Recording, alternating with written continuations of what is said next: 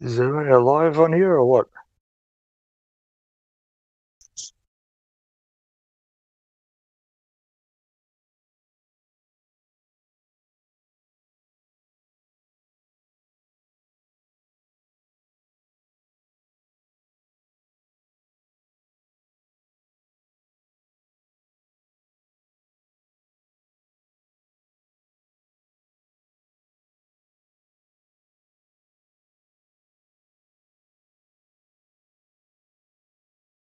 Sasha, jest i żyw.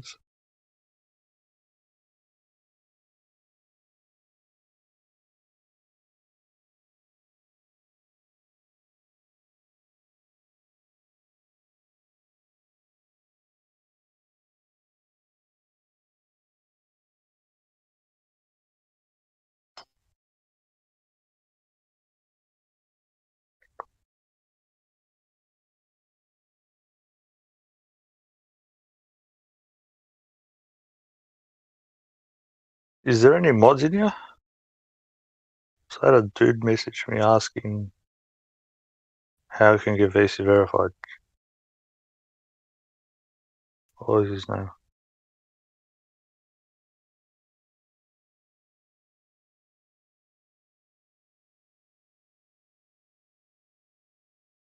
Alarid.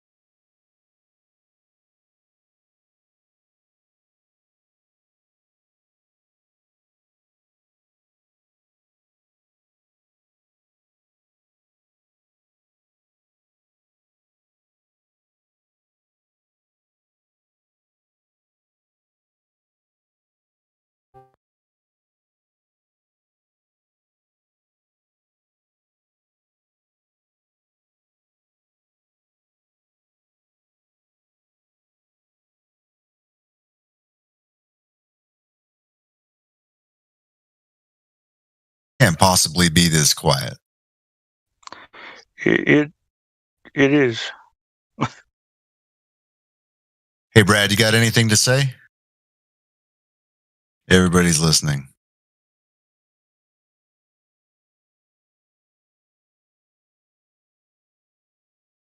Guess not.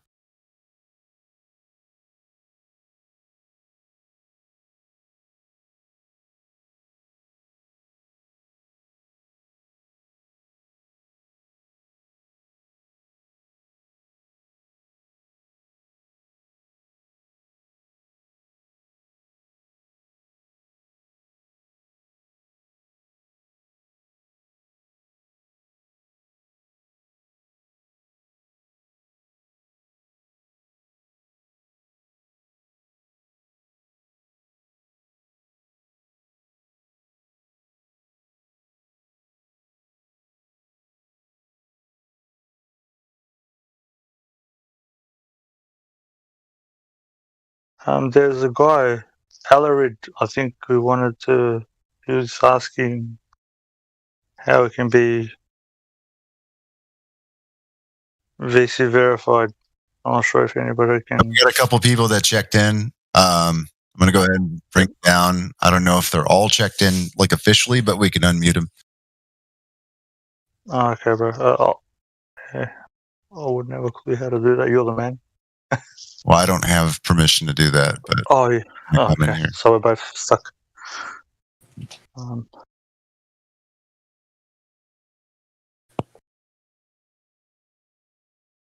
It'll just happen naturally. Yeah, I think so. Let's hope so.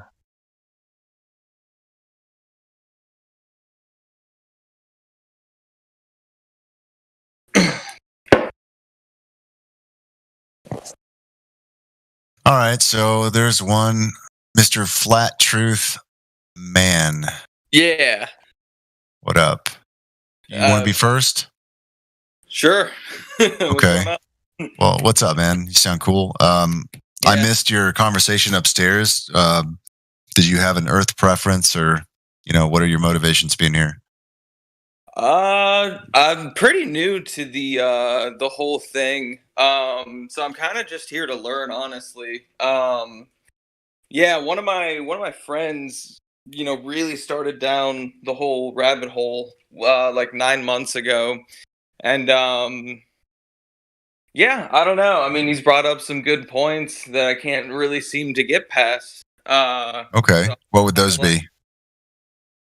It's just a bunch of different stuff over the months. Like the fact that you go up in a plane, like I was flying, a few weeks ago, and like you don't really see much going on out the window, in terms of like curvature and stuff. It's just kind of like not there, Yeah.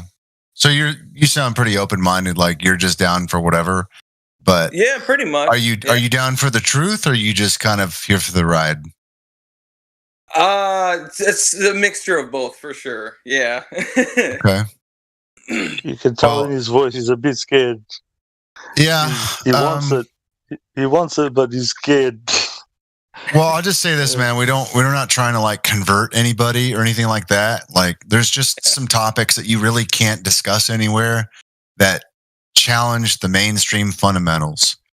Okay. Right. Now, did they go over the 3 points with you upstairs? Yeah, they mentioned just like general Discord etiquette. Okay. Well, everyone, Yeah. So those are the rules, but we have like 3 points we like to go over, like new people. Okay. Hey, before you do that, can I ask him a question? Go for it. So you got all those points from your friends. Did you try to go to like a Discord or like a NASA Globee site or something to confirm or ask like Globies about it? Good question. Before coming? No, I really didn't, honestly. That's right. Okay. Honesty is the best way to go in this. So it sounds like he just kind of used his friend as like the main talking point, or like the main access point. Yeah, for the most part, yeah. All right. Well, mate got him into here, made him think Yeah, is your friend here? Is he one of the people upstairs? No, he's not. Okay. Wow. I Okay, don't so even- you found this place on your own. Yeah. Wow. Yeah, it was through the YouTube live stream video. hmm Okay, cool. Well, I mean, unless someone else wants to do it, I can go over the like 3 questions real quick. It's anyone? Yeah, go for it, bro. Go. Okay, Please. so it's just really quick, and we're not trying to like it's not like a gotcha.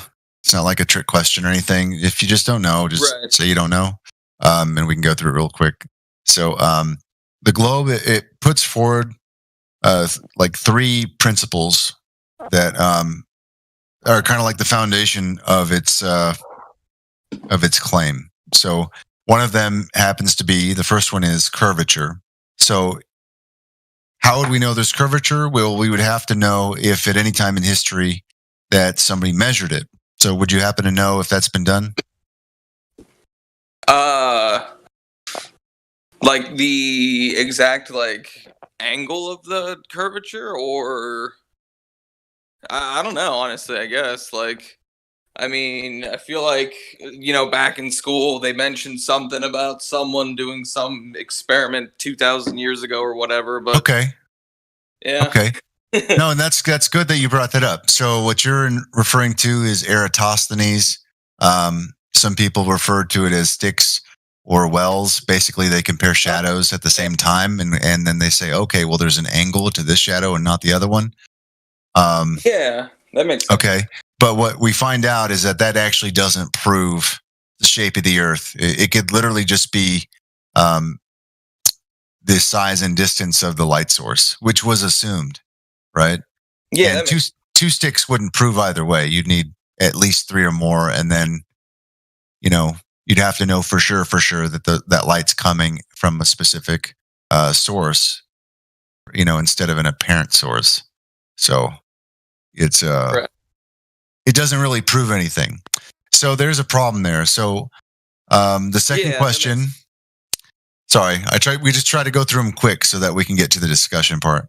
The second question is rotation. If the globe claims to be rotating at an angle, and has there been at any time in history that anyone has measured rotation or detected it?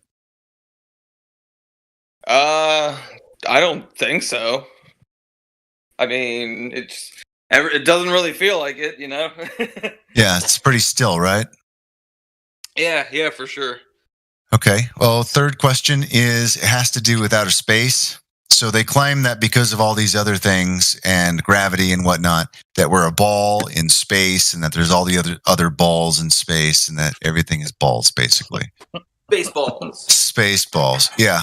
And the problem with this is that we have like gas, right? We have gas and rain, and like there's all this pressure on Earth. And if anyone knows how pressure works, you can't really have a can of Coke without the can, or a tire without the tire, right? So we have this ball covered in gas and water that is literally floating around in a very low pressure, volatile vacuum.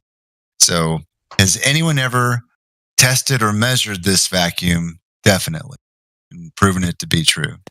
The vacuum is space. I mean, I guess NASA says that they did, but yeah. That probably not extremely accurate, Okay, so bonus question. Yeah. Did we go to the moon? I doubt it, honestly. Okay. All right. If anybody wants to go at him, or if you had any questions first, Flat Truth Man, go for it. Yeah. If you have any questions, go ahead, brother. I don't really have any questions right this second, but as soon as anything comes to mind, I'll definitely speak up for sure. Yeah. Even don't think that any question is silly or this or that. Well, actually, I guess whatever. here's a question kind of for you guys. Like, how did you guys first get started, down the whole rabbit hole and like all that kind of stuff? Like, what was your guys' like turning point, turning process, that kind of stuff? Actually, that was going to be my question to you. Like, is this the first time you're coming across something like Yeah. truth? Oh no, yeah, for sure, first time. Yeah. Yeah, no, I I'm mean, I'm you new to haven't been the whole suspicious of the thing. Sorry, you haven't been suspicious of the government at all up to this point. It's been growing up to this point, So Oh yeah, man, it started off pretty minimally, and then over the past few months and couple years, like it's grown exponentially. Do you play the lottery? Because you should. No, I don't. How old are you, if you don't mind me asking? You sound young. Go for it, Iggs. How old are you? What is it? Flat Earther man? Sorry. Need to look at your name. Yeah, I just made my Discord account, so yeah, I'm pretty new to the app. No, what age are you? Yeah, what age? Oh, 26. Okay, that's you're fairly young, so yeah, yeah. Well, it's good that you're waking up. That you're seeing that there's a shiftiness going around. That it's not what it seems, and yeah, for sure. The big thing is that you've now gone for the jugular. You've gone for the main thing, the biggest deception of all time, which is this. If you can get past this now, which it will shock your system internally, externally, but if you can get past it, you will find that all the other deceptions will unravel a lot quicker, because this is the hardest one to get past or to swallow, Right. however you want to put it. You get what I mean? Yeah, that makes sense. Yeah. Well, Flat Earth also helps save a lot of time, because there's so many other things that they try to distract you with, so you don't actually figure this one out. Because when you figure this one out, everything else tends to be a little bit more transparent. It's kind of like a skeleton key. Yeah, that makes a lot of sense. I guess like it's like with the whole conspiracy of like, did we actually go to the moon? It's like, that one, if people are arguing over that, whether we went to the moon or not, it's like that's kind of just like a small little like one category thing in and of itself. Kind of like, yeah, like what you were saying, like a distraction from like the overall bigger picture. Whereas like the whole flat Earth thing, that is upstream sort of from like, the moon and like other kind of stuff like that, So yeah, that seems to make sense. Yeah. Yeah. Yeah. All these so-called satellites flying around, orbiting, going to Mars, but we can't go back to the moon. And, Elon Musk with his fake car saying, it looks so fake, it's got to be real. Bro, side question. Laughing. Have you ever ridden in a Tesla? They're pretty fun. I mean, not going to lie, I had to just throw that in there. Yeah, I've got a pretty They're quick fun car. Went cars. up against them. They go pretty good, but I wouldn't want to leave my control up to somebody else. I'd rather have control of my own car, to be honest, because I've seen what accidents they can cause. But yeah, we've got this Rocket Man. I'll call him Rocket Man. Rocket Man. Yeah, that's sending a car into a vacuum. Yeah, a vacuum does, bro. It should. I'm not sure if anybody on the Discord's got the video clips to the big semi trailers that hold gas and stuff. When they get compressed, they're full just within half a second. It's like scrunching a can of Coke.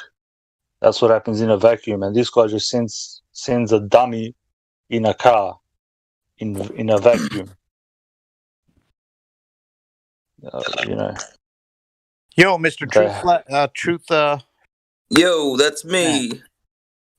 Just wanted to question just real quick. So I just wanted to clarify. So this is the first topic that ever piqued your suspicions about the government and everything in life is the flat Earth truth, and it's brought up to you by your friend a couple months back. Is that right?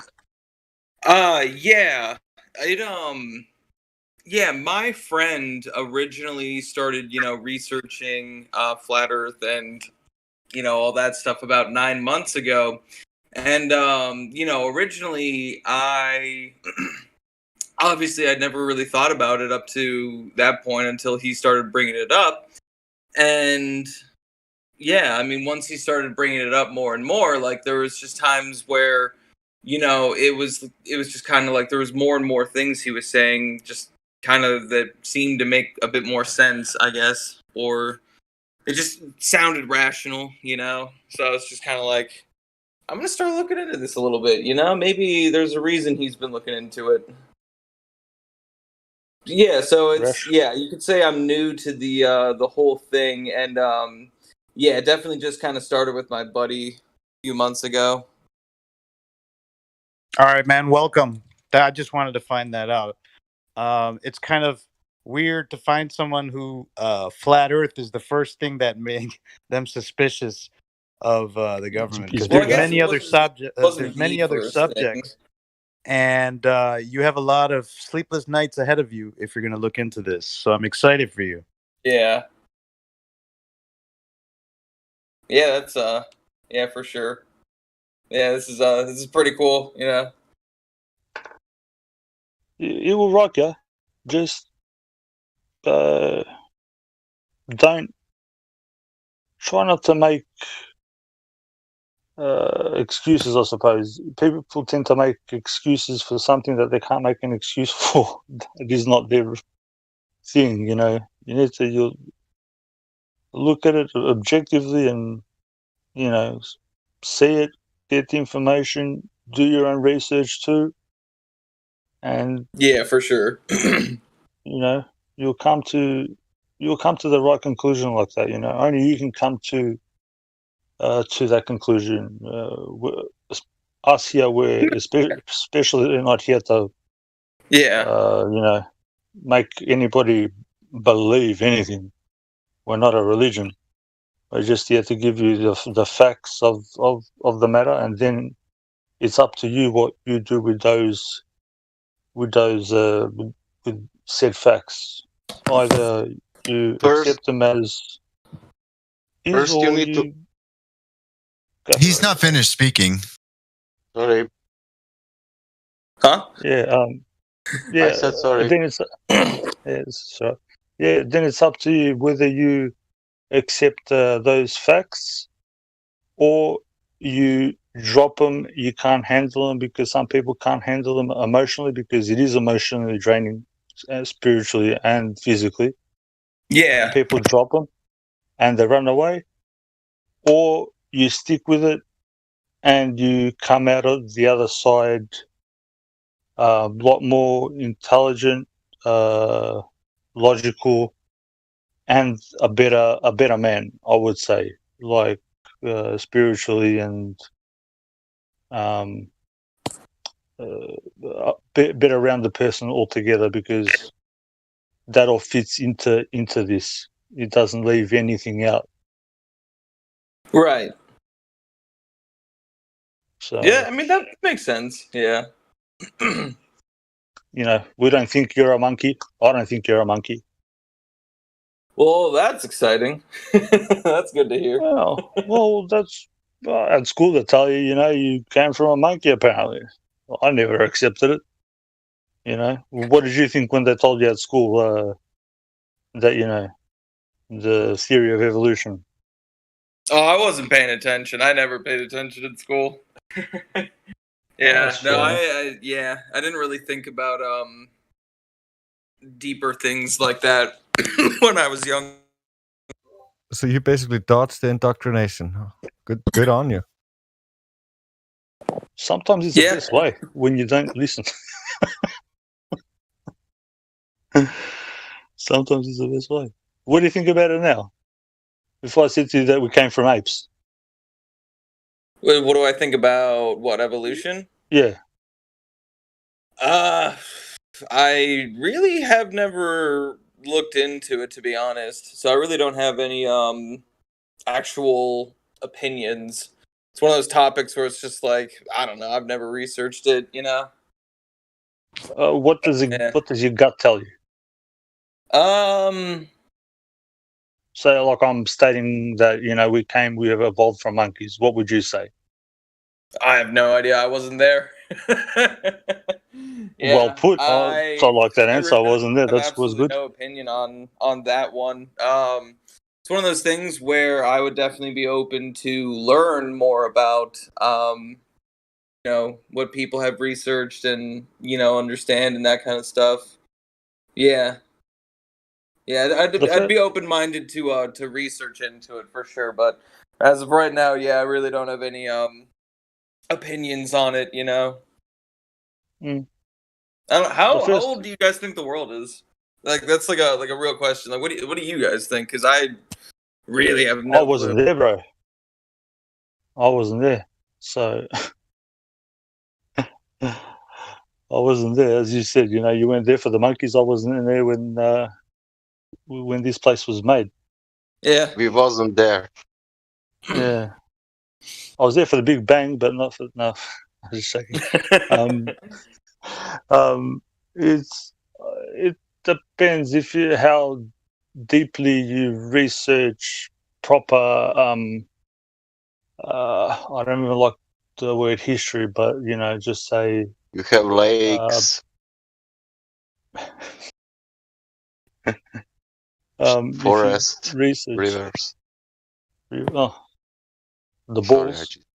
Yeah, yo, how many people are in this chat? There's a lot of people in here. This is cool. Oh, there's a few. Yeah, there's definitely a few. You're gonna like it. Is it Friday or Saturday for Ladies' Night? Friday. Yeah. There's a lot of girls on Friday, and it sometimes fills the live stream all the way up to 99. So. Wait, this live stream? Yeah, that's sometimes crazy. It gets full cranking. Yeah, pretty good. It's pretty good. We get some characters on here too. It's pretty fun. Sometimes you need to split. Sometimes you need to. And then we also have the live streams, and generally we have around similar numbers of people on the Discord and on YouTube, but it fluctuates. Nice. Yeah, that's pretty cool. So I was going to say to you, I want you to picture this. So the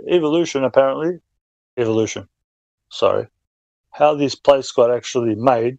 So from this said Big Bang, so nothing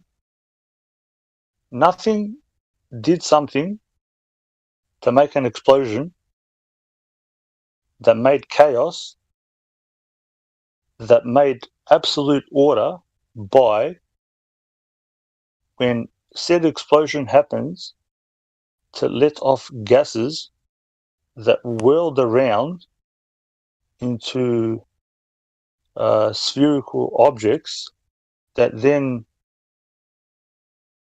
permutated, formed into rocks that somehow had molten cores that were slamming into each other, and then from said rocks, Earth's other planets, then had water and trees and animals and everything. Amoeba first. Oh, amoebas, that's gone into deep. That's way too much. Yeah. But what do you think of that story? That's a whole lot of I don't even know, It's like, what do I even know anymore, Oh, can you accept that? It's like I'm telling you this, like I'm a scientist, yeah. I've got a degree and I'm telling you this. Does that sound any logical to you? How could I know? Do you get what I'm saying? I don't know. How can nothing make something? Yeah. Scientists knows everything. Yeah, they'll tell you it's like they the made whole experiment. Yeah, the whole universe is 4.5 billion years old. They even know. I don't know who wrote this down, where and when, but apparently they know. It's that old. Can you believe this? Somebody had it written Maybe. I down. don't know. Come on, bro. Yeah, I'm gonna be honest, I kind of zoned out for a second there. So, it's a bit much. Happens. It's a bit much, my story, huh? Yeah. It's good for a movie, though. Yeah, for sure. So these are the things that you need to, when you're hearing them, when you look into these so-called, the way that the universe was formed and da-da-da-da-da, you need to go, hang on, wait a second. How do you know what happened 4.5 billion years ago? Don't even know what happened, you know, I mean, that's 100 just years like ago. you can't verifiably prove, that because it's just so long ago. Yeah, and they're telling you the exact way apparently that it happened. So they're stating, they're making a claim that they know this is how it happened. How could they know if nothing was around?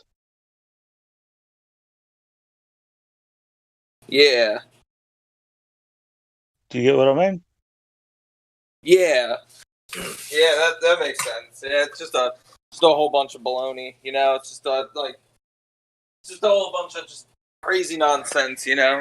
I'm still figuring out stuff.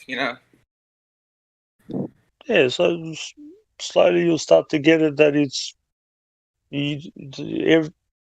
all that you've been told and taught is like a good.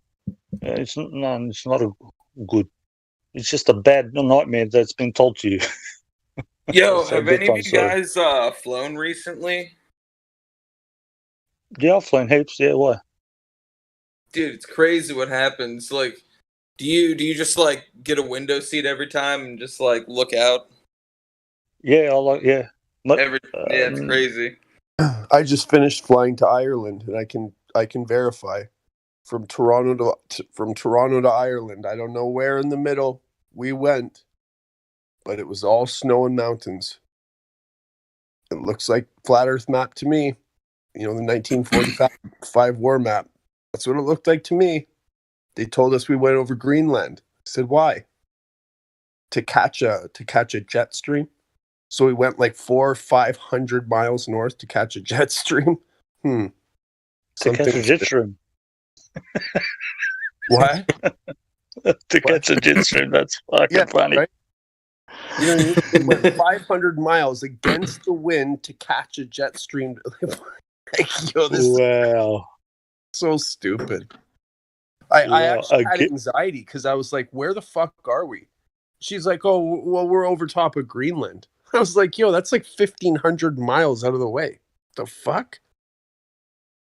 Sorry, but dude, that's bonkers. It was, dude. I got major anxiety. Like nobody else seemed to. That's nuts. Yeah, crazy shit. I tell everybody, you just hear over the PA, yeah, we're flying over this or over that. You don't have a effing clue what you're flying over. Exactly. Don't a lot of flights try to minimize the amount of time that they're flying over like oceans versus land just in case of like a crash or something? Isn't that like a thing that pilots do normally? I mean, I don't know if that was a question to me. I could understand. Kind of the group in general. I have no idea. I mean, I could comprehend that, but when it's crossing, when it only takes an hour and a half to cross the Atlantic, or 2 hours, anyways, you would think right 3 hours out of the way. Yeah, that makes sense. Because even still, it doesn't matter. By their map, you would still have to cross the Atlantic from. You know what I mean? Even from Greenland, you would still basically have to cross it. I think. I don't really know the spinning globe monkey, but Yeah. You got a point. Like I travel from here to Europe, like to the Balkans, and like if I was just in the air with no stopover, it's around 22, 24 hours. And like this is in like Victoria. I usually take the route with like just jump off and jump on another plane because I don't want to drag it on. You know, the flight's long enough as it is. And I'm definitely sure, you know, it can be made shorter. And I think Qantas have got like the best planes and the ones that go the longest. I think it's like 16 hours straight they can go, also 18 hours. Right. Before refueling.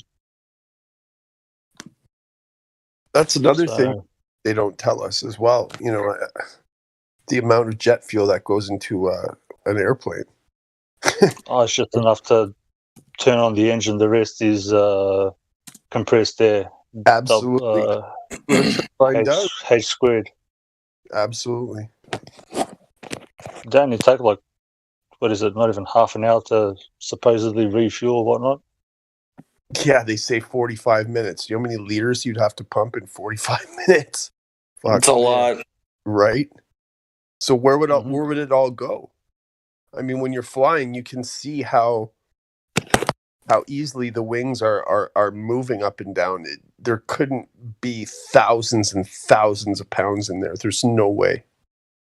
Yeah, apparently they're filled with oil, these wings. You'd be sloshing about. Imagine the plane turning and like all the fuel just going shloop on one side. Exactly. On the other side. Yeah, exactly. Yeah, exactly. That would be insane. You'd lose your mind, bro. Yeah, you'd be like, sure. This pilot doesn't know how to fly. Exactly. I never thought of that. Yeah, it's one of those. It's one of those things. I'm not. I found I'm about this a long time ago. You know, there's baffles in the fuel tanks. The alleged fuel tanks, they're baffled. That's how it stops it sloshing around. Oh yeah, apparently, yeah. They've got little the creases and stuff like you would have in an exhaust, so it minimizes the so-called fuel sloshing about. But yeah, it's a good story. It's a good story. Yeah. I'd like to see it. Yo, question. Oh, sorry to interrupt. No, on you go. Question for old dude. Do you have a YouTube channel? Because your voice sounds really familiar. No, sir. No. He's picking on you because you're Scottish, bro. Confusing me with.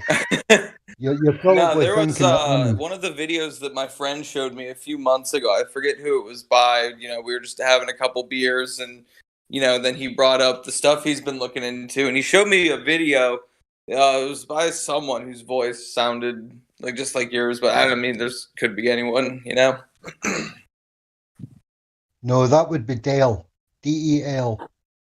Ah. Well, that answers my question. I'll find you a link. I'll find you a link. We all sound the same in Scotland, and there's a level of aggression in our voice you have to keep out of things.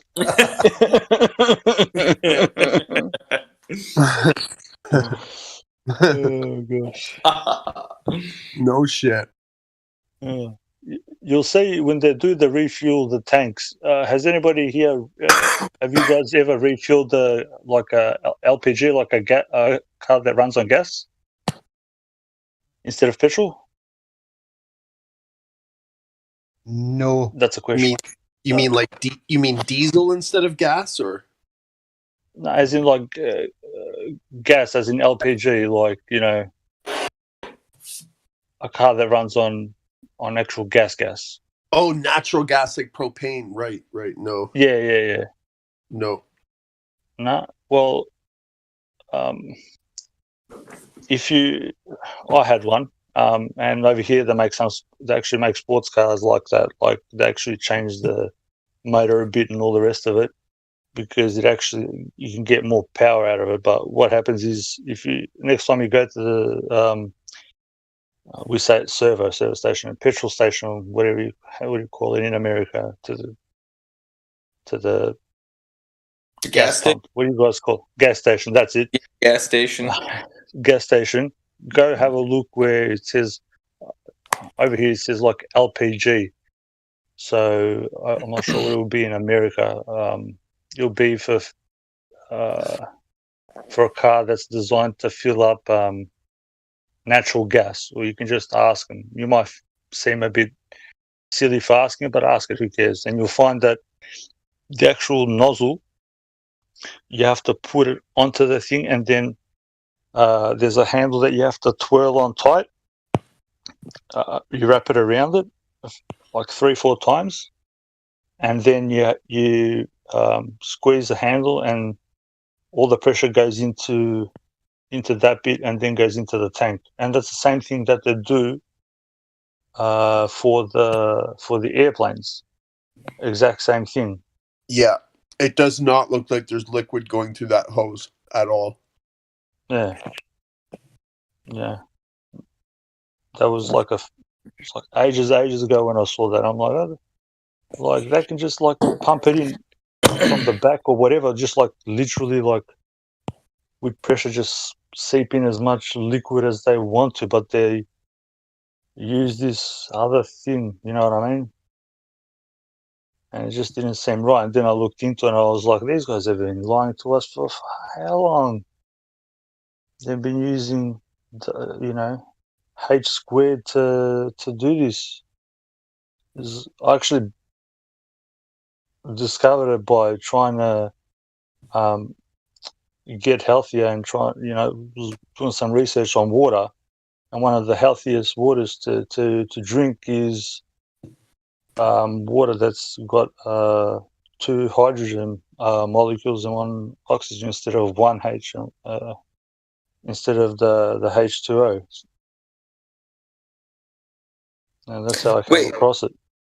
Wait, what kind of water is this? I've never heard of this. It's because I've been trying to drink more water, so like this, I should take a note of this. Natural spring water. Yeah, that's the best one. But you can there's I don't have my notes and stuff in front of me. You can actually I don't want to misspeak, so I need to find my notes. There's you can. I feel bad if I misspeak. You can do it with this simply. Sort of with like not electricity per se.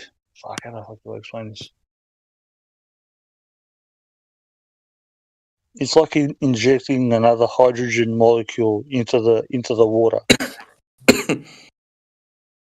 So it's like there's there's another hydrogen molecule in the water. Yeah. So it's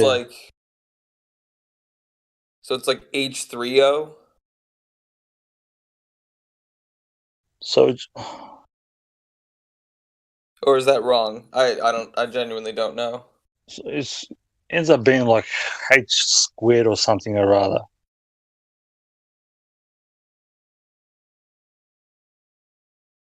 When you've got water, they tell you it's like 2 hydrogen, 1 oxygen. But when H2O, yeah. But that's like combined together. This is already, the water is there. All you're doing is you're just putting a bit more hydrogen into it, and there's more. You kind of get more of a pickup from the water.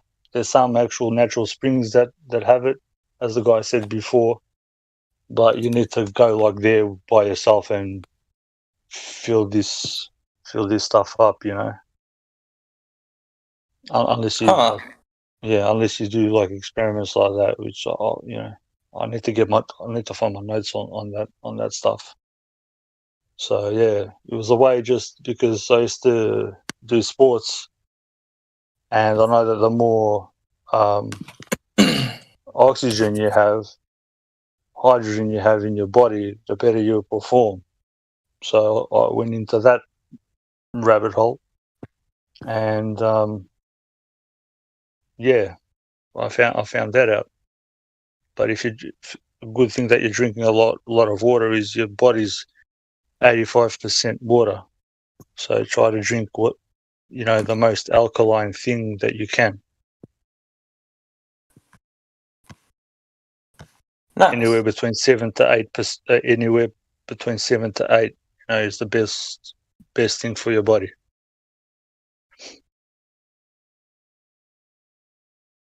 Nice.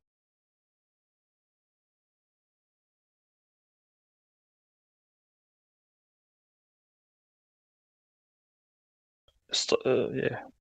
Water stops like a lot of things from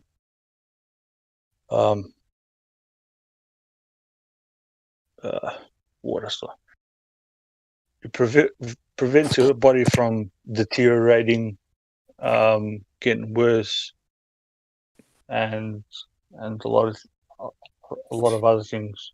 Make sure try to drink natural water is the best. You can find some private places. I'm definitely sure in America there's a few here where I am that do that actually get alkaline from a spring. If you're gonna go to the supermarket and expect to buy, whatever that's good for you, don't, like people say, Avion. You've heard of that one, Avion? That water? No. Well, it's meant to be the best one, Avion. Yeah, EVIAN. Yeah.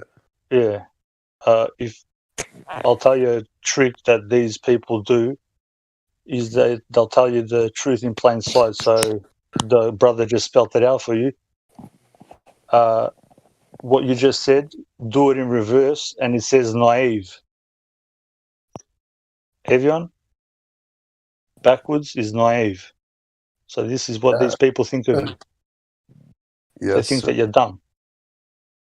They're putting tap water into a bottle, making it sound French, Evian, and you're paying a lot for it, but really they're telling you that you're naive.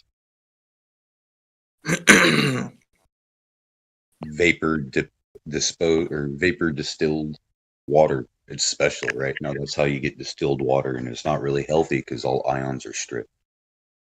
And then it has no choice because it's a solution, it's a solvent, so it has no choice but to pull those ions from your own body, bleach your bones and all that. There's only very certain instances you need to know what you're doing if you're going to drink distilled water. Very special instances. But yeah, just... Dude, I asked a Mason one time what I should do, and he was like, only distilled. I got so fucking sick for about a year because that's all I would drink was distilled. When I had a fresh spring, I have a fresh spring too in my house in a well. Wow. Yeah, you got to take salt tablets. Yeah, man, I was really, really sick and skinny. Yeah, cellular salts. Sorry? You need cellular salts like kali phosphate and all the rest of it. Right. Yeah. As soon as I went back to my spring water, I got like healthy again in within weeks. Yeah. Those Masons don't have a clue what they're talking about. They're a bunch of dummies. Distilled water is only for a short period of time, and you need to know when to do it because you need to be on a certain diet and coming down and to hit a point where it's sort of in your body as your diet's coming down and the way that you're aligned internally to maintain that, and then you need to come off it again slowly and go back into normality. But people that completely drink just distilled water, they, as you said, bro, you experienced it. You run out of energy. You know, it depletes you. You know, you can dig. I think most places, if you. I looked like I was bro. years older.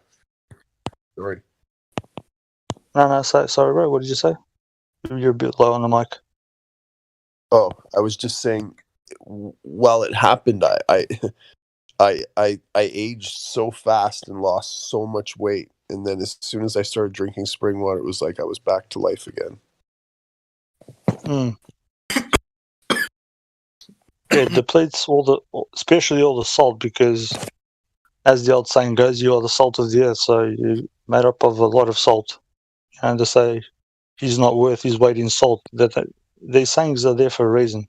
Yeah, exactly. So the term salary comes from the word for salt. Which word?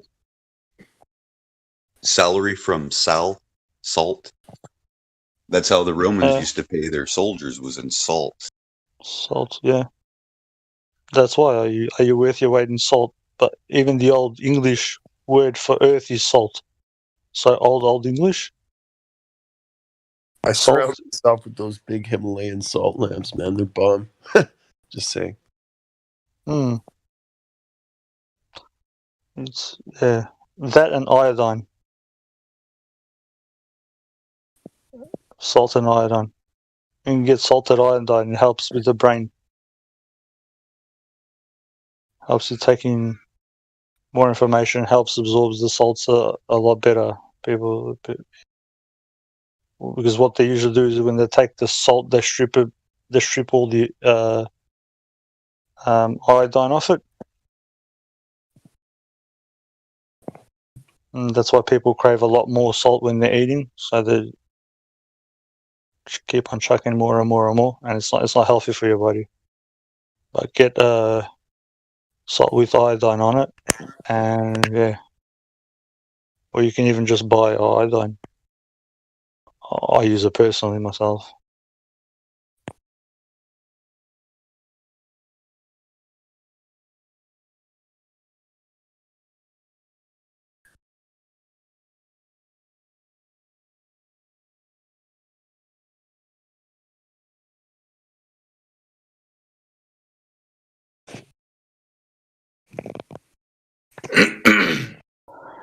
Anything else, Mr. Flat Truth Man? Hey, that's me. Shout out to the homies on YouTube. Nah, I don't have any questions at the moment. I'm just kind of taking everything in, you know? Yeah.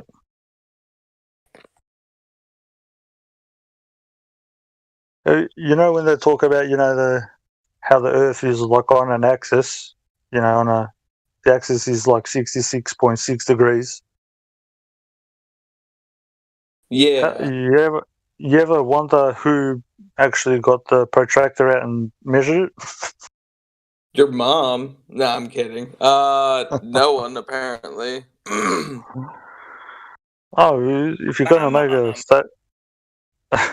if you're gonna make a statement like that, you know, like that's pretty accurate. 66.6, you know, that's right on the money. Somebody needs to be able to say how they did it.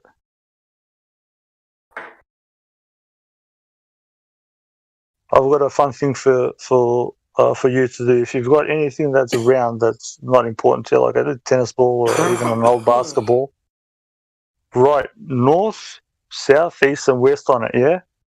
Yeah. And then turn it around.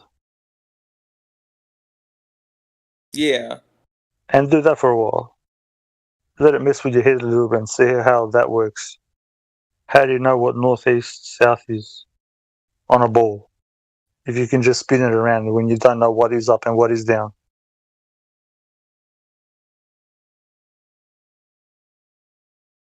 Do you get me? Yeah. It's just a head-do exercise that I tell people to do.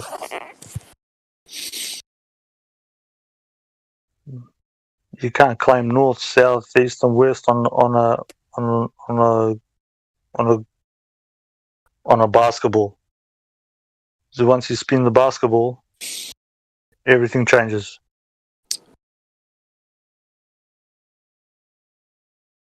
You can only do that if you're holding the object and you know what is up and what is down. There's only up and down. And you've only got north.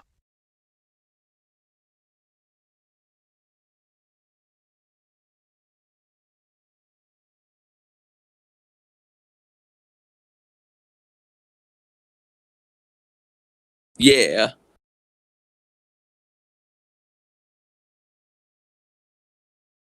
So someone mentioned Friday's ladies' night or something like that. Friday, Saturday.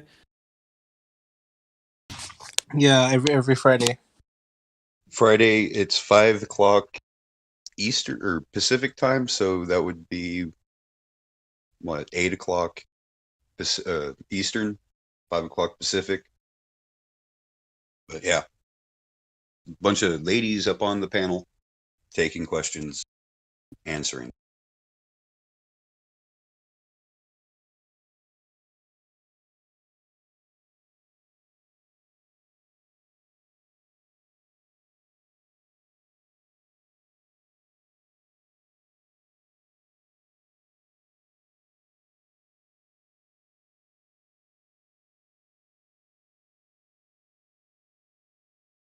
Mic check.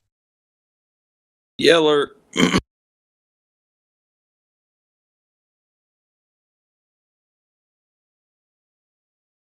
So, like, okay, since you're new to this whole conspiracy scientist stuff, because that's what I consider myself, as a conspiracy scientist. Yeah. Have you ever looked into what's called the Great Deception? I have not, no. Okay. It runs deep, even with the root of language, right? For instance, we are taught in school that magic doesn't exist. It's make-believe. However, what magic, the definition of magic is, there's a couple different definitions. One of them is everlasting fire. Another one is or fire itself. Another one is taking the ideas that are inside your mind and manifesting it into reality. Isn't that what language is? What writing is? Cursive. I mean, when you learn to spell your name, they call it spelling class. If you're good at spelling and you go to a spelling bee, you get the title of spelling wizard.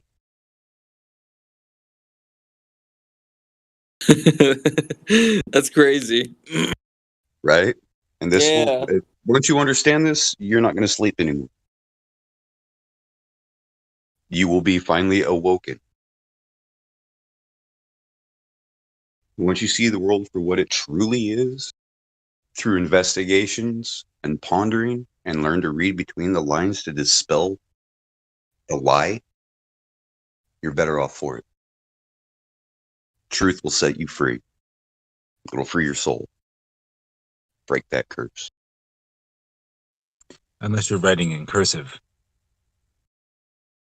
Cursive. Yep. Hey.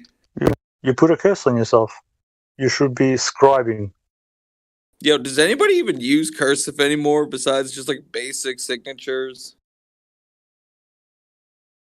Isn't cursive kind of like dying out in general? Just like, it's like people don't really write in cursive anymore, like how they used to. People don't really write anymore. Everything's on a screen. That's super true. Yeah. And the only time you use it is on the most important thing, where you curse your own name. Well done.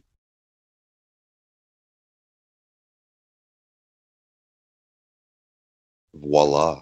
Do you guys think aliens are real? People from extra territory, known as extraterrestrials. Sure. Yeah. People from extra territory that we're not aware of. Whoa. From the outer spaces of Earth, the realm wherever we're at. I think they're fallen deities, fallen angels. Well, I'm going to interject, and I'm going to give you a quote from what's his name? Anton LaVey. No, not Anton LaVey. Shit, the one that wrote this satanic Bible. Anton LaVey? No, Crowley, my bad, yeah. Crowley. He said, this is his quote. He goes, today we call them demons, tomorrow we will call them aliens. Right? Nice. Yep. So today we'll call them demons, tomorrow we'll call them aliens.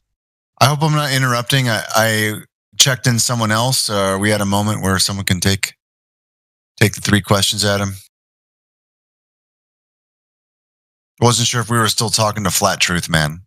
Nah, I'm just chilling. Nah, okay. You take the mic. All right. So the new guy is Kalel Purdue, brand new. He's only been here a few hours. Listened a little bit. He's just he's still learning all this stuff in school, so he doesn't know everything. He's willing to listen. Easy guy to talk to. Anybody want to take over? You go for it, bro. Oh, I'm kind of busy. I'm just trying to multitask right now. Oh, okay. All right. Okay, cool. Kalel, you there, brother? Yeah, I'm here. What's up? Nothing much. Just the sky. How did you find your journey onto the flat Earth thing? I was like in some military Discord and someone sent it, so I just joined it. Oh, okay. But I am curious. You military man? Yeah. I mean, try learning everything about it. Okay. Oh, sorry. Did you serve in the military? I was meant to ask. Or? Nope. I'm not even out of high school yet. Oh, you're young. Oh. Yeah, I'm 14. Wow. Yeah. You sound like you're 20 something. Yeah. He put some of us to shame, that's for sure. Are you thinking that you might join the military when you're old enough? Yeah, definitely. Yeah. Yeah, I would be careful with that. Hey, there's still time. There's still time. We don't have to talk him out of anything right now. Yeah, exactly. But I understand military documents. Military documents say that treat the world as though it's flat and non-rotating. Hey, can someone just go over the 3 points? I told them we'd do that real quick, and then we could go to the questions.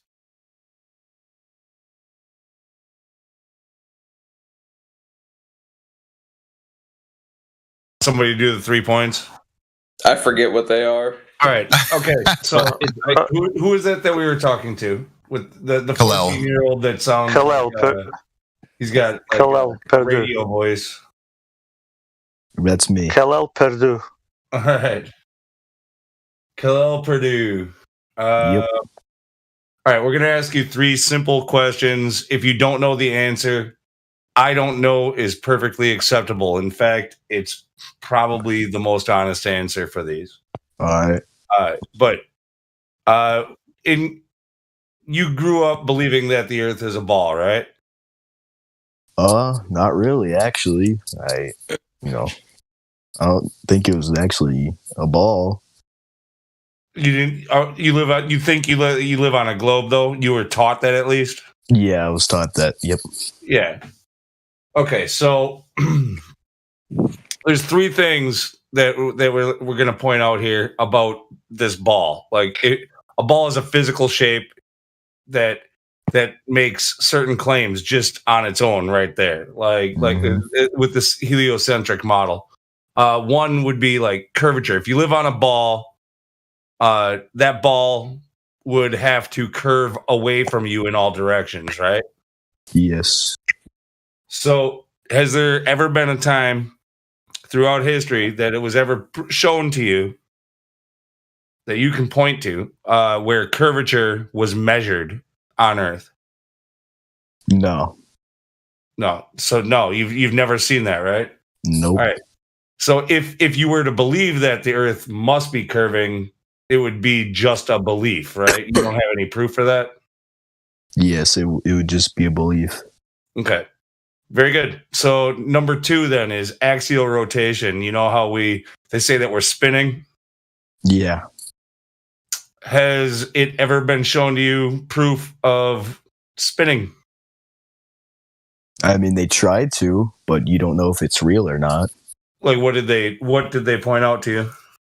Well, they show you like on a camera, but like I said, it might not be real. What do you mean with a camera? Try to be more specific. On please. TV or something, or like YouTube. They have it live stream. You know what I'm saying? Like, what? Like you're talking about like time lapses of the stars and stuff, or no, the planet spinning, like moving.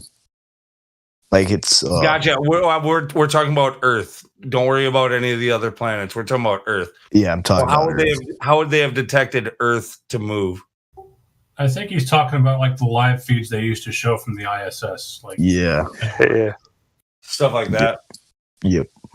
Okay, but would you say that images from space, like I think you already gave the answer. Would you say that that's scientific? Like no, not at all, right? Like I could show you a picture of a unicorn or we could go to Narnia, whatever, like all these things. Like I can manipulate an image. Mm-hmm. So that's not proof of anything really. Yeah. We need something a little bit more specific than that, like a measurement. And so has anyone ever told you like a measurement of like Earth's rotation, the speed of which it rotates around the axis? Do not think so. No. Okay. So again, if you were to believe that you are spinning around an axis, that would be a belief, right? Just a belief. Mm-hmm. Yep. All right. Perfect. Number 3. So are you familiar at all with like the second law of thermodynamics, entropy? The idea that high pressure moves to low pressure, or high temperatures move to low temperatures until they seek equilibrium. They want to balance, correct? Do you understand that? No, I'm not a science nerd. I don't really know. Hey. Well, all right, then this is going to be a tougher one. Ever opened a can of soda? Yeah, there you go. I mean, if you've ever filled a tire or if you've ever opened a can of soda, when something is pressurized, if there's a lower pressure system around it, that when you open it, it's going to go, psst, and like, because that's the air rushing out to seek its equilibrium, to try to find a balance, right? Yep. Okay, so with the globe, they tell you that we are in an open system. There's no physical barrier or anything, but you have atmospheric pressure here on the ground at sea level. It's 14.7 psi. Yo, my homies on YouTube.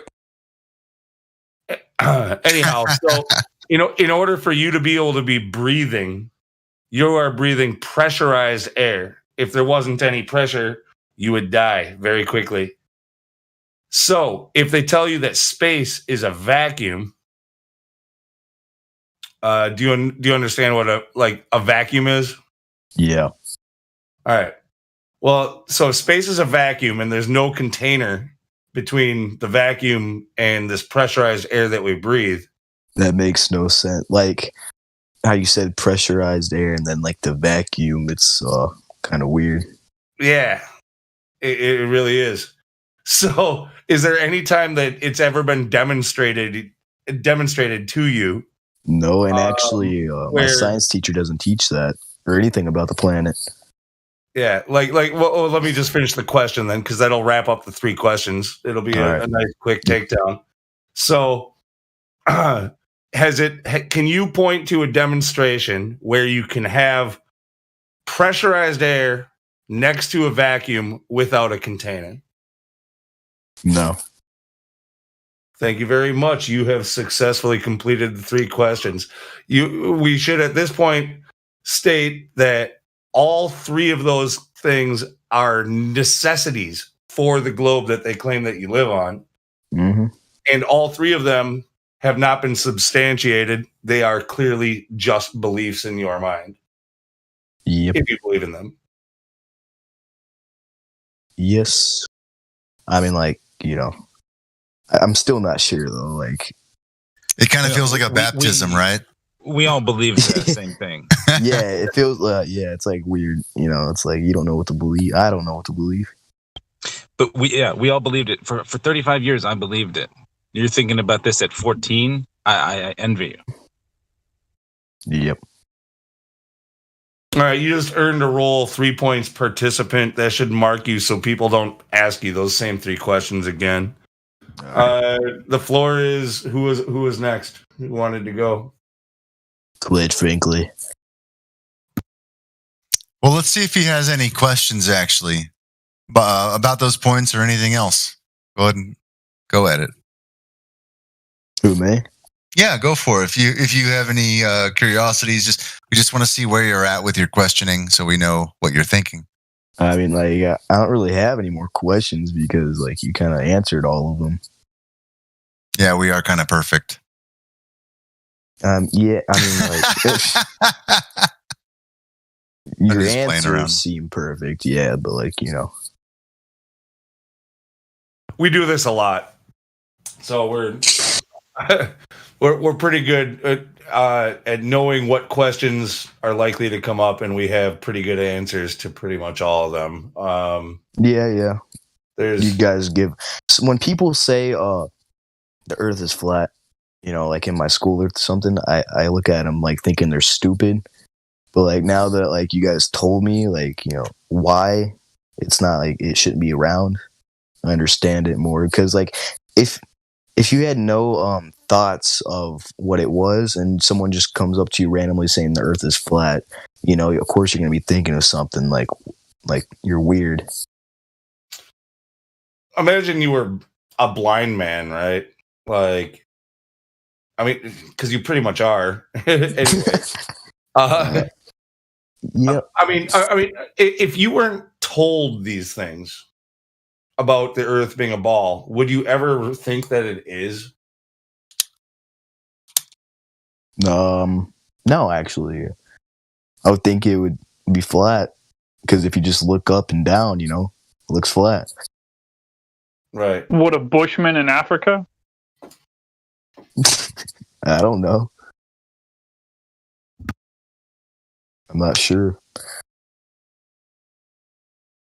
Yeah, the a big thing is you really got to just like one of the major points about with flat Earth. It's an old one. Is you just got to recognize that they started telling you that the Earth was a ball with all of its absurdities when you were at a very young age and you were very impressionable.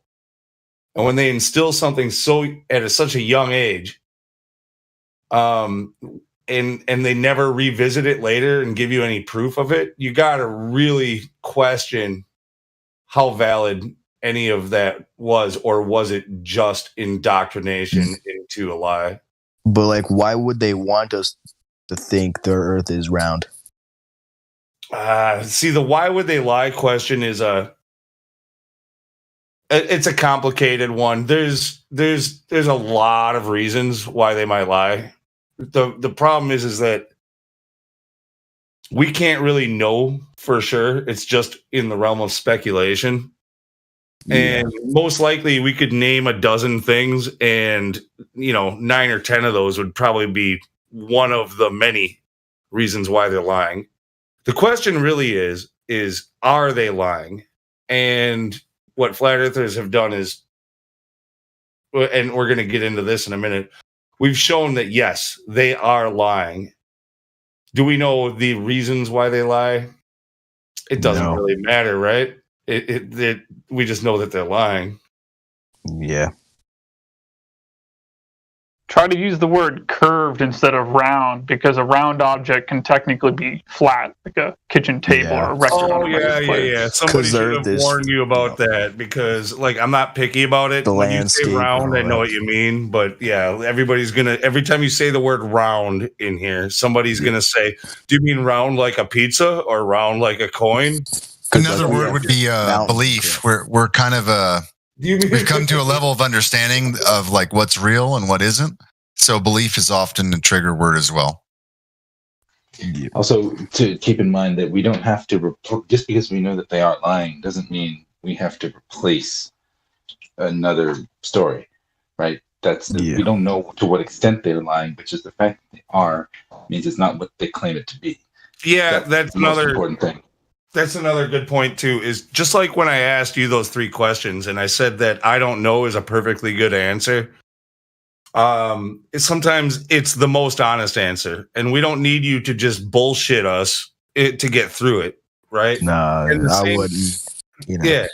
Yeah. So it's the same thing goes with questions that you might have about, the stars and the moon and the sun and the planets and, like, well, how does this work on a flat Earth? You know what? We don't know. We can't go there. We can't test it. And that's going to be the honest answer. You can speculate on that stuff, but when speculating, we like to make sure to highlight the fact that it is just speculation. Yeah. I don't know. So, like, the thing with the heliocentric model is that whatever question you throw at them, there will be some expert somewhere who will bullshit his way through that question and give you some story until you're satisfied. Yeah. That could go both ways, though, couldn't it? Well, there's some flat earthers I've heard do it too, but it's not, at least in this server, we don't try to push that. But I've got a recommendation for you, brother. Just if you get are you allowed back to school or a library? Go into the library and ask for an Encyclopedia Britannica 1958 and look up Antarctica. Yeah, don't think this encyclopedia. Sorry? Yep. My school is a small school, and I think they don't have that. Probably not. But they teach all this stuff in like high school, and I got held back, so I'm not there yet. Another thing that the guy who was talking before me that he said was basically, have you ever heard that this saying that falsification is independent of replacement? Have you ever heard that? Me? Yeah. Yes, sir. No, I have not heard that. Okay, well, at least think about it then. Ponder on it. Okay. Like, if you make a claim and I can prove you wrong, in order for you to be wrong, do I have to prove what is true? No. Right. So therefore, the falsification is independent of replacement. Like, if you tell me that you know that the sun is 93 million miles away, and I can prove that it is not 93 million miles away, do I have to know its exact distance? No. Right. Same thing. So we don't have to replace a bullshit story with another story in order for us to prove the heliocentric model wrong. They've got the model, they've got the claims, they've got the measurements, the numbers, the math that we can put to the test with observation. And if we can prove that observation defeats their math, then we can take apart their model without replacing it. Yeah. Yeah.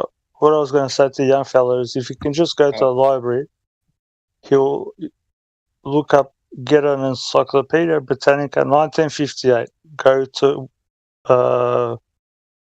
start from A, it will say Antarctica, and on there it will say how far the dome is from the ground. They'll tell you that there's a dome. All right. Yeah, I should be able to get one of those. Yeah, just go to the library, brother. Get a library card. 1958. And it says, I think it was a 1300 1700 some. I keep on getting mixed up. I use kilometers here. I'm not sure if it was miles or kilometers. Hey, you should be able to buy your friends alcohol too with a voice like that. Where are we trying to show him where to look up how far the dome is? Yeah. Yeah, no. Not everyone here agrees that there is a dome. Let's stick to what we know. I told them that we're going to tell them what we know for sure. Speculation for sure. Oh, I was just saying they've got this written in a book. So this is when apparently they were arguing with the foes, the Russians, and trying to race to space. But I think they might have been measuring something. There's a lot of hearsay involved with any of that. Like you're not going to find a lot of stuff written in books, right? So yeah, that's something you can talk about like after we've covered all the bases. Okay. To get back onto the bases, I want to point out also what an axiom is and what a burden of proof is. I'm not sure if you're familiar with those terms. Are you? Yeah. No. Yeah. Okay, so the an axiom is going to be your starting point. Like it's something that's apparent to everybody. So if we're standing on the Earth and or let's say we're looking over water. We're standing on the beach and we're looking over water. Everything appears to be pretty flat. The horizon is flat. It doesn't look like it's curving away from you. You just have a limit to what you can see. When you look at the sun or the moon or the stars, they appear to be moving over the top of you. You would generally assume as an axiom that you are stationary and that those things are moving, right? Yeah. So that's going to be our axiom that we start from. That's what everybody believed all throughout history. Yes. Up until pretty recently. And somebody said, no. We are on a ball and we're spinning while we spin around other things. Yes. Now, that person, because everybody experiences reality different from that claim, that person now has the burden of proof. He's made the positive claim. So he can't just say, no, I say we're on a spinning ball that's spinning around other spinning things. He can't, and then we all have to accept it until we can prove him wrong. That's not how it works. You don't just accept somebody's wild claim and then try to prove it wrong. Because otherwise I could say, unicorns or gremlins or something like that are pulling at my toes to create gravity. That's why I go down. And you would have to prove gremlins and unicorns wrong. Yeah. Okay, so the burden of proof is on the person with the positive claim. We have the axiom already, and they've never gone ahead and proven their claim. Remember the 3 points that we just went through? Yes. We did Earth curvature, we did axial rotation, and we did the vacuum of space. They have to prove those things are possible. Yeah.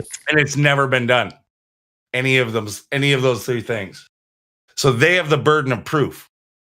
They give us a positive claim about a radius for the Earth, 3,959 miles, which gives us all the math that we need to figure out how far we should be able to see. So we go out with long distance photography and laser experiments over large bodies of water, and we test for the curvature that they say should be there. When we do that, every time there's zero curvature found. Hey, I got a question though. So my dad, he's coming up in a few weeks. I don't know if he's a flat earther or not, but he could you guys ask them those 3 questions? Yeah, we do it for almost everybody who's new that comes in here and talks. Yeah, because my dad's off and all that crap, and he has like different beliefs. But I think if he heard those questions, he could actually make up his mind on something. It works good with some people. It works good with you. Others, they right away they're. Yeah, it's hard for me to understand things. Actually, I have issues and crap at school, but I actually understand what you guys said. Yeah, we try to lay it down pretty simply. And some people, I think the people who have the most problem with those 3 questions are the people who think they're the most educated. They think that they think they're so smart. They got an answer for everything. And they try to anticipate where you're going with those questions. My dad's one of those type of people. Yeah, definitely.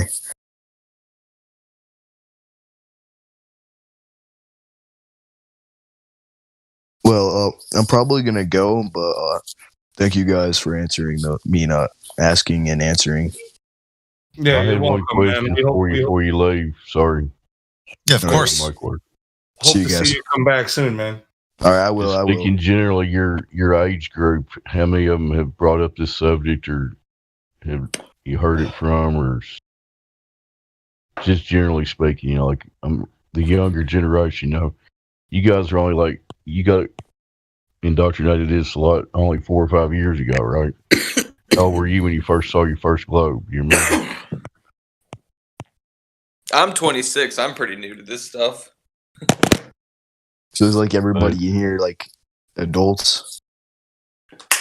My question is your general age group. Is this subject being discussed much, or what's your take on it? You said you're just 14, right? Yeah.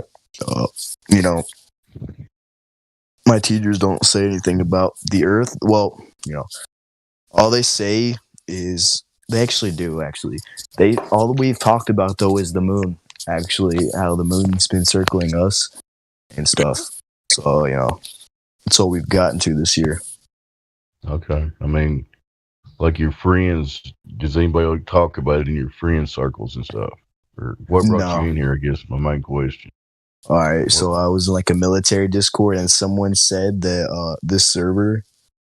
something about this server, and I joined it anyway to see what it was about, and then I did. So nothing really, actually, but I have been wondering about it like most of my life. Okay, I'll shut up. Welcome to the server. All right, thank you. See you guys later. Hey, just to be curious before you go, what did the military server say about us? I think propane messes with your connection, Hank.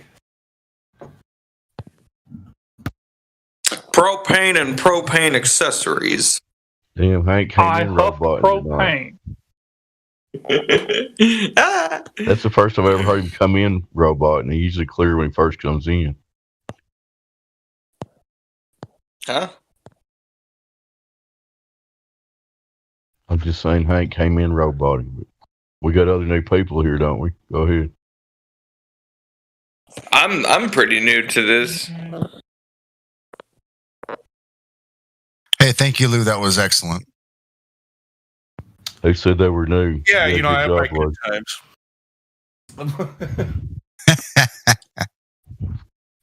Who said they were new? Hello.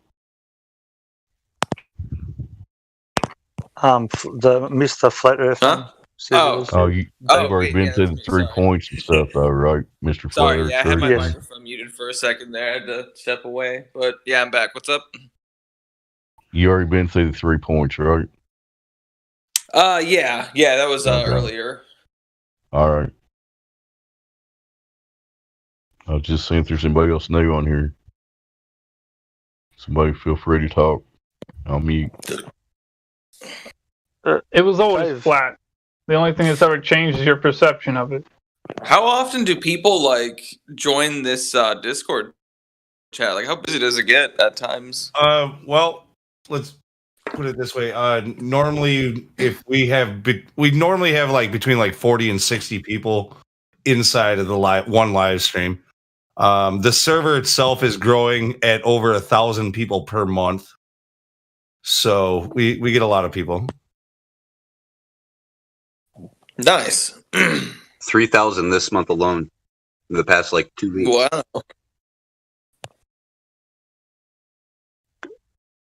Can I just interject? I just want to ask Dave Hinkle something, if that's all right. If he's still here. Go ahead. Yeah, brother. It'd be just before when I prefaced the book saying that it was to show that there is a container, that they actually say that it's flat and there is a container. So vilifying, putting validity to the second law of thermodynamics. Yeah, I'm not saying it's not good supporting evidence, but it's like why you too many steps ahead of a new person first coming into this subject. Okay. You know what I mean? Okay. So yeah, You don't want to start at step 23 when they just find out the Earth might be flat. Yeah, You know what I'm saying? my bad, brother. Yeah. My bad. I just. People can disagree with me if anybody's got another opinion, but you know. Yeah, it's written in a book. It's a citation, but it's still somebody wrote that book for some reason, you know. So. Well, the guy I brought in, what was his name? The Kalel. He does believe in God. He's not religious, but he's open to all of those topics and ideas. I just thought that we were kind of skipping. That's all. I didn't mean that you guys didn't have any valuable things to say or it wasn't a good thing to say. I was just asking, just so I know how to. I don't want to break any rules, codes of conduct, or anything like that. In the live stream, we try to keep the speculation stuff out of it as much as we can. Absolutely, we have a speculation room for that stuff. That if it starts going down like a little side path where it becomes too speculative, if people want to continue that conversation, they can. Move down to another channel and invite others to follow them, or they can try, a moderator can jump in and you can try to push them back on course.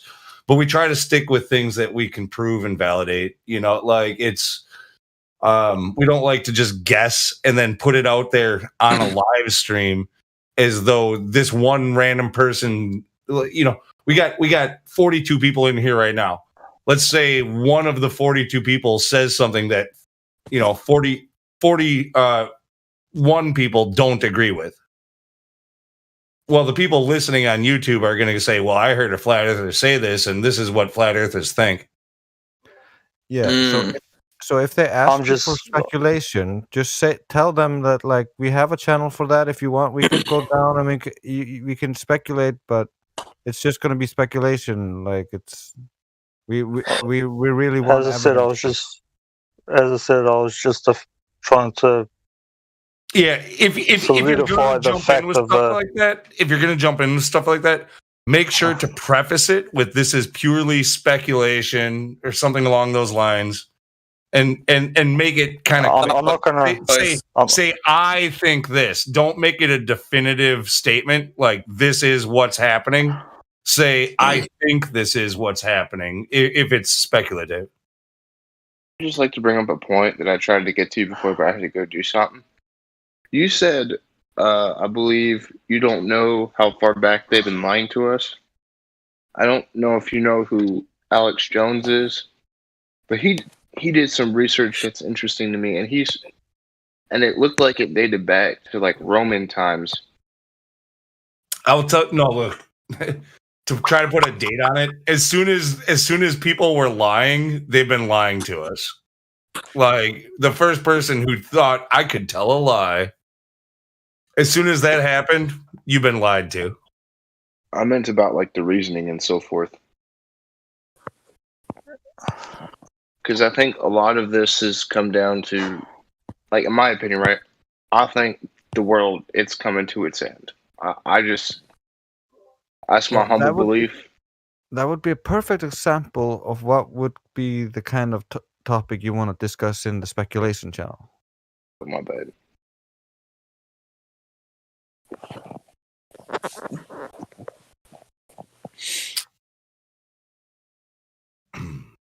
I mean, and those rules do bend a little bit if we're talking amongst ourselves and we don't have any Glober to play with or anything like that.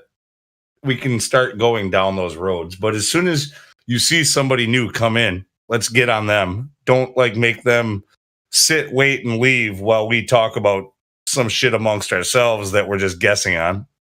Exactly. And you want to do like Lou said and preface it so that it's not a guess. Sure we live in a pressurized container, but otherwise they cut us out of context.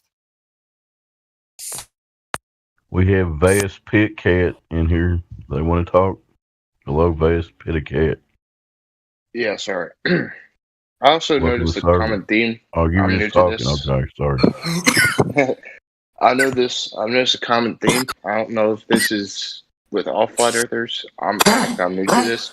There's a lot of Christian faith within the looks like the flat earther community. Is there a reason for that, or is it just what it is? Yeah, there's a reason for that. It's because most of us here in the Western world grew up with Christianity as our religion. So when most of us go back to seek religion, typically we don't find Buddhism or Hinduism.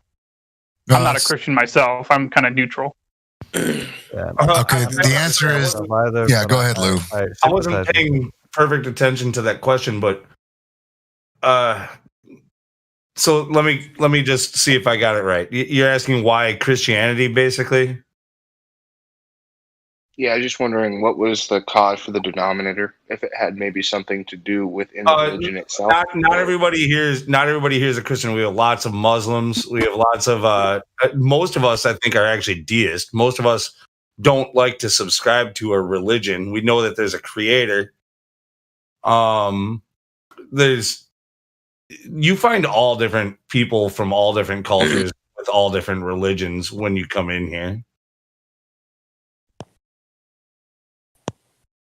It's just that the majority of English speaking, the Western world, the majority of us, if they're religious, they're Christian. So you're going to get more of that, but there's a lot more than just that. Another thing that kind of opened my eyes. Something widely known by everybody. That's why it gets spoken about. Sorry, brother. It's just widely known to everybody. So if we're to say something, it's because most people know about Christianity and the points that are there, most people will know. That's why it might get mentioned more than something else. Sorry, brother. Continue. Another thing that had opened my eyes to this, don't get me wrong, I'm not 100% on the flat earth train. I'm still trying to understand how you guys perceive it. But I always thought, I had that cartoony sense of what y'all believed. There's just the pirate sense of like a giant waterfall falling of all the oceans falling off into space. Yeah. No, there's a reason why they show you that cartoon since a young age. To make you think it's ridiculous so you don't look any farther.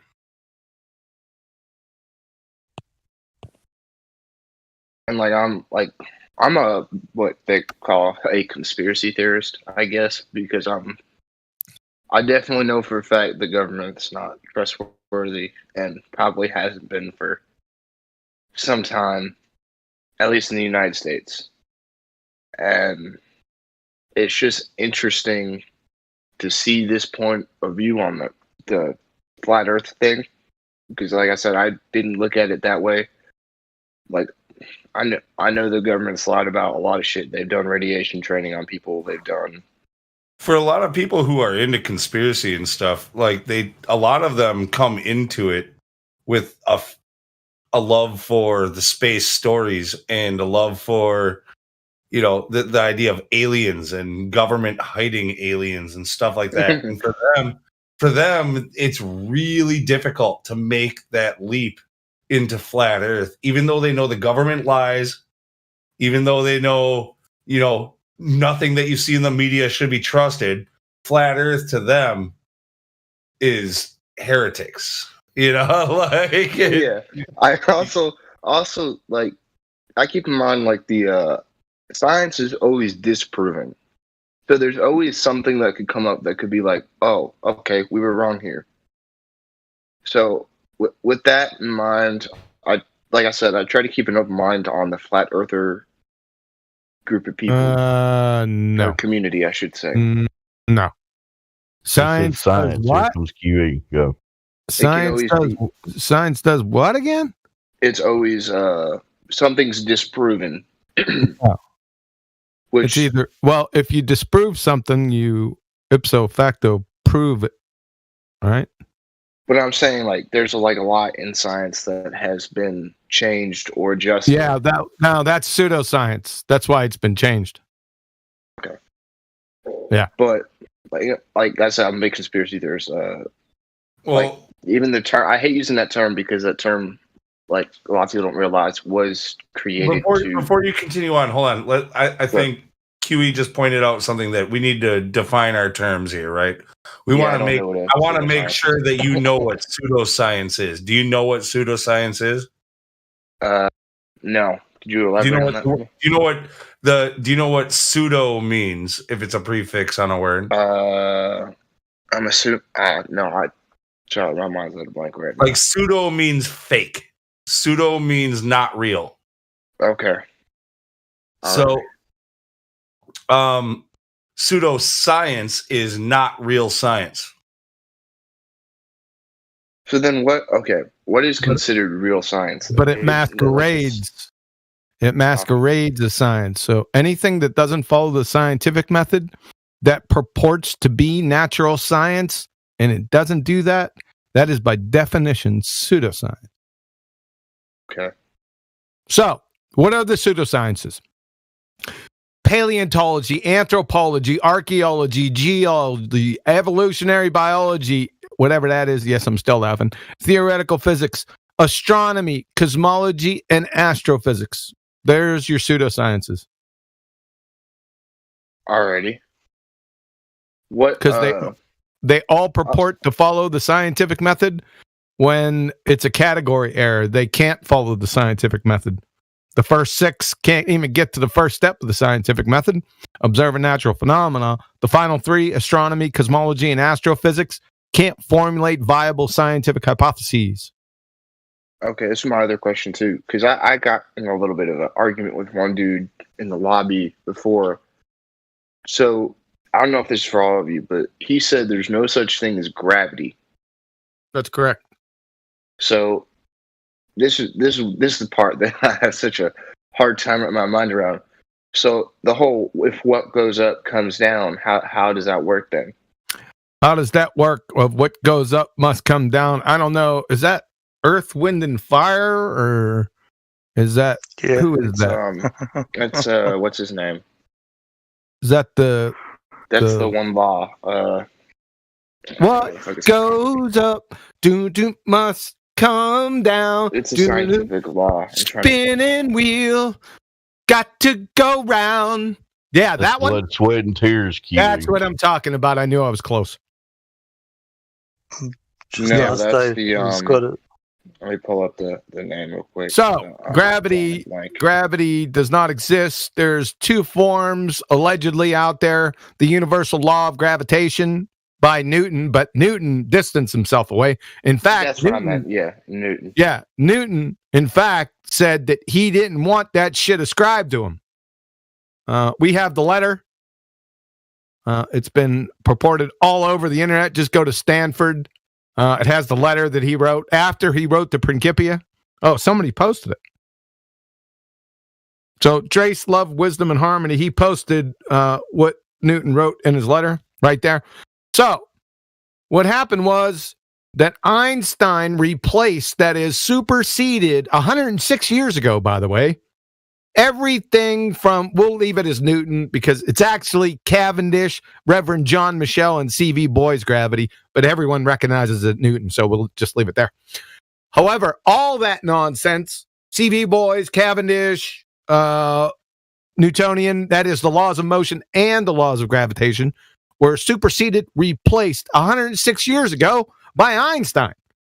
So now we're into bendy space-time. Follow? Yeah. Good. The problem is that his paper in 1915 that purportedly the scientific theory of general relativity was published doesn't follow the scientific method. It has no hypothesis or experiment in it whatsoever. So, and that's purported to be science. But remember the definition we talked about before? When something is purported as science that's not science, that's pseudoscience. So his special theory of relativity, which is a joke too, no experiments, hypotheses, nothing. General theory of relativity, nothing. No hypotheses, no experiments. So there's pseudoscience. Right. So gravity. Things fall. I've got so many questions. Things fall, right? Well, some things do, some things don't. Like a brick. If I pick up a brick and I drop it, that'll fall. If I pick up a helium balloon, it's not falling anywhere. Follow? Huh.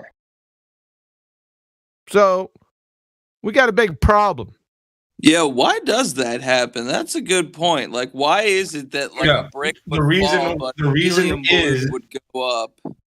The reason is because they've tried to overthink something. They've tried to overcomplicate it. They introduced an unprovable, and unfalsifiable idea into the minds of people called gravity. This mass attracting mass and shit like that.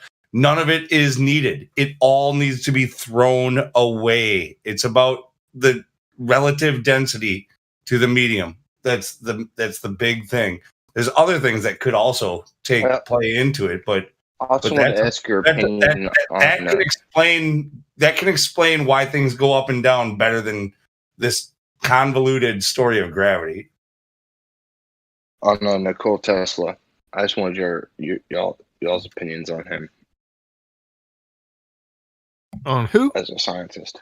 Tesla. I haven't Tesla. gone super deep into Tesla like a lot of people have, but he had a lot of awesome. He was a good outside of the box thinker, right? He was, and some of his shit wasn't all there, and others he was a genius. He revolutionized the way that our world today is right now. A lot of it can be attributed to Tesla.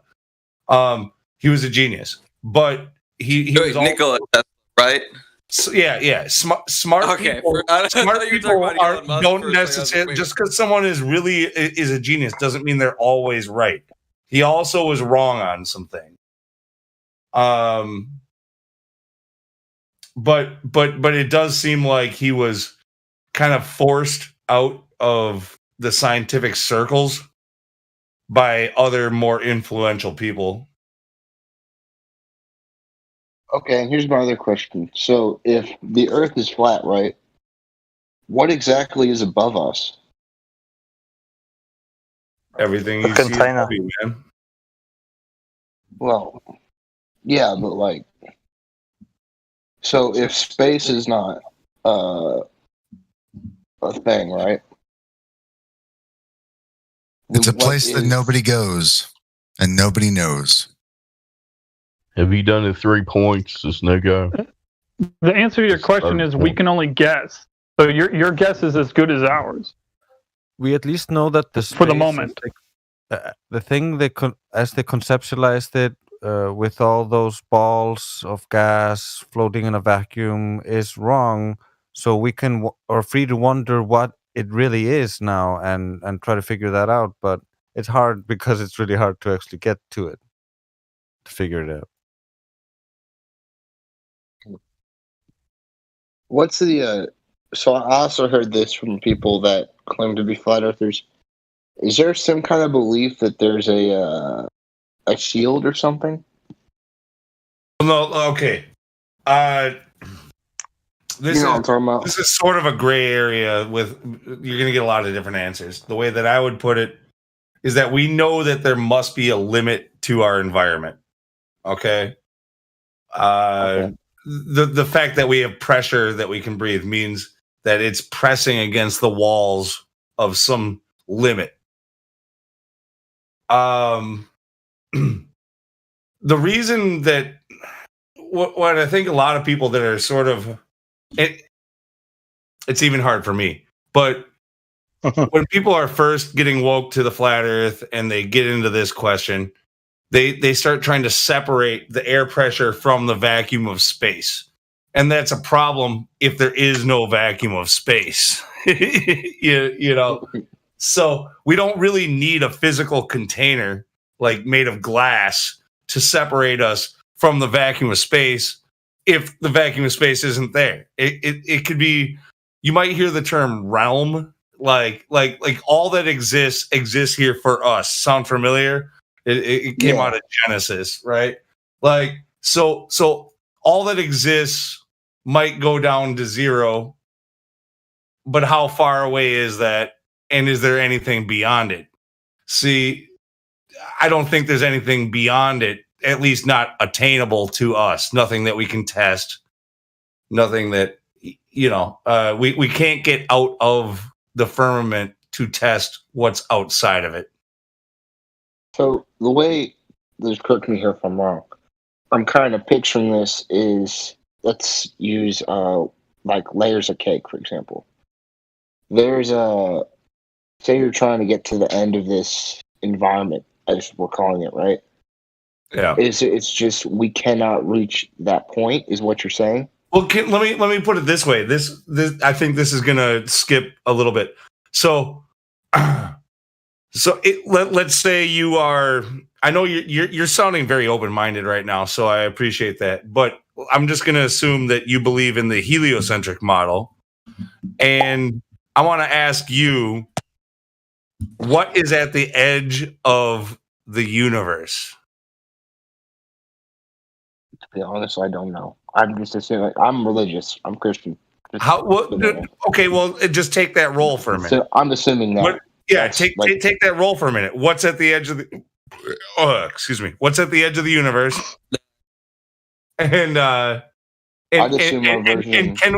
can we ever know? Can we ever know what's there? Maybe in time. I mean, I'm assuming everything becomes open. Well, no, that's a great answer, because that's going to be the same answer that we would give to you about the flat Earth and the edge of our environment.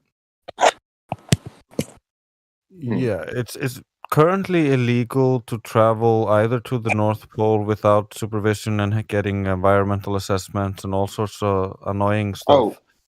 You The might same find is this true interesting. for the Antarctic. So Wait, it's illegal to go to the North Pole? Maybe the North Pole, but the South Pole for sure. Yeah, it's So, like not, Antarctica and you're not stuff? allowed to fly over either, and you're only allowed to go on specific trips under supervision. And they have ceremonial might find poles they this- bring you to and stuff like that. But You might the find thing this is, interesting because this is the only way I find about it. So, for those of you who don't know, I'm in the army. They actually have a ribbon for the North Pole if you go there, and I don't know what job specifically they have that goes there, but there's no base there that I'm aware of. But you get a ribbon for going there. So interesting. Yeah, that makes logical sense. But basically, going to explore the boundary straight up is not attainable because rockets can't push off low pressure, and the lower the pressure, the harder it is to get forward traction. So we don't know if we can actually explore the upper limits straight up. So the other option would be going to the sides or to the center and exploring that, but that's not allowed. So we're kind of limited at the moment. okay. Oh yeah. Here's my other question too. So, if the Earth is flat, right? Does that mean there's no core? The deepest any human is drilled is like 7.5 miles. So go ahead. There's no the whole thing about a core. Like, what proof do you have for a core? Let's ask that. The lower you go, the hotter it gets. That's the best one to come up with. Like, there is land, but the core, what they sell us, is a different thing. Like hot molten, whatever lava. How did anybody get to that point when they've only drilled 8 miles deep? A core definitely talks about a spheroid of some type, right? Like it would have to be the center of an apple or the center of a peach or something like that, right? When you're talking about the core. So it's just in its word, it's making a huge assumption. As you already stated, the farther you go down, the hotter it gets. Does that mean you're going towards the center of something? Or does that mean you're just going down? Down. Also, the temperature gradient isn't like uniform or anything like that. It's like, for instance, where I live, we have like what appears to be like veins of lava underneath of the whole country, where there's more temperature in the ground around these parts. So then, here's my question: what happens if you just keep going down? That's the That's what I said. They've dug 8 miles deep, and the core is supposed to be 4,000 miles down. Yeah, so that's a small percentage they dug. Yeah, we can't even break. Like they have what? It's the crust and the mantle, and the whatever else is after that. As far as we've ever dug, ever on Earth, I don't even think we ever got out of the crust. Yeah, they never even scratched past the crust. Why are they spending billions doing some stupid shit or faking some stupid shit when they haven't even checked what's under our feet? Yeah, I think the answer to your question is the drill bit would break or melt or something like that. At least that's what I've heard from the story of people going 7.8 miles down, and eventually the drill bit will just cease to function. From what I heard, it was not actually that it melted or that it ceased to function. That it was actually what happened was the drill bit couldn't actually gain any grip on anything, and therefore couldn't actually go any further. So they described it like a viscous honey. Yeah, something along those lines. So they couldn't actually just dig through it because it bounced off it. Yeah, they're just spinning their bit. That's all. They're just spinning their bit. They can't go any further. Is it like Jello or something? Is that what you're talking about? We're talking about you got Jello underneath this. Call it deep borehole or whatever, the deepest hole dug. But one of the things that I find really interesting about the description is when you hear the descriptions from when they go in submarines at the bottom of the ocean, there's sometimes a super saline lake underneath the ocean that they can't penetrate with a robotic arm, and they can't even push it in there. So maybe it's something along those lines. That hole in the earth, that hole that they dug though, goes much farther than the deepest trench in the oceans. Yeah, they haven't been. Another few questions for you. So, yeah, but I'm just saying something along those lines, something of that high density. If there's no plates, right? How are earthquakes happening? And then my second question is, what about for example, with the Bermuda Triangle, you have people going missing and stuff, just disappearing. These are two completely unrelated topics. But as far as earthquakes go, or tectonic plates, there's no reason why. You will get flat earthers who will say that there are no tectonic plates, and that could be true. But there's no reason why tectonic plates couldn't happen on a flat Earth also. It doesn't. Tectonic plates, shifting of continental drift, is not a ball exclusive thing. Okay. Yeah, I don't know what caused all these cracks, but from living with one of these cracks, I haven't seen it go any further away from each other my whole life. So I don't know that it's going apart at this point, but they tell me it is.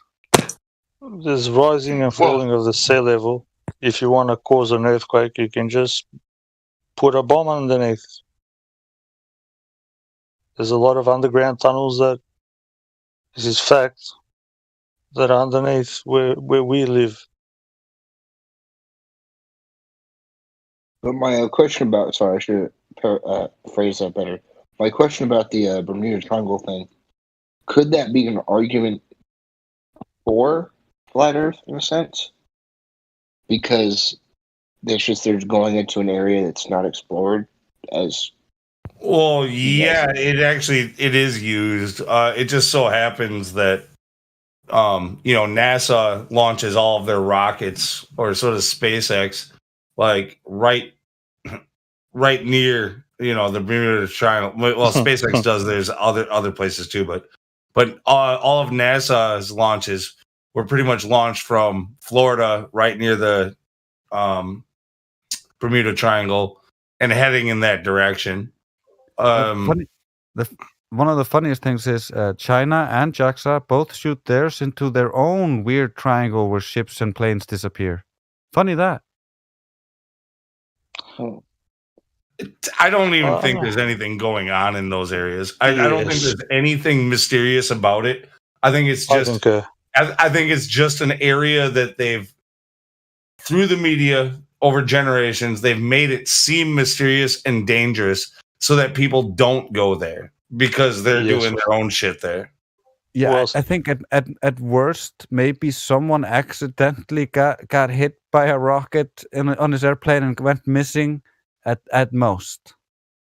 Wait, so the rockets, do they just like go up a little bit and then just like crash into the ocean, or like are the rockets just not even real to begin with? Oh no, they're real. They just they're like what you do on the 4th of July. You go out and buy a bunch of fireworks and you shoot them off. They go up, then they go back down. They're just doing a really big spectacle for you to get really big oohs and ahs. And yeah, they go up and they come back down, and they probably crash into the ocean. Some reason. If they does really anyone is there footage of that happening?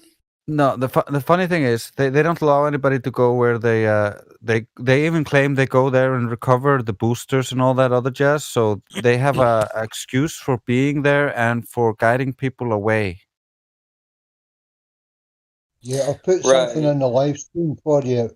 So like their excuse would be like, "Yo, we don't want anyone to die if the rocket crashes," But in reality, it's like they know that it's going to. Sort of, but like that's the secret part. They know it's going to land in the water, and if they recover it, they can recoup a lot of money, which they can then make people pay for again. Oh, you mean like when they have the rockets land on like the drone ships? No, it just goes into the ocean and they fish it out. They have special barges to fish them out. It depends on which one. Neil Armstrong, and I'm confused. The moon landing. There's two types of rockets. Some of them just go splash. Some the good ones, what happens is one bit flies off, goes into the ocean. The other bit has a similar function to an airplane, just goes, lands on a side strip somewhere and gets reused. So yeah, but what about Neil Armstrong and the moon landing? Is that just like it's a good movie? Yeah, dude. That whole thing is like most people got to understanding that shit was faked long before they came across flat Earth. Like the whole moon landing fakery has been a thing since the day that it happened. All people with like eyes to see and the ears to hear and any kind of discernment, they called it out right away. But what about like all these pictures we have, right? Because we have shot satellites and stuff into I'm gonna say space because that's what I know it is, but space. Satelloons. You mean outer space? Yeah. Because they're out of space, they can't go anywhere. They're out of space, it. Out. Yeah. Wait, I have a question. How does, like, if space isn't real, how does my Dish Network TV work? Oh, sorry. It's basically another type of an antenna. It's not pointed up in the air. It's basically another type of an antenna. It's It's not looking into space. You ever think about this? If that thing is connected with a satellite, and that satellite is like 23,000 miles away, and it's spinning around the Earth, how are you keeping a connection with it? What about like Google Earth and like the military having the camera views from down below? Like that's pretty up to date. Like, you get what I'm saying? Well, what do you mean? Google is Freemason, and I know you're indoctrinated into the Freemasons because you're in the military. All of the traditions of the military is Freemasonic. And yes, it is. I know. You don't even know the symbolism. What's up with that star? Which star? No. What branch are you in? Did you say 8 ready to be a man yet? Army? Yeah. But I'm saying I do know people in the Army that are in the Freemasons. Like, they're very open about it. But what I'm saying is, definitely. There are many people in the services who are that are Freemasons. Every single cop, even if he's 22 years old, wait. he's a I cop. got a story for you. They all join the Freemasons. Okay, just because I know that's why they have levels. And yeah, just because you're Freemason doesn't mean you have the secrets. Well, I mean, my family, they have a little bit of a history with the Freemasons. I'm not going to go into detail on that. I'm just going to say one of them had saved the Liberty Bell. That's as far as I'm going with that. Did they save Liberty? No, the Liberty Bell. The bell. Do we have Liberty today? The people even know what the bell means. No, they don't. It's called the cult of the bell, so it's got nothing to do with what anybody thinks. It's just another cult, and that's the symbol. My great grandfather was in the Order of the Owls for the cops. Not many people. Yeah, you have to be a Freemason too. Yeah, no, and look, and I'm not going to talk badly about your relatives that were in these organizations. Like, no, most of them don't ever get to that evil level. You know what I mean? They think that they're doing good for their communities and for society, even if they think that they're pulling strings behind their backs. What are your thoughts on Templars? The Templars. That's so long ago. I can't even say if it really happened. They're still existent, though. You know that, right? Yeah, a friend of mine was supported by them. Wait, what are Templars? It depends which Templars. The Knights Templar. It had to do with. Yeah, I know. I was just asking him if he had a specific Templar because there's a few of them. But most people just know the Knights Templars. I just know this dude that was in the Templar. Like, he was a Green Beret, Delta Force, that kind of shit. But he had seen like demons in Iraq and shit. Like real life. Like, he said, I'm gonna go into a little bit of detail here, but he said they would be killing people that like the proclaimed bad guys, and their head would be off, but they'd still be able to see and shoot what they were shooting. And he said some of the people they'd killed, their eyes were just pitch black, and they tried washing it out, and it just would not come out. And then there was other stuff with the people they had killed that day. They were, you know what a fob is? Before I continue, like a key fob thing? No, a fob is a forward operating base. So it's like where you're kind of camped out. So there's like the big main base, and then there's like a fob, which is kind of like a secondary base away from the big main base. But that's the best way for me to explain it. But the guy they're not as installed, but they're a little closer to the front line, so they're more in harm's way, and they're transferring information back to the base. So he was sitting in this fob, and the people that they had killed were just staring off. Like, this was like Iraq, just staring off. but they were like ghosts essentially, and they'd be walking around their fob. And then he said there was one other thing that was interesting to me. And this was on a paranormal story on YouTube actually. They'd kicked down a door, and they heard a barking. So they look over to the sound of the barking, and then they look, and there's a guy in the mirror, and he's chained, and he's like burning alive, like filleting, like screaming at them. He said never in all his life had he seen shit like that, and he got asked to join the Templars after some of that shit. But might have been an initiation to test him. He said the Templars are different though, because they more so fight the evil than partake in it. Yeah, I don't believe that for a second, because the most darkest black magician I know, who used to sacrifice living animals and do some really dark shit, he was recruited by the Templars for creating monoatomic gold, because he's also an inventor. If you want to know about the Templars, Switzerland. So but that's what I'm trying to ask. There's no organization that is more for the good than the evil. Like there's a Freemason, there's the Illuminati, which you could go on with the Wait, are the Freemasons You and have the Illuminati Mason? both real? Oh, you have Mason Yes. and Freemason. Do you know what the difference between the two are? Wait, between what was it? No, Mason and Freemason.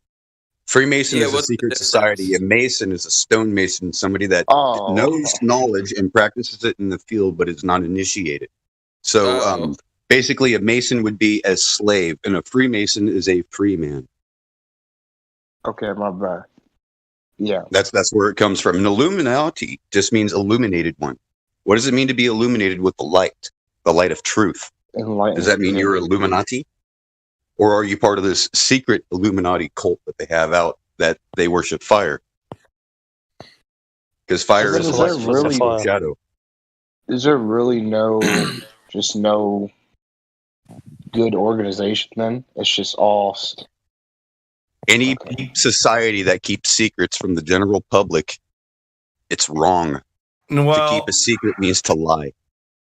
Yeah, I mean, honestly, like, you could have all good intentions, right? And you could stay secretive. But if once you start having a certain amount of pull in how society works and stuff like that, if you are not upfront about your intentions and what you're, like, then yeah, it's wrong, even if you're doing it for the greater good and all that stuff. Like, the people whose lives you are affecting, they should have a say. You can't be secretive like that. You can't be behind closed doors.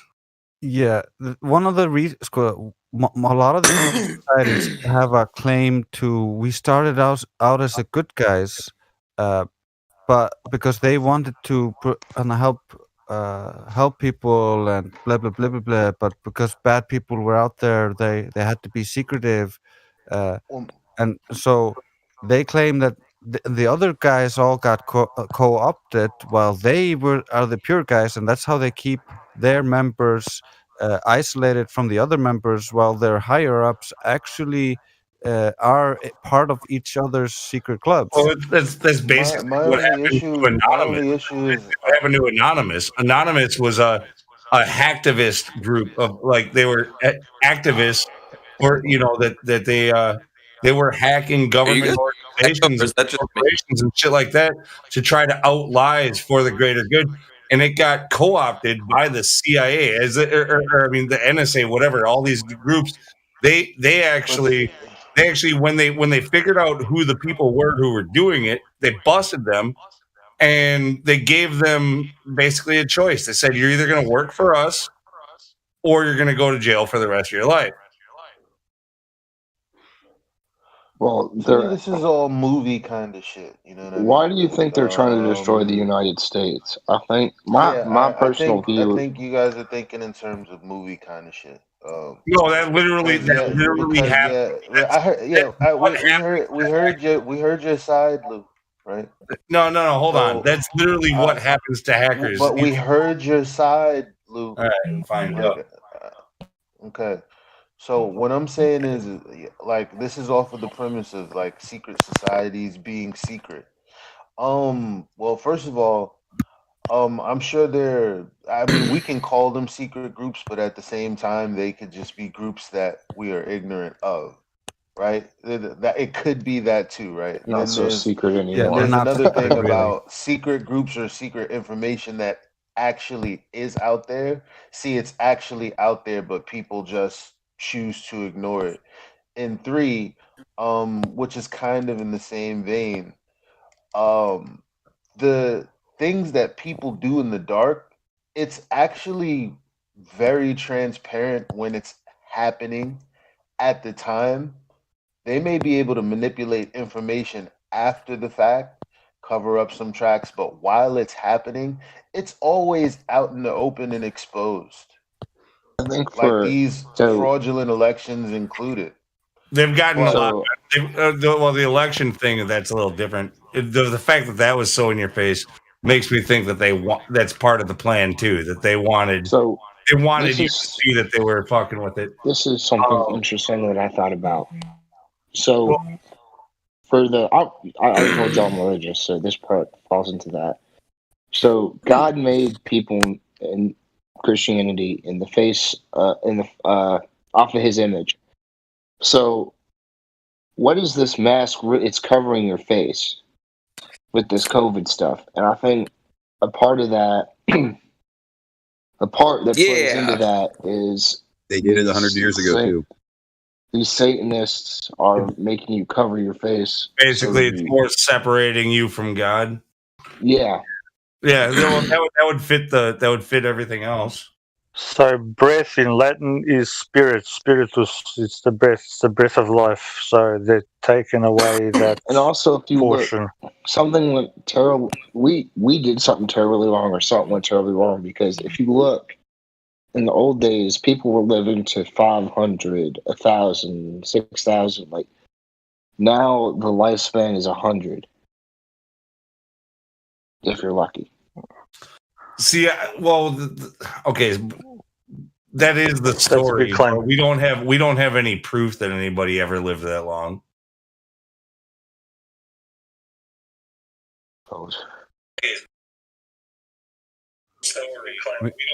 don't have any proof. We have a little bit of evidence that diet can actually extend your life, though. So yeah, but not from the 40, 50, 60, 70, 80 years on average that we experienced in the last couple centuries. Yeah. To 6,000 years. No, that's not evident. Nobody in the Bible lived 6,000 years. That's not even in the Bible. No, I think they said Noah lived like 400 years or something like that. No, like Methuselah lived the longest, like 1,000 and something. I thought Enoch did. No, Enoch lived 300 years, dude, and he went up to heaven. What's wrong with you? Yeah, that's right. What? Since we're on the topic of conspiracy theories a little bit here, what are your thoughts on the third pope? He's lame. We've had lots of popes. You mean the third Antichrist? I guess that would be because you know how there's the white, the red, and supposedly the third's the black. The unholy trinity. You're talking about the Antichrist. He's talking about who's the Antichrist? He's talking about the 3 popes that are in the Vatican. You've white, grey, and black. Yeah, my bad. Yeah, I got the middle one wrong. No, you're right, brother. I know you're. Yeah, I've never really studied Catholicism, so it's not my strongest point. Well, it's not really the Vatican a Catholic thing either. Yeah, it's a Roman thing. It's about. Yo, have you guys seen the? Sorry to cut you off, but have you guys seen like the recent fake photos NASA's been putting out from the quote Perseverance rover that is quote on Mars or whatever the hell they're saying? Yeah, because it's not there. It's perseverance and no severance. PER is a word of negation, so it means no severance. Also, I think Why there's do a you couple guys new think people in the they're, chat. They need like the 3 questions asked to them or whatever the hazing ritual was. You see, I do have one other question for y'all. So, crap, I just had it. Oh, what would you think the reasoning right now is for the collapse of the United States, besides the New World? Or one government? Veganism. I blame veganism and soy and yeah. It's No, I would say that there is no cause other than that it's going exactly to plan. Well, here's the thing. There is overpopulation is a real thing, and the fact that you say overpopulation is a real thing. Overpopulation is a real thing, and people are waking up. You understand? They're waking up out of the matrix, basically. Hold on, overpopulation is a real thing. In the sense of too many people are becoming aware. You understand? Okay, yeah, in that sense, yeah. That's a completely different thing. Yeah, that's a completely different thing. Yeah, because you just said overpop. In that context, that They is can't control the people. Once the population gets to a point where they can't control them anymore, you got to start over. Because listen, if there is like we said, there is no space, there is no going anywhere. What the fuck you think is going to happen to the Earth? You know what I'm saying? Yeah, we don't even know what it's all about. There's this place, as they tell us, can hold minimum 3 times, 4 times the amount of people, and we don't even know that there is that amount of people as they tell us. When's the last time you had free reign to just go drive off road and somebody don't fucking own the land? No, I'm not saying that there's not. No, I'm not saying that there's no a-holes out there. I'm just saying. Do you think there'll ever be a time that we could just go to different dimensions? We don't have free roaming horses. We don't have free roaming bison in America anymore. We have none of that. Dude, there's no fucking land to populate. No, it's very small. There's only small herds, but there are free roaming horses and bison, but not on somebody's land. Small herds. On somebody's land. That's about it. Yeah, there's giant swaths of lands owned by very few people. So you think we discovered all the land? What was the thing you said about roads, driving and without anybody? Blah blah blah. What was that? Yeah, you. I mean, when was the last time you went off road and somebody didn't fucking own the land? You know what I'm saying? Oh yeah, no, somebody owns all the land. Yeah, that's in the United States. That's all bought up. Like, there's no unowned land. If it's unowned by a private person, it's owned by the government, and then it's a national park, and you can go there, but you can't just take it and claim it as yours either. So, do you think it's possible to go to other dimensions? Yeah, this is way off topic. In a state of mind, yeah, but not like they tell you. Has the guy that's asking all the questions been through the 3 points? Best etiquette. Yes. No. Hey, how you coming with some other off-topic shit? I don't know. I'm bored. I'll be real with you. I'm just chilling right now. Well, there's 3 main claims made by the globe Earth. Have you heard about this? No, I have It's a ball. It's a ball that's spinning and it's in the vacuum of space, right? So when in history was there an actual real world measurement of Earth's curvature? Do you know? No, I couldn't tell you. Okay. So if you believe in that model right now, it's just a belief. There's nothing you can point to in reality where somebody measured the curvature that you know of, right? Okay. I'll be honest with you. I'm just starting to get into this science stuff. That's fair enough. I don't know is a good answer. I mean, this is the three main claims made by the globe. It's raising the three base when it boils down to this argument. While we're all here 5 and 6 years later looking for this curve.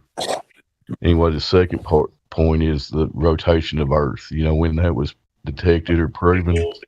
Anytime in history. Interesting. That's for you, Wes Pitticat. Oh, sorry. Repeat that. My bad. I just. When was the actual rotation, the movement of Earth? You know, the Earth is going somewhere, right? When was that proven? It was more predicted than proven. I'm sorry. I understand. What did you say? I missed it. Based in history, it's more predicted than proven, from what I understand. Are you saying it was proven, or? No, I'm saying it was predicted. I don't know if it was truly proven. Basically, they told us that we're spinning, but they never proved it, right? That Yeah. you know of. Okay. Not that I know of. And the third claim is the vacuum of space existing next to the gas pressure system that we all breathe. You know, we have 14.7 psi. Generally at sea level, we have gas pressure, right? How does that exist next to the vacuum of space without containment? You know, of any way to demonstrate that in reality? No, not really. Okay, you went through the 3 points. Y'all go ahead. Sure. I'm not sure if anybody's. Hank, we'd already been ahead. I'll be real with you. I'm just coming Has in with anybody? an open mind. That's all. Does anybody know about they only use it like once to get it to zero pressure. So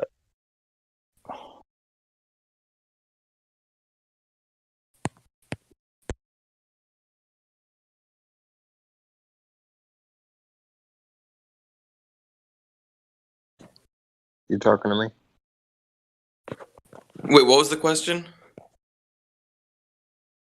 I was trying to say something, but I don't know what's going on. Anyway, they tried to do the. They've actually got one place. I can't remember where it is, but where they actually suck out all the air and the pressure, and they actually put a man in there, and within not even 5 seconds, he passed out. He is on record stating that he felt the saliva disappear from his tongue and like felt it go dry, and then he didn't remember anything. He was placed in this container, and this place has only been used once, and since that incident, it hasn't been reused. I can't remember the so-called astronaut that You was got a placed link in for that. that? I don't remember that. I'll try to find it for you, Hank, brother. Okay. I'll see. At least if I can find the papers, but yeah, if I can find the link, Hey, the time I get it. Iggs. Liven it up, man. For some reason, every time I hear you talk, I'm like, man, this guy makes me like sad about everything. Come on, liven it up a little bit. Oh, sorry, bro. Yeah. I'll try to find the link for you, Hank. Sorry for sounding. There you go. I like that. Here's tone so much better. Here's something I want to bring up. What are y'all's thoughts on like? So, this I will say is true. There are what we consider giants. Those are real things. Do y'all believe in any of those other creatures and shit like that they claim exist? That some definitely do not exist. Like what? What are you talking about? Like the Chupacabra, the Jersey Devil. Well, the Jersey Devil's a fucking demon. Where the fuck are you going with that?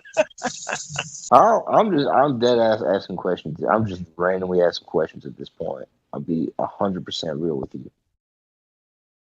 I just But tried to bring you right back down to earth, and you're off into other realms already. Go ahead. yeah, no. I'll mute. But okay, no. Here's a good question. With the this kind of has to do with dimensions and shit. But there's been shit where people have said they have woken up in different dimensions, such as there's the one that he said he went to an airport, asked the one lady what or they lost something like he gave a country that doesn't exist. Then they sent him up to they locked him in a hotel room because Homeland thought there was something wrong with him or some shit. And then they went back to go talk to him, and then he was just vanished. I'll find the story. Hold on. This is like a real life thing though. It's like, dude. Wait, a dude just vanished? Yeah, like, so he claimed to be from a place that often didn't does that exist on a map or something. But then he pointed to like China or something. It was like one of the countries on our maps, and it was not the name of that country. And then they like Wait, brought him that's up to a crazy. So like this dude came up and was just like, "Hey, I need to go to this place that doesn't exist." Yeah, it was like an and they were airport or like, "Yo, you're something. crazy," and then he just vanished. No, they Maybe put he him hit in a his head. hotel room. That's so cool. They put him in like one of those like those rooms that Homeland Security locks you in or whatever. I've never been locked up by Homeland Security, so no. Okay, well, I'm sure you've heard of them at least. But they locked this dude in this fucking room to get somebody who will be able to talk to him or something, because I guess the right people weren't there. And they go there, and the dude like vanished from the room completely. And they checked the cameras, and there was no video footage or anything of this guy just leaving. Dude, do you think Because he it was like wasn't a taken out guy. by the same people that got It was Jeffrey a Epstein? messenger. It was a messenger. Who's Digital Dan? A messenger? Hold on.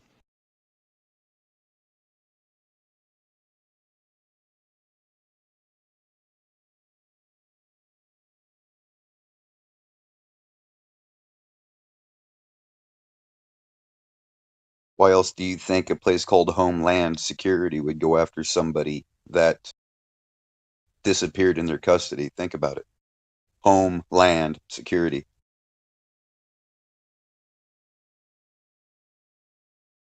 I just think that he knew something, and they knew he knew something, and then they disappeared his ass.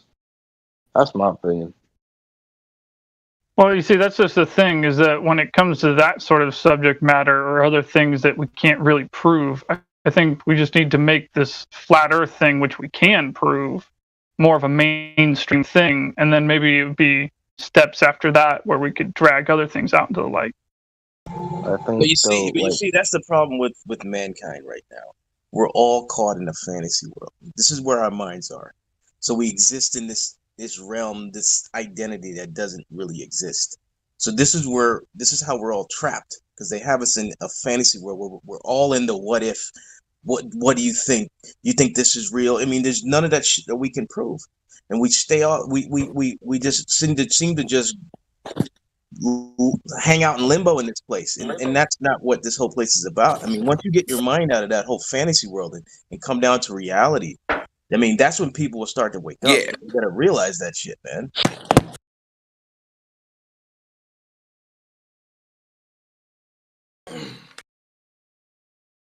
Hey, Digital Dan, what do you think about the Earth? Do you think it's a globe, or do you think it's flat? It's circular. I don't really know what to believe, to be honest. That's why I'm here. Do you know of any way that anyone has ever measured the curvature of the Earth in past times or present time? Hmm. I mean, I know there have been experiments, but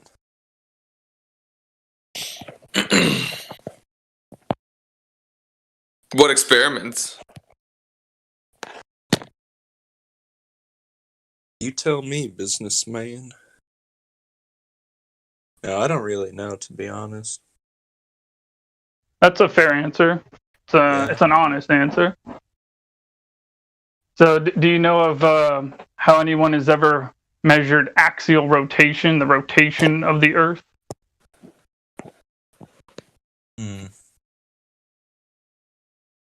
Not really. See, I'm pretty new to all this. I'm just like trying to figure it out. Like, I don't have the answers, but I want to have the answers. Hence why I'm here. Evie! Oh, here's my. Seems like they should have told us this in school, though, huh? How we figure out these Space doesn't things. exist. Sorry. Yeah, but I Space mean, there's doesn't a lot of exist. things that they should teach us in school that they don't, you know? Oh, yeah, it's more like they tell Financial you. in school. education, that's a joke in our educational system. Like, they don't teach you that. I mean, I remember having like a 1-week course on the whole topic, but like, you know, financial education is everything, right? They don't really teach you anything. Right. Evie! Okay, I'll let you out. What? Here's my other two questions. If space doesn't exist, okay, get out. What are black holes and like dark 50, matter? at least 50%, at least 50% of the reason why you go to public school is because it's childcare. It's basically daycare continued on so your parents can go to work, earn money, and be consumers. That's factual. And you need a Digital Dan. degree level to get through it, right? What else works in degree levels? Secret societies. The Here's my occult question. information, which means to hide. If space doesn't exist, why is there? Sorry, what are black holes, and then why is there dark matter? What is a black hole? Both of those things don't exist. They just simply don't exist. They're just made up like unicorns and Santa Claus. Yeah. Santa Claus So, is Digital real? Dan, do you know of any way that that you can demonstrate gas pressure without a container, or how a vacuum can exist next to a pressurized system of gas? Not without a container, no, but I don't know. I could be wrong.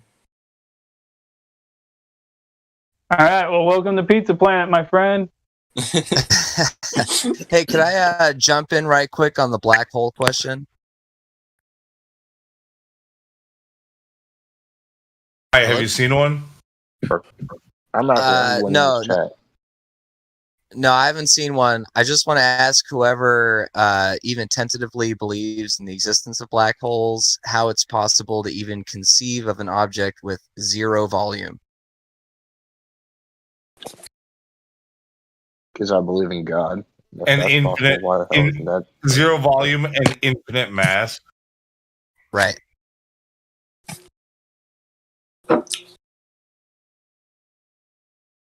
And on top of that, supposedly you can't see it with the naked eye. You can only see it affect things with involving gravity around it. You know, Except for this one beyond that. picture. Except for this one picture. I can show you a picture of one.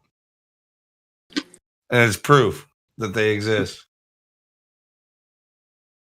Well, the picture you're about to show is going to show a discrete area that has at least 2 dimensions of existence. You know, it'll be like sort of a potato-shaped circle type thing. But black holes are alleged to have not only zero volume because they are lacking magnitude in one dimension, but they're also alleged to be lacking magnitude in any dimension, which means that if you were to, let's say, hypothetically measure it, it's 0 length, 0 width, and 0 depth. So you're not going to show anyone a picture of a black hole ever. Yeah, I feel like you're one of those who don't understand sarcasm too. Like, you think I was really going to show you a black hole and say it was proof, or did you understand that I'm being facetious when I say that? Well, I get kind of heated about this issue because oftentimes in this debate, it's like, oh, you flurfers in your dome and you flurfers in your god, and it just like hit me like a ton of bricks the other day. It's like, how can you possibly disparage any type of fantastic belief that anyone has if you're going to believe in the most ridiculous possible thing, which is an object with no dimensionality? You also And didn't. so, So, are you claiming to be an antichrist, one that rejects Messiah? No. You also didn't answer my other question, which was, so when I asked about the satellites with Google Earth, right, and the military, right? You said, okay, so that's a Freemason thing, right? But that doesn't answer my question as to how are they just sitting there taking pictures down from above us? Airplanes. A Satelloon or a fucking drone. Big wolf. But to have Yeah, it's a actually drone really flying, obvious. I'm sorry. You don't. Here's the thing. It's bro. really- Hold on. Do you believe that there's black budget? Dude, drones are fun. Or do you believe there's black budget projects out there with technology that we don't know about? Do you believe that? Oh, I believe there's tons of technology that they have that we don't know Okay. about. All right. So they don't tell you fucking everything, bro. They don't fucking tell you everything. You don't know what the fuck they're using. You know what I'm saying? They tell you one thing and it's something else. You don't know what the fuck they're using. You know what I'm saying? That's just all. No, that's so true, honestly. Look, I have a nice drone too. Great for photography. So on quadcopter. And this is what people they buy, they see on the market, on the consumer level. And they think that now they equate the word drone with that instead of the Predator drone that we saw for 2 decades previous. That was a winged aircraft that went around and flew for, very long distances, carrying a huge payload and wiped out communities. Like that, and that's something that they also showed in the media for you. You don't think that they have special drones, surveillance drones that can stay up in the air undetected, or maybe you could catch it with a camera, but maybe they would create a backstory for it, something that can stay up indefinitely, something that can travel very high up in the air and at very fast speeds. Like, dude, on my stuff. What about like the? That's what the ISS is. On my car, right? I live in North Dakota, so it gets fucking cold out here. So when I was in the field working, it'd get to like -40 below or some shit like that, and I gotta drive home and go pick up my car. So my car is maybe 100 miles away. So I could turn that bitch on from where the fuck I was. You know what it was? It was a drone. It was a drone mobile. I could hop on my phone, turn my fucking car on 100 miles away, and get to that bitch. You know what I'm saying? So that's fucking drone that's always in the fucking sky. It's not coming down. You know what I'm saying? Yeah, that doesn't mean it's in space. Also, North Dakota is very flat. It doesn't have to be in My other space. question about is: Earth on high, bro. You don't have to be. Have you in ever space. read the accounts of people that have flown the what's that? Well, I know it's a Blackbird. I'll pull up the actual name, but it's the plane that they developed in the '60s that flies between space and Earth. The U-2. It's called the U-2 plane. U-2 spy. Anyway, who said space? Bro, you don't have to be in space to get a high altitude picture of the Earth. The hell's wrong with you? Seriously. I'm not saying you do. I was saying the opposite of that. And I wanted to interject here because if you look on Google Earth and just keep zooming out, it's really obvious when the aerial photography turns into CG. Of course. Yeah, I've noticed though that it's also not noticed as that. obvious as it used to be. They're getting better at that too. Like it used to be like, yeah, it used to go from like where you would see like a farmer's field would be like yellow, and then the next farmer's field would be green, and you knew that they took those two pictures at two different seasons and put them together. They're getting their colors together and blending them together better so that it's harder to detect all of that. Yeah, but it's always harder to lie than tell the truth. And so if you just like scan over an area with Google Images, you can actually see that the plane is photographing trees at the angle in which it's traveling, and you can see two like basic what would you call it, like imaging zones, where suddenly there's a very discrete border between trees that are all pointing in one direction and then trees that are pointing in the opposite direction. Optical anomaly. Hey, wait. So what's underneath the Earth?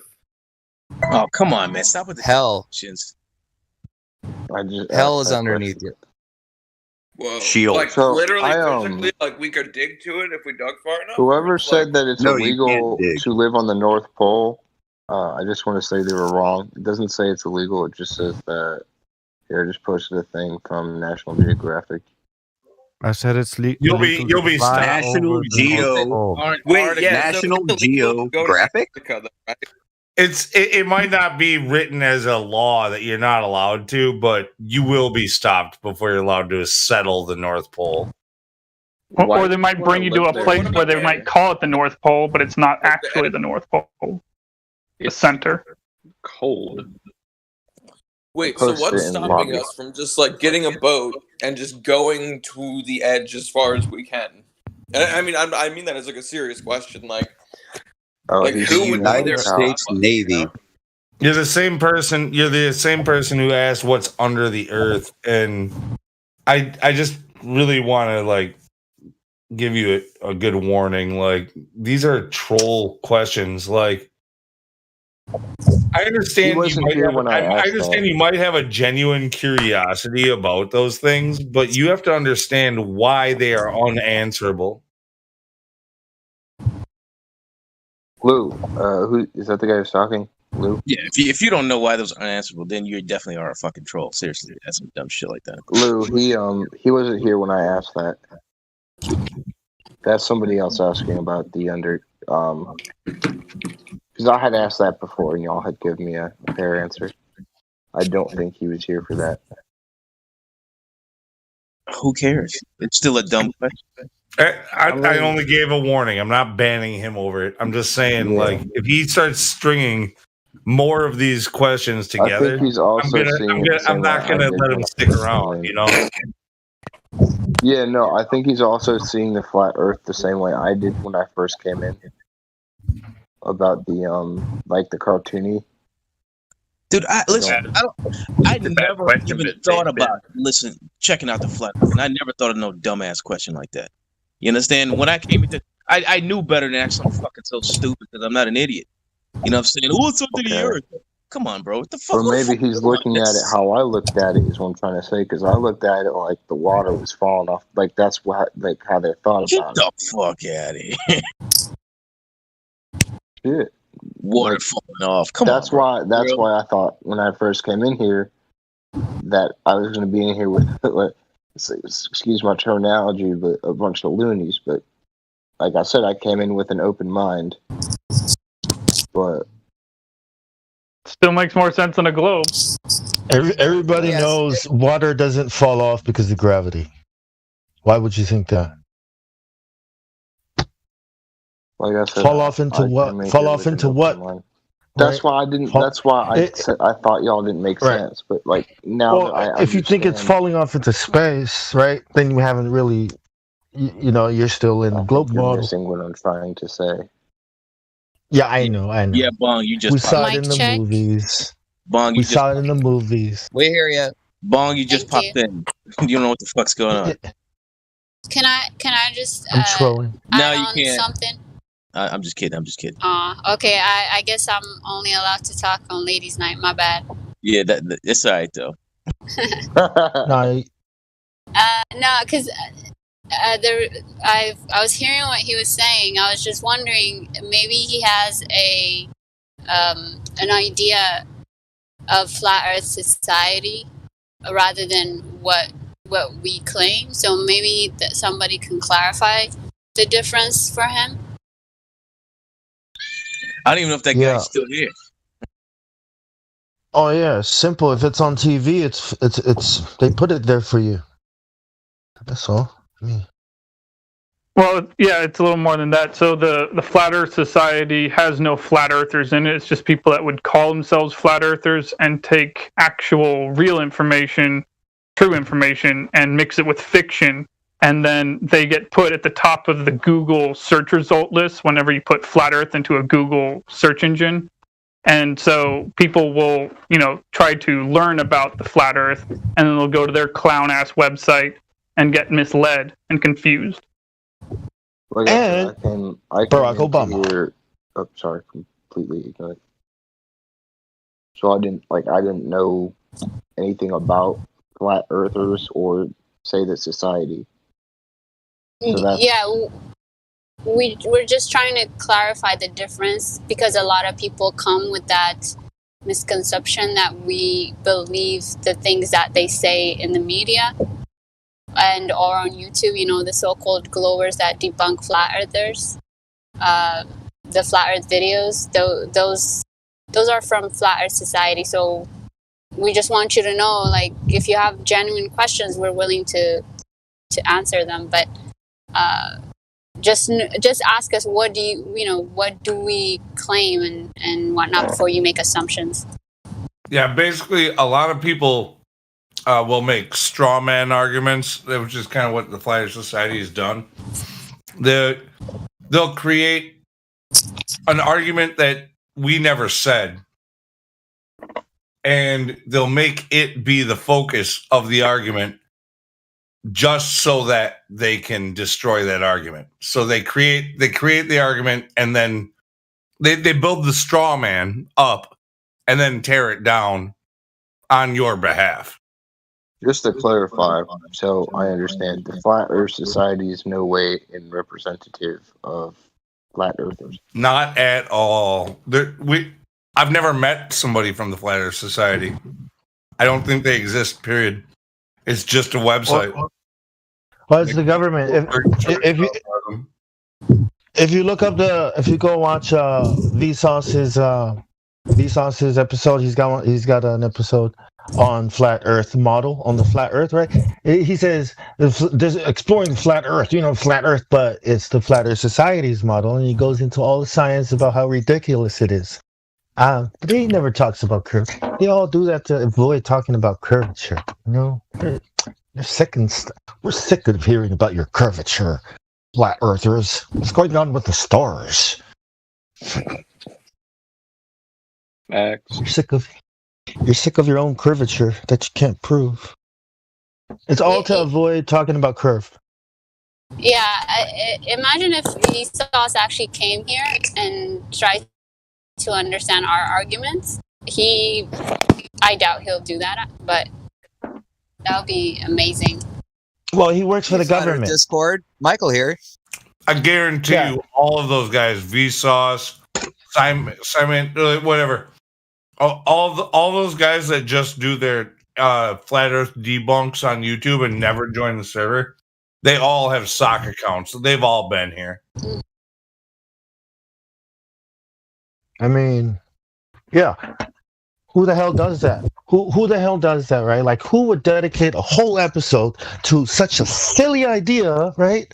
Unless NASA and the president is promoting it, right? Let's make fun of Flat Earth Society. We ain't got time. So as a content creator, as an authoritative, that's what YouTube is talking about, right? We only want to promote authoritative content. So yeah, it's all there. I mean, if you watch it, this is stupid, ridiculous, and why am I watching this? Why did you spend the time to make this episode if it's so dumb? I'm about to head out, but about that. I'm definitely going to say you guys have opened my eyes to a new perspective of thoughts. Again, I'm not going to say I'm 100. Who's talking? Can you speak up? My AirPods just died, but I'm not going to say that I'm 100% on that train yet. Will I be converted at some point? that's always a possibility. Because It takes time, man. You'll get there, my dude. No, it don't take a damn time. It takes time, You just and the real thing is just read and do your research, man. That's it. It takes a month. It takes a freaking month. Seriously, that's all it fucking takes. Then you just have to absorb all of it and then make your decision. But the evidence is Also, there to disseminate, man. It's real easy. No, Shout out to Quantum Eraser. hold on a Quantum second. Eraser is the Don't- man, bro. Commando, hold on. Look, we're not here to convince you. We're just here. We're here all the time, whether you're here or not. You came here on your own accord, and we're not going to try to convince you of one way or another. While you're here, we'll lead you onto a certain path of thinking, a train of thought. It's up to you to prove it to yourself. We don't give a fuck. If you stay a Glober, that's too bad. It's too bad for you. No loss to us. Yeah, just be real, dude. If you want evidence, we'll give you evidence. That's it.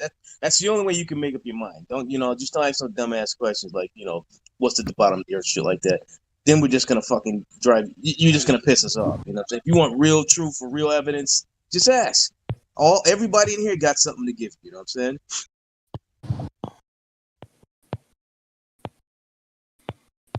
Can I make a somewhat poetic observation? Hell no. Oh man. All right. Dang, dude. So, Does isn't it rhyme? Interesting. Huh? Does it rhyme? Well, no. It's like one of these postmodern poems. Anyway, Can you make it it's really. rhyme? There once was a man from Nantucket whose gas was contained, so he sucked it into his lungs through his mouth hole bungs, which if weren't containers, fuck it. Anyway, so all these like Vsauce audience members and like the Simon Dan audience members, they tend to live in urban areas. And so it's really interesting to me. I'm from New York originally. You can't even see the stars in New York any night of the year because there's so much light pollution that the sky is just this like horrible purple, gray, green color. And so I just find it really interesting because these people all act so authoritative when it comes to like, well, stars prove the Earth spinning and we can see this and we can see that through telescopes. But when it comes to like a day-to-day lived experience, these people don't even look at the sky. They don't look at the stars because you can't even see them. And so epistemologically speaking, all of their information is secondhand information. It's just something they've read or something they've heard, and yet they somehow manage to assume the robes of. It's like they're pretending that they're the scientists just because they've heard the story. Isn't that kind of a weird thing? All I know is I was just waiting for you to say epistemologically. I was just waiting I should for change it. my I username. knew you would say it. I was just fingers were crossed, and then you said it. I was like, I'll change my I literally username. celebrated over here. To me, it's like the very essence of the whole debate. It's like, who do you give authority to convey knowledge, and how do you know what you know?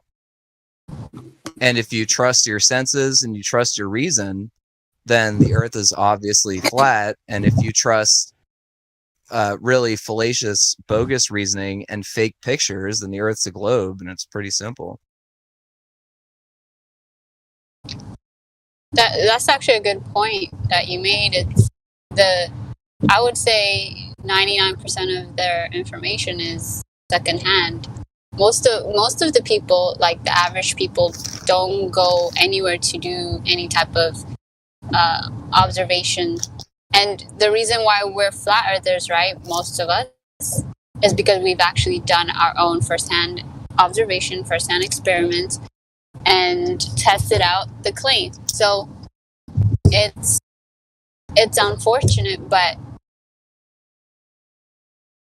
yeah, I mean, that's a good point, man. And your poem did rhyme, so Congrats. Thank you.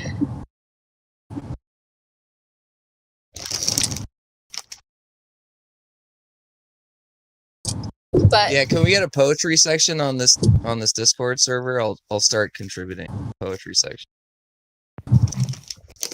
Dude, if you want to do some poetry and shit, I wouldn't say that your Nantucket one was great, but maybe you want to work on something for a little longer than 5 seconds.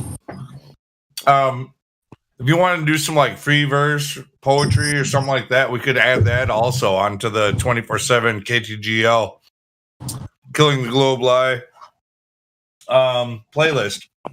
If you like put something on SoundCloud or YouTube and we can add it to the playlist. Do something good. That's a great yeah, it's idea. a good Man. idea. I'll do that.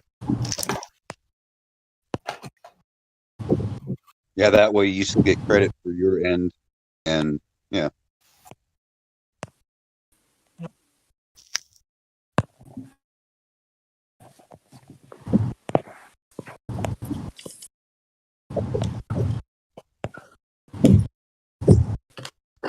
You know, what I find most interesting is that the average person that I've come across, at least on the internet, I haven't really tried this in real life, but when I try to present them the evidence for flat Earth, for the most part, because at first they assume that I'm stupid, right? And then when I show them, like, I'm just not talking out my butt, and like there's some legitimate facts that backs this up, they refuse to see it. Have you guys come across that? Yeah, both online and in real life. Yeah, they're willing to listen to you to a certain extent, but as soon as you start dropping like real facts and proof, they glaze over and they kind of like their mind drifts and they start just like we see in here, even in real life,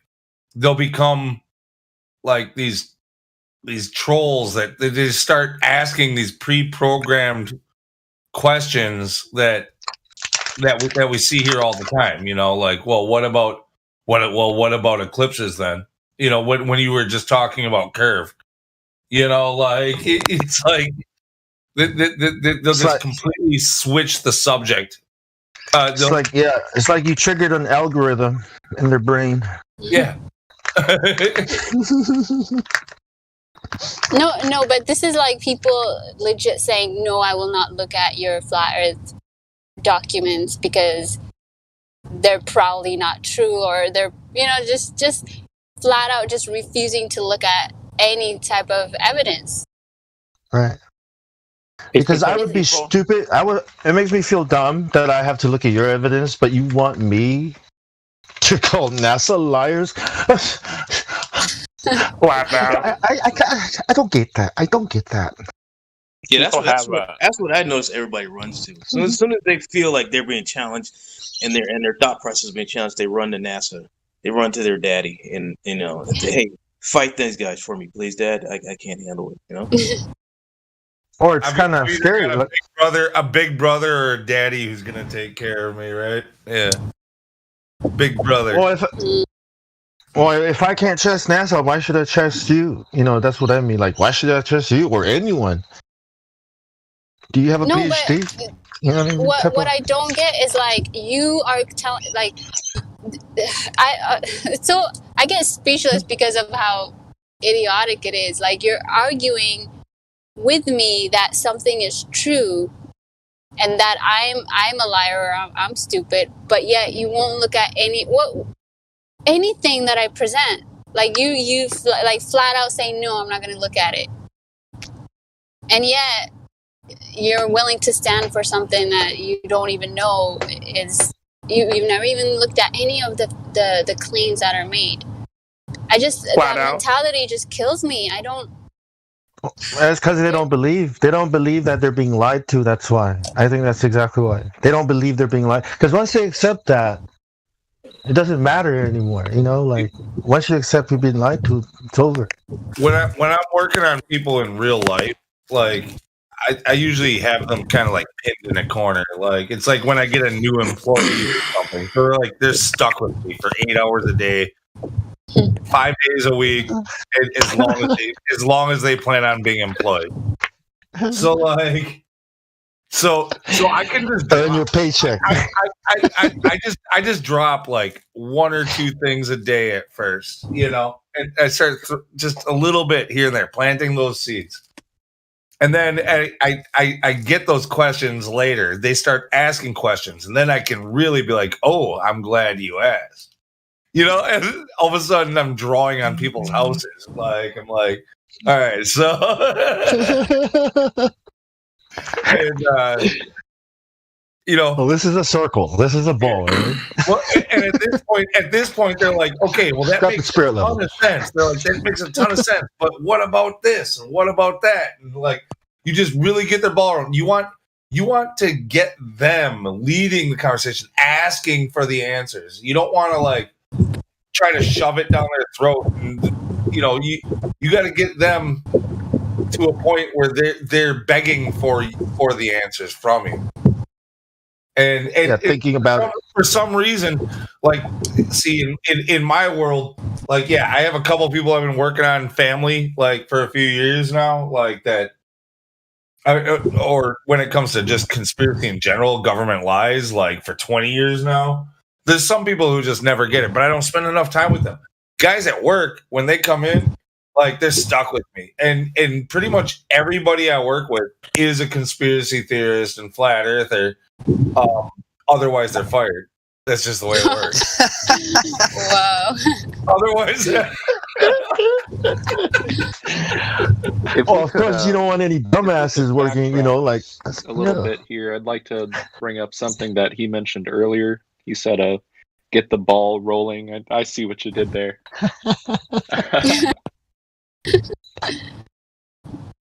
Yeah, little Freudian. Only flat earthers get that. I don't even think I intended it that way, but I like it. Yeah. Yeah. What's been really successful for me is to figure out like what a person's real passionate area of interest is, and figure out like how you can show that they have knowledge that they've accumulated personally, and then try to like guide them through that same process that they use to develop that knowledge, towards reality, right? So like I got a lot of friends who are photographers, and when it comes to the moon landing, I'm like, so do you think people were able to take pictures of Earth from the moon? And they're like, well, yeah, of course, it's NASA, they got $8 billion. I'm like, okay, so hold on a second. Every time you fly in an airplane, you have to take your film out of your bag, because if you put the film through the X-ray machine, the electromagnetic radiation ruins the film. And they're like, yeah, that's true. And I'm like, all right, so how did the film that they brought to the moon make it through the Van Allen radiation belts and the sun's UV bombardment and stay pure enough to take these really crispy pictures of the moon? And they're like, And then they start looking into it, and they're like, wait a minute, according to all of the work that I've ever done in photography, if you had a surface that was so reflective, the whole like moon lumens argument.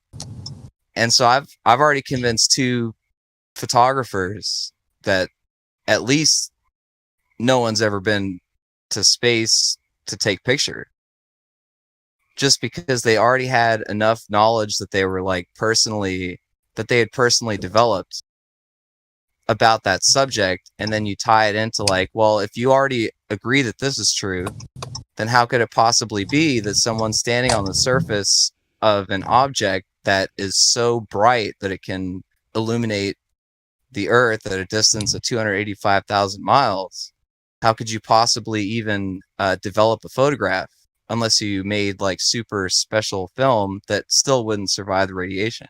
You get what I'm saying? Mm-hmm.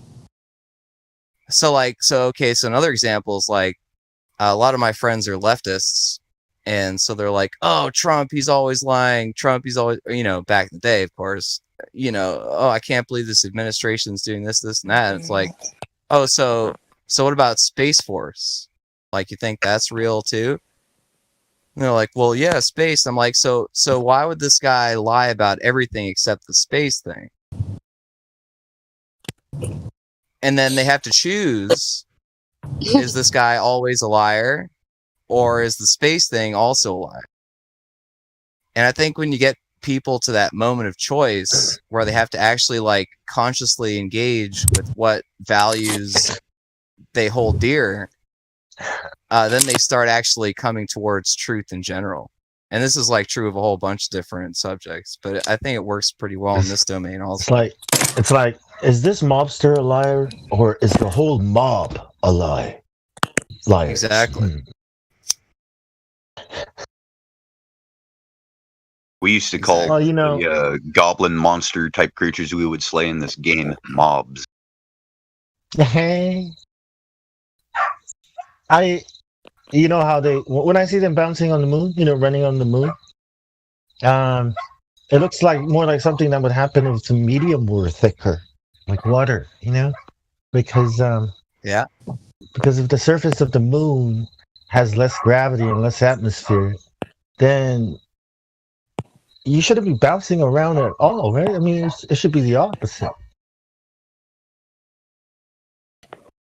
But these guys are bouncing around on the moon like they're underwater or something, like a thick medium, as if they're in a very dense medium. We can't even do that here on Earth, but I guess up in less medium, that doesn't even make sense.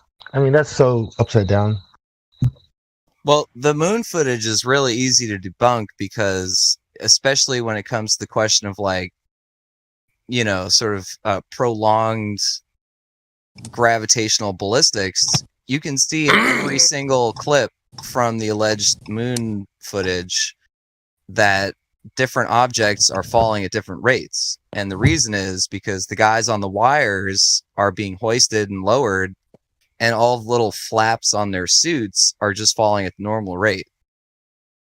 So you can literally just look at all those pictures and be like, oh yeah, he's jumping up slowly and like the dust is moving slowly, but this other stuff is moving at the normal Earth type rate. So what's the deal with that? And then the whole house of cards falls apart, as far as I'm concerned. The science of the globe Earth model is not even, they're not even doing it right. That's what I'm saying. Like, you're not even doing the model right. Like, if the moon really was, and then you shouldn't be bouncing around on the moon. You guys messed it up. Like, they messed the lie up. They screwed up on the details. It's like, how can you not follow your own model? Like, how long were you thinking to fool people before they figured it out? Like, it's not even physics. So, I mean, that not alone, that it matters, but what would you expect them to do on the moon, like as far as their movements? Well, exactly. Yeah, I mean, Globers can easily say, well, it was a space race. Look like Vegeta and Goku when they would perform under heavier gravity on different planets. Exactly, right? King Kai's planet. Isn't it? Wait, I thought it was less gravity on the moon. Right, but also less atmosphere. So they should be faster. But less atmosphere. Oh, you know what? So I'm sorry. I'm thinking of around. the gravitational room. When they went into train. Never mind. Right, but I'm talking about I haven't thought of that. Like, they should go faster because there's less alleged gravity pushing them off the Earth. So every time they jump, it shouldn't be this like slow thing. Like, they should really bounce off real fast. Right, like through a vacuum or something. Not really a vacuum, but whatever the pressure is, or whatever the pressure is at the moon's surface. Stuff. Well, the moon's surface is allegedly a vacuum, so yeah, it would be like that makes sense, actually. Yeah. They should be like Well, that. yeah, and actually they show it to you because they drop the feather and the other thing, the feather and the Exactly. hammer, and they both drop real fast. So why don't they go up fast? That's a perfect demolition. Yep. So even if Glober's saying, well, the moon landing was fake because of the space race and we had to lie about it, but the Earth is still a ball, right? Well, the physics is not working anyway. The ISS is not up there because physics, or whatever it is that you call on your globe Earth model, physics, it's not working. Right? Bong. I wonder how they suspend those things up there, what the real science is. Like, how is a drone able to never come back down for 2-3 years? You know what I mean? Solar power. Electro. Bong, my man. What's going on? I mean, it could be as simple as like, huh? I just Sorry, sent you just saying hi. something. Go ahead. I was gonna say it could be as simple as like, you ever seen a plastic bag blowing in the wind for a really long time? Yes. Is this a Katy Perry reference? I don't think so. I hope not. That's a paper bag. But basically, That's a paper bag. Oh, yeah, okay. that's true. You could have like basically giant sailing devices. You could just use basic aerodynamics and lift, which would make sense because NASA, we always say it's like, oh, the space part is fake, but it's also the aeronautics, National Aeronautics and Space Administration. So they probably sink a big chunk of their budget into designing really lift efficient air materials vessels. Yeah, aerosails, exactly. Yeah.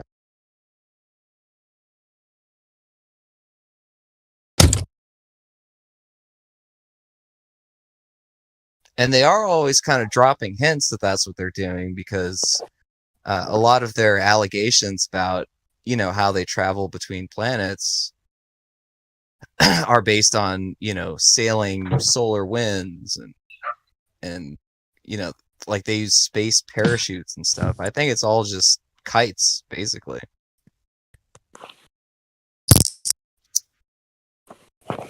Kites and balloons and drones. Pretty much. Yep. Drones. I watched 2001 Space Odyssey again last night. Wow. It's a great movie. Even if it's full of lies, it's a great movie. The Hey, monolith. this is a real a serious question. When you watch a movie like The Space Odyssey, right? Yeah. Like the people making that movie, do you think that like the reason that they portray the Earth as round or as a globe in that movie is because like the director is actively trying to like he's in on it and he's like trying to push the conspiracy, or do you think that like the director is just kind of like a normal like blind sheep, like that's just what they believe, like Well, yeah, not do you this think, like, when director, movies right? are made- This director is different, though. This director is Stanley Kubrick, right? Yeah. And this movie is probably the first space movie to show and teach people about space. Yeah. So it's a very special movie in the propaganda, especially presenting the model, especially the esoteric side of things or the quantum mechanics, these new sciences, and bringing it into the public. You know what I mean? So it's like that movie is very important when it comes to indoctrinating you. The details of just bringing science to to the imagination. I mean, the model of the to your imagination and evolution and everything they want to teach in school. Hence the race to space and the transformation of film and entertainment and media and everything it was all about space after that. I mean, Yeah. so, but most directors, they are just normal directors, but there's certain directors that are charged with pushing, with there's certain movies they pick, you know what I mean? And then they'll go through the movies, and then they'll want to change the movies, right? And then there's certain directors that know how to guide that vision. They're New World Order. Wait, That's what I so think. you guys have you guys heard of the satanic principle where the agents of destruction always have to tip their hand in order to get your consent? No.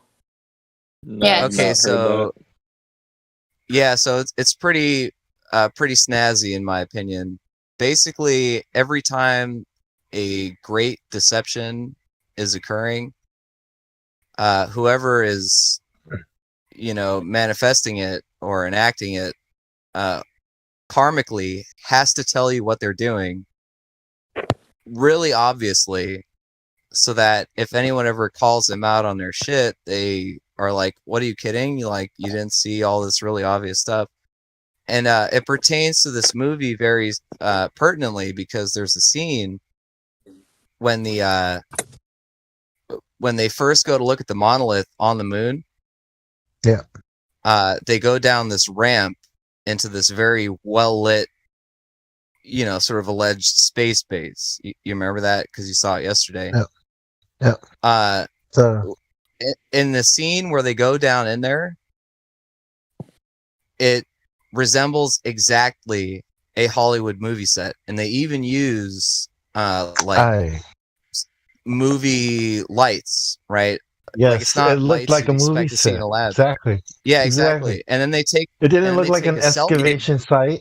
Yeah. It was a movie site, and they take a selfie at the end of it. Right, like a production, like the crew, right? The production crew. Just, yeah. Exactly. So Kubrick knew what he was doing, but he also knew that he was morally obligated to show those with eyes to see and ears to hear what he was up to. Yep. And Arthur C. Clarke was there. See, Arthur C. Clarke wrote the novel, but Arthur C. Clarke was also there just as a writer. He was able to. So the guy that made up satellites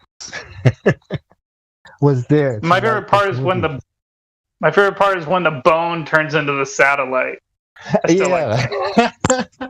A tool, right? Evolution. But that monolith. Well, but it's not just a look tool. It's not just. Yes, the monolith is a smartphone, but the bone is not just a tool. Like, it's very specifically the agents of war and destruction and suffering will use technology and media depictions thereof in order to justify their barbarous actions. Like, that's the whole plot of the movie. Like, if you see the scene where the monkeys beat the fuck out of each other with bones as like some kind of triumph, then you have bought into the lie. I like the music they play. Dun, dun, dun, dun. Dun, dun, dun. Oh, really? Like the classical music, eh? Dun, dun, dun, dun, dun, dun, dun, dun. I was like, is this Fantasia for but in space? Pretty much, man. That's a great movie. I mean, I recommend all flat earthers watch that movie just because it very clearly outlines the exact modality of deception. And then so what happens at the very end? Professor Dave explains, no coincidence there, basically becomes inundated with media. That's the whole scene where he's flying through space and all the lights are blinking on his head and dazzling him. That is a direct representation symbolically of people becoming so drenched with media and bedazzled by media that they can no longer tell what's going on. And then what happens?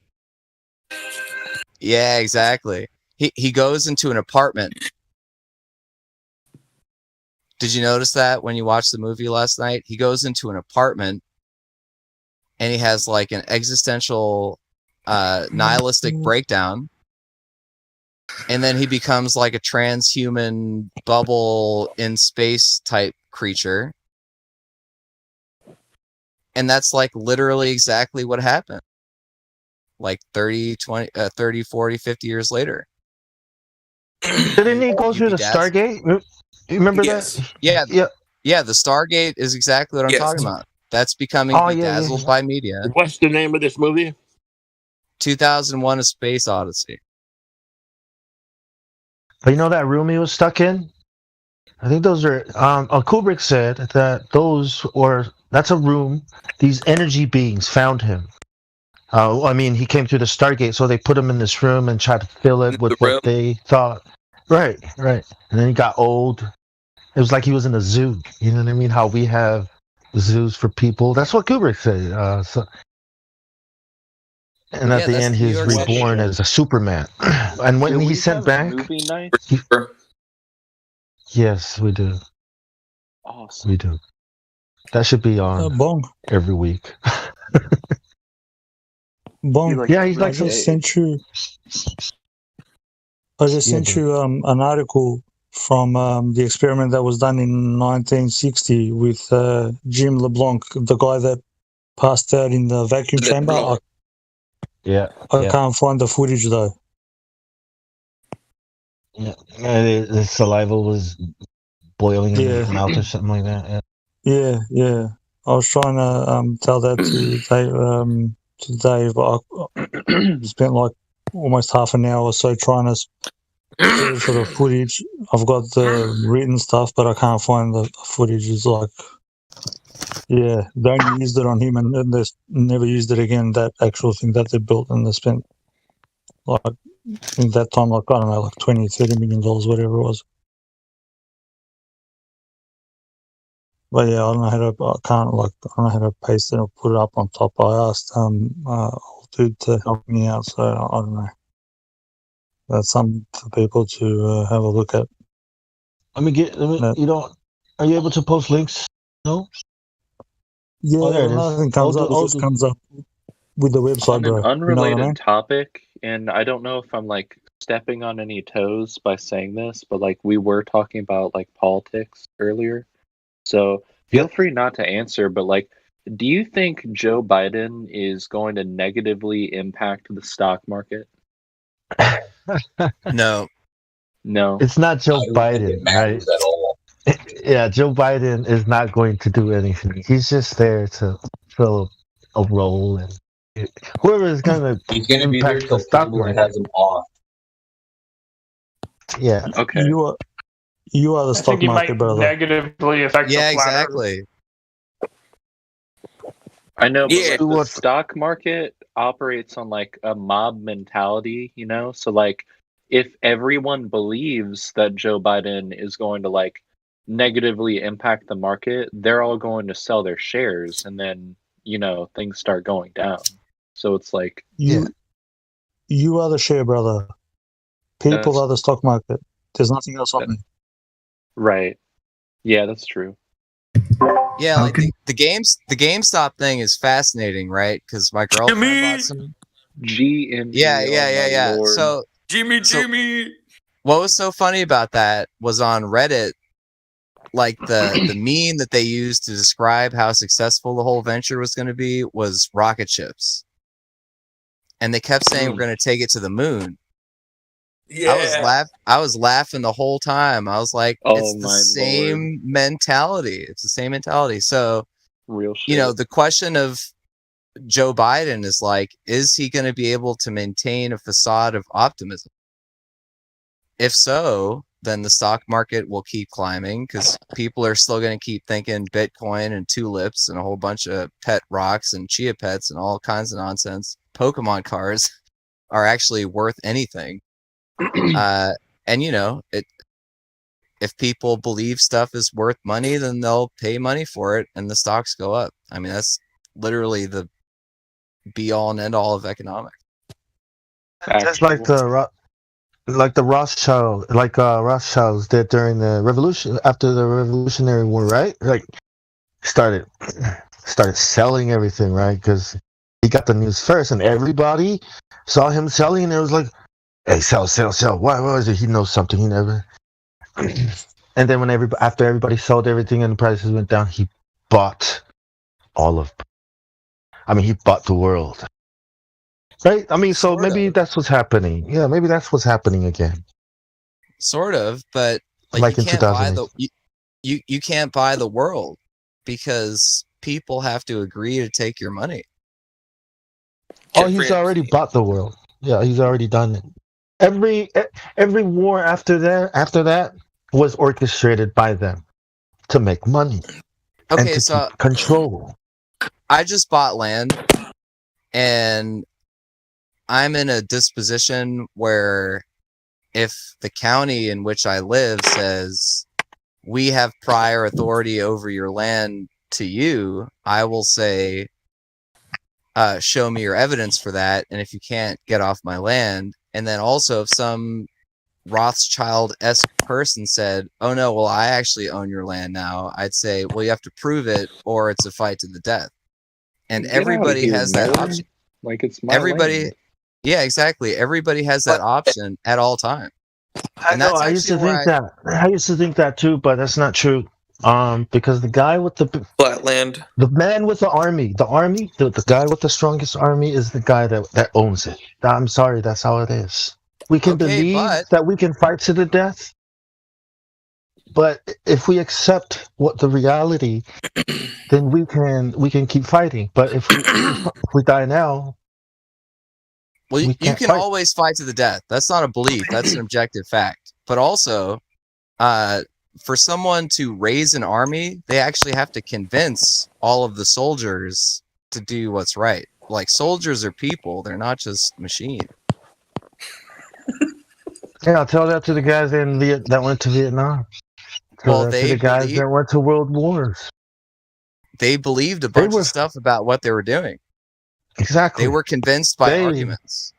Yeah, and they still are today. They believe in lies. The military, I mean, most of those guys joined because they wanted some opportunity. Most of those people are not patriotic people, so they'll believe anything.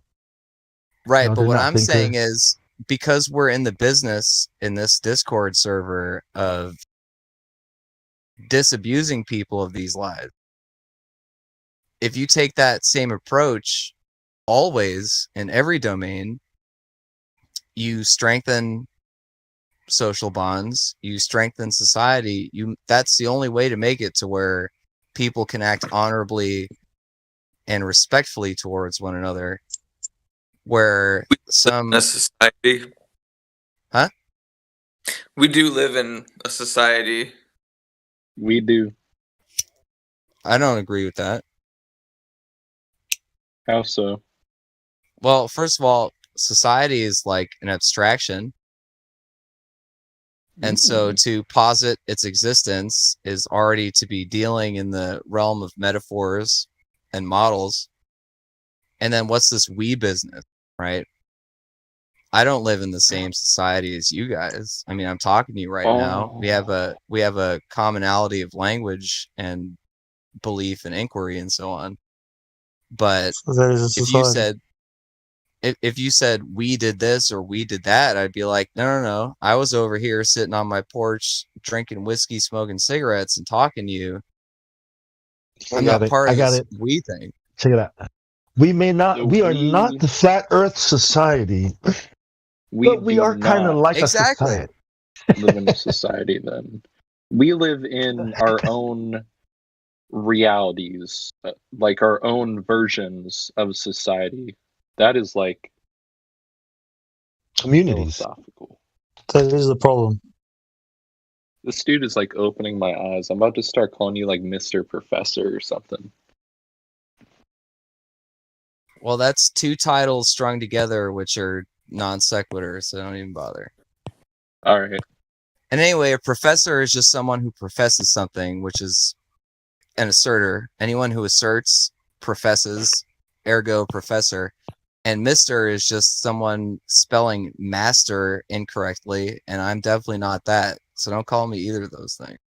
Oh, actually, yeah, I redact what I had previously said there, actually, because like the whole master thing. You know, I'm actually a programmer, and they have been. So we have these ways in which we explain the relationship between like a host device and, you know, they call them slave devices. So you have like the master device and slave device. And it's actually been creating like this huge issue with Linux systems, because like it's hard coded into these systems to have like the master and slave relationship like built into it, and that's just what it was called for like the longest time. And it's like with everything that's happening in the world, like they're needing to change that, and it's like breaking down these older systems that like still have that terminology built into it. And I'm going off on a tangent, but I just thought it'd be an interesting fact to bring to the table here. No, it's totally pertinent. And the people who are trying to how should I say it, obfuscate the reality of programming are just going to ruin everything.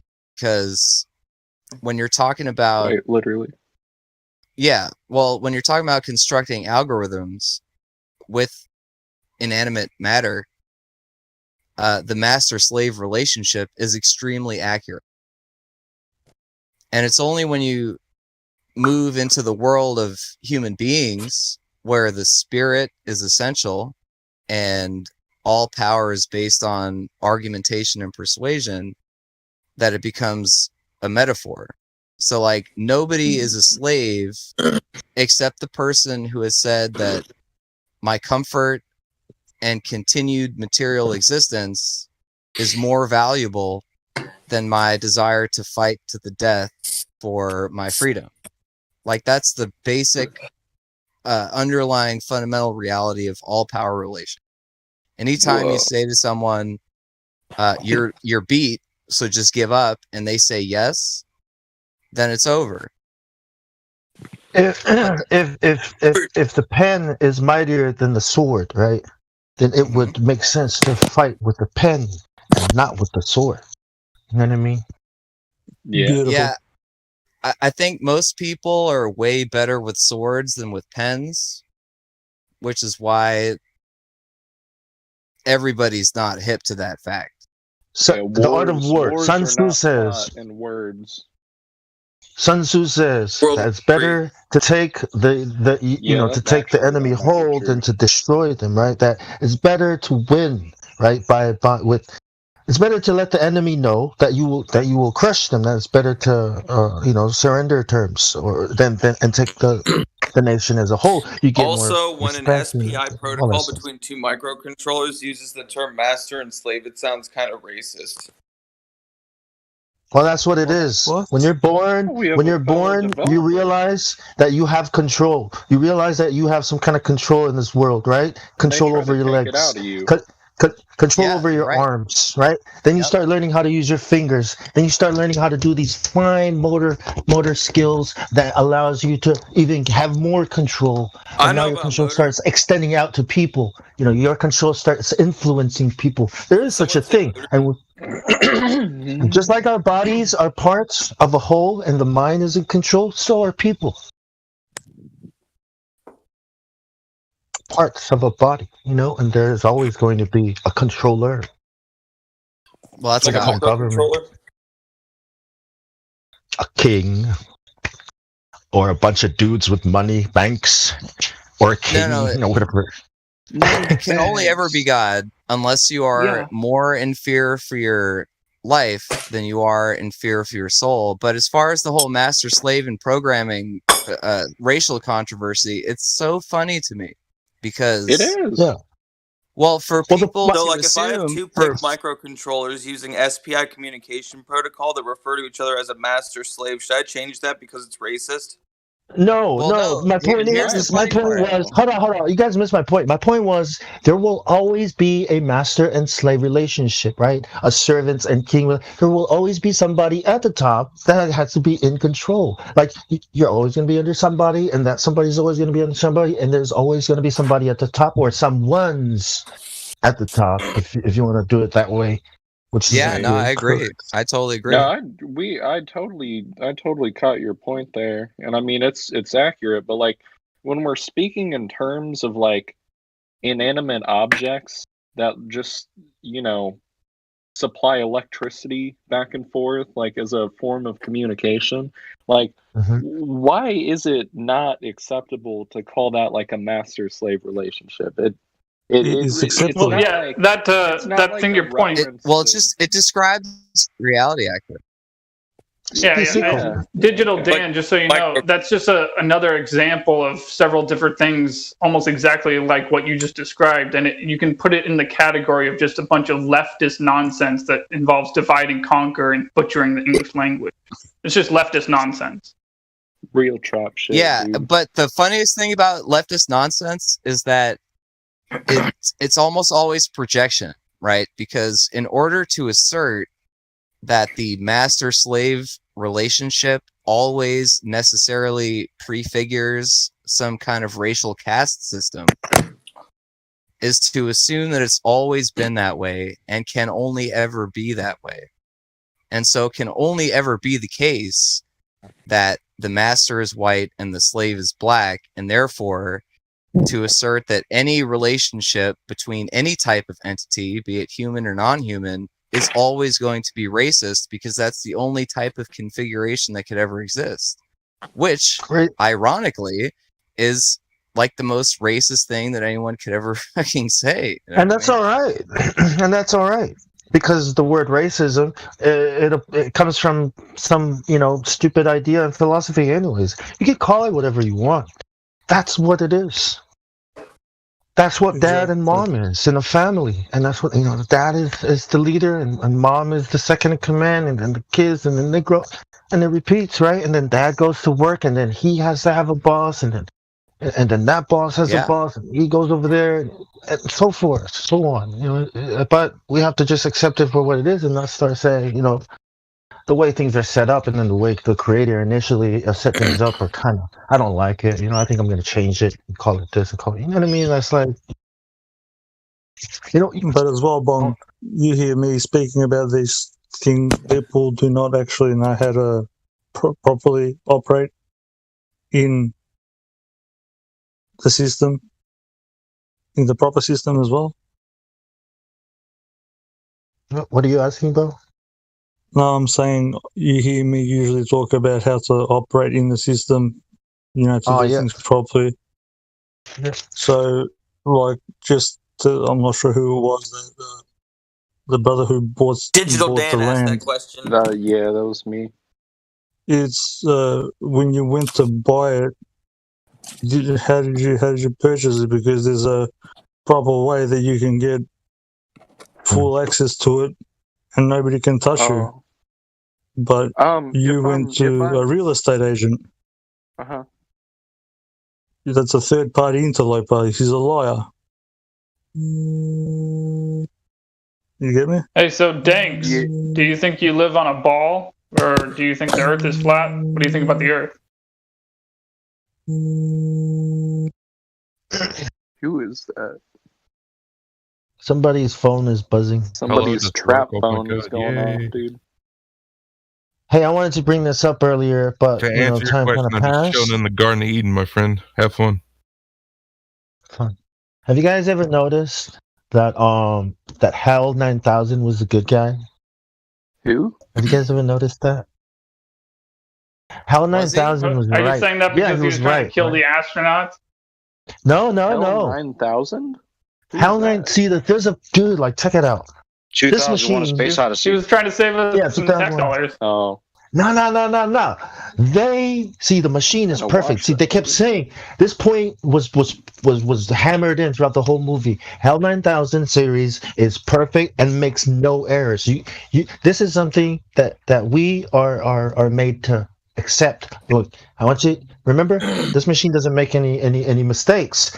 So then when they asked him, Hal, do you know something that we haven't been told about? Because these sleeping crew members have trained separately, and we think, they think that there's something going on that they haven't been told about.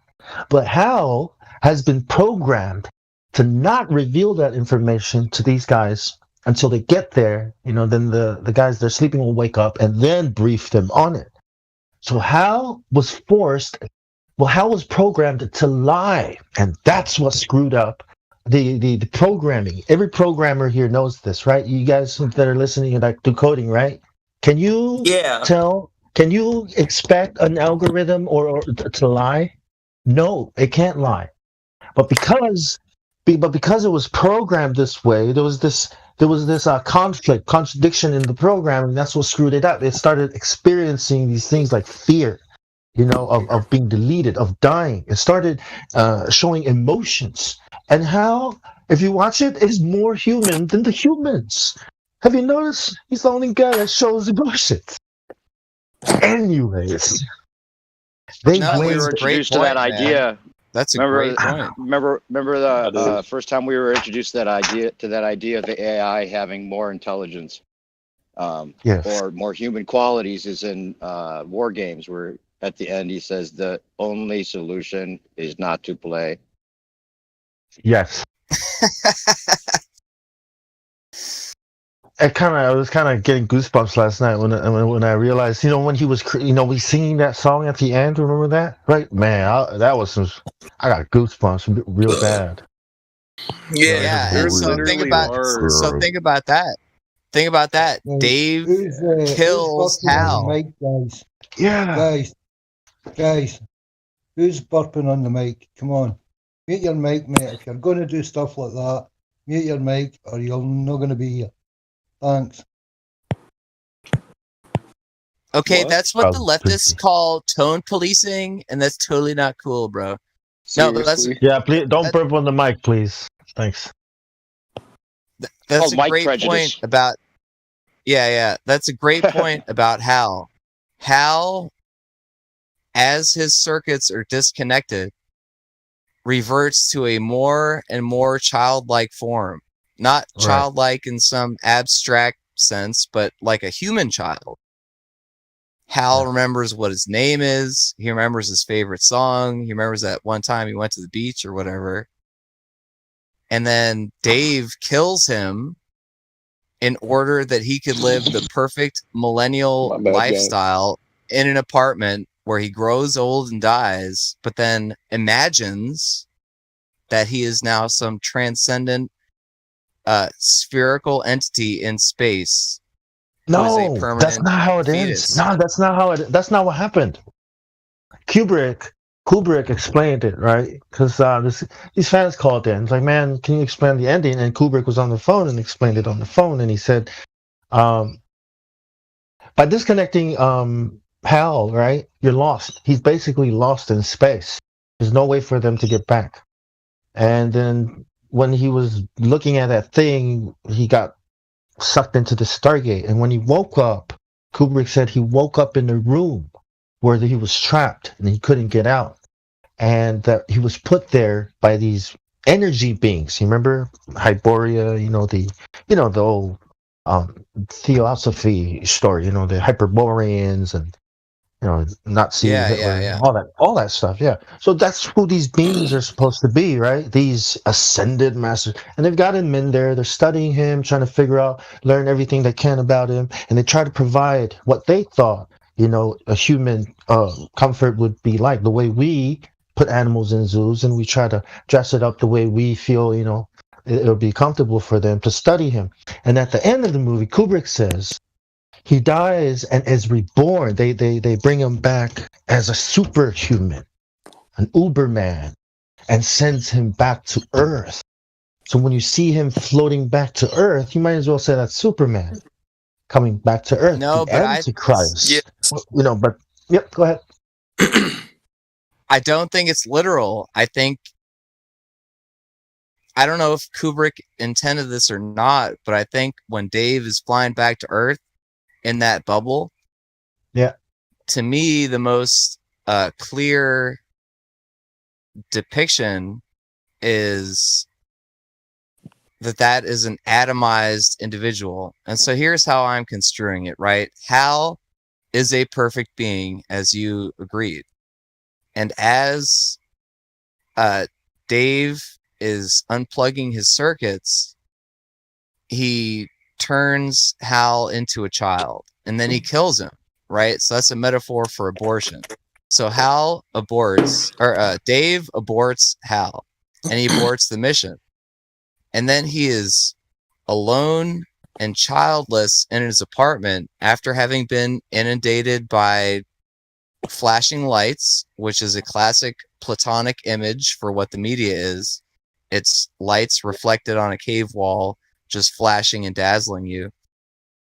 And then at the end of that, as he goes towards old age and death, he is forced to treat his imagination as reality. And so I believe that the end of that movie is showing the new person that we're all now dealing with, sadly, which is someone who is totally infantile in their personal development, but surrounded by a bubble which permits or coerces or whatever them to believe that they are the masters of the universe. That reminds That's another way. Yeah, that's a way to interpret it. Yeah. That's the way I saw the movie anyway. I would like to propose a vote, if I may. Okay. Can we watch that movie again for like the next movie night? Because I haven't seen it, and I kind of want to. All right. Let's all spam Helio, or let's all spam the cinema host at Quick cinema host, recommendation right? for quick recommendation for a sci-fi series that doesn't seem like a lot of people have caught on to yet. Probably Ridley Scott, in fact, called Raised by Wolves. It deals with a lot of these topics. I second that motion for 2001 for movie night. I didn't realize there was a movie night here. That's awesome. We set that up. I don't think it's actually a thing yet. Yeah, we should set up like a movie night. Yeah, I just posted Friday that. night Can you movie night, guys? so we could do like Saturday night movie night. Yeah. You see what I posted? Can you guys just copy and paste that? Yeah, 2, maybe 3, 4. Maybe I'll add Helio to it. This makes me want to invest in AMC now. Go to the moon.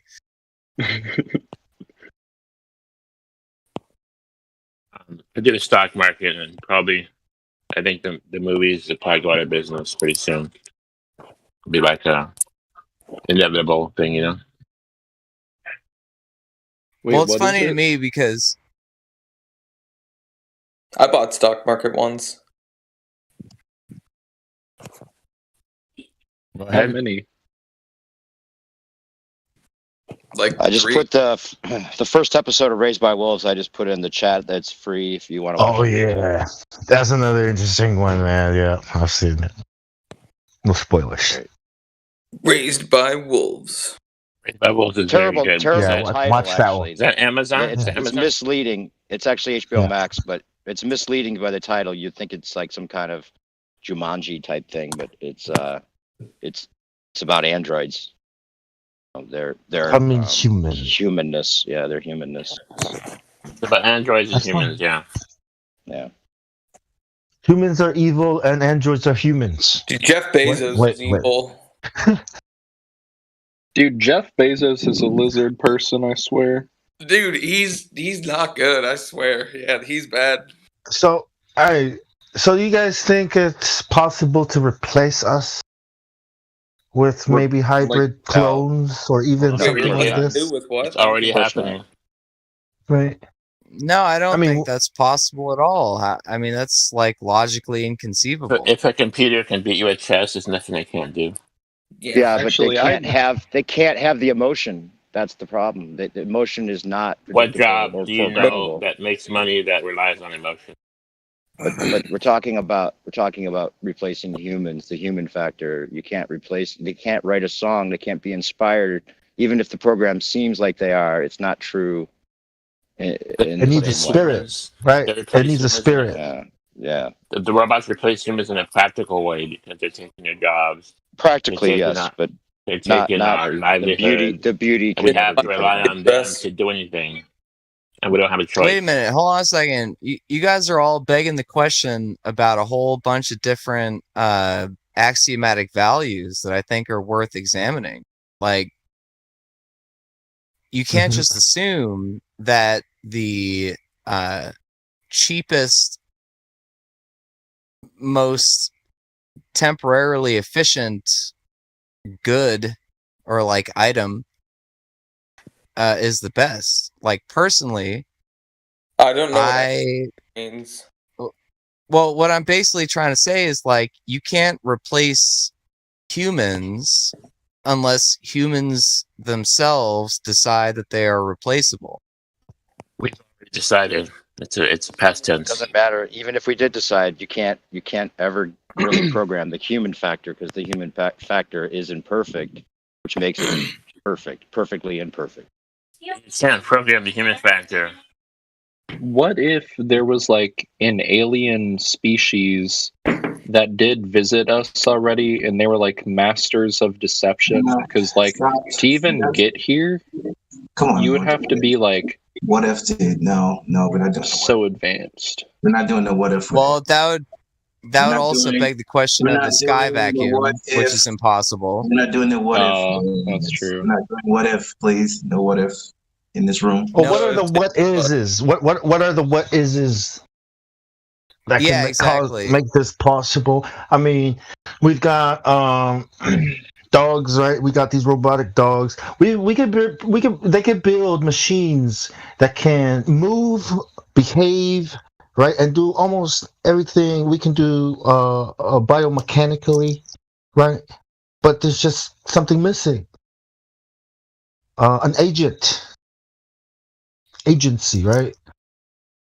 Consciousness. Well, it prefigures agency, right? Because the basic question in economics, which is the only sort of social force, and I admit that that's a reification fallacy, but the only social force that can produce these items, right, these robot dogs, is people with the sufficient capital to entice via argumentation people to spend a bunch of time like sitting around with screwdrivers and computer programs, like making these things. But it is exactly at the moment when people like you or me decide, I don't ever want to see a thing like this in my vicinity ever, that whoever it is that is enterprising enough to turn their intelligence into what they believe to be helpful will say, okay, well, I guess the robot dog thing didn't sell too well, so maybe now I'll like try to make really nice bacon or shoes or something, right? And so huh? Sorry, no, I really dig what you're saying right now. I love bacon. Yeah, well, I mean, bacon aside, like you can't summon by mere fiat of personal will a new reality wherein there's like a couple of dirty, bedraggled humans being enslaved by robots. Like, that's not possible. The only thing that is possible is if human beings individually decide, I prefer to have a robot dog protect me than a regular dog, or I prefer a robot dog to myself, or I prefer a robot waiter to a human waiter, and so on and so forth. Or robot police officers. Mm-hmm. Right. And so the key is to just not prefer that, and it's literally the only thing you can do. Dude, robot And if a dogs, whole honestly. well, I mean, if you think that, like, we'll see how You're it goes. But you're delusional. I mean, he's not delusional. He's got his own reasonings for it. I'm just saying, It'd be like a full No, remote control you're car. delusional. Yeah. he's not delusional for thinking yeah, it's who's cool. to say he He's is delusional? I'm saying he's Like, not that's his delusional for personal thinking it's preference. cool. Yeah. He's delusional for thinking it might be an objective good. That's a delusion. To think that what you think is cool is objectively good is a delusion until it's demonstrated by rigorous logic and experiment to be the case. That's the whole point of flat Earth. Can you prove it with rigorous logic and science? However, the point I'm trying to get to here is like the only weapon that the righteous and the reasonable have against unrighteousness and unreason is personal comportment and personal attenuation to the truth. And so, like, even worrying about what Boston Dynamics is doing with these robot dogs is in itself an admission that in the long run, you think that that's what's going to be the case, and you might as well get used to it now. Whereas I personally say, I'm going to move towards the opposite of that, specifically like how many pigs can I own, or more accurately, how many pigs can I feed such that I can trick them into letting me kill them to eat them. And it's only by using that technique and showing other people how joyful it can be that you can ever hope to stem the tide of tyranny and horror. You know what I'm saying? Like, I hope I'm not just talking out of my ass here, but You lost us a little I don't bit know. with the pigs and the tricking them, and the maybe. Well, I mean, that's how you eat, right? Like, how do you eat? Right, right. I'm just trying to get the metaphor. Okay, so the metaphor is, well, it's not even really a metaphor. It's like, what is the basic fabric of interpersonal interaction? It all has to do with what you agree to. And I know I talked earlier about like fighting to death over my land, and you know, maybe that seemed like a caricature, but I don't think that it's possible to be good if you aren't willing to die in order not to be coerced into committing immoral acts. You're anarchist. Sounds like you identify with anarchism a little bit, don't you? Antarcticist. I mean, anarchist in a way, it's a loaded term. You know, it's like, can there Right, be you no know what I mean. government? I don't think that's The philosophy. I hate philosophy. I hate laws. Let's put it that way. Like, anytime Right. someone writes something down on a piece of paper and is like, you can't do this, I'm like, what's your proof, bro? Right. You know what I mean? So like, I drive without It's insurance. just it basically is synonymous with freedom. Highlight it this way, like the control not necessarily system, dude. anarchy, but as small of a government as you can possibly have. Like Yeah, exactly. the government, like government oversight should be only when it's the only option. Like, you shouldn't give them any more power or control or freedom than what we the people like can like No, but it's we're even supposed to crazier than we're that, supposed to though. oversee them. We give them their power. Like, No. That's totally nonsensical. Like, as soon as you yourself take the overseeing disposition and orientation, you are the government. well, yeah, no, I'm not. He's talking about collectively. Collectively. I'm not saying no government. I'm saying Collectively, I'm saying small government. Like, as small as you could possibly handle is the best situation. Well, and what I'm saying is that as soon as you delegate authority to another person, even if you're totally in the wrong, No. you are creating That's tyranny. completely different. because I'm not saying that I am the one who gets to choose. You know, like, you're saying the system has got the illusion that collectively we're supposed to pick and choose what is and what isn't. All of the people need to have the right to, you know, expose them. Anytime they meet, we should all be allowed to be there and filming it. Anytime. Democracy? Without a mask. Yeah, without a mask. Yeah, why not? Like, there should be no closed doors meetings. There should be just full transparency. Well, hold on a second. Pretty much everywhere. That doesn't follow, because should you have closed door meetings between you and your wife or possible wife? The government is not my wife. He's talking about the government. What affects the whole should not be hidden. Okay, but I'm asking, what is the mechanics by which this alleged government causes people to do things? If the government, the government is not allowed, should not be allowed to pretty much do anything. They shouldn't be allowed to do anything on their own. Anything that they want to do needs to be okayed by the people. So don't you understand? Hold on. Don't you understand how problematic that is at a basic logical level? Because as soon as you start trying to invoke some sort of procedure or protocol, an oversight system, if you will, in order for quote unquote the people to make sure that the government is not doing this or that, you've already just created an alternative government, and then suddenly you have two competing I'm not here claiming that we should have no government.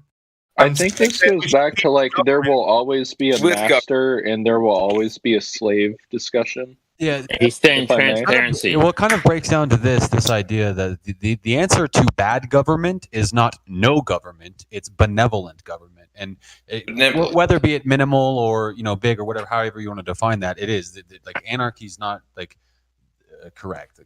It's not. You can't sustain. Okay, but it's never the way. It's the same problem. It's the same problem as we have with NASA, right? We wish that the people operating the telescopes would just tell us, like, hey, we looked at these stars and they moved like 13 degrees over the last 36 hours, and that's cool, isn't it?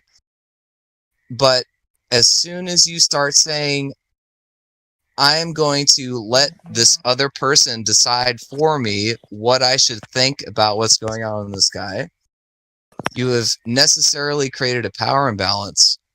And I don't see any way to escape that. The government should never be allowed to tell you what you think, ever. Okay, so you're talking about shoulds. How in the world is it possible for you to enforce that should? That's my question. Well, it's called an army. I keep saying it's an army. That's how you do it. Okay, so you want to raise an army to fight the government army? Well, force. Yeah, you do it by force. That's what the word comes. How do you enforce something, right? The army. Listen, the army and all the forces swore an oath to defend the Constitution and the people. They swore nothing to defend the politicians or the government. No. They all signed an oath to defend the state. They did not sign an oath to defend the people. They're being re-educated right now. Well, the police is an army as well, right? The police is an army. I'm starting to think anywhere there's force, countries, because in America, if you're an American, I don't think you understand what the oaths are that they swear. I don't think you understand. Military is bullshit. Wait, what are they? The military defend the Constitution against all enemies, both foreign and domestic. That makes you a domestic enemy if you go against what they say, because they're going to say, "Well, that's constitutional," and it's not. Right. Enemies of Freemasonry, guys. This is not your constitution. This country is not your country. It's their country. We are the government, though. We, the people, are the government. Tax that we pay them is Caesar's money. It's all Caesar's money. It's We all don't allow it's them to say fraud the vote. Or Cesar. Render under Tajar. What is Tajar? Cesar. I wouldn't so what complain that about means, the taxes. It's a shit what that anyway. means, what that means is that the way towards power is not by trying to conceive of some ideal benevolent dictator or some like perfect government system. What it means is that if you do not attend to your ever refined discernment, and you do not attend to developing your own resources and your own strength and building your own community, you will eventually be subsumed by the sort of what do you call it? Yes. Critical mass of everybody's delegation of their rights and responsibilities onto somebody else. So, It's like even all these like, go ahead. Huh? I said, go ahead. No, I was just listening to what you were saying. I don't have any points to bring up. Yeah, so it's like, what's the point of the police, right? Why did the police exist? To protect and serve the people. But what is the people? If we have no say, the people. Mason. We are the people. The yeah, people you're in supposed to be, existence. but they don't serve. They protect you. That whole "we are the people" thing. Did you write it? Because we could have been another group of people, a smaller, more select group of people. Washington, the first thing he did was create district states, which dissolved the state borders, which is in violation of the Constitution. If I could bring up a point, if I may, I would just like to put it on record that when I was young, my house got broken into, and well, my parents' house, I should say, and it took the police like 2 hours to get there. But like when I'm driving down the road, it's a different story. Like if I'm going like, I don't know, 5 miles over the speed limit, or like my taillight's out, like they are right on me, ready to write a ticket. Dude. Yeah, like they don't really respond. They don't give a fuck about you or your property or your values, and like they're not unless there's a monetary gain. Yeah, they're not going to have an investigation. If it happens to fall on their lap, then they might have a solution. But otherwise, whatever it is, it's gone. I've got a friend who his car was stolen, and the police took the report over the phone. They wouldn't come out, and they like later on, like a few weeks later, he found his car. My friend, he found his car parked on a certain block, like a couple miles away. Called the police about it, told them that he found his car, and they still wouldn't do anything about it. There's no money to be made there. Well, it's even worse than that, though, because in a world in which a person is truly free, when your car gets stolen, you have to admit that that was a failure on your part to either A, secure your possessions properly, or B, orient yourself spiritually in such a way that you realize that the car is not you. And if someone takes your car, yeah, no, fine. What the fuck are you talking about right now, dude? A was the right answer. A was the right answer. Right. That's why I gave it an or. That's why I said it was or. I didn't say it was. I'm not sure. both. I'm not sure I agree with that actually, because if you're within a system, where the government says, "Look, we've got it, we've got this," we're going to do law, and you can't do law, which they do say, and I'll give an example as to why that's the case. Then no, it isn't your responsibility to look after your gear. It is the responsibility of the state. Because they've not only taken that responsibility, but prevented you from taking that responsibility. I'll give you an example. How have they done that? Okay. Okay, let me give you an example. Let's say that you have a daughter who's 15 years old, and you walk into your house, and there's a 18-year-old boy banging your daughter, right? He's technically a paedophile. Can you kill him? Yes. Yes. What? Wait, and you won't can you suffer any really? consequences? Oh, you'll suffer all kinds of consequences. Well, then you can't, can you? You can't without the intervention of the state. So the state has said to you, No. That's shoot. Get off of her. No, that's true. You have. I've said nothing incorrect. Dude, you could just double. Yes, check. you have. You have. No, I haven't. Definitely said something incorrect. You said. No, I haven't. Hold on a second. Yeah, You're just you lying. said Then that- you're just wrong. No. You can't do that without state intervention. According to the law, you can't do that, but a man can do whatever he wants. I mean, you could cover it up, Exactly. though. That is. But the government has told you that if you do it, we'll intervene. Yeah, so at that point, they have the responsibility But to how? defend what they're saying you're not allowed to. Well, what if they didn't know that you intervened? Like, what if you covered it up? It does no, yeah. Okay. It doesn't matter. Well, then That's you better say that you never saw that boy that night. You better teach your daughter to. That's some gangster shit, man. That's different. yeah. But we're This is obviously the not fundamental talking about issue. Hold on. concealing Hold on a stuff, second, everybody.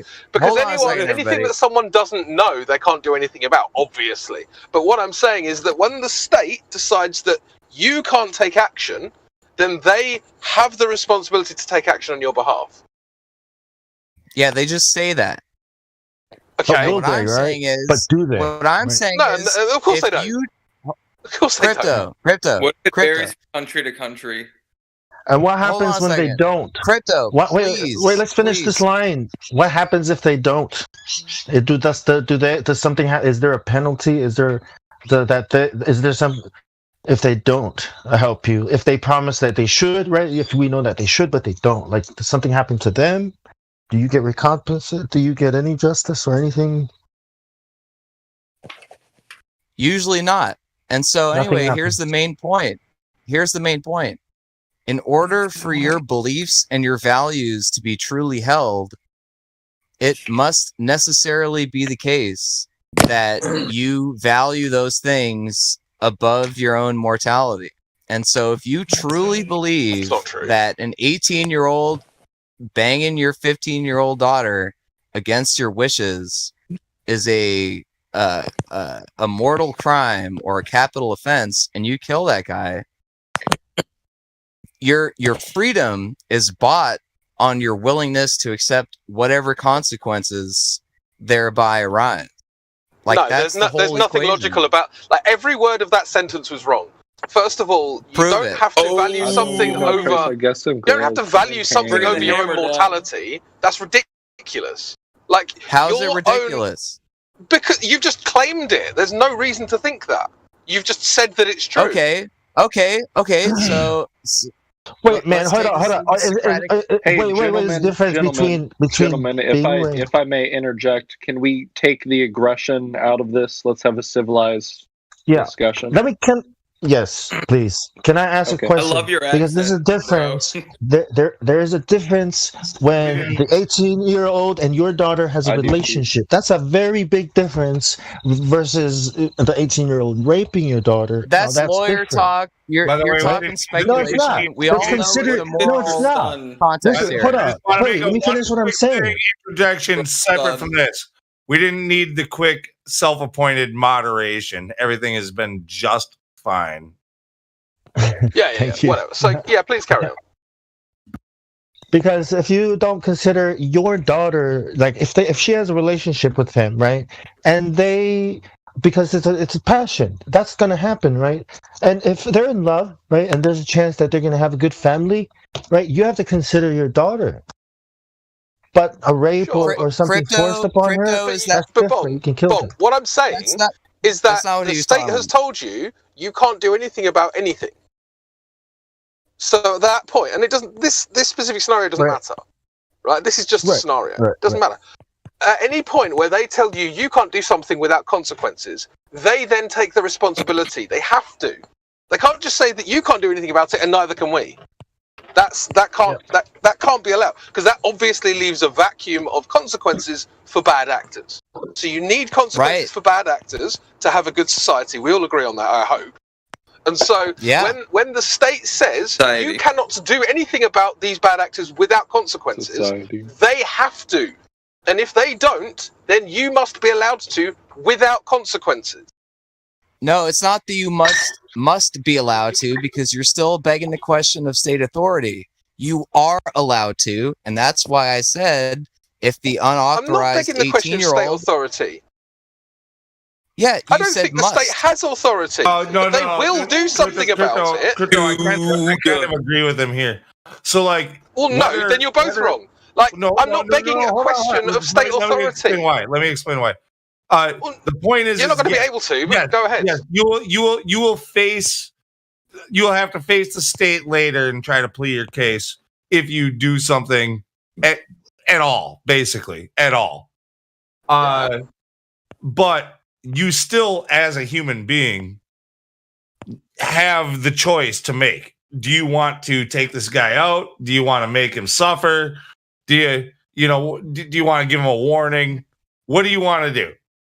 And whatever you choose to do, that's on you. You can do it. There's nothing stopping you. But the state might get involved. Well, it's the state's involvement that's the problem, isn't it? Like, I agree the with freedom that. to do I'm stuff. a fucking anarchist. I'm crypto on this The one. freedom to do stuff is neither here nor there. I know that you can go and do whatever you want, but if the state is telling you, and this is a similar argument before, like, well, why should you be allowed to look into the state's meetings, for instance? Well, if they're taking your money, then you better know what's going on in that meeting. If they're not taking your money and they're not deciding on your life, they can do what the fuck they want. Well, it's funny because There's overall, another side to that. this conversation started where I was you're backing me up, and for the most part, I'm on your side. But for that one instance, they're the same thing. What he was I saying. don't know how you can. Like, then you have two positions, and you need to resolve that.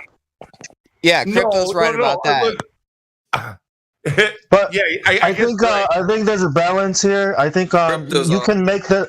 I think the law is there, right? After you've made the decision, because you can make the decision to take it to the law, or you can just make the decision yourself as the law there. So the law is, it's only after you've decided what you're going to do about it that then the law can come in or not, right? I mean, isn't it better that way? The law is there when you need it. If they're telling you what you can and can't do, or they'll get involved, then they have responsibility to sort it out. Yeah, I agree with that statement completely. Yeah, it is their job to take care of it. Like I was talking about my friend with his stolen car. Like if they're gonna say, okay, so your car was stolen, we'll take a report on the phone. He found his own car. He can't just go take it back. Like but he should be allowed to, right? Yeah. Right. Yeah. It's his property, isn't it?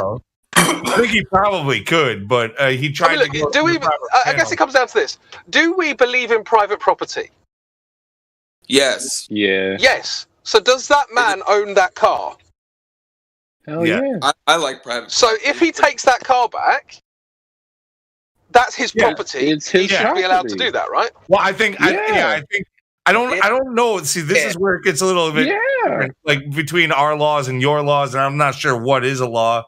We're talking about morals, though, aren't we? We're talking about morals and ethics. Like laws are just okay. So no matter what, he should be allowed to go and reclaim his car. Yes, he should be able to go and reclaim his car, no matter what. You can go talk to the guy that stole your car. You can try to reason or do something, but that probably escalated, which is probably why the law. No, the thing is, my buddy had the keys to his car. It was hot-wired. The ignition was broken, right?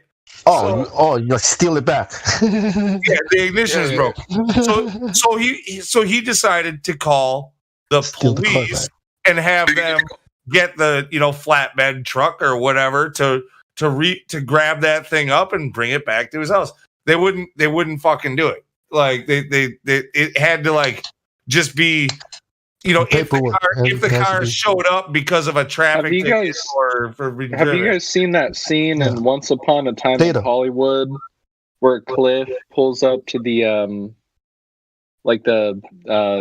cult and they slash his tires and because they wanted to prove that there's no gas pressure without a container. That's what I would do, honestly. Just on a side note, continue. Yeah. So here's where the big anyway, mistake is being made. if the car would run, if he could get his keys to work, when he found his vehicle, he could just jump in it at that moment and say, "I'm taking my motherfucking car back," right? But he couldn't because the ignition was broken. So he tried to go through the proper channel, went to the police, and they wouldn't do anything about it. Yes, Crypto is absolutely right. It should be their responsibility, it's already been reported as stolen. It's in the system. Their job is to uphold the law, right? So, the law would be to return that property to its rightful owner, but they wouldn't do it unless it just. The law forbids vigilantism in every country. No, it is. That's honestly kind of messed up, dude.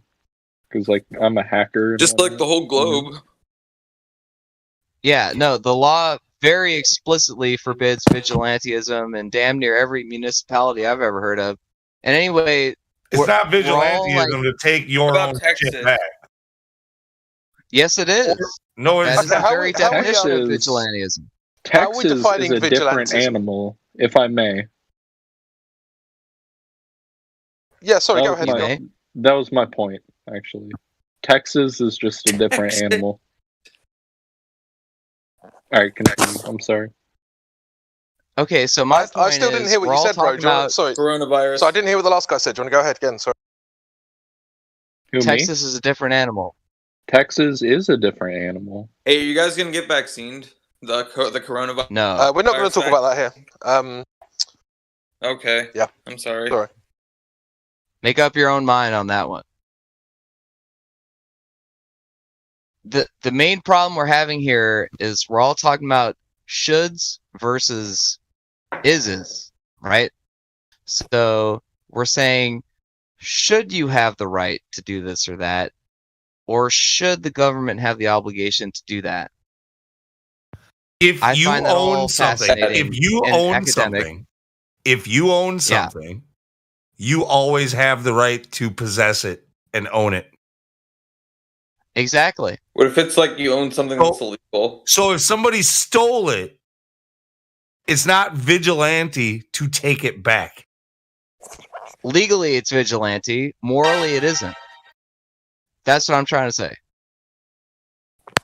Which is why one must always necessarily be willing to subject oneself to state tyranny and state overreach in order to assert one's rights. See, rights you sound like you're saying that you can only, your stuff is not your stuff unless the state says it's your stuff and goes and gets it back for you. I'm saying the exact opposite. I'm literally saying the exact opposite. Well, then what is where are you saying that it's vigilantism then? That's how the state describes what has occurred legally if someone steals your car and you steal it back. You could be charged in a court of law for vigilantism. No. That would be like if somebody keyed your car and you keyed their car back. Or if somebody blew up your car with your wife in it, and so you blew up the car with their wife in it. No. That's not true at all. Because that'd be revenge, not vigilantism. Yeah, exactly. Because you can't steal your own stuff. Yeah.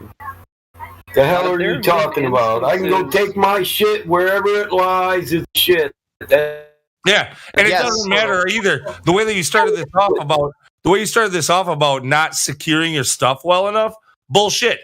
I should be able to leave my car on the road with the keys in the ignition and the windows rolled down. It's still mine. Yeah. And let's cover what's theft. Prosecution. Listen, for prosecution of theft, what do you need? Proof of ownership. So who the fuck's going to prosecute me for taking my own shit? Tell me, quick. I have seen instances where police. No one. That's what I thought. Walk around it. No, I. You can't prosecute me for taking my own shit. You could charge me, but I'll beat it in court. You need proof of ownership to say I stole something. For the record, I do partially agree with you, my good sir. It's not illegal to go get your stuff unless you take it by force. Has anyone seen Mark Rober on YouTube? No. Like he does the thing where package pirates or whatever. Wait, like is he the dude that builds the packages that like spray glitter when people steal them? Yes, my man. Nailed it. Absolutely right. He got it. So that is like he leaves packages on his porch for porch pirates to steal. And the police, everyone knows who he is. Yet he doesn't get arrested for making packages that explode glitter on people. That's like retaliating against the attackers, but like the police don't. It's not illegal, dude. That guy worked. Charges for what? That's charges are specific. They need to be laws. Yeah. Charges for what? Well, he does recover the stolen booby trapping my own shit. Well, listen, dude. Did you just? You can recover your own stuff. You can go tell somebody, "Hey, you stole my stuff. Give it back." What you can't do is strong arm them out of it. If they give it up, they give it up. Look, let me put it. That's not illegal. Let me put it this way: that guy owned that box of glitter. It was not the other person's and the phone. box of glitter. So when that person came and stole that box, when that person came and stole that box of glitter, stolen box, he was stealing, and he was trespassing. So when it blew up on him, what charge would the person who created the glitter box ever face? The other guy needs to be charged. The other guy needs to be charged for stealing glitter. No, but that dude worked for NASA. The guy. How so? Because he goes back to them. He has a tracker on the box, and he goes back and confronts them and like picks up the box from them. How's that not vigilantism?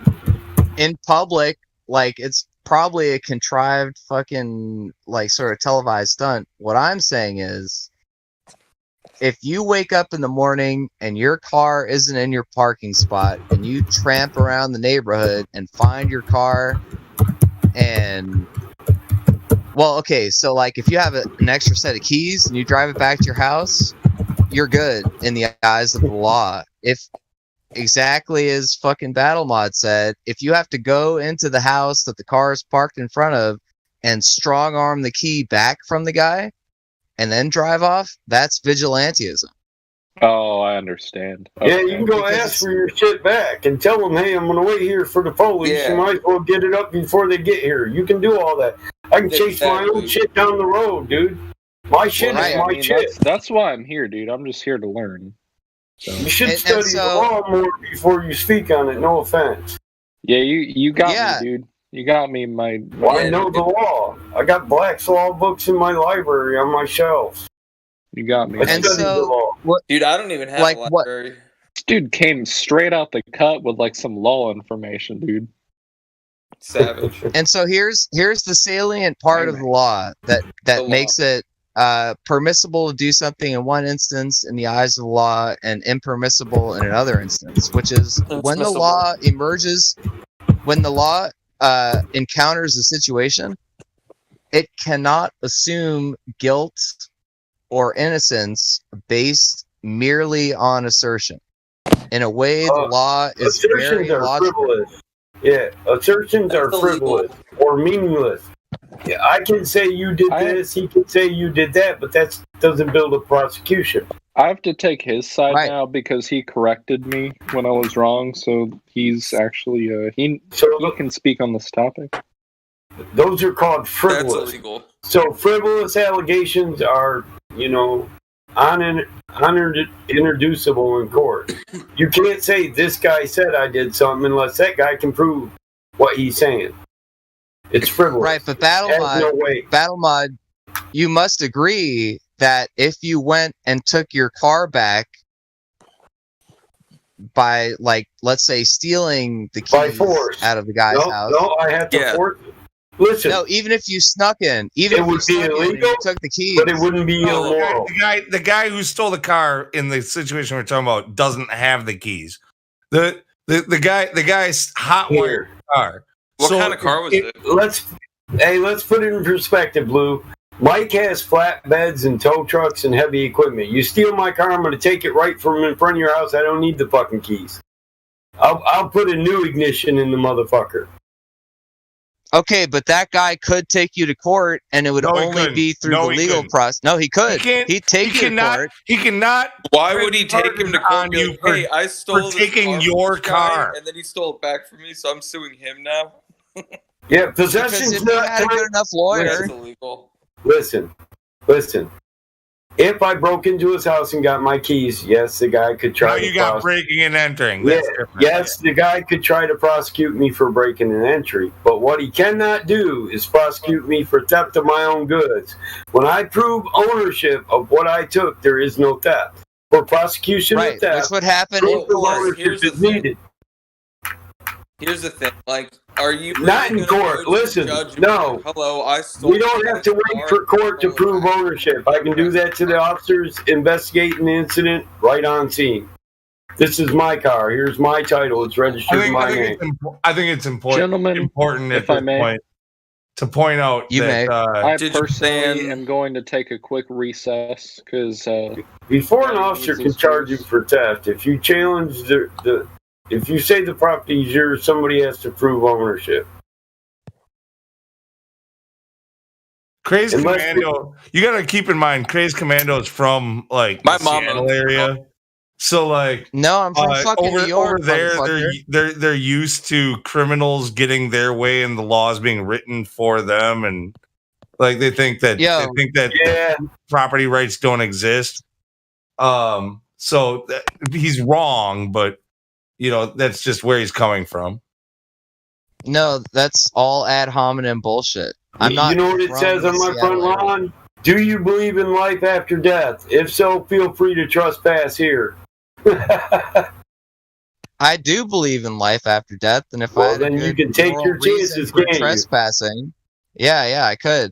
But anyway, there are no moral reasons to trespass. By the way, none of what I said was ad hominem.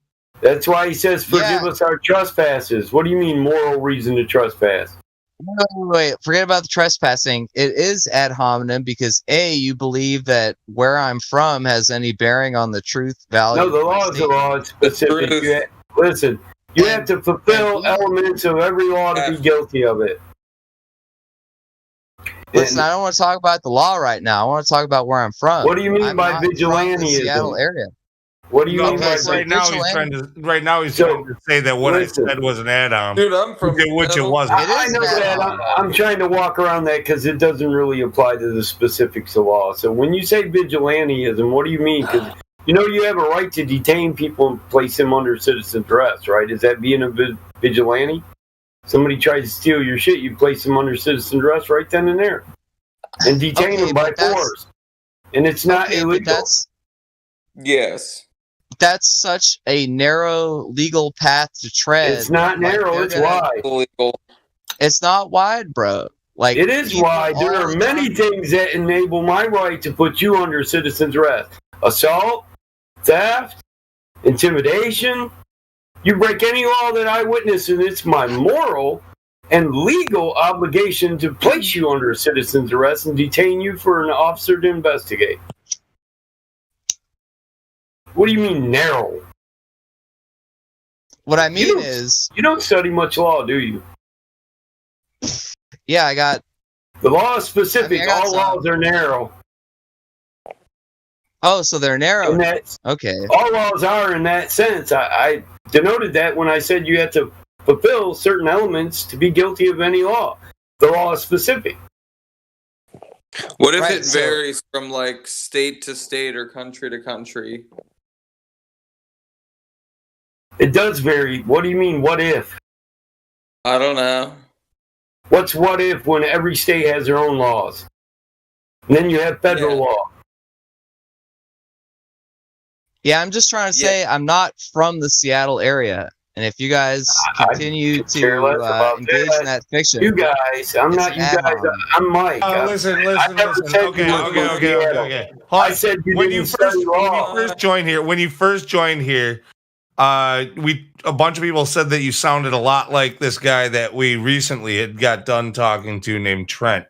and you wanted to know why it is that we thought that you sounded alike. And I told you that he was from Seattle, and you said, ha, ha, ha, that's funny. I'm from so-and-so place in, Oregon. That's not too far from there. That's really funny. So Dan's back. So Hi, Dan. you're not too far from Seattle, are you? I just said he didn't study law. I didn't say shit about Seattle. He might be Portland. Yeah, excuse me for I don't give a fuck where he's from. Sir. I'm a programmer. I'm just trying to don't sir me. What? Don't sir me. We can't say that. Sorry, friend. That's racist. It's not racist. I don't care about I'm just. Don't call me sir. I'm not some 80-year-old fucking man. To offend you. It's patronizing. I'm not offended, man. I'm being specific. This is coming to an understanding, guy. Don't go all liberal on me. Don't be transphobic.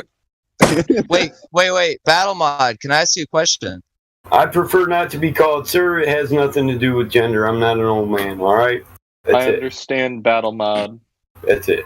We were talking to Crypto about what moral responsibilities are attendant in reality and whether or not one might have to face injustice from the law in order to hold up. Do morals, justice, and law have anything in common? Transgender rights. No, they don't. That's the answer. Right. Well, that was my position. But so when you study law, you learn nothing about justice. There's no moral content, not one fiber of it, in the study of law. You learn the specifics of law, and depending on what branch you're studying, the specifics of that branch. Texas. Well, I agree with that, man. Right. I mean, Texas, if you're going to be a different animal, whether it's criminal law, contractual law, arbitrary law, uniform code, they all have their specifics.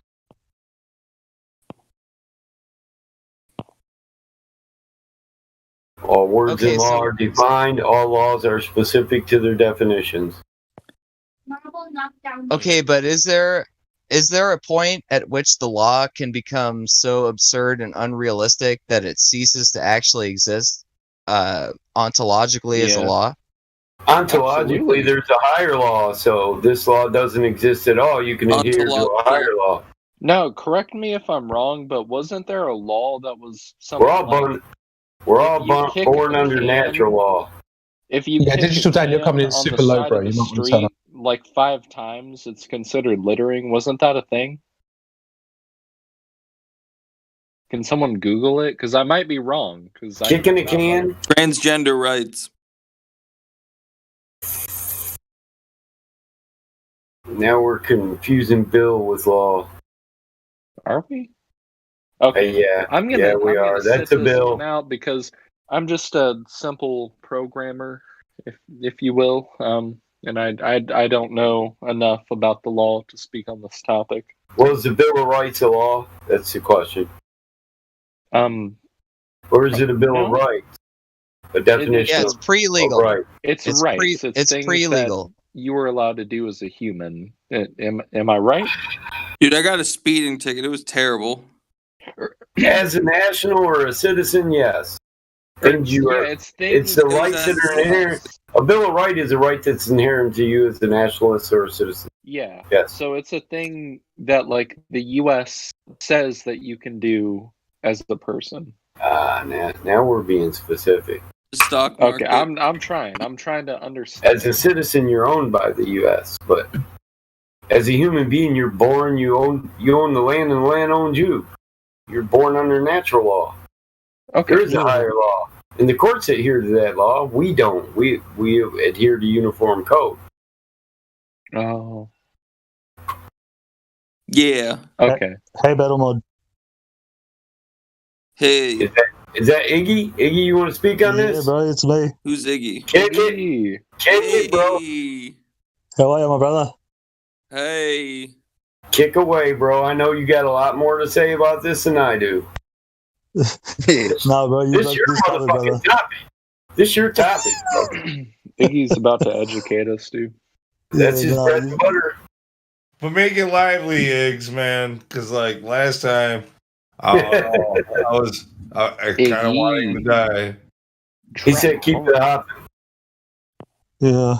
Do we need a background? You've got your. Don't stop hopping and don't stop popping. You've got your. I'd live by your that. man-made laws. Yeah. Then you've got your. You know, different parts of your man-made laws. Your UCC, your legislature, and federal and whatnot. Federal But that Reserve. all gets thrown in the bin from the fact of you've got natural law, and then you've got faith law on top of that, which supersedes all of it.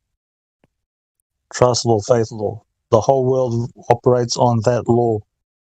It's the highest law. Everybody operates under bylaws and all this other like fakery, like somebody said about a speeding thing. I got a speeding ticket. Yeah, did that ever get like voted on in the House of Representatives? My People speeding put their hand ticket? up and yeah, did they actually pass the law and say, "Hey, we're going to vote for it 3 times and pass this law for speeding"? No, I have no it's got idea. nothing to do with nothing. Dude, yeah, I got a speeding ticket. It was terrible because like I had to like pay like $20. No, but that's besides the point. It's not a law. They've given you a piece of paper that says something, and you blindly pay it. And they say thank you very much. A speed limit is a regulation. It's not a law. It's a regulation, which is different. Exactly. So Isn't it like? Wait, what's a correct me if I'm regulation wrong. versus a law? Okay, actually, yeah. Respond to his question there. That's what I was wanting to know. yeah, so that's what it is, and you do have things. You've got, you just say your highest law in the US as a citizen where the country owns you. It's defined in the legal dictionary. You have these duties and privileges, or you can operate, if you know how to operate fully within the system, like as in society. One of the people that signed the Declaration of Independence, you can actually be a part of that, but there is certain mechanics to be involved in that. Wait, what's the difference between a law and a regulation? A law is law. Regulate. What do you mean? You just Like answered your someone own said question, that bro. like a second ago. Like the speed limit thing is like a regulation versus a law. I don't know. I was like, It's a suggestion, bro. confused. He's just trying. He's asking you to clarify. Yeah, so it's a suggestion, like Like when you a see mask mandate. Like a mask mandate. Yeah, a mandate Does your local law have it written into the law books that you must wear a mask? No, but the private sector does. No, it doesn't. Private sector Yeah, it can't does. do that. It's not a Yeah, they private, it's can. public. It's for the public. Wait, what are you talking about? Actually, yeah, you're right. You're right. Okay. I know I'm right. Yeah, see, I know you are because I don't know about law, sir. I know about programming. My apologies. I'm just No, trying to you're right. add food So, for thought. They Sorry. can't. These guys are operating in the public. You are private. They've inverted everything. I'm you have private. public servants, but they've made you the public, and they're public and they're private. But you're just public. public. You're just a Public a private. donkey that people can jump on. Okay. Do you get me? Yeah. So I'm not the best at this, but like, see, like laws. I've heard somebody else talk about this. Like when it comes to the speed limit example, like you can go 120 miles an hour down the road, and as long as you didn't destroy somebody's property or their well-being, like if you didn't hit a kid and you didn't crash into somebody's house, you didn't do any harm, therefore there is no crime involved, right? Like that's incorrect. That's incorrect. No, shut up. I'm not talking to you. That's wrong. No, you're wrong. Hey guys, we're gonna keep this civil. There's no shut up, Digital Dad. No. Hey. Yeah, you shut up. Shut up, Digital Dad. Oh no, yeah, Digital Dad. You shut up. You all shut up. Shut up. Yeah, shut up, Battle World. Yeah. You're banned from my Roblox server. Shut up with the shut up, man. Come on. Shut up with the shut up. Kiss you on the mouth. No, the thing. Let me put it this way. Nobody was harmed. There was no victim. There was no victim. There was no damage done. No restitution to be made. As long as he ain't trying to kiss my mouth, there's no victim. So we're watching threats of violence, boy. Is it against the law or isn't it to drive recklessly in your jurisdiction? It's only reckless if it creates damage. But the law is a legal. Well, that's a uniform code, not a law. Is the law, though. It's a civil ordinance, man. He was being very specific. You told him you were wrong. Listen, he's not wrong. That's not a law. It's a civil ordinance. This dude's probably a lawyer, IRL. You've got law, which is legal, and you've got lawful, which is higher, and then you've got, on top of that, you've got, what's it called, natural law, and then you've got faithful on top of that, yeah? So all law is predicated on persons. I know I'm not a person. A lot of people think they're persons, so good for them. Wait, what? But every single law that is written down, it says... Am I a person? Only if you submit to living under the agreements that your legal avatar requires. What does that mean? That was a complicated legal fiction. Oh, that makes me not a person, dude. Because wait, what makes you not a person? If you subscribe to like the agenda that like the government, and I'm paraphrasing, but like basically, if you live in a society, then like you're a person. Yeah, exactly. If you live in the society that was constructed and like subscribe to like their ideas and stuff, that makes you a person. Am I right? So if I live in a society, then I'm a person. Yep. Nice. Yeah, because you don't know who you are, bro. That's the thing. That's why you can't go over to a higher law, because you don't know who you are, and you get stuck in their system, in their legal system. Yeah, committing infractions and civil offenses and calling it law. Exactly. You know not where you proceed from, and you know not your origins. You don't even know where you're at in reality. Shit. Yeah. How can I speak to you about things you don't know about when you don't know about anything I speak to you about?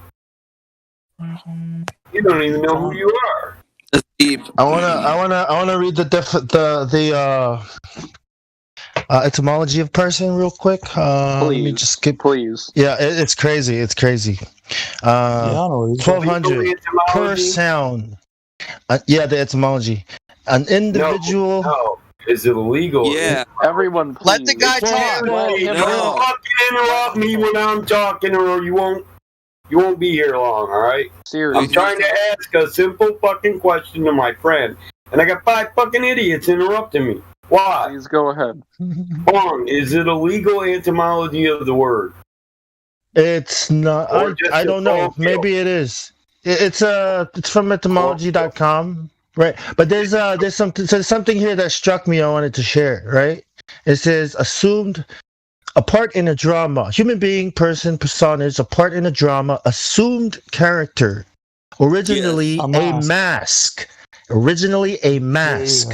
Like a false face, such as those of wood or clay, covering the whole head, worn by the actors in later Roman theater. I mean, mask. That's why I wanted to share it. I'll post the link now. It's a persona. So I don't think it's the legal definition, but I think it crosses over a little bit. What do you think, Mike? It does. The link.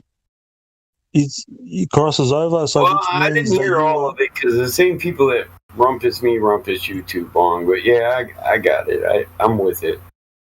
I think it applies. I'm with that. To sound through. So, this name that we're born with, this your name that's spelled in capital letters. I think this is kind of like to sound through, i.e., the mask is something spoken through and perhaps amplifying the voice. But the long O makes a difficulty.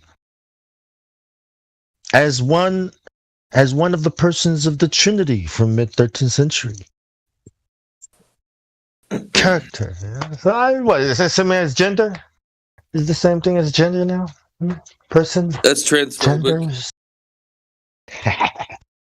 Persons is the term they use to refer. You guys vape? Shut that fuck up, man. Christ.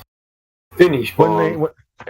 But the term persons, when you read it in a contract or in these legal documents, is it referring to the name, right, that's written, or is it referring to the actual body that represents that the name person, right? It's the name, right? The name that you were born with. It's the name that you operate as and do business as. The name of the corporation. Correct. Is a corporation a person? Yes. What kind of person? A psychopathic person. Does it run the world? Yes. Well, you are your person.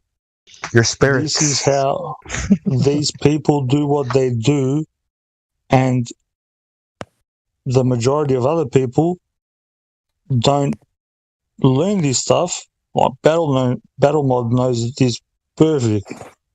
He knows how to operate under it and above it, but most people don't take the time to know themselves and then be able to go that higher step to correct things. You can't sue like McDonald's. You know what I mean? Like, what's McDonald's? It's just a name on a piece of paper. Is it? Hey, is this a good analogy? A person is like a model, right? It's like a mathematical model of the real thing. Is that a good analogy? The ball, the model. Yeah. It's like I can vibe with that. It's wearing. People say you can wear different hats. What is hot miking? Today you're a driver, you're a teacher, you're a mother. Oh, I don't know. Mr. Flat Truth Man is making cereal or something. Pause, everybody. Digital Dan, I've already caught you a couple times trying to moderate the room. The other guy, also, who was that? Me. Yelling about hot miking. Joshua? Yes. Yeah. Don't moderate the room. You're not a moderator. Now, keep the background. You are correct, though. The tinging, keep the background noise out. And just last warning, though, for Dan. Like, if I see you try to fucking tell somebody to shut up and let somebody speak and all that stuff again, you're getting muted. I just wanted to order. Yeah, you're not the order maker here. Yeah, you're right. All right, my bad. Let's moderate ourselves. Yeah. So yeah, we can do it. The mask it's like wearing a different hat. Like people say, I'm a father, I'm a bus driver, I'm a baseball player. All these different masks. They're not a man doing a job. They're all these different things. That's what it denotes, and people don't get that point. You're putting yourself in this limited thing. It's the idea. It's the idea of freedom. It's the idea that slaves thinking they are free, working for free for us. For them. You know what I mean? It's the idea that you're free, that you have rights, that you can do whatever you want, even though you're not, even though you can't. But we believe we can. We think we have these rights. We think these laws are here for us and they're benevolent for us, but they're not. It's all control. Sorry. Yep. Okay. That's a No, my bad. dismal I and was incorrect finished. view. That's a dismal and incorrect view. It's not the case that these quote-unquote slaves believe that they are free incorrectly. It's that they believe they are slaves incorrectly. And so at every juncture where you limit your God-given freedoms, you are tacitly agreeing to an argument that says you do not have the right. And I wish Crypto was back in the voice chat. That's one way to look at it, bro. But it all boils down to this. Freedom and ignorance cannot coexist. Correct. That's what it boils down to. So you can flip it around as many ways as you want to, but the ignorant will never be free because they're ignorant to what makes them a slave. Is it a travesty? Yes. Period. Is any way you look at it dismal? Yeah, pretty much. Breaks my heart. Free men think they have rulers.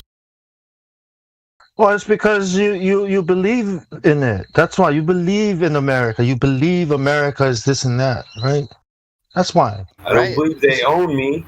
I believe I own them. Well, I stopped believing in America a long time ago. I believe in a different kingdom. That's better than that. The kingdom of, the kingdom that came down. Yeah, the higher. Yeah, exactly. So if we believe and we want to live in these kingdoms on earth, then we have to follow the laws of those kingdoms on earth. With those that ruled by men. No man can serve two masters. Right. Right? Amen. So who's your master? Are you your own master under God's law and natural law? Or is the state your master? Where do you lie your authority? How much do you value it? Is it worth research time? Well, I don't think you can be your own master. It's kind of silly, It's like saying I'm my own dad. I taught myself. Well, I think you can. You can bow to a lord and be your own master. There are masters under the Lord. Are there not? My dad's not my master. You were meant to be the master of your own vessel. Oh, but we all have a master, that we learn from. Life is the gift of God. What you do with it is your choice, right? Master I think the king of this kingdom, the kingdom of heaven of God is the master. I do, but I don't confuse Lord with master. I don't confuse that there. So you should love him above all, but you should be your own master, and if you're not, somebody else will be your master. Hey, I'm sorry to interrupt. Crazed Commando, I sent you a message. I was going to see could I talk to you in another room? Sure. Is that okay? Birth into time. Cool. I'm going to go to the live stream too. It should imply you weren't already present in time before birth. Part of the conversation. I don't know what we're going to do without you, but do what you must. I mean, if you're not. When I first Dan, you little nut cupper, you can follow him if you want. Yeah, go with him. I mean, go ahead. No, nobody's keeping you here, bro. Okay. I mean, just ask Riggs, please, sir. May I join your conversation too, sir? Yeah. May I join your conversation? Is that possible? Yeah, I'll just find where they are and move you down there. Okay. I think one person and probably battle mod will only will probably get this. What I'm going to say. I came on here with a heavy heart, and was it not long ago to try and explain to people this because of all the robbery that's taking place, so people can wake up to it. But all right, in the Bible it says God gave you dominion, yeah? So you are free, don't harm others, don't steal, the go how it is, yeah? So then, if he's giving you dominion and all the rest of it, you're good. As long as you behave in the natural law and God's law. Both of them should go together, hand in hand. So, it speaks about Caesar, yeah? Give what is Caesar to Caesar, and give what is God, what is God's. Yeah. Who is Caesar? I like this example. Don't say nothing, please. Yeah. Who is Caesar and what belongs to Caesar? Caesar is the emperor of Rome. Is. No. Still.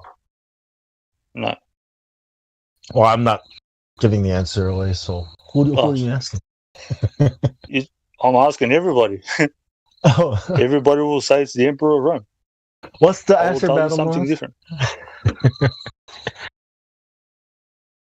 Caesar, you are Caesar. I think Caesar are is his Caesar. own person unless he subjects himself to the ideas of the Roman Empire. You're not Caesar, right? It's an analogy. Caesar's a title. Dominion. Yeah. Are you talking Caesar's about a the title? carnal man? Are you talking about the carnal This man? is an analogy. Kind of, Bong. Yeah. Caesar is a title, though.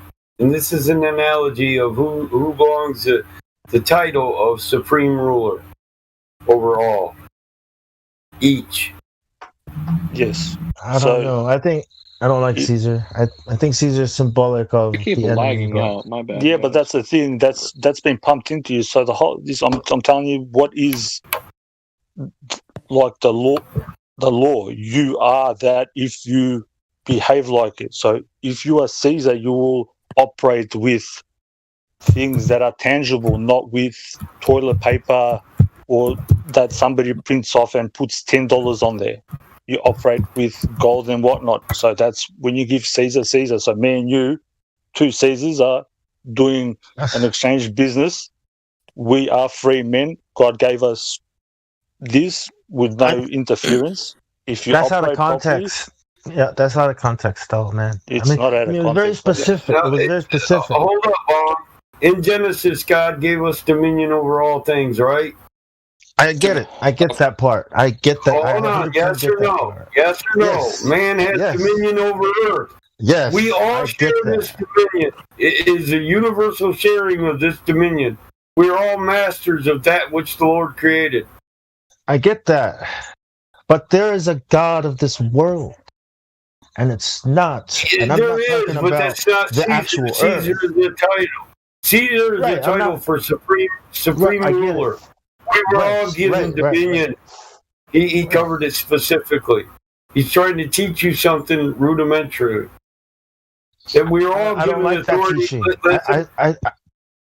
Listen, Bong, it's not about whether you like it or not. It's about allowing the opportunity to tell us. The Holy Spirit is telling me to speak out against that teaching. That's what I'm trying to say. Go ahead. Yeah, hold your tongue, bro. Because the Holy Spirit guides me too, and it guides me to teach people this. Okay, so we're all born under God's law and natural law. We're all given dominion over earth. We've all given our dominion away to other fucking people and let them destroy that which the Creator gave us. Thank you. Yep.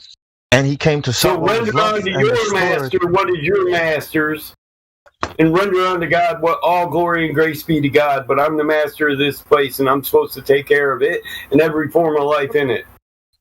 God bless you. Thank you. And die before I watch it get corrupted. I agree. But that's not what the message was of it is. What Jesus was doing. It's not. No. Listen. Jesus came to fulfill the law, confirm the law, and we're preaching the law right now. Man's law or God's law, which one you choose? You can't serve two masters. I get it, but it was talking about what do we give to God, right? We give to God what? Obedience. What did God give to us? Love. Love. That's right. Yeah, but it comes through obedience to the law. If you love your God, the law, he gave us dominion. And if you love him, you take that dominion and you freaking do something with it. I'm trying to reach a deeper point here. Right? Some people, right, don't like paying taxes. Some people avoid paying taxes as if. And then wait, let me finish. And then I hear people say, I want to go, I think we should all go to NASA, right, and fix it up and tell them to spend our tax money properly, as if it's their tax money. So there's a problem here. People think that they're paying of their taxes, right, that they're giving something that's theirs. But it's not yours. The money system is false. What you have given is your time and your energy. And whatever that value is in the form of money and taxes, that doesn't matter. What God wants us to give to him is our time, our energy that we give to Caesar as well. Every day, 8 hours a day, 10 hours a day, some people 12 to 16 hours a day. We do that every day, and we don't. Bro, you have dominion. You have authority on earth. You even have authority to tread over serpents, but you don't use it. But we're not treading over serpents. It's treading over us. That's the fucking point. We celebrate. That's the fucking point, man. Listen, guys, I'm no longer allowed to moderate. So don't moderate. This is exactly how the adversary keeps the power of the individual as ordained by God, the Most High, our Father, from coming to light. Yep. I just wanted to every time. I just wanted to put my counter. Every time you say man has authority, he was given dominion on earth. Some cluck, some zealot comes in but says God's the biggest authority. Yeah, and he gave us dominion on earth. Think about it. Think about it. So if you honor your father, you respect his wishes. If you love him, you honor him. Respect his wishes, follow his law, take your dominion back. For we do not battle against flesh and blood, but principality. How do we take it back? Places, but guess how do we fight? Right? You have no fucking rulers. You have dominion. If we're not fighting against flesh and blood, then we're fighting what? Ideas, theories, philosophies, imaginations. What are principalities? Orders of authority. Who has the most authority? Under Genesis, man has dominion over all man. Yeah. So should there even be categories? Should there even be categories of principalities and rulers? Listen, the kings go by the divine right of kings, or God-given authority to rule, but God gave who authority to rule? All man. For they have dominion over the fowl of the air, the beast of the field, the fish of the water, the earth. It is yours. Faith law. It's to the sons of God. Be fruitful and multiply. No. Be fruitful and multiply and subdue it. It's ours. Subdue it. Yes. Subdue it. Says. How do you subdue it? With guns? How do you subdue? Multiply with the knowledge, not root like rabbits. Multiply with knowledge. Right. Wow. Listen, God's law even defines for you. Right? Excuse me. What knowledge? God's law even defines for you when you can take the life of another man, does it not? Iggy? Yep. If you sword, you will die by the sword. No one polices. Yeah, that's because that's what you say when you want people to give away their dominion, not police the law of their father and let sinners go free. They came to take Jesus, and they could have fought for him, but they didn't. Instead of stoning him to death. He was making a point. Peter pulled out his sword. You would have pulled out your sword, and Jesus would have told you, put your sword away. That's not how we fight this. And you would have been like, I am dominating the world. I'm subduing it. Right? And he's saying, no, that's not how we subdue it. Right? No, you just teach people they don't have to bow down to a higher authority. There is none other than the Father who gave them dominion. If you came on, listen, I live on my father's land. My father gave me this land. I'm the ruler of this land. If you come on this land and talk shit that is other than what my father told me, it may be the last shit you ever talk on earth. Be right with your creator before you come out here. Dude, the earth is decaying and groaning and moaning. It's waiting for...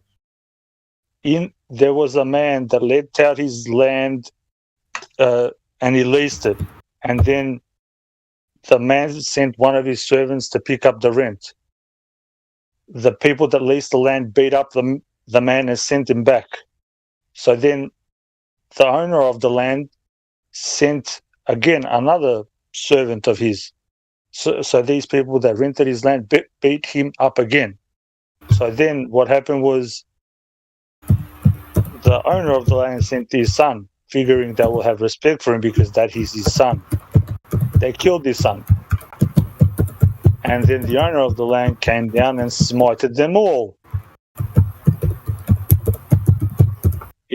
God will avenge, right? Yeah, God will avenge. That's what he's saying, right? God will avenge.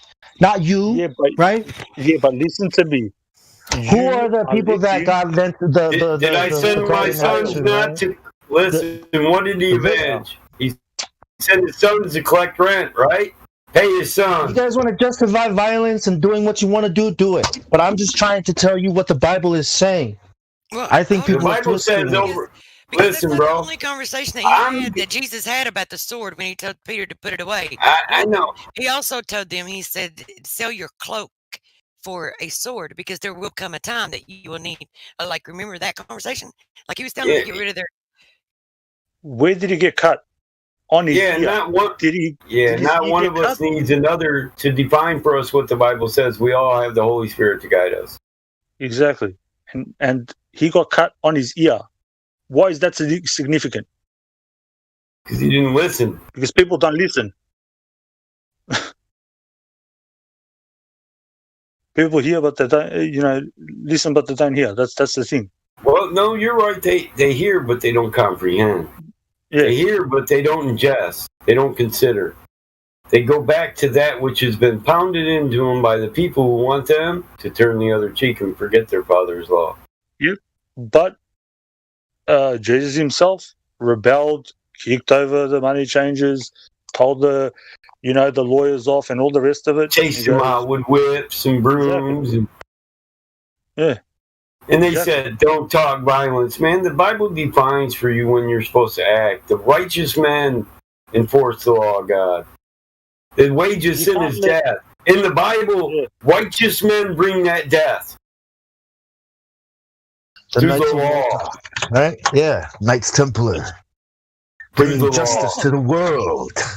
Through the Catholic Church. Yes. Yeah. We will subdue the earth. Well, that was the corruption of our religion, yes. The kingdom of God to heaven. To earth. Yes, I agree. You cannot let evil keep on going and then say, hey, how come everything's all stuffed up when nobody's doing anything to stop it? Yeah, bad things happen when good men fail to act. Yeah. Let me know when the crusade starts. Still don't act. Yeah. What is acting then? How do we act? How did the disciples act when they acted? Did they go out with swords? Were they not?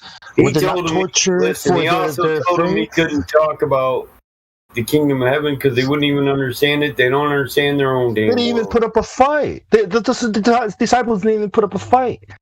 And a lot of the things in the books are for later generations who will understand and not those who were actually walking beside them. So we shouldn't follow the examples of the disciples, right? We should listen to this one or these couple of phrases that say we should stand up. In one hand you say love your God, and the other hand you say I wouldn't commit harm to install his laws. I wouldn't enforce his laws. I wouldn't police his laws. But I don't like America. That's what I'm asking. How do we enforce? How is not the question. When is? That's it. It's already been defined for us. How righteously, judge righteous. It's already been defined. All these answers are in the book, bro. Did you miss them while you were doing this fairy tale fantasy? I'm talking about separating. I'm talking about separating the things of God from the things of this world. That's what I'm talking about. God is talking about you. How many laws are referenced in the book? Jesus, he said, I didn't come to do away with the laws or the works of the prophets before me. I came to fulfill them. See, that it could be done, to show you it could be done. You can fulfill this law. You can follow my Father's law. You can do it, but still people follow the law, man. Yes.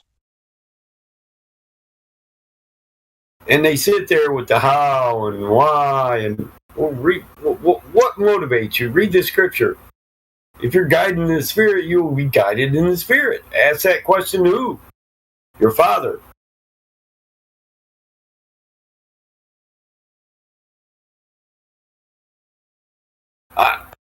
Listen, there's a supreme set of laws. All we got to do is follow them. The problem is most people aren't willing. Their hand's not willing. They don't want to do it. They say, he said, turn the other cheek. And this says stone people to death. That's right. So they don't pollute your communities and we don't get where we are right now. Yes, and the time is now. When he said when so is why now? didn't they stone that lady that they brought to Jesus? We caught her in the act of adultery. Well, that's because they didn't follow the law when they charged her. Right. He said the law they didn't follow their own damn law. Then he said, listen, if you don't have any sin, you can stone her, right? That's what he said. Listen, hold up. In that story, Jesus bent over and he wrote something in the sand while they were talking to him. And this is what scared him. Because their law said they were supposed to write her, the offense she was charged with, the sin, in the dust of the church or in the dirt of the ground. So that if she was found not guilty of it, it could be wiped away.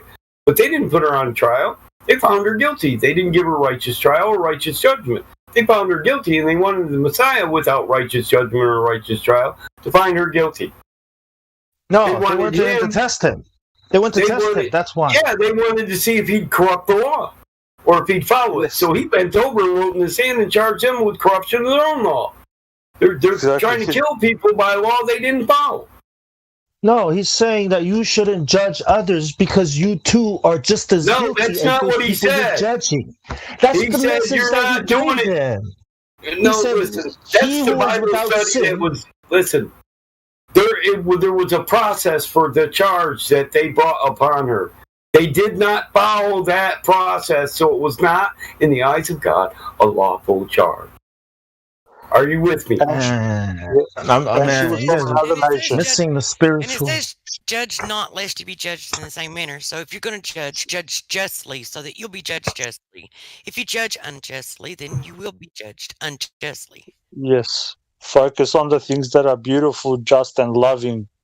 And that will become reality. I'll misquote it a little bit, but there's a passage that says it there. And that woman, where was she from? Samaria. And what were they charging her with? So who's the culprit that did it with her? Because it takes two to commit adultery, right? Of course it does. It was the very same people that brought her that were trying to get him trapped up in it. Yeah, one of the people that were trying to charge her was one of the people that fornicated with her. Exactly. So that's why I said it to him. The law of Moses says that they should stone her, right? That's the point. Well, the law of Moses says her co-defendant couldn't be witness against her. I'm trying to get to a point here, but what do you say is what they asked him, right? I know that's what he says. What he said was you're not following the law of Moses because you didn't do all this. I'm trying to get to the trick question. I'm trying to get to the trick of the question. It's not the trick. Right? The point is they weren't following the law of Moses, so they couldn't kill her by the law of Moses. It's explained in the Bible what happened. It said that if he says yes, stone her, okay? Then he contradicts himself. If he says no, don't stone her, then he contradicts the law of Moses, right? So either way, he can't answer yes or no, right? He didn't either. But the way he answered, everybody marveled at him because everybody that was listening knew what they were doing. That's why they marveled at his answer. All the time he does this, where they expect a yes or no answer, but he flips it on them because they don't want to. They're trying. So that's what I was trying to bring up, is that he was teaching the people. For them to charge her, for you to say the law of Moses says we got to kill her, then I couldn't fornicate with her and then come raise charges against her for the act I did with her. Exactly. That's against the law of Moses. So we wouldn't be following the law of Moses, so there'd be no death by the law of Moses because the law of Moses wasn't followed.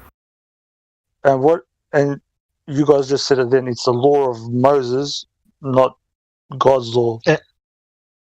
Yeah. In the same way, they did the thing with the law of Moses, and you have God's law. The law of Moses is God's law. That's the point here, okay? That they're trying to use God's law to try to trap him into a trick question. But the same thing happened when they came to ask him about Caesar's taxes, right? They said, can we ask you a question? Do you think it is lawful to pay taxes to Caesar? See how the question was formed? Lawful to pay taxes to Caesar. Now, if he says yes, then he contradicts his own law. If he says no, then he contradicts Caesar's law and he could be persecuted. So it was another trick question where it's a lose-lose situation. Not really. But the way he answered it again marveled the people because they knew what they were asking him was going to get him into a trap with his own words. So what did he say? He said, yeah, they knew better than you, bro, because they knew what was actually going on. And they were just marveled at the trickery of them. Yeah, they knew what was actually going on. They knew Caesar had no authority. You say render unto Caesar that which is Caesar's. I would say give Caesar nothing because he's not the Most High. I owe him and nothing. They would have caught you, and they would have caught you with your words. But that's why his answer was marvelous. Well, they wouldn't have caught me with my words. I would have let them kill me, but I would have told the fucking truth. Caesar doesn't own shit. They were looking for a reason to trap him in his own words and to kill him. That's basically what he said. Give Caesar everything that is Caesar's. Well, everything we see on this earth doesn't belong to man. We're given dominion over it, but we own nothing. That's the analogy. It's an allegory. There's another meaning in there. He's saying is Caesar just a man? It's just like the devil tried to tempt Jesus with kingdoms that didn't belong to him. Caesar is an authority, is a position, right? Caesar's just no like different than the adversary. And the Satan. So the Satan offered him all the kingdoms that he sees. But he said, you can't offer me that which is not yours. Same thing with Caesar. I can't render Caesar something that isn't his. Caesar's the Iron Beast. That's who Caesar is. He's one of those principalities, authorities, powers, dominions. The problem is you've done them Bible study researches wherein your doctrinal masters have told you what they meant. Each verse. No, that's what Daniel says. Okay, I'm going to tell you something right now. I did the same Bible studies, Bong, but I broke that. I read the Bible for myself, and I figured out what it meant myself, not what other people told me based on their beliefs of. No, I'm going by what Daniel and John said. Tribulation. What does Romans 13 say? And I'm gonna put something right down now, give you a bit of a shock because this applies to all law. What's Romans 13 say? I got to pull it up, but I can't recall. Pull it up. Top of my head. Pull it up if you have to. I want this read out because I want to make a full blunt point, and if they want, people can hate me after. I don't mind. I don't care. Go ahead. I don't have the app on this phone. Sheesh. So it says apparently God installed all the governments and you have to obey the government and blah, blah, blah, blah, blah, blah. Shit like that, yeah? Romans 13. Oh, yeah. Yeah, but it says God gave you dominion. Well, that supports my point. That supports the point of that. No, that's why Jesus didn't throw. That's why Jesus had to go through. Listen, bro. They have added on into the scripture. I've read heaps of them, and I've read. I'll read it now. Let me read it first. Let me read it first, and then we'll go. Right. Let everyone be subject. Let everyone be subject to the governing authorities, for there is no authority except that which God has established. The authorities that exist have been established by God. Consequently, whoever rebels against the authority is rebelling against what God has instituted for his plan and his will, for the future. And those who do so will bring judgment upon themselves. For rulers hold no terror for those who do right, but for those who do wrong. Do you want to be There free we from go. fear of the one in authority? Then do what is right, and you will be commended. For the one in authority is God's servants for your good. But if you do wrong, be afraid, for rulers do not bear the sword for no reason. They are God's servants, agents of wrath to bring punishment upon the wrongdoer. Therefore, it is necessary to submit to the authorities, not only because of possible punishment, but also as a matter of conscience. This is also why you pay taxes, for the authorities are God's servants who give their full time to governing. Give to everyone what you owe them. If you owe taxes, pay taxes. If revenue, then revenue. If respect, then respect. If honor, then honor. Love fulfills the law. Okay, yep. That was 1-6. Owe no one anything except to love each other. For the one who loves another has fulfilled the law. For the commandment, you shall not commit adultery, you shall not commit murder, you shall not steal, you shall not covenant in any.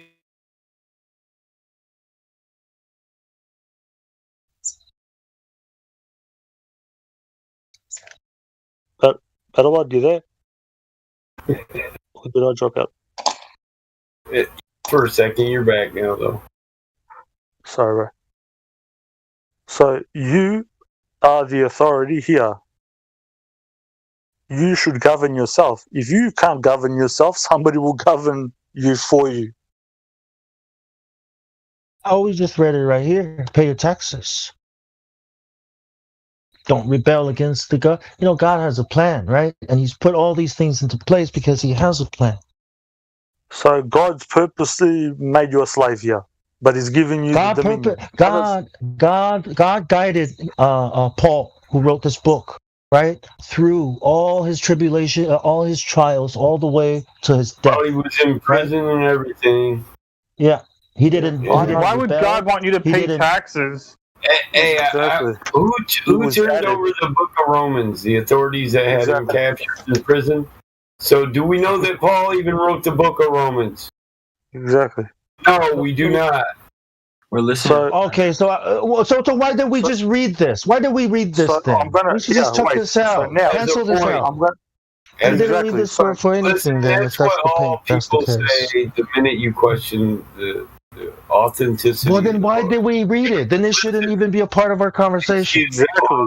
It is. This is the entire conversation. So the letters of Paul, the books of Paul have all been questioned since the beginning of the ministry. You should know that. So now, when you open up Windows and you just automatically log on, what does it go to? This what you type in. Google. Romans 13. Oh yeah. So all you gotta do is script. Yeah, so if you type in the if you type in the books of Romans, listen, it goes to Romans 13, 1 through 14. So many times God brought a disaster upon Israel because of their disobedience, right? He would use other nations because they didn't believe or because they said they didn't obey, but they would try to fight back, right? Remember when they went to Canaan and they came back with a bad report, and then Moses told them what is going to happen, and they're like, no, okay, we can take it, and God and Moses said, no, you can't, but they still went on without God, thinking God was with them. Of course, you cannot. But then they all died. It's not yours, right? So if God says don't, then don't. If God says okay, you know, that's what I'm saying. It's not. Do not take what is not yours. What you have earned, your sweat equity, you keep. You act in honor. You pay your bill. What you've given your word to, and it's yours. You can't just rumpus in somebody's house and kick them out and say, "This is mine." I don't care if you got God with you or not. Jesus said you can't go into a strong man's house and rob him. Only a stronger man can go into a strong man's house, subdue him, and then rob him. Now, who is the stronger man here, right? Yeah, but there's always. He's talking about our body. He's talking about he's talking about our hearts. But you know what I mean. Same thing with the house. Yeah, but even if what about a guy with a gun? Literally. Yeah. Exactly. Even literally, if you take it, there's always a person that is stronger than that person. Yeah. I don't remember that book. And Hey, I don't remember that saying nobody. I don't remember at the beginning of that paragraph saying then they began to speak in parables and allegories. So who says it's allegorical? Maybe it's literal. That you're the master of your own house. The only one that can come and take your stuff from your house is somebody who's bigger than you and stronger. But they're not fulfilling the law through love now, are they? If they just come in and take your shit. Exactly, that's what I said, yeah. Because it's not my house. It's not even my land. It is by the law of nature. If you tend to land, you gather your own but I'm not stuff. attached to it. Excuse me. I'm not attached to the house. We I don't want to take ownership of it. We have dominion over this earth. So what we take for the use in our lifetime is ours. If I shaped and formed this land for my use, it's mine as long as I'm alive. If I gathered my chestnuts and my acorns and my walnuts, they're mine. I put my effort, my sweat, and gave thanks to my Father for them. What gives you the right to come take them when I have dominion over this land, given by my Father? We say we do. Don't let anyone know what tree you hid them in. No. Well, my Father gave me dominion. So when I give my dominion away, that which my Father gave me, then you can come in and take my shit. But as long as I gather it up with my own sweat, my own brow, it's mine. I owe it to no man. I owe you love. If I come with a big army, right, and I ask you, right, to let us own your land, but you can still live in it. You might fight, but I have a big army, and I'm saying that my army is going to be able to destroy your family and take your land, right? The law of God, that's just being. That is the case. That is the situation we're in. We're living on land, right, that has been taken from us and is rented. We are allowed to live on their land. We think we own it. We allow this to happen because humanity altogether is the bigger man. We just don't follow the law of God. Love your neighbor like your brother, like yourself. That's what it's going to take, literally. Last thing Jesus said before he went was, I'll leave you with one command: love one another like your brothers. But we can't seem to do that. That's when it'd be like this. If we did, look, hey John, what? Hey, they come in and took Joe's land. They said he got paying rent. Oh, go get Bob, John. Well, I go get Jerry. All right, we'll get Harold and Tom too. God bless you, brother. That's it. We'll take his land back because we love him. Exactly. God bless you, bro. Thank you. Yeah, but this New World Order thing, you can't really get Bob, Harold, and Tom to help you with it. I mean, you're going to need a couple thousand more. Listen, the problem goes way deeper than that. It's got people who are blind set zealots and this doctrine that I've been taught and these beliefs that were handed to me that were designed by a guy 1,000 years ago. This is the only truth, and it's the only way to heaven through salvation. This guy meant this when he said that, and that guy meant this when he said that. That's what we're up against. People don't believe in high places. Yeah, they believe they gave their authority away, so now we fight against principalities, this authority, that authority, the beliefs in your mind. So as you believe, so shall it be unto you. Yeah, how convenient that they have a scripture that tells you to obey the government, and it doesn't even give any specification or anything. We don't even have a John and a Bob and a Tom who love one another to even care enough to do that. We have a Bob, a John, and a Tom today that just loves turn the cheek and loves what the authority puts forth and will fight for the authority. Yeah, they turn themselves. I shall not turn the cheek. I shall not. Isn't NASA part of the government? Yeah. Well. Battlemod. Now we're drifting. Have we spent how long have we spent me and you just talking about this? It's hard to put this across, brother. And this is why everybody's suffering, and we have to suffer along. You know, the problem is that there's a million other authorities in the world that people think they have to bow to, and they think if we somehow give them back dominion over the earth, that is a new wave ascension into their godhood. That we're equal to God because we have control of the earth. No, God gave us dominion over the earth. God gave us dominion over the earth. We're only trying to tell you to take back the gift God already gave you. Exactly. Remember when God said that to Adam and Eve? That was before the fall, right? He said that. Hey, here we go with that crap. Listen, listen, we were told to be fruitful and subdue the earth after the fall and outside the garden. So what you say now, we've had dominion over every beast.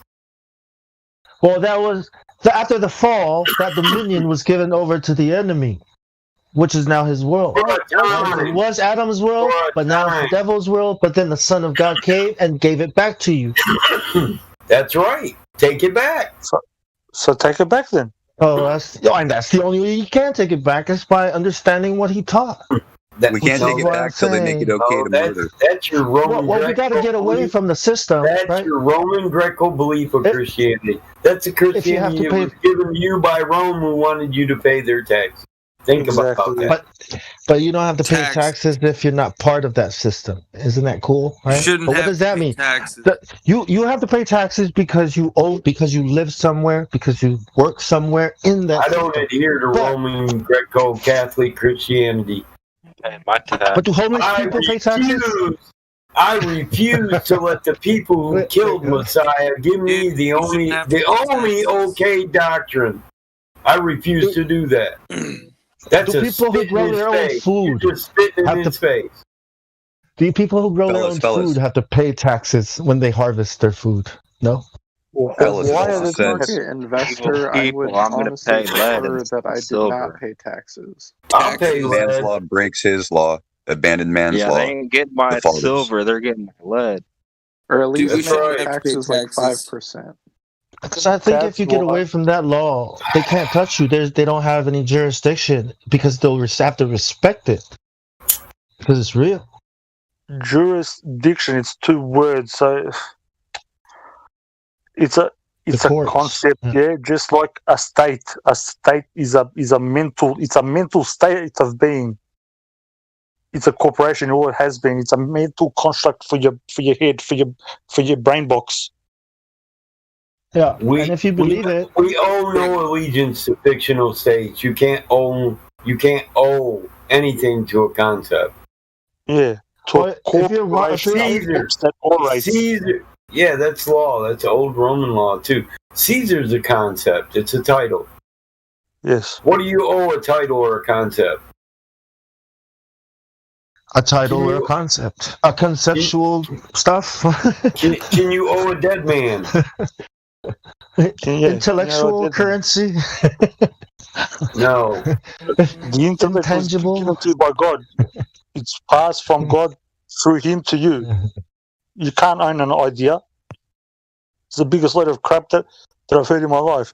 Before, it used to be called somebody discovered something. Now it's invent. So they changed the word, and now you can own something apparently because you changed the word from discover to invent. Right, but the original, but the word is ruler, right? That's the word, ruler. It means it's a measurement. No, it's the person. Well, it's the person that rules over other persons, right?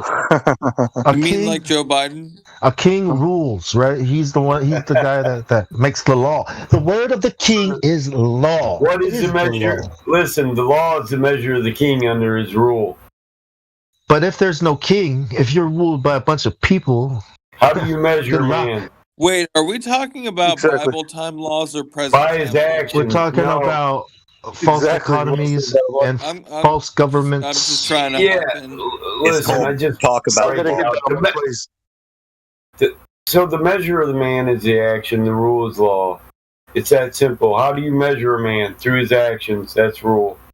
Exactly. I think there's some new people in here. Arizona Ranger, do you think you live on a ball? Do you think the earth is flat? What do you think about the earth? So in base law and foundational law, the measure of a man and his actions gives you the authority to take authority over him. Through his actions, he gave away his authority. Or through his non-actions. Yes. Silence is consent. This is the foundation, the very foundations on which law is built on. And it is the law of God. Trickery. The law of nature for those who don't want to say God. Exactly. Who wants to be a lawyer? I'm beyond who wants to be a tool? Bro, I'm telling you, Not me. If everybody acted honorably and just, there'd be no rule. That'll be it. Exactly. Yeah, but that's not what it is. That's it's what could be. Fantasy, man. Yeah, that's fantasy, man. Nobody's ever going to rule. No one if is we ever ruled by the law of God. Exactly. So, for the wage of sin is death, but nobody measures their rules. They gave away their dominion. Righteous men no longer judge righteously. They no longer police the law of God or nature, so they get policed. They no longer measure a rule, so they get ruled.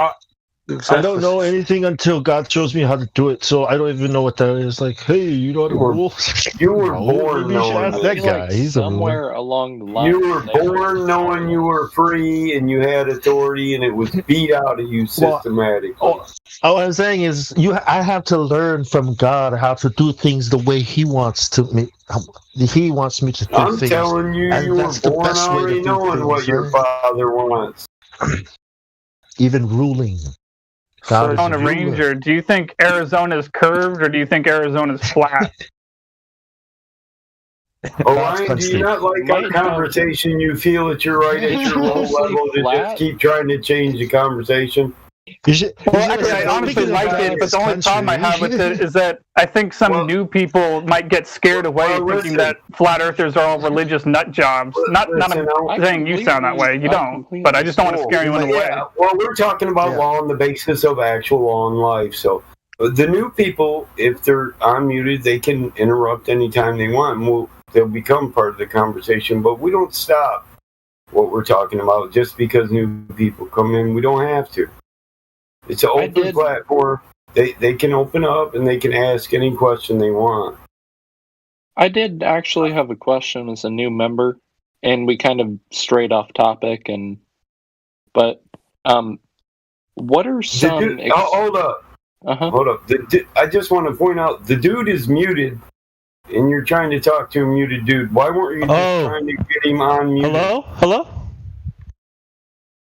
That works a lot better. What's up, Arizona? Hey, hello. So I just got unmuted. I was in here the other night and I talked to like moderators and whatever in the VC check-in, but I guess they like forgot to approve me or whatever. So yeah, well, so like, you guys have been asking me to ask questions the last 2 times you guys have addressed me like verbally because I've been trying to call out and see if I can like get addressed. But yeah, so like I was like server muted, so I don't know if there's like a you're good now. Yeah, I guess that I verified you. I unmuted you. Right. So did you? I appreciate that. Thank you. Yeah. So like I guess I kind of had a question. Like I'm, as it pertains to flat Earth, like I am, like 50-50, very, very much on the fence. Like I get that there is, I understand, like, and I believe that there is a, I don't even know if you want to call it a cabal, but there is people actively on Earth in high power positions willing to manipulate and take advantage of people on Earth and, take advantage of them and take the resources and use them as they will. And, like most of you, I probably, probably as most of you, I've been given the, the public school or the public education in America. So, I'm kind of on the fence, but I kind of, I do have this question, like, what do you guys for the true and blue,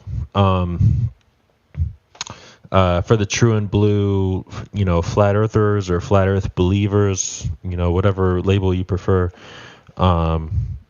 what do you think is underneath the flat earth? Oh wow, dude. I know all that for underneath. I'm sorry, but and I do know just from my experience, I do know a lot of people have a biblical response. Sorry. There's so many things. We'll get to that in a second. I just want to point out, like, for one, for saying that you're a 50-50 on the fencer, you sure act like a rookie. Like, you do not understand anything that's going on in this server. Or no, this is actually I want to ask you a question. This is the first time that I like. This is the first time that I've talked in this question. Okay. You said under, so do you believe we think the Earth is a flat? Hey guys, I'm going to sleep. Excuse me, Dan. Do you think we believe that the Earth is a disk, third disk from the sun, flat disk floating in space? Guys. Is that what you think? Can you repeat the question? I'm sorry. Well, you said under. Do you think that we think the Earth is a flat disk like a coin floating in space? Is that what you think we believe? Like, as opposed to like a two-dimensional square. No. Listen, it's not a as opposed to. Is that what you believe, or is it not what you believe? Yeah, that's what he's thinking. That's what he's thinking. Okay, is it what I believe that you believe? Is that what your question is? Yes. Yes, we don't think it's a disk floating in space. We don't even believe space is an actual place you can go to, or outer space to be more specific. Yeah, it's not just a claim about Earth. This is the battle mod that who's asking that, right? Why? Yeah. Look, it's not just a claim about Earth, like. Or lunatic. I just want to be sure, like, who's on who, like. Yeah, who's Battlemod is who you were talking to. I'm the one who's chiming in. Okay. I'm sorry. So, like, it really does sound like you're just picturing, Earth. You're picturing space the way that they taught you in school. Like, let's start at the sun. Then you got Mercury, which is a ball. Venus, which is a ball. Then you got Earth as a flat thing floating there in space, and then Mars and so on, right? Like, that's not what we believe, and it sounds like you think we believe that. Like, there is, like, I mean, this concept of space and heliocentrism, all of that goes away with the flat Earth, or with the globe, I should say. Was it not? I mean, I'm sorry to interrupt, but heliocentrism was at the Earth, or I'm sorry, that the sun is the center of the universe, or the center of, well, at least in our solar system. That's what your heliocentric solar system says. We take more of a geocentric standpoint. Yeah, it's more geocentric, but it's not quite geocentrism either. It's so that I guess that's what. Like geocentrism, where in geocentrism, the stars, the sun, the moon, they're all moving around the Earth in geocentrism. Is that a globe? I'm sorry, I have a lot. Yes. I mean, like, I'm 50-50. Like, I'm on the fence. Like I said, like when you say, like, in a geocentric model, like, these things are all orbiting around a ball Earth or a flat Earth. No, it's nothing like geocentrism. Man, come on, guys. Hold on. All right. A geocentric Earth is still a globe Earth, right? It's a stationary Earth that's the center of the universe, and it is a globe and geocentric in the latter year models. In the earlier year models, the geocentric model was a flat stationary Earth, and everything revolved around it. Right. So we're more with the ancient. Like, we think that the Earth is flat, as it appears to be, as all measurements show it to be. It is what it reveals itself to be. Anything that's above you, like in the sky, when you look up, you tilt your head up and you look up. You say, what is that? And what is that? And what is that? I just see my shitty popcorn ceiling, but yeah, I get your point. Whatever that is, it's literally above you. It doesn't go underneath of you half the time. Yeah, I get what you're saying. Yeah, 100%. Like, I see the same constellations every night, basically. Questions like underneath, or, where's the edge? Will we fall off? Those are all questions that have been put out there by controlled opposition propaganda, so that these questions become popularized on the internet. I mean, look, I mean, I get your point, and like, I understand that. But the thing is, before people are able to think about it, right, about a flat Earth, they are already given these questions to put them back in the globe Earth, so that they don't think about the real thing, but they. Listen, I mean, Bong, like I respect you, like, and I get it, and I'm actually very thankful to the server for like actually like unmuting me. Like, I got an invite to the server, and and I checked in with the VC like confirmation channel or whatever that is, like, and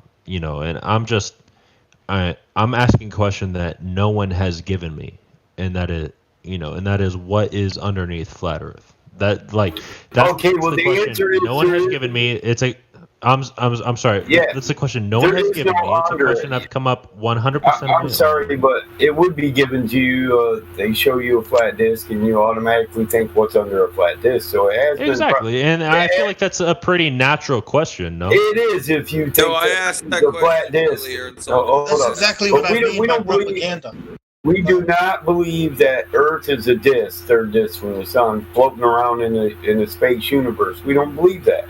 We believe it's the floor of the universe. Everything exists above us, rotates around us, and has certain patterns and cycles that it goes through. But we don't move. We're the stationary floor of the universe. Level, that's all we can observe. Maybe infinite, but it would take an infinity to prove that now, wouldn't it? So like your what's underneath battle mod if I may respond. What? Would you rather me?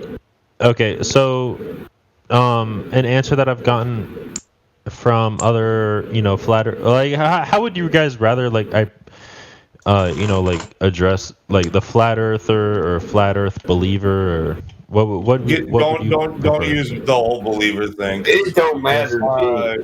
It doesn't matter. Okay. Well, then some people that I think it'd be wise to listen to this. I'm not going to defend what every other flat earther said. A lot of flat. Why don't you call us flat Earth observers? We are flat Earth observers. There's a lot of idiots out there that. A lot of fucking flat earthers are going to get upset. I feel like asking the Helio question. When you say believer, a lot of people are going to be upset because they've gone out and done their own personal observations. They have physically verified the flat Earth. And for them, they're going to say, no, it's not a belief. It is just a fact.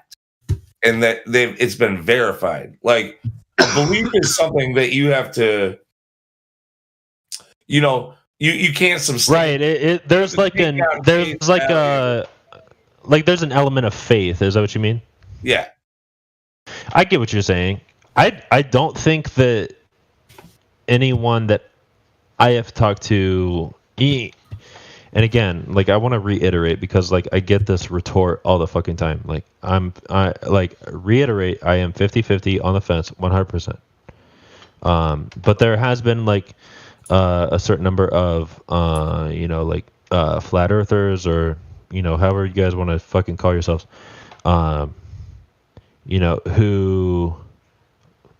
they haven't physically observed anything, but they do, when I ask them this question, like what's underneath flat Earth, they refer to, a quote from, the book of Isaiah or the book of Genesis or the book of fucking, Job, or they refer to like pillars underneath the earth, or like the earth is a footstool underneath So what do you think is how many biblical references do you gotta give to say they gave me a biblical answer? We're not going to give you a biblical answer. We already said we believe it's that's why I'm just asking a question. I mean, we believe you don't interrupt me, please. So if we believe it's the floor of the universe, then what's under the floor of the universe would be an unknown, since man is only, the deepest we've dug is like 7.7 miles. So no man would know. So if you got a problem with ambiguity or a state of not knowing, then what's that mean? What does it prove? Yeah, it's because you can easily ask a flat earther. What does it prove? Who is Hindi? What's under the flat earth? And he'll probably give you an answer from his religion, right? So you can follow that. And if you ask those people that believe the earth is, The fact we can't scientifically demonstrate what would be under the floor of the universe, what would that prove? Or you found something maybe we don't have an answer for. Does that prove anything? So we don't know what's down there. Your guess is as good as ours. I know, because if the idea is to back you into the corner where you don't have an answer, not having an answer doesn't prove your entire premise wrong. It's fascinating, man. I mean, if the Earth is not measuring as a ball, it's fascinating, right? Isn't it? It's like, I wonder what it really is. And if 1,000 people gave you biblical answers, then you should ask them what verse they want to give you next. But when come into the scientific live stream and people say that's something we don't have an answer for, anything we give to it would be speculation, and that is the answer. That is the answer. Science. Can I interject with a question? And that's not okay to the scientific mind, right? It's not okay to not know. That doesn't feel very scientific. Well, it should be. That's how you form a hypothesis. But hey, that's another form of cognition. Go ahead. May I interject with a question? How many times are you going to ask a question while you're asking? Can you ask a question? I just don't want to be rude. I'm sorry. Go ahead. Shoot. Yeah. I can't tell. I know. Okay. I'm sorry. But Battle Mod, I mean, you're unique from other flat Earth, observers or flat earthers that I've talked to. It seems like I feel like you just said that you can't scientifically prove that the Earth is flat. That's what I said, and I don't have a problem with that. It doesn't destroy my theory. It neither proves or disproves anything. So I'm perfectly fine with ambiguity. That's what science is about. We use science to find that makes me curious, but why? So, despite scientific proof, what leads you to that? Excuse me? What? Despite scientific proof of what? Like you said, like despite scientific evidence or proof. I'm sorry, maybe I misspoke. Like despite scientific evidence, like you said, what? Like, how do you equate that in your to yourself? I said I'm perfectly fine with ambiguity. So, but how? That's how. That's my question. Wait, hold on. I think you guys are misunderstanding. What Battle Mod was trying to say is that when you measure the Earth, it's not a scientific experiment. It's just a measurement. No, what I said is I'm perfectly fine with not having all the answers because we can't know all the answers. We have to answer certain answers before we can even form the next question. So, plain and simple, we can't know everything. And for a state and body of people to take, because of every fairy tale explanation they got, they think, oh, we're ascending to godhood. We know everything. No, the amount of what we know in the infinity of the universe is fucking minute as hell. We know very little. Isn't that crazy? Do you really believe somebody who tells you they know everything? What's the big problem with not knowing certain things? I don't feel like there's anything like what is the saying, like ignorance is the beginning of wisdom or something like that. The curiosity might kill you. But what is that saying though? Like I don't feel like there's anything wrong with admitting that you don't know. There isn't. There isn't. Yeah, exactly. I agree with you. And it's scientific. Too many people in science don't want to admit they don't know. They haven't found. I agree with that 100. I agree with that. They don't know the truth, so they give you an explanation, and then we got morons that say, "Well, we have an explanation for that," and we say, "Well, and then those morons have no idea what they're fucking talking about." And you say, "Well, we don't. That's not a fact. You can't demonstrate it," and they're like, "How so?" Well, facts are demonstrable, so. Yeah, it's dangerous 100%. When your doctor does that. I agree with that 100%. So the people that go out there and they give you maybe biblical answers to a scientific question, or the people who go out there and give you presuppositions that they can't prove or demonstrate, they don't help us, they harm us. They're better off just say, I don't know. That's outside of my realm. But the question is, The question is, if it doesn't measure as a ball, right? If you're seeing that it's flat and it's definitely measuring flat, can you believe that? Can you believe that what you're seeing and measuring? Can you believe yourself and what you're doing out here? Or do you believe in magic? You can. Yeah. But see, the question is, can you believe your own lying eyes? Yeah, if you believe what you're seeing is true, then man, what does that say about? I mean, wow! Now all these questions go. Now all these things go away. Now your whole world is like has been turned upside down. Like you've got a lot of cleaning up to do. Cleaning out, researching, but now there are no answers. Now these things you thought you knew, you don't know. Now when you look at the sun, what do you see? You don't know. Can I ask Something beautiful. And what's wrong with that? Significance right. in chat. How can you know what the sun is, what the stars are? No, I respect that. Like I respect like skepticism. Like I 100% get that, and that's why I say like 100%. I'm on the fence. It's kind of funny. Like I'm 100% 50% versus 50%. Like I get that 100%. You know what I mean? What's if that makes any sense? What's the one thing that you observe that most makes you think that you're on a ball? That's a good question. I guess that, believe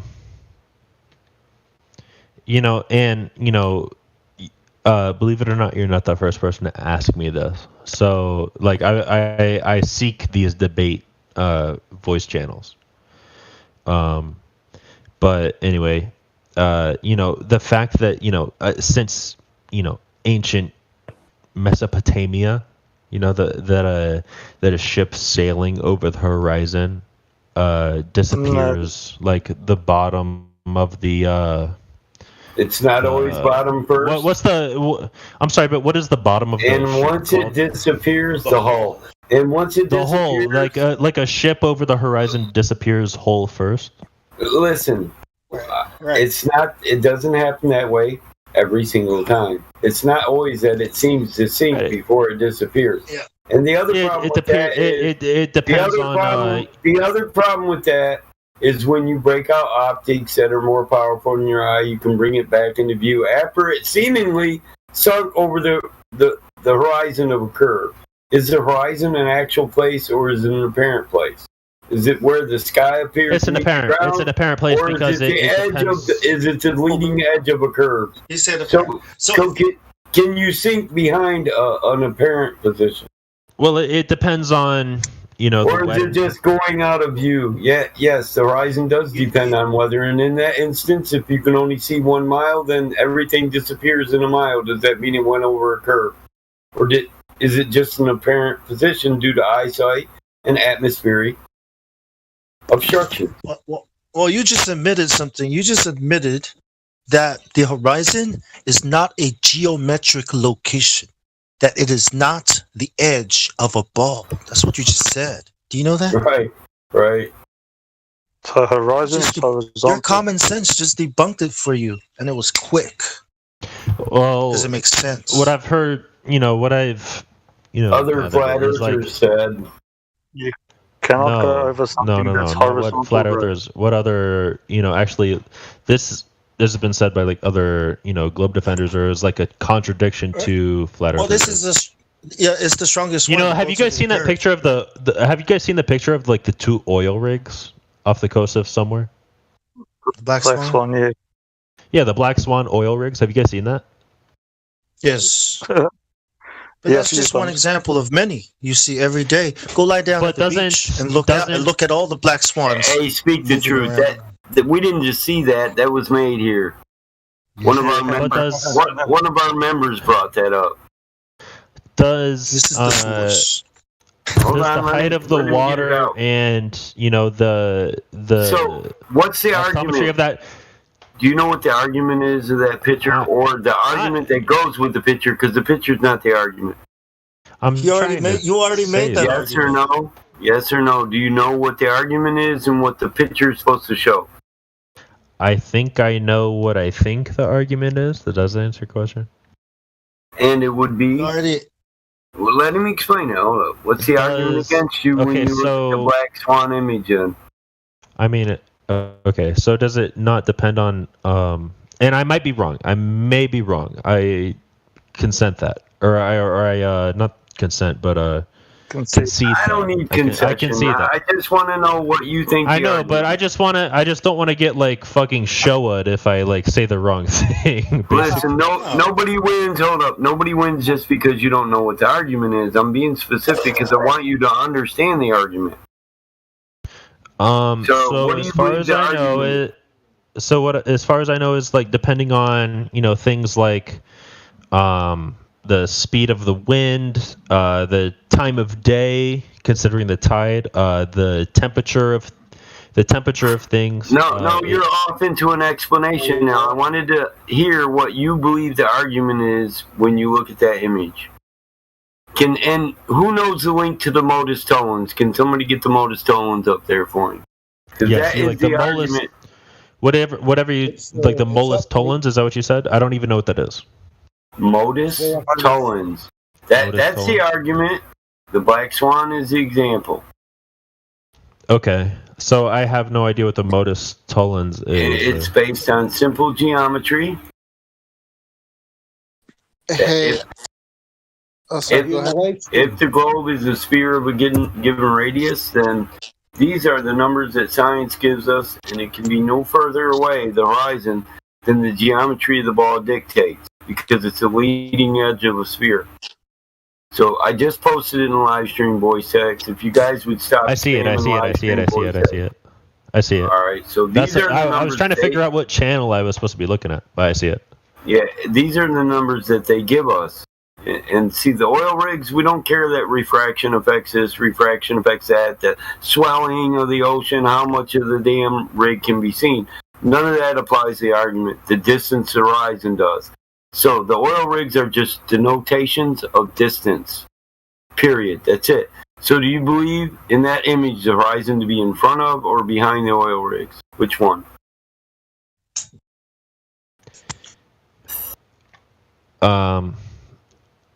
Are you asking me? Like, you're asking me specifically? I'm asking you, where do you believe the horizon is in there? It's in between them. No? In between them? Where do you see it? Where do you see it? Yeah, I'm asking where do you see it? To me, it appears to be behind both of them. I mean, do you remember the meme of like the blue and white dress versus the black and gold? Oh yeah, dress? well I'm just talking about this image right here in the Modus Tollens argument. I'm not talking. I mean, about it depends on the eyes. Like we all have different. Yeah, we all have different computers too. Maybe you should click on it, open original, and see it in a zoom mode for a better view of the image. Hey, with this image, why are the cranes on the oil rig in the background? I already covered that. It doesn't. Refraction isn't even part of the argument. We're not worried about refraction, height of waves. We're worried about distance to horizon because this is a geometry argument. So to answer your question, the oil rig on the left appears to be further behind the one on the right. That still doesn't tell me where you believe the horizon to be. The horizon appears to be behind both of them. Right, which is geometrically impossible of a globe and given radius, right? So read the Modus Based on what? Hold on, based on... read the Modus I'm sorry, Tollens. like... Right. If you can, hold on. It's better just let him come to his own understanding. If you can just read the Modus Tollens argument out loud. If P then Q, not Q, therefore not P. Its Earth is a sphere of a radius of 3959 miles. P. Battle mod. In high school, I failed algebra 2 twice. Let me try real quick. Check it out. Twice. The simple statement is mathematically the distance horizon is greater mathematically than it could be on a geometric shape of a sphere with that given radius. So not P, therefore not Q, Earth's not a sphere. It's further than geometrically possible on that globe. with the given size. They give us a size. It's simple geometry. May I? Okay. I just want to know, like, Do you know what modus tollens means? Do you know what the modus tollens The equations in the modus tollens. This is why I tried to get you to read it outside. Hold up. It's a logical argument. Let me try something real quick. All that will come out, bro. Just let him read the geometry. He wants to know what equation dictates the distance. I want to read it. That's what I want to do. I want to read it, but like, this is what I'm asking. It's easier. Give me 2 seconds. If king, then crown. No crown, you're not a king. If ball, but that's right, not then math, curvature. So If it's a ball with a radius, letting us get to the math. Like, I'm asking, what is the literal? Listen. If you would let us finish what we're saying, it's one continuous statement and leads in the mathematical equation for the geometry of a sphere and the leading edge of that. The distance visually to that horizon. You will get all that you ask if you let the man finish. Bong? The equation is the ball. It depends on the radius. That's the important part here. If radius, just think about that, right? If you have a size this big, then the math would be, which is written in there. When you're observing from 1 foot off of sea level and looking out towards these oil rigs, right? The horizon should be in front of those oil rigs. So here's the equation, dude. If it's a sphere of 3,959 miles, then the horizon, the distance to the horizon can be no more than 1.225 times the square root of the observer's height in feet. That's Q. If P, then Q. P is the radius. So BattleMod, with this given radius at 1 foot, there's your math. Okay. So the projected distance to horizon would be 2.2 square miles. Even with refraction calculated in, it'd be 3.2 miles. But here we see platform habitat is 9.41 miles, and the horizon is well beyond that. So the horizon is 10 times greater than the distance, and it can mathematically be on a sphere with a radius of 3,959 miles. And this picture, the black swan, is the example of that. If you say all swans are white, I only got to show you one black swan, and I proved you wrong. So if you say the Earth is a sphere, then the distance horizon can only be this far. I've only got to show you one example that it's further, and it can't be a sphere of that radius. Here's your example. It's called the black swan. Welcome to Flat Earth. I got you. Okay, but I'm going to need some further explanation because you guys, like... It's simple geometry, bro. It's not explanations. It's on a... Right, I got you, but okay, BattleMod, my point is that, like, you guys kept cutting each other off and talking over each other, and when I tried to ask a question, you just raised your voice to speak over me. Yeah, I wanted to finish. It's the proper etiquette for a conversation is not to start your sentence in the middle of mine. Thank you. So what is the geometric, or geometrical equation I should be using to prove that 9.41 miles? Like what do I use? Like, what is the radius that you guys are using to prove this? The radius is the radius that's given by science. It's the radius that's used by all curve calculators, all sightline distances, which is all distance horizon, 3,959 miles. It may vary. When you factor in refraction, the radius changes. You change the radius for refraction. It's 7/6R. The R is radius. Yeah, I got you. So that's distance horizon. The equation for distance to the horizon is 1.225 times the square root of the observer's height in feet. I got you. Like this. I understand. That is the geometry for the distance to the horizon for a 1 foot observer. It's not. If we're on a sphere of 3,959 miles, but here we see the example that it's 10 times the distance that is geometrically, mathematically possible. So over and over again, we hear that the math proves the model proves the math. Well, here's an example that the math doesn't concur with the model. Period. Hey, you're the programmer, right? You're the computer programmer? No, I don't think so. That's why I don't try to do the black swan too often, because other people who can't do it don't like your delivery, and you constantly get interrupted with it, not only by the person you're trying to give it to, but by everybody else that's with you. It's like a little code, computer code. Okay, like it has to check if things are true. By the time you're done with that, the person has to understand the argument before them. If ball, right? If ball with radius, then you see this. But if you don't see this, then it's not ball with radius, right? At the very least, we killed your radius. Right. So if we see that the horizon is not matching the radius, then it's not a ball with that radius. But That's what the okay, modus tollens I is, got right? you. But If true, then this. Not true, then it's not this. but correct me if I'm wrong, but did Battlemon not just say that the radius varies depending on weather conditions? Yeah. No, not weather conditions, refraction, ambient condition. Well, doesn't I also refraction of light also depend on weather conditions? Excuse me. I also gave the prediction for the distance horizon with refraction calculated in. It's 3.2 miles.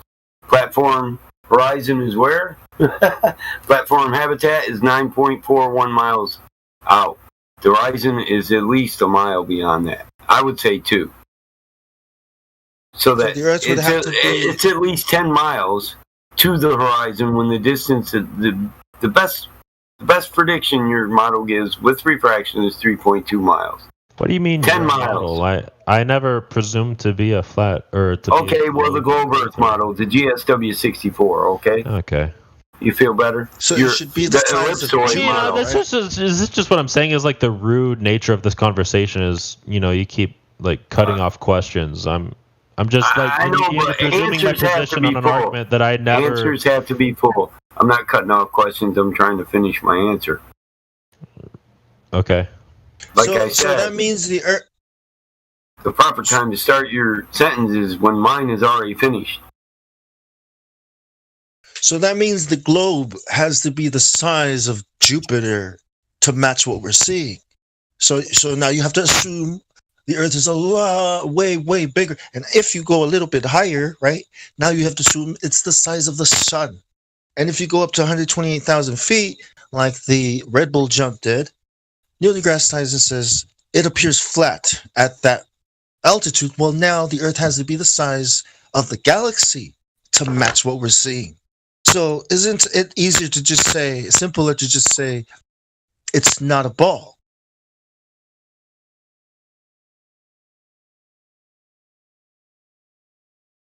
No? No, I don't know. To be honest, like I'm not a fucking math major. I can't follow half the shit you guys are saying.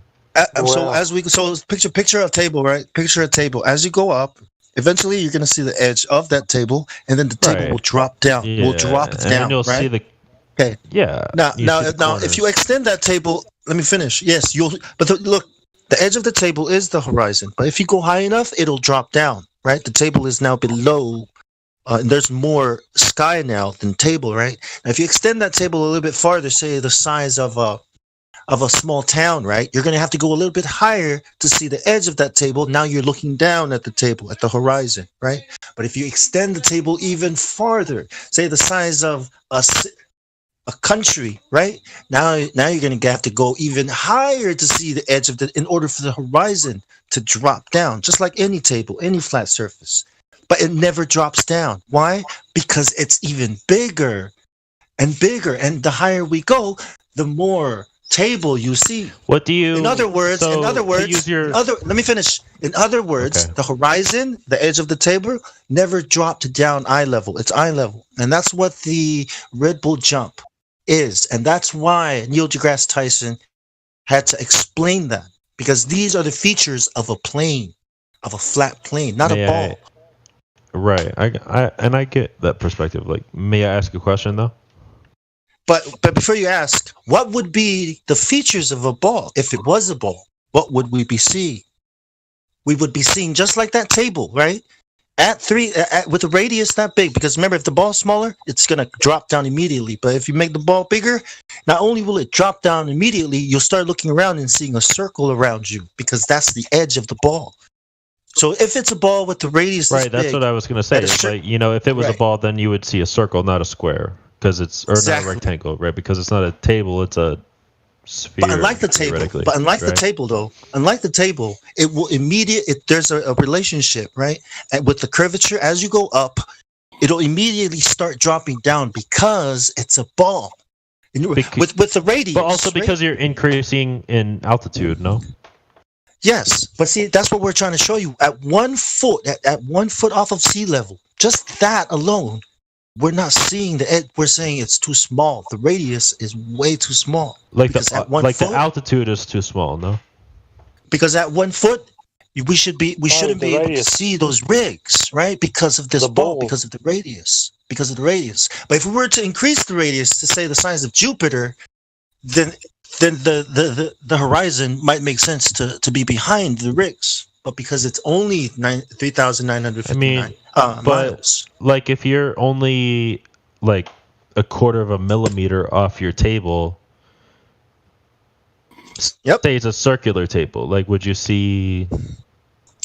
Now that's the difference between a circular flat table and a circular curved ball table, right?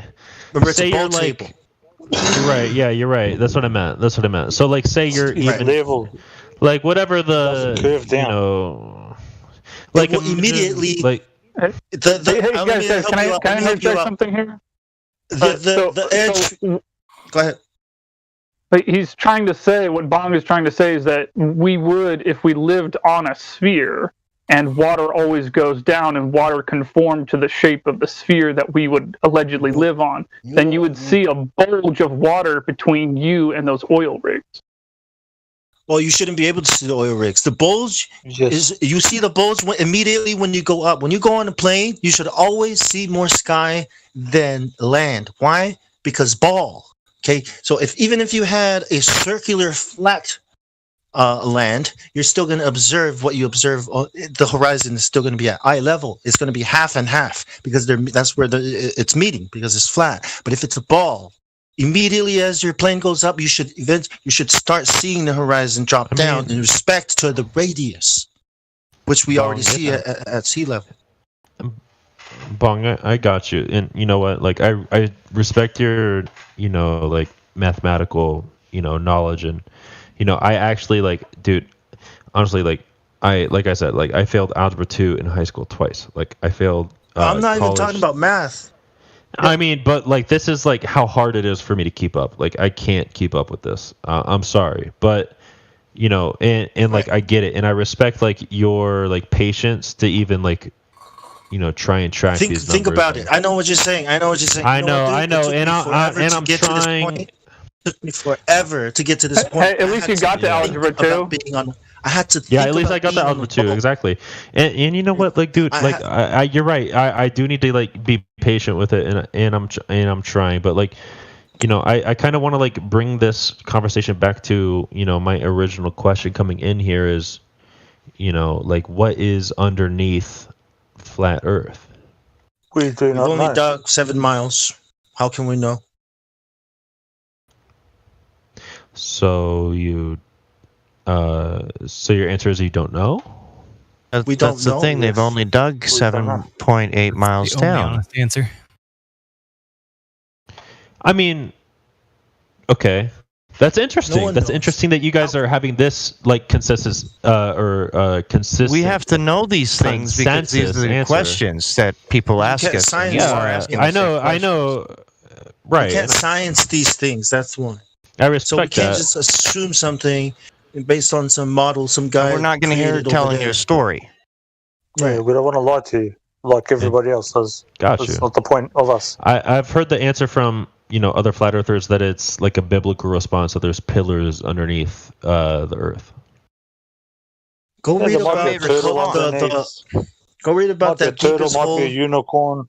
Who cares? Go read about the We don't deepest know. hole that was ever dug, right? It was in the Soviet Union, and they stopped the Soviet because Union. they ran And out of why money or something. No, read about why they could not dig in any deeper, right? They couldn't. It's just too dense. It's Why? too dense. They don't have the drills or the machines to go any deeper than they can go. I And then heard there are that other they- stories. There are other stories, but this is the mainstream one, right? I heard they hit like a watery, like muddy, like ground watery consistency. I mean, because I think there could be civilizations living under the They earth. were using I think diamond there pit. could be. and actually, I think that that tunnel ended up not continuing to be dug because, I mean, the Soviet Union collapsed eventually. So, I don't know. They stopped it on purpose, but yeah, doesn't matter. It's business. It's mining. It's got. What do you it's- mean? yeah, what's that got Politics to has do with the nothing price to do of with fish? business. Right. Yeah, it's got nothing to do with the price of fish, bro. But the point is, why is that the deepest hole ever dug? And why do we have to assume all these things about the earth, even though there's no ball?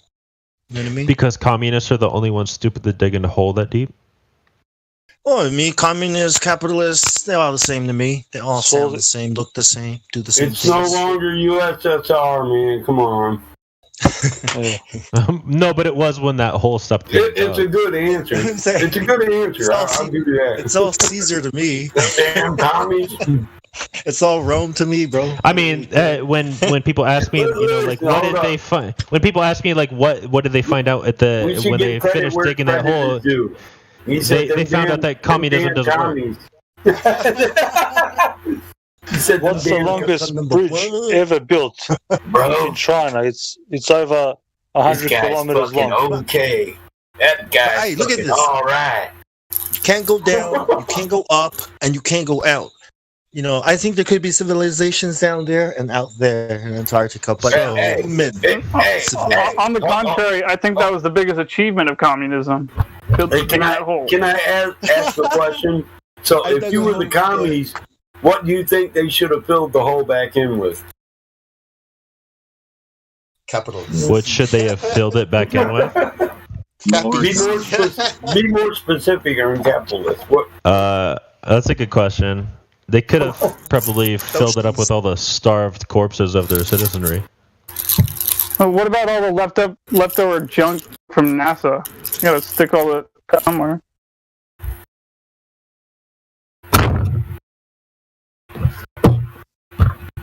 Let's not put too much weight on history, though. History isn't always what's recorded, you know. Brave new world. Moving to the future. So, I mean, okay. So you guys kind of have like a consensus opinion on, like, you know, that like you guys are more or less like not science. We do science, right? You But can like, either you guys are like, demonstrate is that the earth is not a ball. or you can't. I mean, I could The only finish with consensus that, I is guess. that there's no curvature. Let the guy ask, right? This is kind of going around Okay, circles. Go so ask. you guys are like, you know, you are okay. I'll word the sentence a different way. Like you guys are more or less in agreement that what's underneath flat Earth is, you know, unable to be determined. Unknown. Okay, is that politically Unknown. correct enough for you guys? Unknown. So what is unknown, bro. above flat Earth? Same thing, What right? do you It's the same What do you question. observe? What do you observe What's at above the it? Same answer. Flat We Earth, don't know. Right. Unverifiable. That would be a Makes it better sound like we're terminology. trapped. So We're trapped so on some at, kind of ball. at night when I look up, it appears to be the cosmos. You see the same shit we see. The difference If between I stay, you and I. sure, Listen, if I stay in the same area when I took a can I trip answer to the Korea question? on So the when you other side look of the up, Earth, you there was a think you different see- star night. You see terra firma when you look up. You think, oh, those are places we could go. But I don't think that. I see things in the sky, and I say, yeah, they're beautiful, but I can't verify what they are. You think you know exactly what they are. And nobody's ever demonstrated it, verified it. That's experiment on presumptuous. I don't believe to think that I know Do anything. you believe stars are terra firma? Do you believe that's a place you can go? Star that's like landing on the sun. I don't. No, I don't. Okay, a planet. Answer your question. Do No, you think Venus is a place you can go? no, I don't. Do you think Uranus is a place you can go? No, I don't. And so this is what I'm saying is like you guys are presuming that I think all these things. And No, it's listen. Yeah, it's let's not prejudice project anything that on you this guys guy. Let's not project anything. on You're him. literally projecting. That's what you're doing. No, No more. we're not. The anus joke was too much. The anus joke was too much. Oh, you're No, it's not that. It's that you're presuming that I think things that I don't. We're just don't making think sure about your those are anus. out of the way. Yeah. I was honest with you when I came in here and said that I was 50-50 on all of this Yeah, shit. you said you're not thinking about Uranus. That's cool. Hey, Arizona, give these guys a break. They're used to talking to asshole Glovers all day. You're not an asshole. and These guys are used to talking to assholes all Battlemod is day. obviously as drunk as I am, so it's okay. I'm not drunk, dude. That was me, bro. Sorry, that was my bad. So, are there any commies on Uranus? So there's a couple. Come on, man. You could at least They're all there. somebody. I've got They're all there. I've got And a couple it's comments on stoned, bro. Uranus. Stoned. I'm stoned. You're drunk. There's a difference in that too. I'm Batman. You want to hit this hooter? Yes, I'll share. Yes, please. You can keep the beer though. I don't want none of that But- beer, eh? Have you ever noticed the moon gets bigger and smaller depending on your elevation? Like if you go up a hill, the moon looks totally different than if you watch it from down a hill. When And the same thing the is, moon and the, hits and your the same thing eye happens like with the a big sun. Pizza pie. That's amore. Does your anus get bigger when you walk up a hill?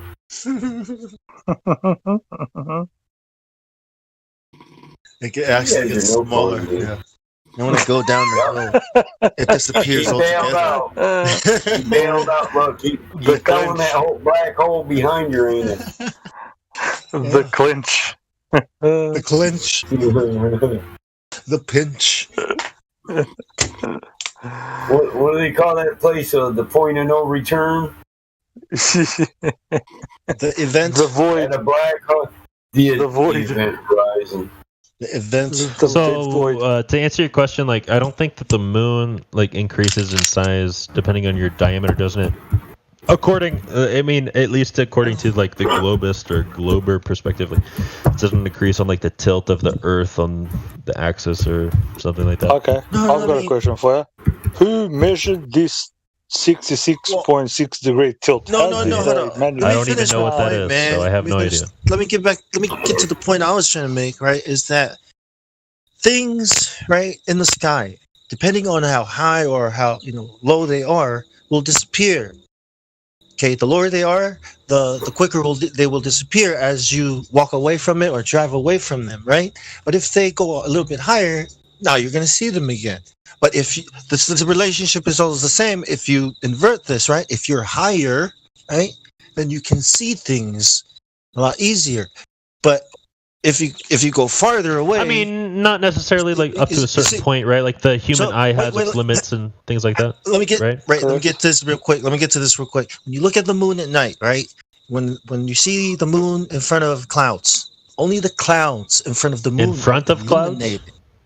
Only the clouds that are the moon is behind the clouds, or moving into the clouds, right? You'll see that the clouds that are near the moon are the only ones illuminated by the moon, which means the moon is way closer. No, I don't know what you're talking about. 239,000 miles. I don't get what you're talking about. Go look. Okay. The moon in front of clouds. The moon is moving into the clouds, behind the clouds, or into the clouds. Okay. No, I mean, like maybe I'm speaking from inexperience. I don't think I know what you're talking about. Okay, you can look it up after, right? But check it out. At 238,000. I mean, could you like show me something? Or? He's saying that the moon is there and the clouds are just like the wind's blowing the clouds past the moon, and when the clouds are past the moon is always behind clouds. I don't. Yes, but saying. Listen, the clouds that are the only clouds that are illuminated by the moon, right, are the clouds that are right there in front of the moon or near the moon. Because if the light source was If the light source was 230, again, like, let me finish. You're not. When you lift the light source away, it illuminates all the clouds the same way, right? Now we say the sun illuminates like, half so again, of the globe Earth. I'm sorry to cut right? you off, Bong. Therefore, I'm sorry to cut you off, the moon Bong, should also illuminate all of the clouds. Okay, Right, not just not just the ones making it look local. Okay. All right, I got you, but Guys, this doesn't have anything to do with the shape of the Earth anyway. it literally doesn't. It has more to do with the human eye. Like, you see what Battle Mod, the picture that he posted. It doesn't have to do with the human about the eye. stars. You're trying to human cut him eye off. You asked about why do you see certain stars in certain places, but not in certain That's places. literally That's not what what you I asked. asked at all. That's not what I That's like asked. 15 minutes That's ago. not what I asked. That's not what I asked at all, though. I know you cut him off before he could finish. What he was saying, it was lighten up the clouds that are local to the moon, but not all the other clouds in the sky like it would do if it hovered way above the entire atmosphere. You're not listening to what the man said. You just cut him off and you talking to made me? a determination.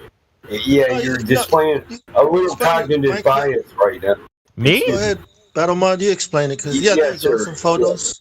I don't get what. Then I guess I just don't understand what you're saying. Like, maybe he did a poor job of That's explaining exactly it. what I said, and because you didn't understand it, you just cut him off. So he was talking about the localization of light from the moon, and that only the clouds in the local area of the moon being illuminated, while the other clouds that are still in the sky, same sky as the moon, which should be lit up too, because the moon's supposed to be hundreds of thousands of miles above it all. Okay. Can I just not being lit up quickly, just from the point of the camera, and or let's just say, for instance, that in this the singular picture, image that I posted? yeah, or multiple, whatever. This It doesn't picture matter. is an example of what he said. I just thought Yeah, that was it's an good. example. I got you. It's not. And I'm It's not. it's not meant to be an example. It's just a cool looking set. Moon set. Okay, and I got you. I'm not trying to be a dick, and I did scroll up a bit. I got them. But what I'm saying is that the human eye and or cameras or, intersolar fucking telescopes, it doesn't matter.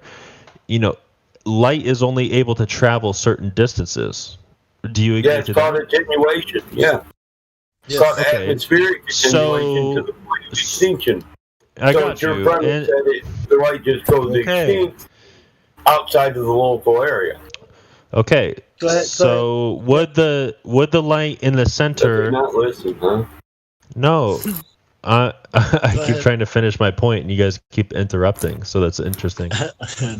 Yeah, I said it's your premise that the light on the outer edges is attenuated. Would the light in the center of the image not be able to travel further than the light? No. Like closer to Center the of the image, that all has nothing relative. But it's a relative distance to the light source. Or rather, or I'm sorry, I misspoke. From the rather than the center of the image, from the center of like the light focus. So like if it's the camera, then the center of the lens, or if it's a human eye, the center of your eye. Like would You can that only not focus on what light is visible. That's what you're missing. exactly? And from the point of, I agree with you. The point of visibility is So only if in the you're- local area, and that's the entire fucking point. You know how Glober's asked, if the Earth is flat, why doesn't the sun illuminate the whole Earth, right? Because that's how the globe model works. So when you look at the scale of the moon and the Earth, that's what the moon should be doing, right? It should illuminate like all the clouds in your local area when you look at it. So but when you get a cardboard box and poke holes in it, right? You put a flashlight on it. Pretend that cardboard box are the clouds and your flashlight is the moon. As you move the light away, it'll start illuminating more and more of the cardboard box until it illuminates all of the cardboard box. Mm-hmm. But we don't see that. What we see is a light that's close and only illuminating a small area of the cardboard box. Now the scale is wrong. Right. Now the model is wrong, right? It can't be a light source that's 238,000 miles away. Observation.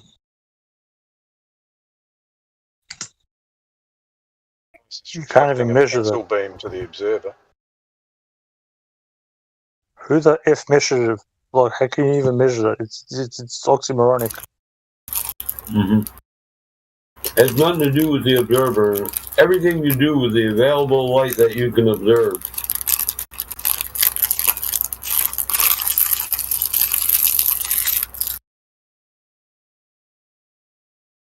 Let's not get it twisted.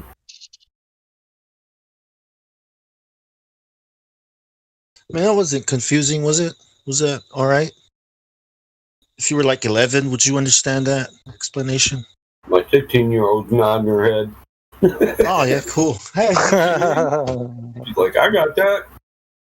Yep. No, she's looking outside to see how much moonlight we got. What is it? More reasons to go look at the moon. And we're eating strudel. Mm. I think it's a full moon, the better one. Mm-hmm. I can see turkeys wandering through the woods from my windows.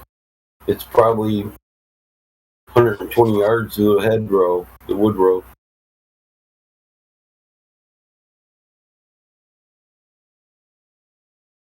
We don't have a bunch of light pollution out here in the country, though, so a little bit of light goes a long way. Uh-huh. If there were snow on the ground, dude, it'd be way more lit up.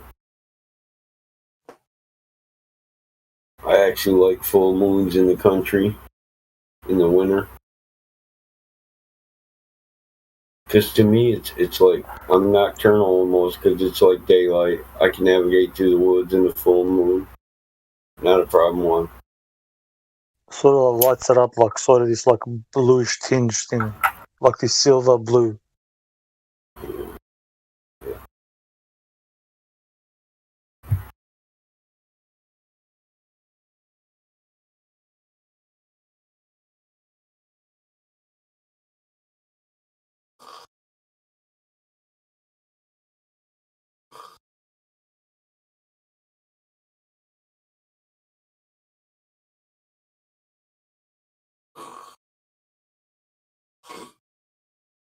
Is somebody snoring?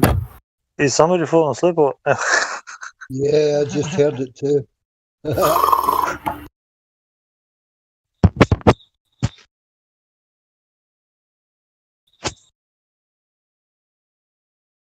Don't even slip, you trip on the destroyer.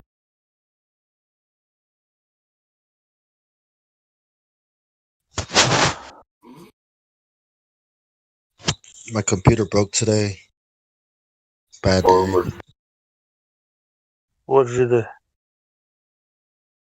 Nothing, it's just one of those things. Eggs, I've got a question for you, man. Yeah, go for it.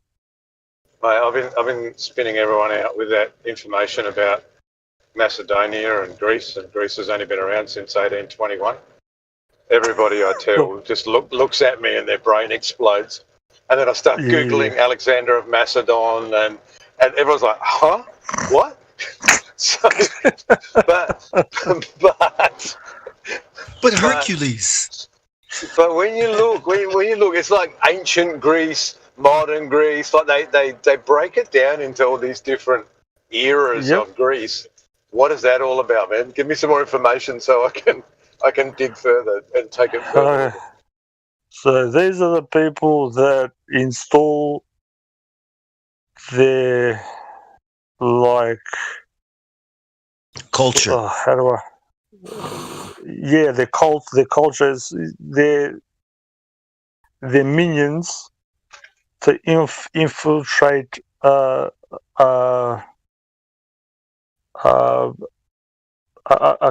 country with morals and ethics, and they do this all around this plane. So they do it, they install their stuff, they co-opt their morals, their culture, their ethics, their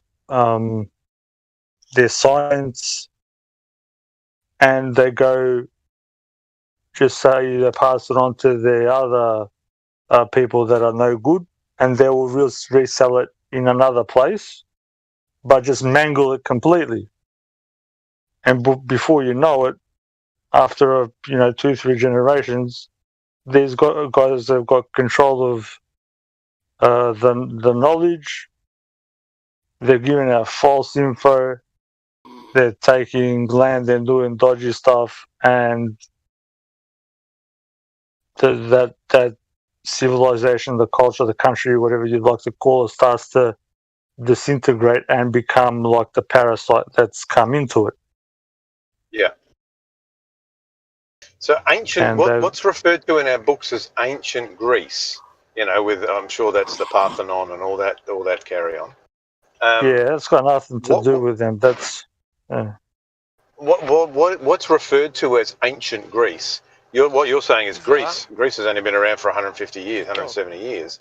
So that ancient Greece wasn't Greece. That was something else, which now is just called ancient Greece.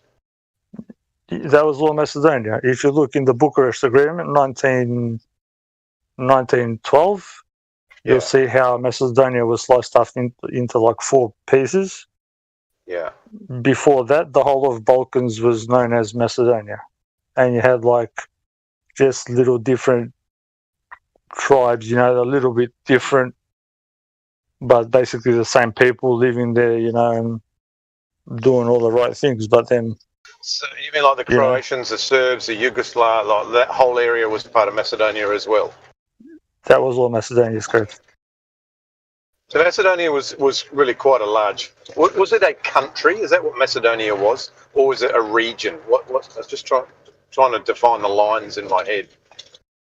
Asia is Asia, but it's actually a lot of countries. Is that was Macedonia a country or just a region? Yeah, it went past to like Asia Minor, and it went into a little bit of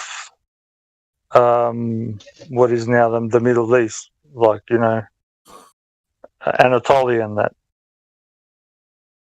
So Asia Minor is like today's Turkey. Is that what we're talking? Yeah, correct. Okay. So there, all the Balkans, and like a bit of Anatolia. That was the bulk of the people. Otherwise known as they've changed. They keep on changing the name of the people. So the Macedonians are same with the Mesopotamians, Macedonians, Arcadians. They've just renamed us so many times. It's beyond funny. Yeah. Like I hear all these names mentioned in if I'm looking at something historical, and I think, well, who are the Mesopotamians? Who are these people? For example, who are they? Where are they now? And so this is what you're talking about. They've just renamed it and recategorized, redefined borders, but it's just all the same people. Yeah, if you look at like a proper good map of of Mesopotamia, you'll see like the capital is called Macedon. Right. There'll be like one place where you just say the so-called royalty was, but that's all that those people, like they even invert the way that the history is, like Mesopotamia was before Sumeria. What kind of games did the Arcadians have? Zelda? Yeah, sometimes Zelda. It depends. It depends what you're into. Huh? Space Invaders. Good. Space Invaders, yeah. Galaxians. Yeah. Even you just look at the flag. You look at the Greek flag. It's the same as the West Indies Corporation. It's just that it's blue. The West Indies one is orange. So why did they put who where? Yeah.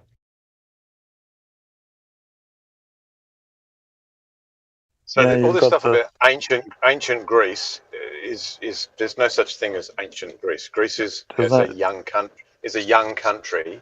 Ancient Greece should be called Macedonia or Mesopotamia or whatever. Yeah, okay. That's correct. It's hard for people to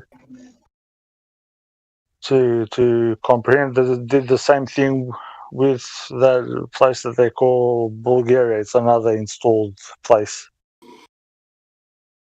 That's why Good name. it's like a hotspot. You know what I mean? Yeah. They call it what do they call it? The dividing line of fire. For some reason, they like to call that bit of land. So if you look up just the word Occidental, I'm not sure if you know what Occidental means, bro. But if you look it up, Like I've heard of the word, but I don't know what it means.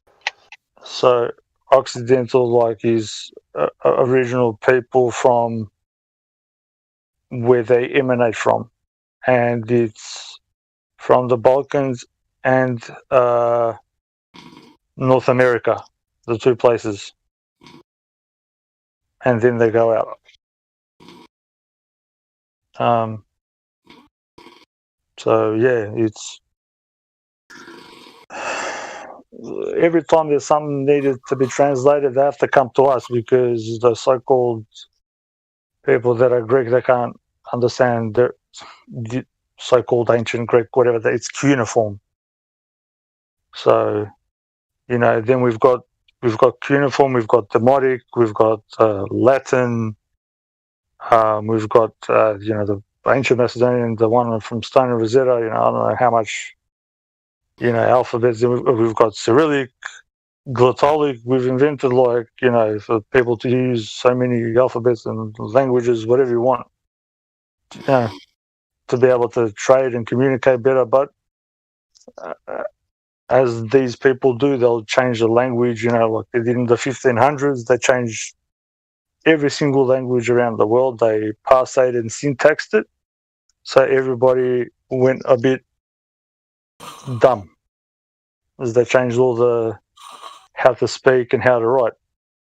So it takes the power away from the people to do trade, to do the contracts and whatnot. You know what I mean? This is how we ended up in maritime law and. It's all basically. Yeah, it's all basically maritime law like this. It's like before there was no such thing as a flag. You only see on a ship. These are people that are conquering other places and denoting their so-called whoever they're loyal to. But before you had customs, there was certain written laws. Most of it was it's a custom, it's your word, and as Baramol was saying before, if you didn't do the right thing, a few of them will get together and say, mate, you can't do this, and you get booted out of the village or the town or the city, and that's it. Like we did to Pythagoras. And we booted him out and sent him to Italy because he was a deceiver. But people don't know that. Yeah, there's a lot of stuff that's been muddled up, bro. And the whole point is just to get the people, together for everybody to know that, when people use that word, this is slave. Everybody has been a slave for a very, very, very long time. Yeah. Very, very long time. I don't care if you denote it in a color, in a nationality, in whatever floats your boat. Everybody has been, used and abused. That's because people at heart are kind. They want to help, and they believe that other people won't lie to them. They'll do the honourable thing, the moral thing. But these other people, they, operate different. Yeah. Yeah, don't have that moral compass, and then they'll rewrite stuff. They'll add stuff in. They'll take stuff out. They'll tell you that the biggest library in the whole world apparently. These guys just burnt it down. Burnt it to the ground. Come on, man. Yeah. I know if I was trying to take over something, place would just have all the knowledge, I'll burn it down like an idiot. Yeah. And the other thing is people don't get is the whole thing of what they call the empire was that those certain peoples were safeguarding the trade routes so people wouldn't get mugged by other people, pirates and people on the land. It wasn't about conquering. It was about safeguarding the safety for the people to do honest intercourse, business. You look at even in the mainstream books, Alexander never, told anybody what to do. Everybody could speak their own language, do whatever they want. Just he said, if I'm going to safeguard your road, give me something, please. You know what I mean? Yeah. International mafia. Oh, it's not international mafia. He's safeguarding all your trade routes so you don't get mugged. Yeah. He didn't take over any country. They still had all the kings. They did their customs, their traditions, everything. Yeah, no, I was joking. Sorry. You pay me this, and nothing will happen to your shop. I promise your shop. Yeah. Like it is now here. Like we're the government. We're here to help you. But if you don't pay me your shit, I'll just kick your stuff down. Legally. Legally, yeah. Yeah. There's always a certain madness to their whatever they'll conjure up. But yeah, that's the thing. It's a corruption of the knowledge. That is the biggest thing. Yeah. And the morals, is the biggest downfall of, and that's partly to do with even the people that live there that let it happen. For some reason, which Wait, that's not much.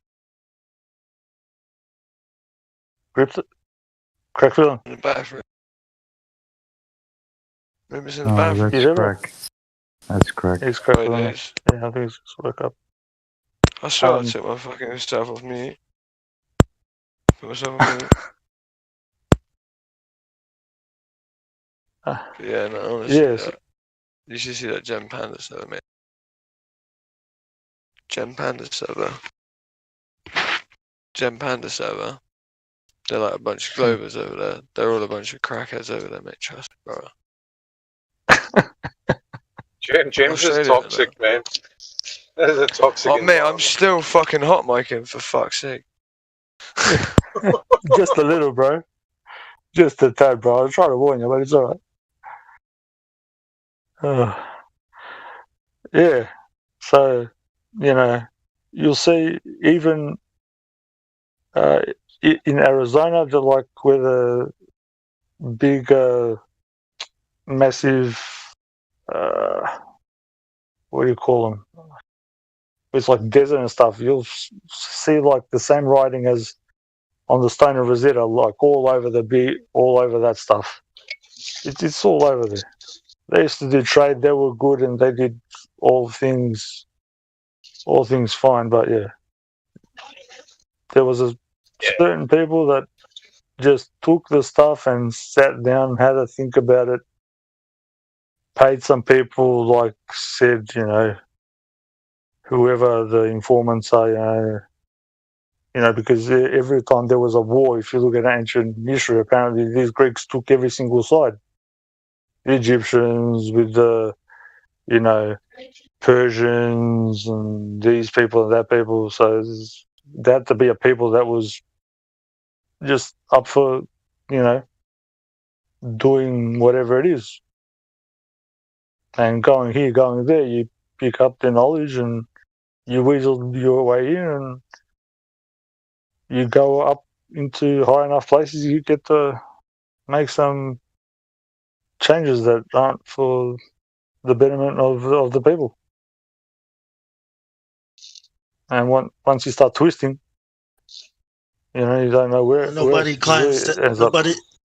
Nobody climbs that ladder of power to do what's right for the people, right? I mean, we can all agree that everyone that climbs that ladder is in it for themselves and whatever their agendas, his group, whatever, right? Yeah. I mean, who does that for the people?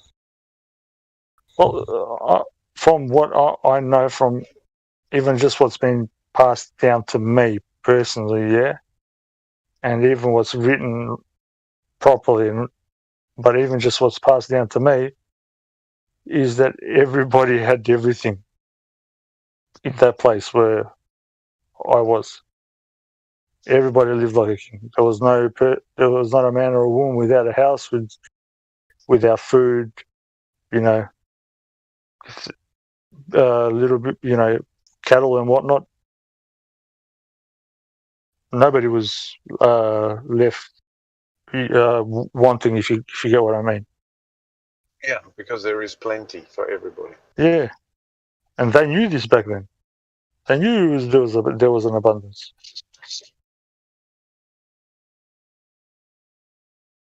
The other name that they gave us was the Highlanders, the big, tall, blonde people. I don't know how much times you can rename a people.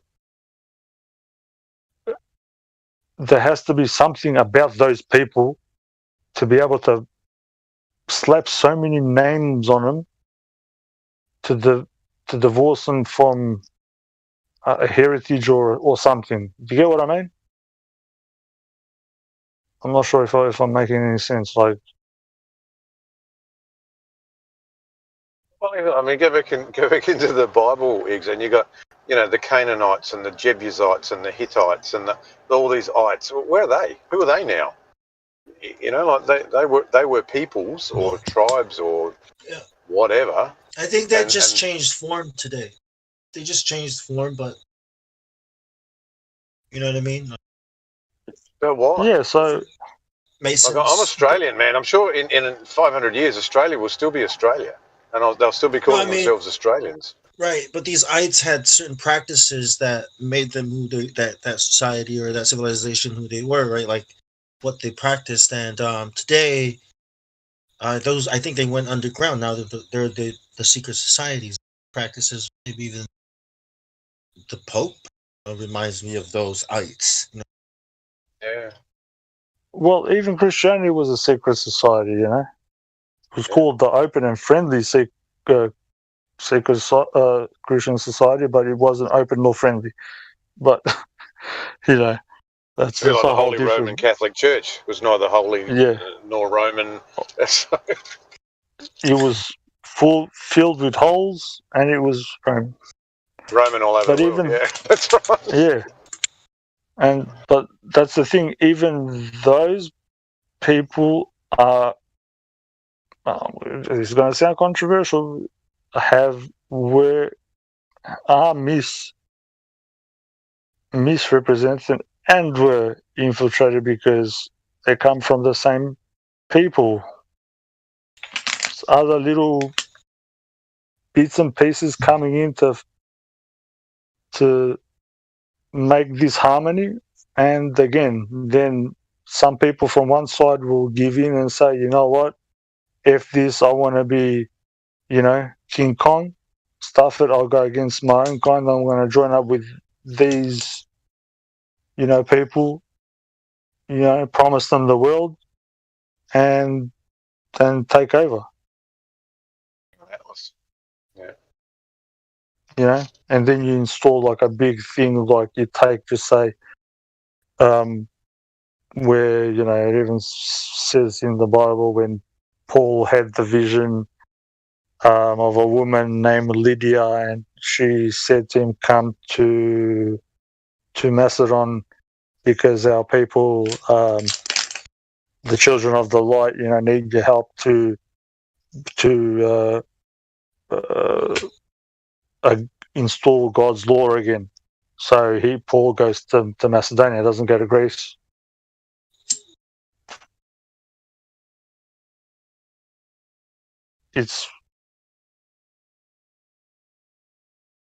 So Ephesus that was in Macedonia, you reckon? For example. Yeah. Ephesus and Sardis and Corinth and all this, but they were actually part of Macedonia. Correct. Yes. Yeah. It's the first New World Order. I mean, it's the first world order. If you look at it, it's the building of the New World Order, right? This guy raced across Asia like a leper. Bro, where's you like the Bible? Where's I'm very fucked.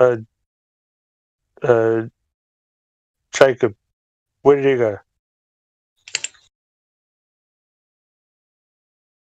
The sons of Noah. Bong. Canaan? Talking about Canaan? Jacob? Yeah. What? Did you not go to Macedonia? Where did you go? When? What do you mean? No, I had to Macedonia. Where do you go?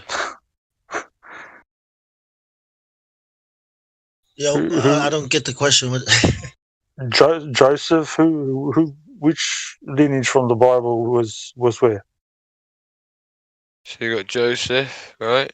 You have Ken and Ham as original clans, but that's not what he's on about. I'm not trying to give it away.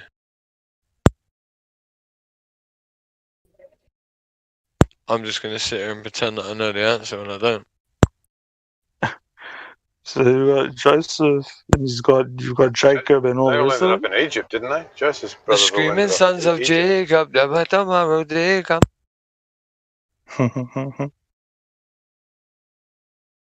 Eventually, 10 of the tribes were lost. Is that what you're saying? Were scattered. Sorry, scattered. I think it's like 10 of the 12, or it's 2 of the 12. Who are the Tartarians? Did you fall asleep watching that? Who are the Tartarians? Who are the Gypsies? I don't know, bro. I don't know nothing. Who are the Kurds? Druids. The Druids were like Gandalf the Grey, out in the cape, out with the staff, out on the rave, out on the way, all in the gate. All day.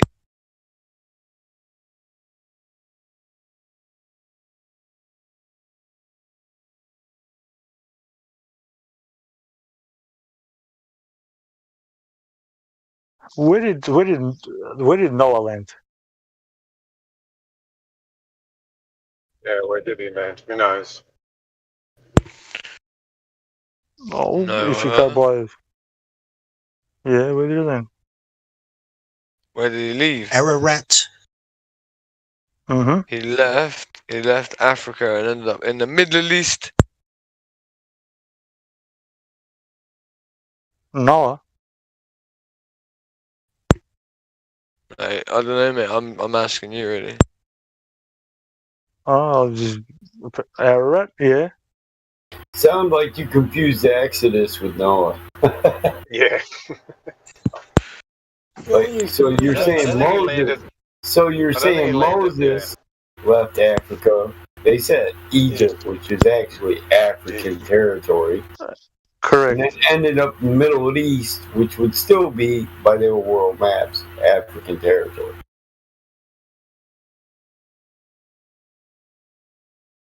Yeah. Well, I didn't say anything otherwise.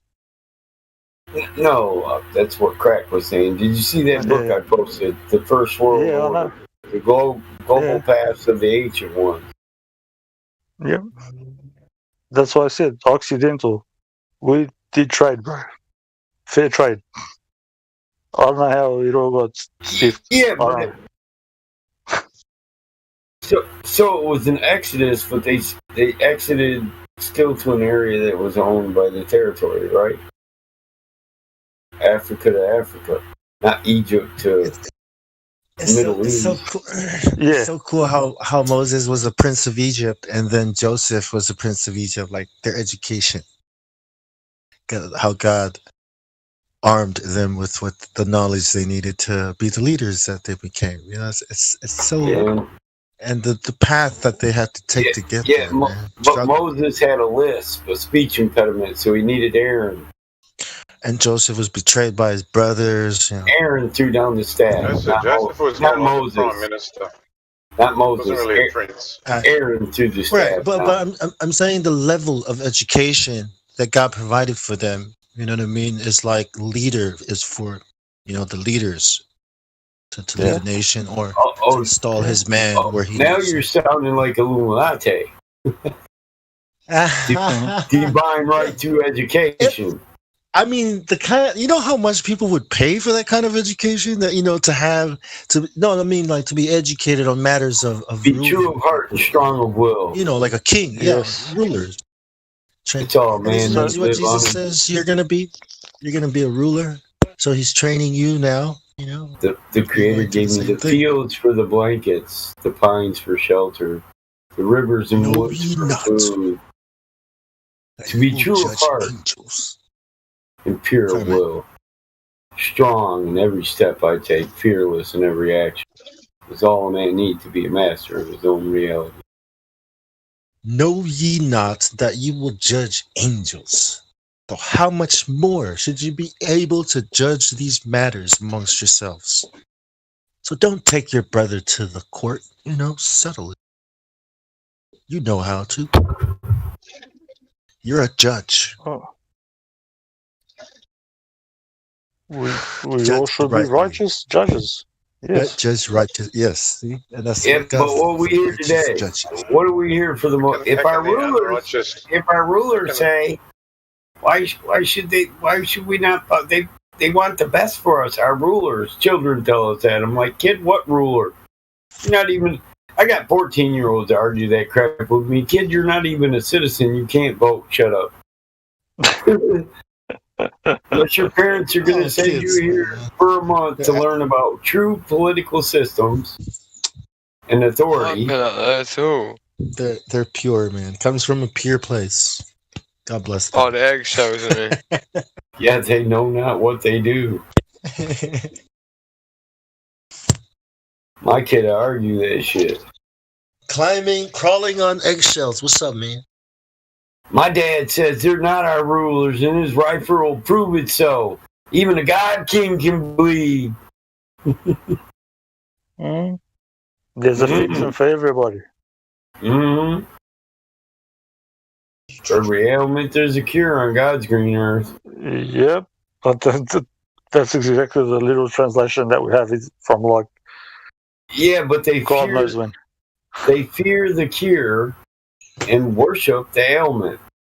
Yeah. That's the sad bit. It is. Because people fear authority because they don't know how they would. But how could we righteously? Well, the righteous will do that without hesitation. That's how. Without hesitation. It's easy. Because it's easy, right? It just comes from the heart. You cannot do nothing but good. Right. It's no different than that dog you love, but it bit a child. Do you give it to the neighbor so it can bite the neighbor's child? No. No. You take your best friend on his last walk. Depends how much of a dick the child is. And yea, though you walk him to the valley of the shadow of death, thy rod and thy staff, thy comfort. Yeah. It's not really a friend if you bit your child. Not true. Dog will be a dog, but you goes first. Better ye tie a millstone to ye neck and jump in the river yourself than harm one of these little ones. And that's the owner's fault.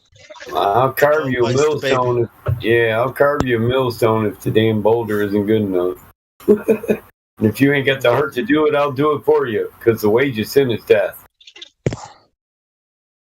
That's the thing that kills me, like the most. Like the children are getting like mentally deformed because of this nonsense. Hey, we're gonna lose like minimum 2-3 generations of advancement. Knowledge, strength, power. Yeah.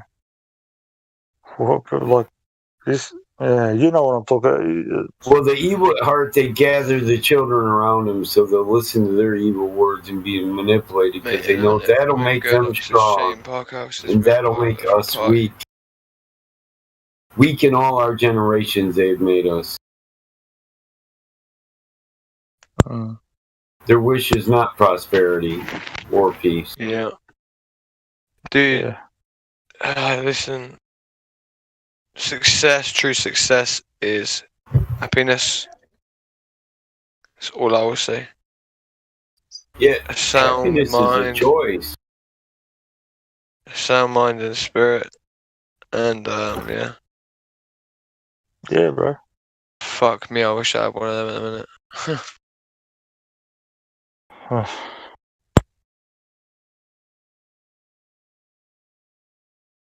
My dog been sitting here for a half hour. He's such a good boy. He stared at that strudel like, you ain't gonna eat the rest of that strudel. But he never touched it. He just laid down and was like, I'll do a non-violent sit-in. I'll get that strudel. I gave it to him 2 minutes ago, bro. I got tired of the huffing and puffing. He just smiled. I knew you'd give in.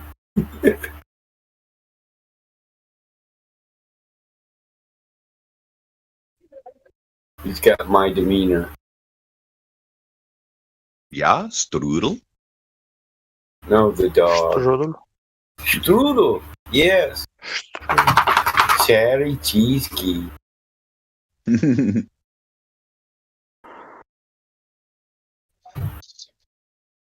I bought it from the Amish market, so I'm hoping it's as healthy as I can get it. And it should be. That I want you into. It should be fine. It should. I love Amish food. I'm hooked. Especially their treats. They don't use a lot of raw sugar.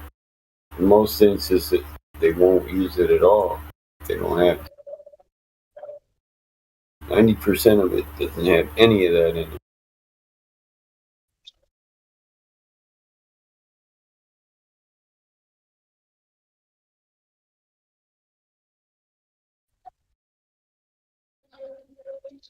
Can you guys hear the crickets?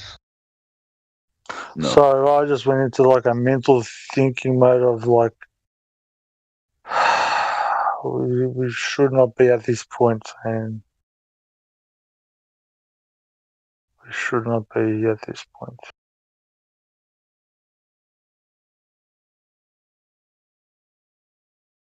A or B? Which point? I missed it. Well, if you start from May, you can extend the point to wherever. What I heard was man's not meant to live like this. And I agree. Yes. That's what I heard you say, brother. Yeah, you're correct, brother. If you don't look around in society today and say, we weren't meant to live like this, something's wrong. Yeah. All the technology we have, but it never improves anybody's life. Yeah. Like, even the calendars, like the lunar solar calendar, that's all based off of agriculture. Nobody really grows their own food anymore. We depend on supermarkets and like fast foods. Speak for yourself. Yeah. I'm already starting to plant stuff. Well, and that's why I think the Bible, the God of Abraham, addresses exactly that. What's wrong with us and why we're living like this, which is sin. And that's why that's why I believe that. Hope. Yeah. Gives me hope. We're meant to come together and fix it, bro.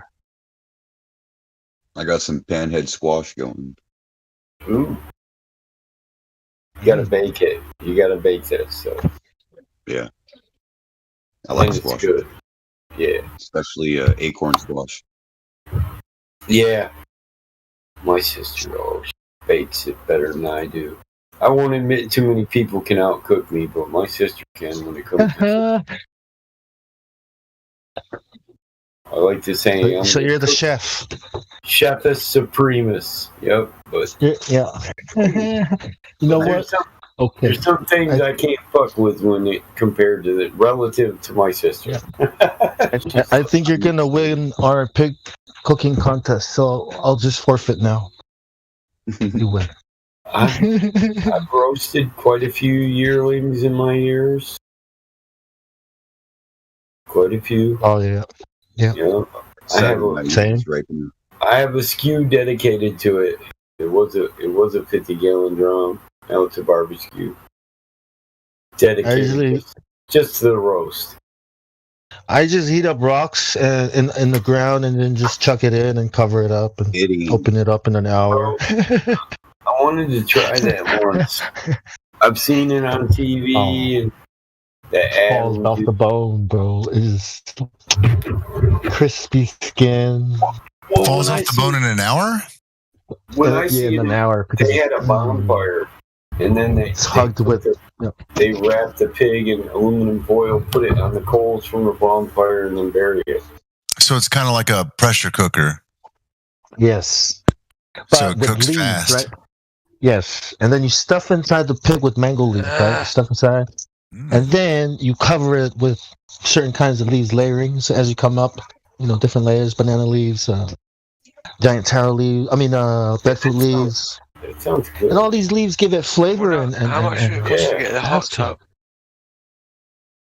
Oh, you would get some small rocks, right? You make like a little box with wood, big wood. We use coconut, the coconut husk. The log, and you fill inside of it with small rocks from the river, right? Hard rocks, and then you put wood in it, and you start lighting a fire, making a fire. Once you got but nice hardwood, right, to make it hot, and you put the bigger rocks on top. You fill it up with big rocks. So then when you take it apart, right, the big rocks, you move them to the sides, and then you put your food in, and then you cover it with the big rocks, and then your leaves go on.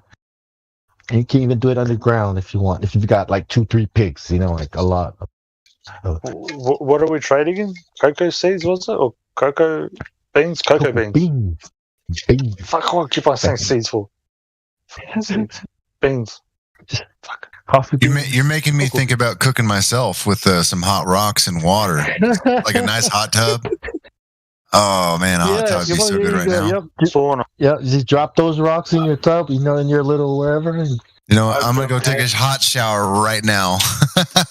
Hey, I've done that. We use them old cast iron tubs in the fields for watering the horses and the cattle. And I went out there and built a bonfire around it, got it nice and hot, and got in there and sat there where the cows just wandered around me. That was before I had the hot tub fixed. The hot tub was broke. I got stoned one night. I was like, fuck it, I'm going to build a bonfire around that and fill it with clean water. It was only good for about 20 minutes, though. Then I had to get the hell out. I was cooking. You can pretty much cook anything that way. And it'll come out falling off the bone, like in the hot rocks.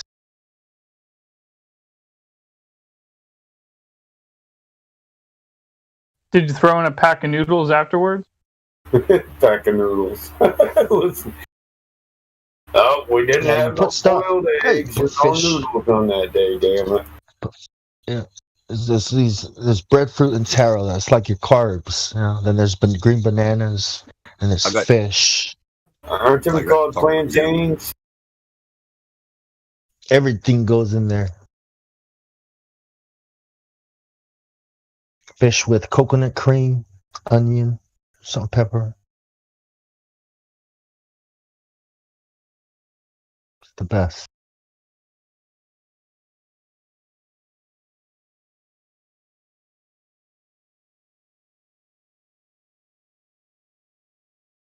River rocks, I guess. You got to find the right rock. Rocks that can hold the heat, for a long time versus coarse rock, dense rock.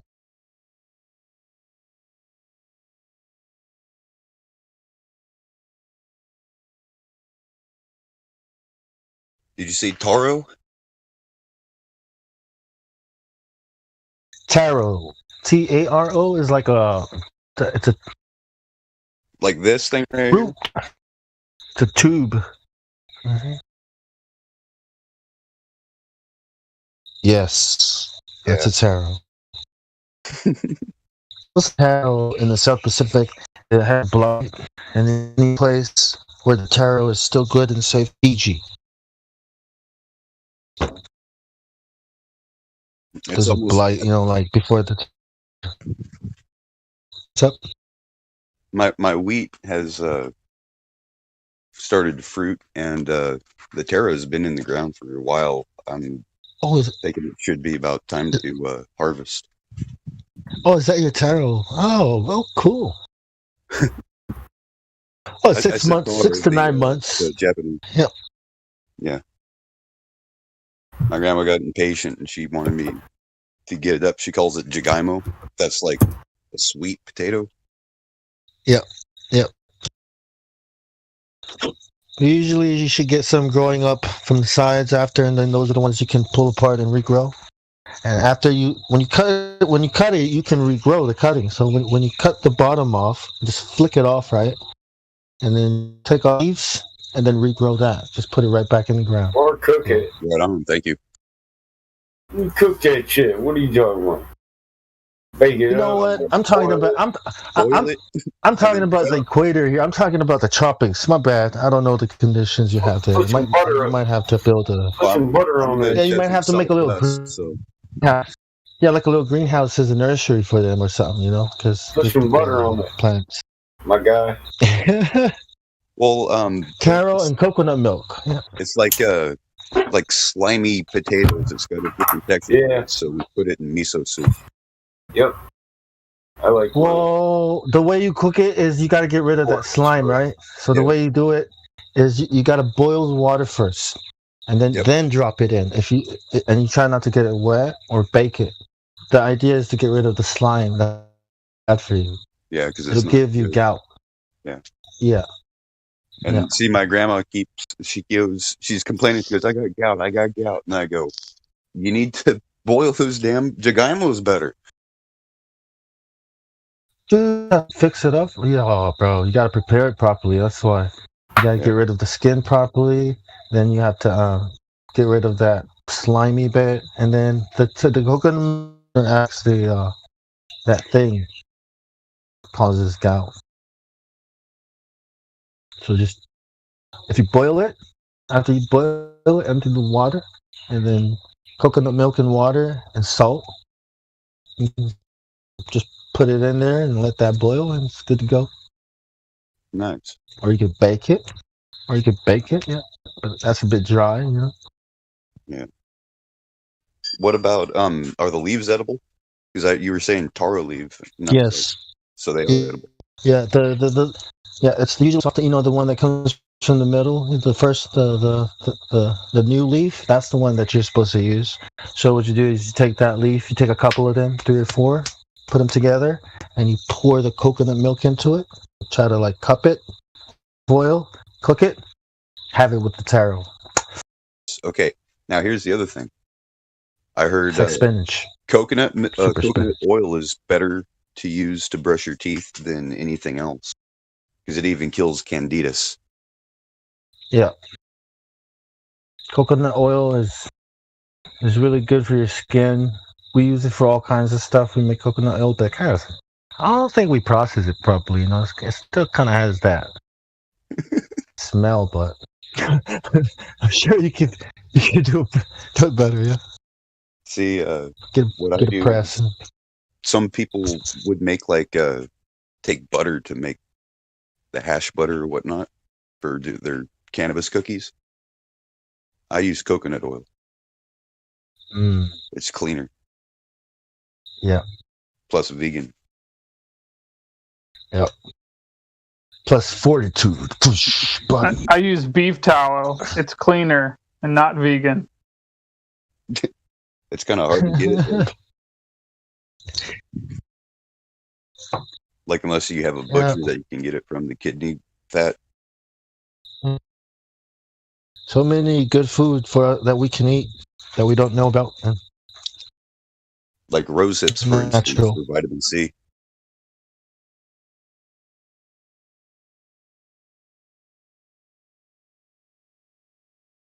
Pineapple is good. You want to know how the Inuits in the north would get their vitamin C in the wintertime, which is like 3/4 of the year? Wasn't it like a seagrass or something? Berries. I'll give you a clue. It wasn't plants, because there were no plants to eat at that time of year. It's the kidneys from the animals they'd hunt. The kidney has vitamin C enough to fend off scurvy. Wow. Cool. And see, that's why when they would hunt an animal, they would eat every bit of it, use every bit of it, because it was a way to honor the kill. How did they know kidney, right? How did they know the kidney is what they needed for vitamin C? I mean, they must have known something about medicine, something about what's in the trial and error. Well, yeah, it's simple. The ones who didn't do that died too early of scurvy to reproduce. Right. Cause and effect. Experimentation.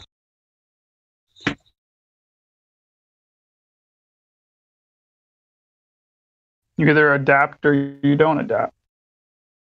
Pretty sure they had some help from the spirit world, like every culture does, like NASA does. Correct. It's all about this song right here. Some of those that run forces were the same that burnt crosses.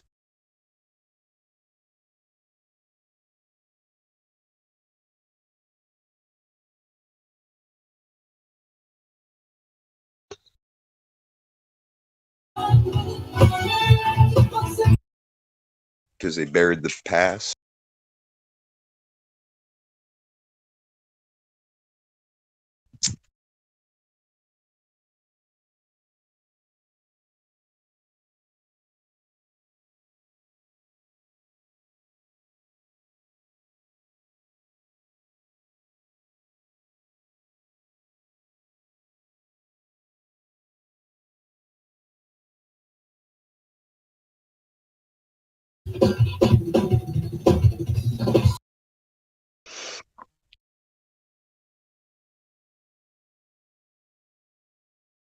Awesome beat.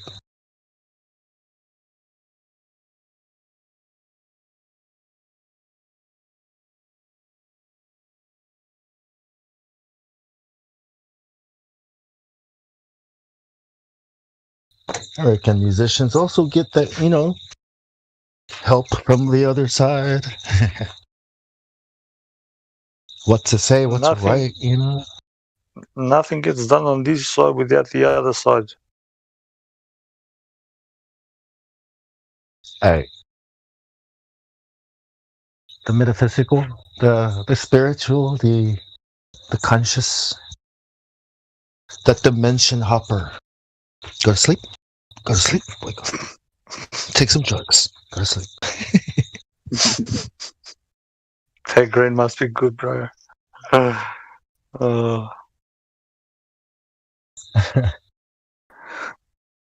So what do you think of these individuals that'll like take one bong toke or whatnot and they're just goofy, start hallucinating and tripping out and get paranoid? Like, what do you think's up with that? Because I've never hallucinated off of it or anything. Isn't that root cutting? I mean, isn't that similar to consulting the spirits? Yeah. And in my culture, Samoa, we use the root of the kava plant, right?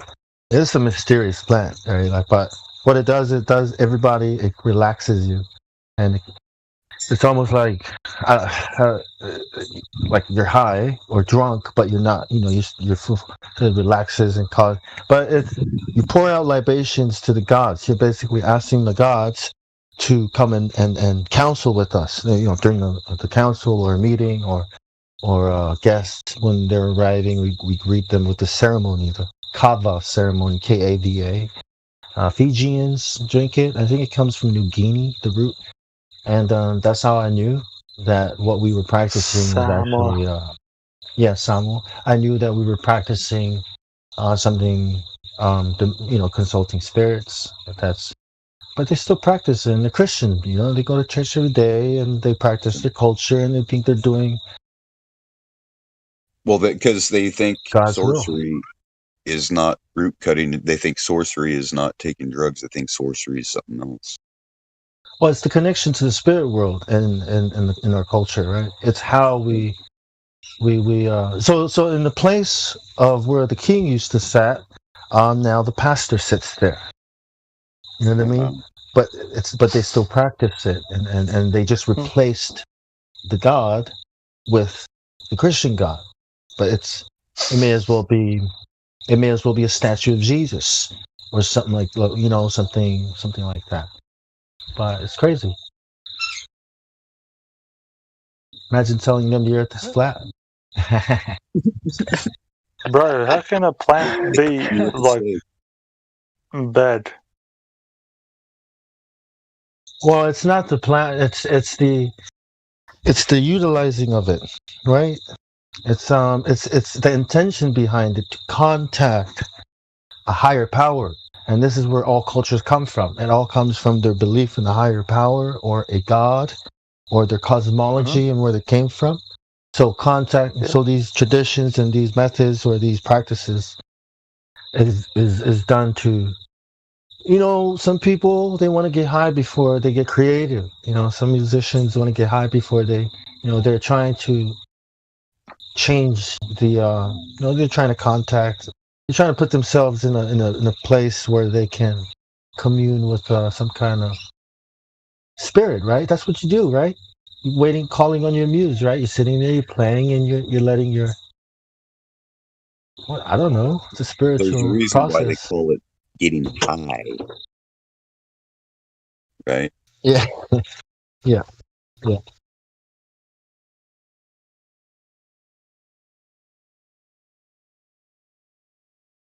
Also the term but then there's DMT, you know, that's just one example, right? I mean, there's DMT, there's all these, there's DMT pharmaceuticals. gets produced naturally in your brain. Lotus flowers. Right. And medicine men, you know, in these cultures, it's usually the sorcerer that we call the medicine man or the doctor, right? Witch doctor, right? So it's always been a spiritual practice, medicine and should go to healer. Pharmakia. Yeah, pharmakia means sorcery, so there's a connection. Yeah, that's why you go to a healer, bro. You don't go to a doctor. Yeah, you go to the healer, Jesus. Yeah, that's right.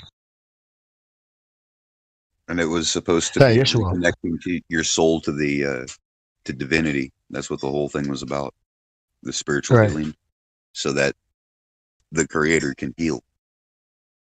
It's about that connection. Your antenna. Yeah, and I thought, well, God also decided, well, you know, all these spirits are, and then his spirit came down and revealed his way to us. You know, the God of Abraham. And that's why I believe the God of Abraham is the creator. Because that's all culture is.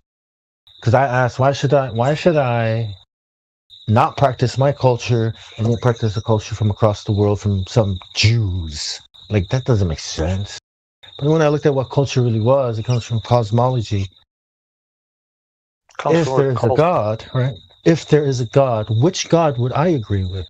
So I looked, you know, all the different religions, you know, turned 18, thought I was an atheist, and I'll go, well, you know, I didn't want to believe, agnostic, and I started searching, and then I came right back. I was like, oh, okay, I think this is if there is a God that I would agree with, it would be the God of Abraham. And if there's a God that I don't know about, a creator that I would agree with more than the God of Abraham, then I would go, and try to learn about that God, and that would be my culture. You know what I mean? My identity, who I am, who made me, and what I should be doing. What was Abraham's name before Abraham? Abraham. Abram. God renamed him. Avram. Yep. Abraham, yeah. Because Abraham believed him. Hear about his name as well? His name was Abram before it was turned to Abraham. Yep. Brahman. So he was a Brahmin, maybe. A Brahmin?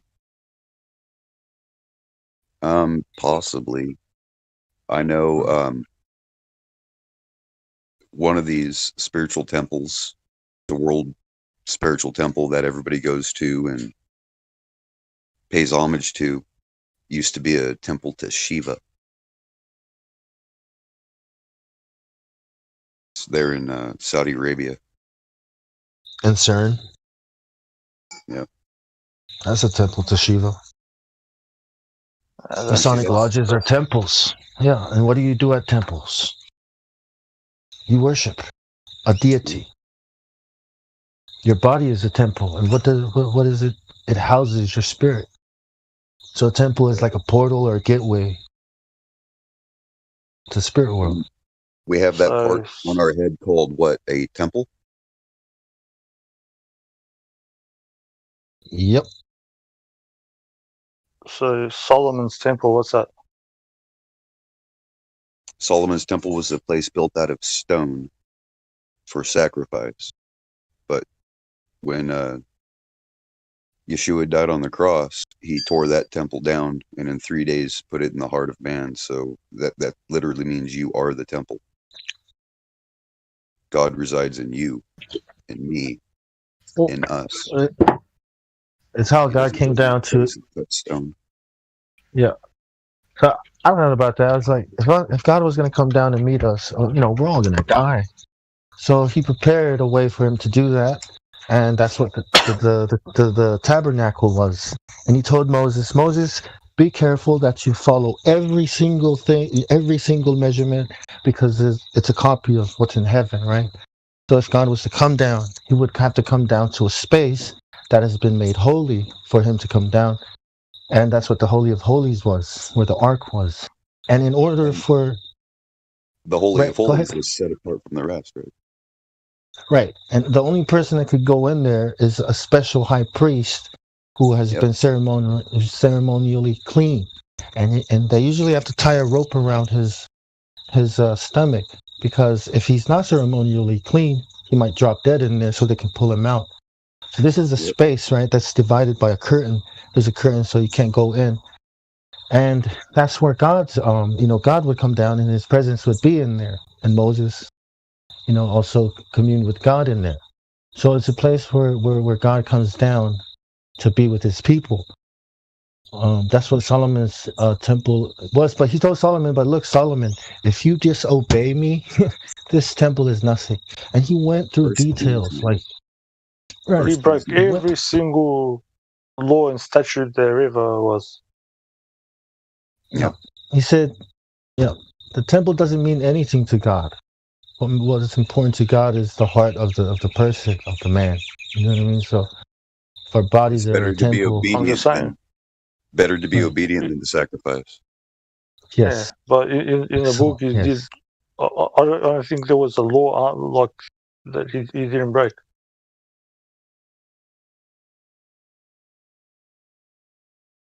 Summon demons, all the rest of it. Yeah, he said he loved women, right? So I think he might have had the lust. Yeah, but summoning demons. The lust and the pride of life. There's all these things that come with. Yeah. Because I think, his wives told him, look, if you love me, come sacrifice with me at my temple to my God. And she kept begging, and then finally one day she brought some grasshoppers and was like, look, if you're not going to come, at least step on the grasshoppers.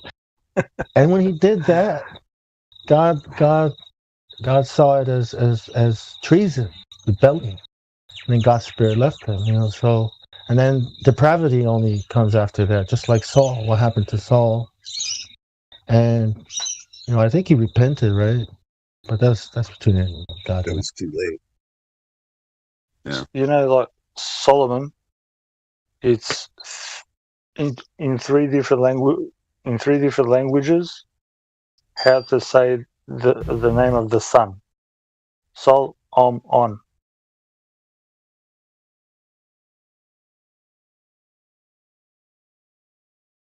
I think the Muslims called him Saruman, right, or something like that. Saruman,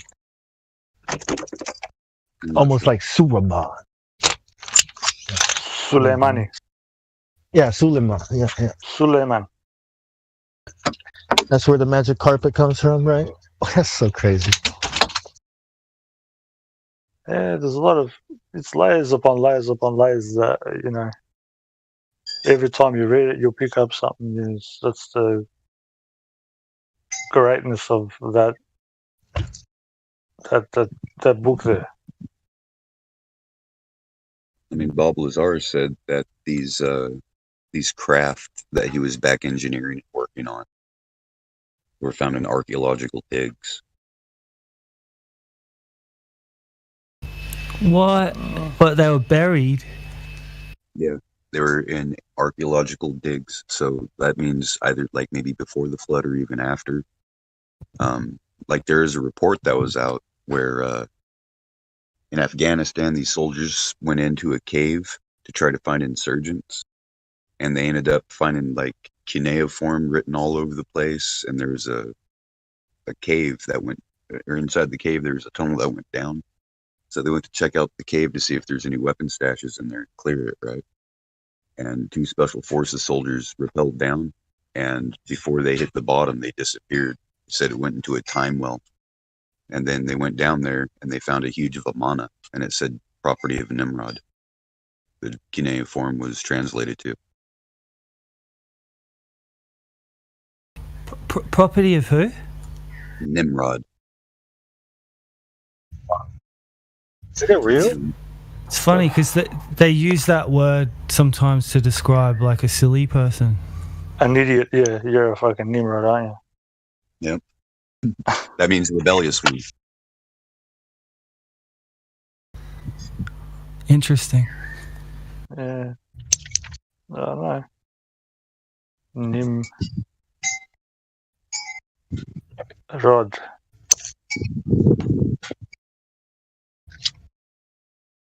I mean, who would name their child rebellious one? Well, that's what they tell us his name means. A rebellious woman. Like Semiramis or Jezebel. Yep. Nimrod.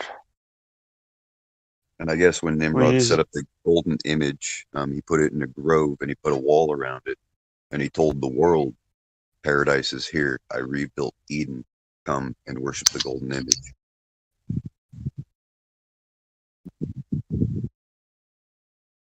And if you decipher what the golden image is, you'll realize that Nimrod worshipped the woman. So it was his woman, the image of his woman. BVM. Semiramis. Astarte. Ishtar. So the Holy of Holies, what do you think that is? You think it's like a place in a temple, huh? Well, it was in the temple. Totally means set apart, right? So if your body is the temple and it is to be set apart from the world, from the traditions of man and everything, then the Holy of Holies that is set apart from your body, what would that be? Right. It would be because remember when Jesus died, the curtain split, which means you do not need a human priest anymore to go and take the sins of the people to God. Right now, there's an actual man in heaven that has access to the Father, that takes our sins to him and has them. So he is that now. That high priest that is in heaven. So the intercessor. Yes, the man that used to go inside the temple. Well, now there's an actual man in heaven, right? And the spirit is now available to. Because remember, that's how God's spirit used to come down and be with people, or whoever is anointed, his spirit will come down and go to. But now that spirit is now available to all people because of that high priest in heaven, and because you're a temple, your body is a temple, and he is the high priest that takes our, not at a house, not at a, that's why where 2 or 3 are gathered in my name, that's where he'll be. You know what I mean? So I just wanted to you'll find him. Put 2 things together. Yeah, it says Semiramis, this, that, and he worshipped a female, da. Before, sorry. I was trying to connect 2 things. It was about female worship, but I think it was the androgynous one. The, like even in Egypt, you had Akhenaten, who was depicted as a hermaphrodite. See? Yeah. The hermaphroditism, the duality in both, to where they're trying to make them both male and female.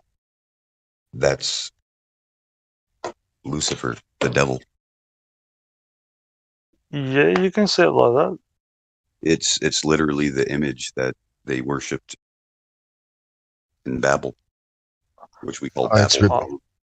It's rebellion, right? That's fair enough if you think that. Or you can say it another way. There's a million ways you can say it's a picture or an image or whatever you want to call it that somebody left there. Now you can take it as literal,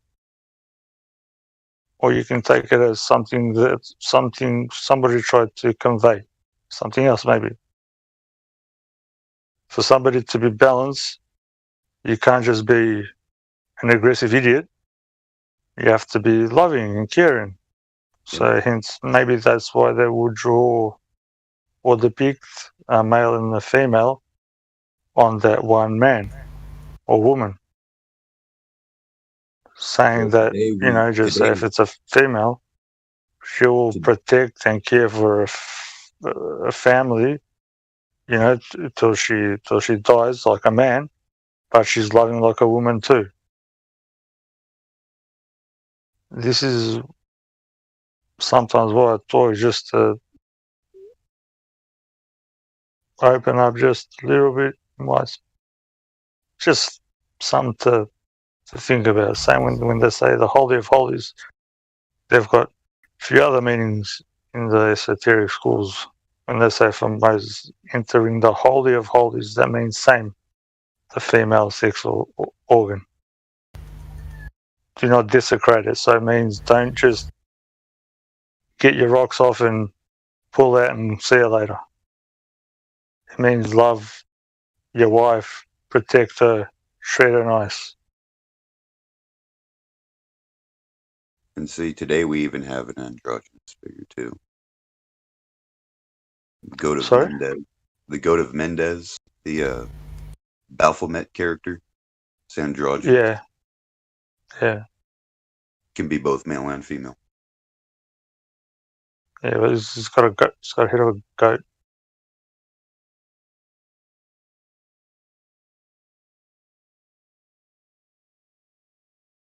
And that wind's really howling.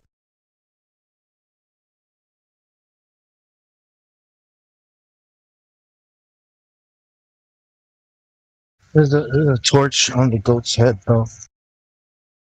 Yeah. The light. The torch. There's a torch on the goat's head. It's a light, right? It's a torch. Represents enlightenment or the light of the dark side. That sounds weird. The light of the dark side. What did Yeshua do? Before he came, nobody went up to heaven. Or did they? No, well, Enoch did. Except for him. No. He took with him all who were in Abraham's bosom.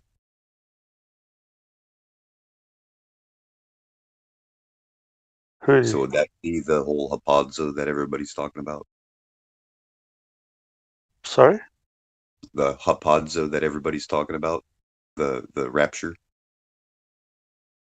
Oh, no. I'm just saying, from Enoch, and except for Enoch, who was it? Elijah. Nobody else went up to God. Am I correct or incorrect? Fairly correct. I don't know of anybody else that's made that journey, that was able to go up there in that chariot. Cool. So I said this a few times, and I try to be gentle with it, but again, it's just to make people think so.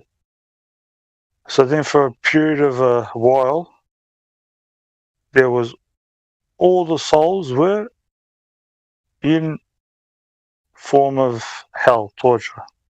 Depends on what level, yeah? Till Yeshua came. True? Yep. Well, I don't know. Have you read Second Ezra's? Because that talks about Abraham's bosom. Yeah. I've read all of them. Yeah. And I know Lazarus was resurrected and went with him.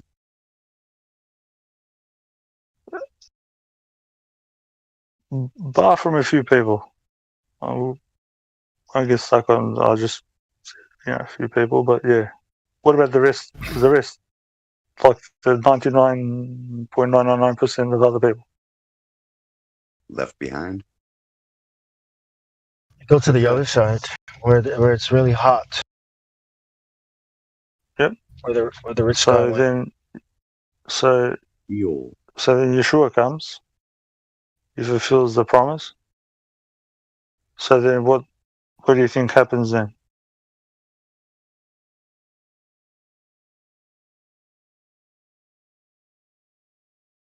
Anybody?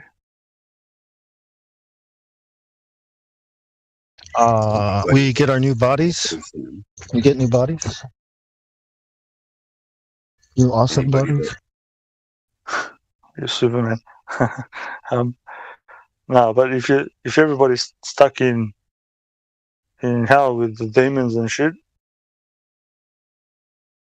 like, what happens? The place where the sinning angels are is in Tartarus. It's not Sheol. The lake of Sheol fire. just means buried. Yeah, in the underground, in the underworld.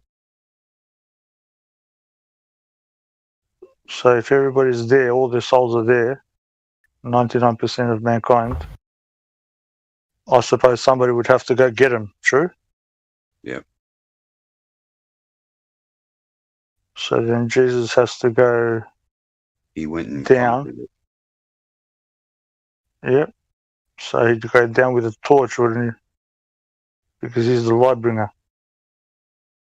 Who? The light bearer. Yep. Who's the light bearer? I think God is too big for one religion. I'm just trying to explain to someone. Is it? So he has to go down. Yeah. So he goes down. He's the light. So he bears the light. So he goes down to bring everybody up that's sinned.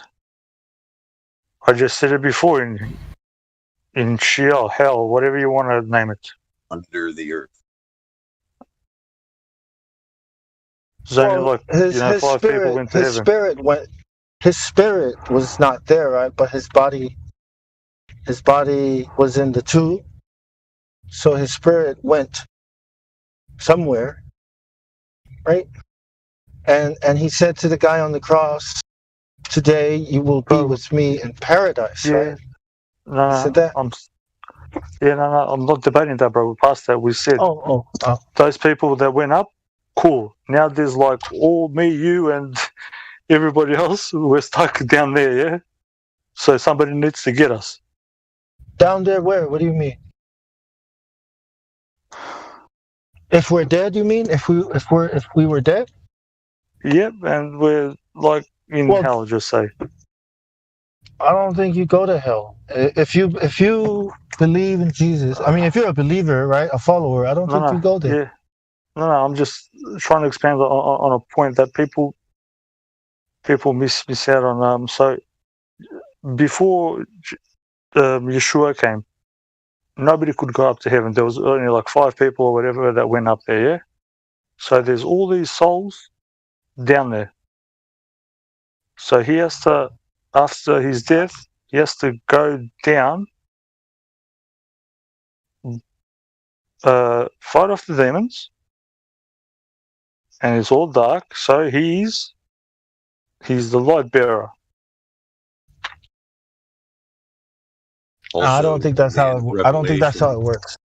In the end of Revelation, he gives his secret name. Morning Star. I know his full name. Yeah. Because you remember Cornelius. You guys remember Cornelius, right? He's a Roman centurion, but he believed, in the God of Abraham. So here's a man. So here's a man that's not even Jewish, not even part of the line, but he is after. So I think there's a lot of people before Jesus, okay, who sought after God, and has done the requirements that God requires. Right. Right. So Jesus might have gone down to declare to them who it is that they actually, who the real God is. Because some people might believe that Zeus is the real God, or this person is the real God, or they never heard of Jesus, right? But they might be doing things that Jesus wants them to, or that God wants them to do. So that's for for him to judge, right? And the people behind look forward to him. The people who come after him, we look back to him. So everything is based on that, on him. I'm not saying and his grace. I'm not saying anything bad, Russ. Right. I'm not saying so we're not. So I don't. Yeah, but I don't think those people go to hell. I think those people go to a place like where where Lazarus went to. Well, you have to wait, and it says it in the Bible that everybody was stuck there because nobody was even close to. Yeah. I'm just going by what the Bible says. Yeah, I'm just going by what the Bible says. I mean, but, yeah.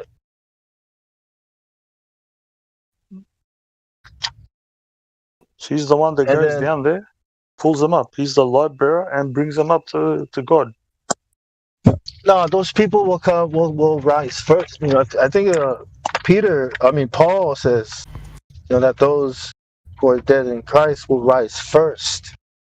So those people who are there in that place will rise first. Does that work? I get what you're saying. I'm trying to elucidate like another point. Good to be skeptical too. It's skeptical. It's just it is what it is, but people want it. They have this thing about keeping something in like evil. Like there's a label on there, but it has to be. If you apply the discernment to everything else, how can you not apply it to the Bible? Yep. Yeah, you have to. That's why I said, so Jesus has to go down, take the souls up, because without him he can't go. He's the light bearer. He goes up. His full name is Jesus Luciferus Christus, as the guy said before. Revelation, he says he's the morning star. There's nothing evil about. Is it fair to say that this could just be a story, as we don't really have any evidence that this man by the name of Jesus actually lived? Is it fair to say that? It's represent. there's lots of layers to it. It's not just one thing, you know. Like, I think there's a lot of evidence. I mean, not that the churches or the books are evidence, but I think there's a lot of evidence. Listen, I've got texts where there is a historical Jesus. We can track.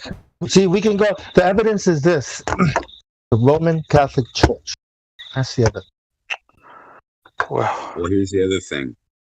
Else it'd never be a Roman Catholic Church if he didn't live. 6 days, right? He made everything. The Creator. When did he make hell? Because he made the heaven and the earth. Does that mean hell is the earth and we are the ones that make it for ourselves? Well, that's very well done. Oh, I was trying to elucidate that on a point. Well done. Yeah. It doesn't exist. So hell He created a place for the angel. No, it exists. He created a place for the angels that rebelled. When did it sinned against him? No, it's not. It's not that place. It's a different place. Yeah. It's a place. That's what it says. Yeah, it's what it says. Do we know that this place exists? Is this a wish, a desire? Is it fact? This is the question I'm asking.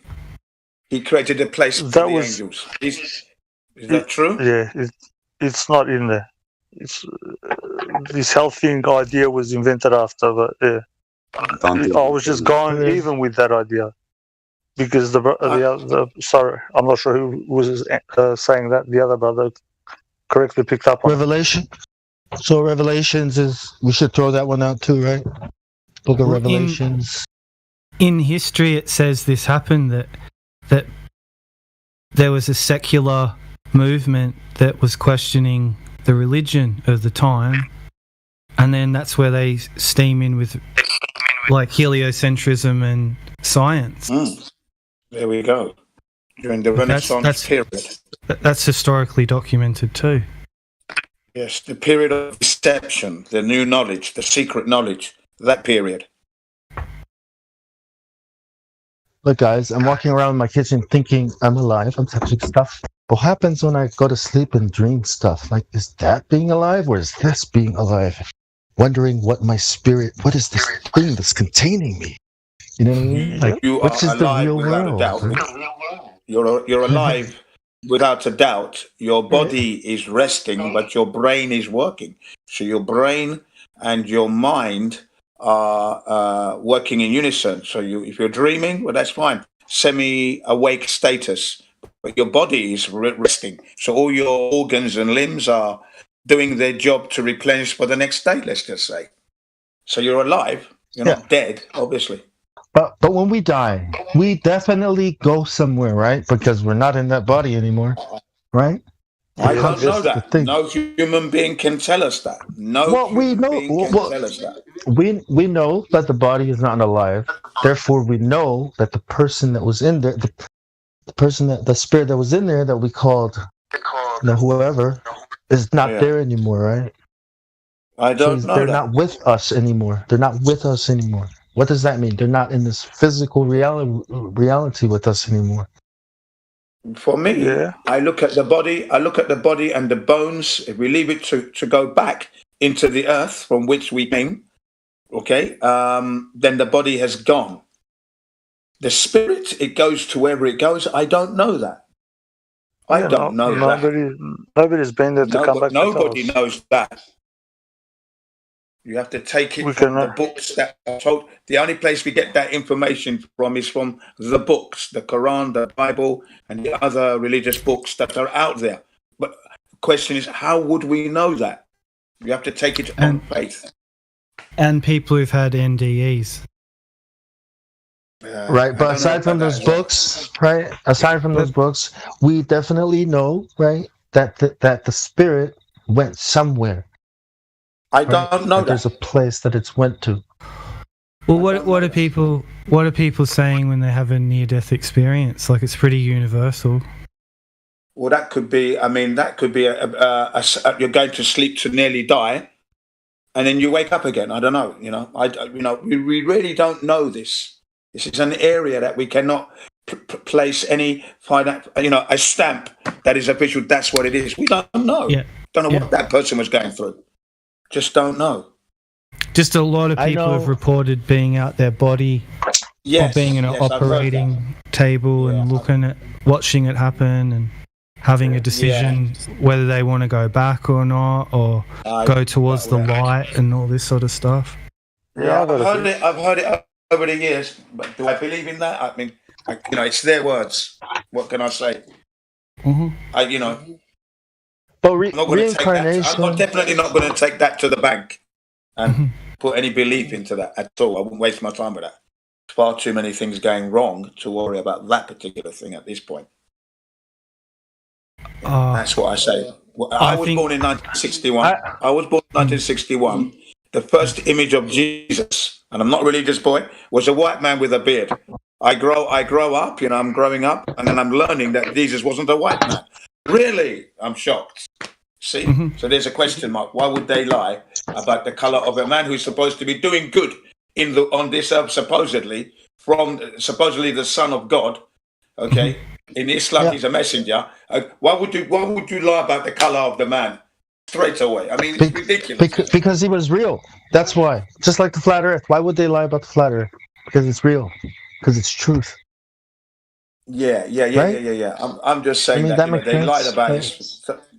There's just so much going on. But because he might. They strawmanned him. He might have been real. He might have been real. We don't know. They strawmanned him so many ways, so many denominations, and so many. I agree. Doctrines. But he might have been real. He might have been. We don't know this. He never wanted to make a religion. He never set out to make a religion. He never set out to have followers. He went along his merry way, talked.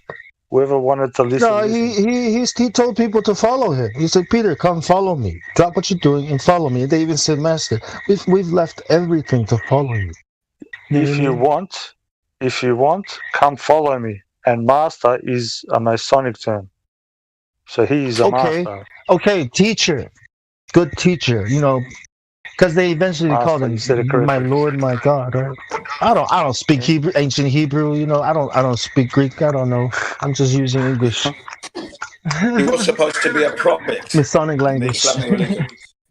He's been given a prophet. He's been given the. I was learning Chinese yesterday. Have you guys ever heard of the Platonic year?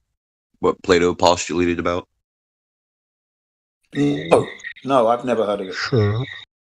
He says at the end of a time period, which will be called the Great Year. Let's see, what does it say here? Okay, Platonic year, which is also called the Great Year, has a different, more ancient and mystical meaning. Plato hypothesized that the winding of the orbital sun and moon and the naked planets forward or back in time would arrive at a point where they're all at the same positions as they are today, and this time period is called the Great Year, and such is unfighted return would take place at about 36,000 years. There is no evidence of such realignment has ever happened or will ever take place. But he postulated that at the end of this time, when there's a massive alignment, that the world will be destroyed by fire, and he called it ectopyresis or something like that, which is destruction by fire. Yeah. Baptism of fire. What does Jesus say? What does Jesus say he's going to do in Revelation? Come with the sword and burn up all the unrighteous. Cast them into the lake of fire, or the false prophets into the lake of fire. Oh, so this would be on. Sorry to interrupt. Would this be on Jesus' return? Yes. Sorry. Yep. So this is on trying to elucidate something, and the brother he's making a good point. I've read from the most cataclysm. Right. Sorry. All the wicked. All these people were fighting the New World Order, the wicked, the haters. Those people. All the people that put themselves up like as if they are God, or the Pope. all these people I get you, brother.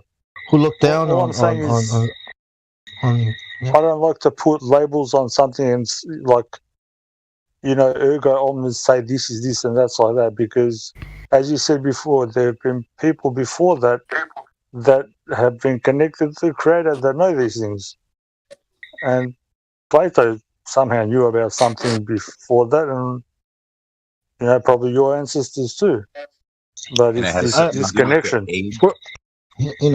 I'm not afraid to. Cataclysm, right? Catechism, Catholicism,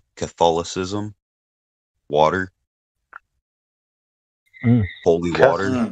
They like that Catholic holy water. just means universal, but you have to get baptized in water, and then to clean what you've done wrong is by fire. It's what's it called? It's I'm losing the words. I'm losing the words now. Well, it's like in a garden. If you have a tree that's unhealthy, you would have to cut it down because it wouldn't give fruit that is good to eat. So you would cut it down and you would burn it. And any of the trees that were good, that gave good fruit, branches. Any of the branches that were good. Yep. Right. And how would you know if a tree isn't good? You will know the tree isn't good by their fruit. Yep. Can the Creator make something bad? Bad. Nope. Everything he created was good. Yep. You know what? You know what we call bad? What we call bad is free will, right? We have free will, and choosing against the Creator is what we call bad or evil. You know what I mean? Right. So a poisonous fruit, or a snake can be bad for you, but that's there for a reason, isn't it? For a good reason as well. Right. Rebellion, right? Rebellion. It's like all this crap we see. It's because people are choosing to put other people on different pedestals, different heights.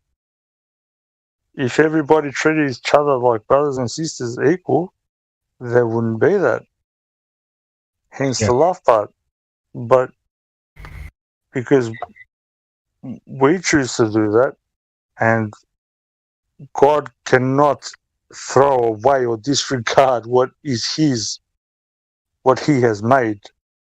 He will disregard the flesh and purify the soul and the spirit, but He cannot. I thought about it this way. If you want to think of it literally, He can't. He's not going to throw away a part of Himself that's pure and that's made out of love. Well, I'm not sure if that makes any sense to anybody. I thought about it this way. Potter, right? The potter makes whatever he needs for whatever his purpose is, right? And God created free will, something with free will, right? And I think in order for you to, I think He wants you to be like Him, right? The people that He wants to make it through this trial, right? This thing we call life, or the people that overcome will be like Him, right? So I think He knew that to create something with free will, right, is to create something will choose against you, and those that do choose to overcome and become like Him, those are the people He wants to be with, the Creator. You know, not with people who hate Him, but with people who love His ways. You know what I mean? The way He does things, like. There's different degrees. Okay. Let me just come in. Let me come in with this one. Look, the Creator. This is just a simple, basic overview from a human being that came out of his mother's womb in 1961.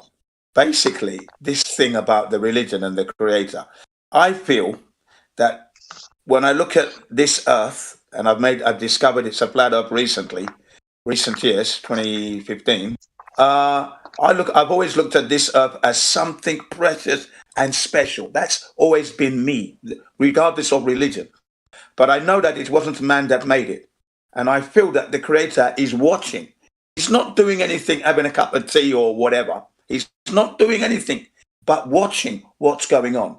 He's not coming here to intervene or do anything. It is down to man and woman. That's our role. What are we doing? How are we coexisting? That's what's going on here. God's not doing anything. He's not blowing any wind or creating any fire here to destroy this people or that. It's not happening like that. It's down to us. This earth has been hijacked. So life, as the creator would have liked to have seen it happening if he's watching, isn't happening at the moment. It might be in pockets of area. Let's give you an example. The Aborigine people, they're living in harmony with nature. They're not destroying it. They're living cohesively with it. Other tribes. Then we have the so-called modern man, who's harnessed some of the materials that are there and has created something called modern life, but it's costing. It's a destructive thing. We've had wars going on, bombs, etc. This is what I'm saying. So let's look at that. And I step back and leave that in the table for now. Sorry. Oh, correct. Well, I say you're correct. I was saying that a while before, but that's just. I have a response to that. I thought about that too, but the thing is about people who are living, because at one time we were all living the same way. So depending on the craftiness, the ingenuity, the organizing, and the resources available to a civilization or a certain kind of people, they will then dominate the next group, right? And this is how they develop their technology, because it's about moving and dominating other people. So the group that hasn't decided to adapt against these, that group hasn't advanced, but eventually, if the circumstances were different, they might have been the group that dominated if they were in the right place with the right resources and the right access to certain knowledge or spirits. And then the point of the creator not intervening, I was making the point that he had to intervene because of the question that, yes, everything was made that he made is good. Then did he make evil? Then where did evil come from? And that was the point I was trying to make, is that because he chose to make something with free will, he knew that something would choose against him, even though he made it good, by giving it free will. It's like a privilege to be given free will, to be given choice, and we fail, right? But then he intervened. That's it. It's an obligation. Right. But then he had to intervene. Obligation.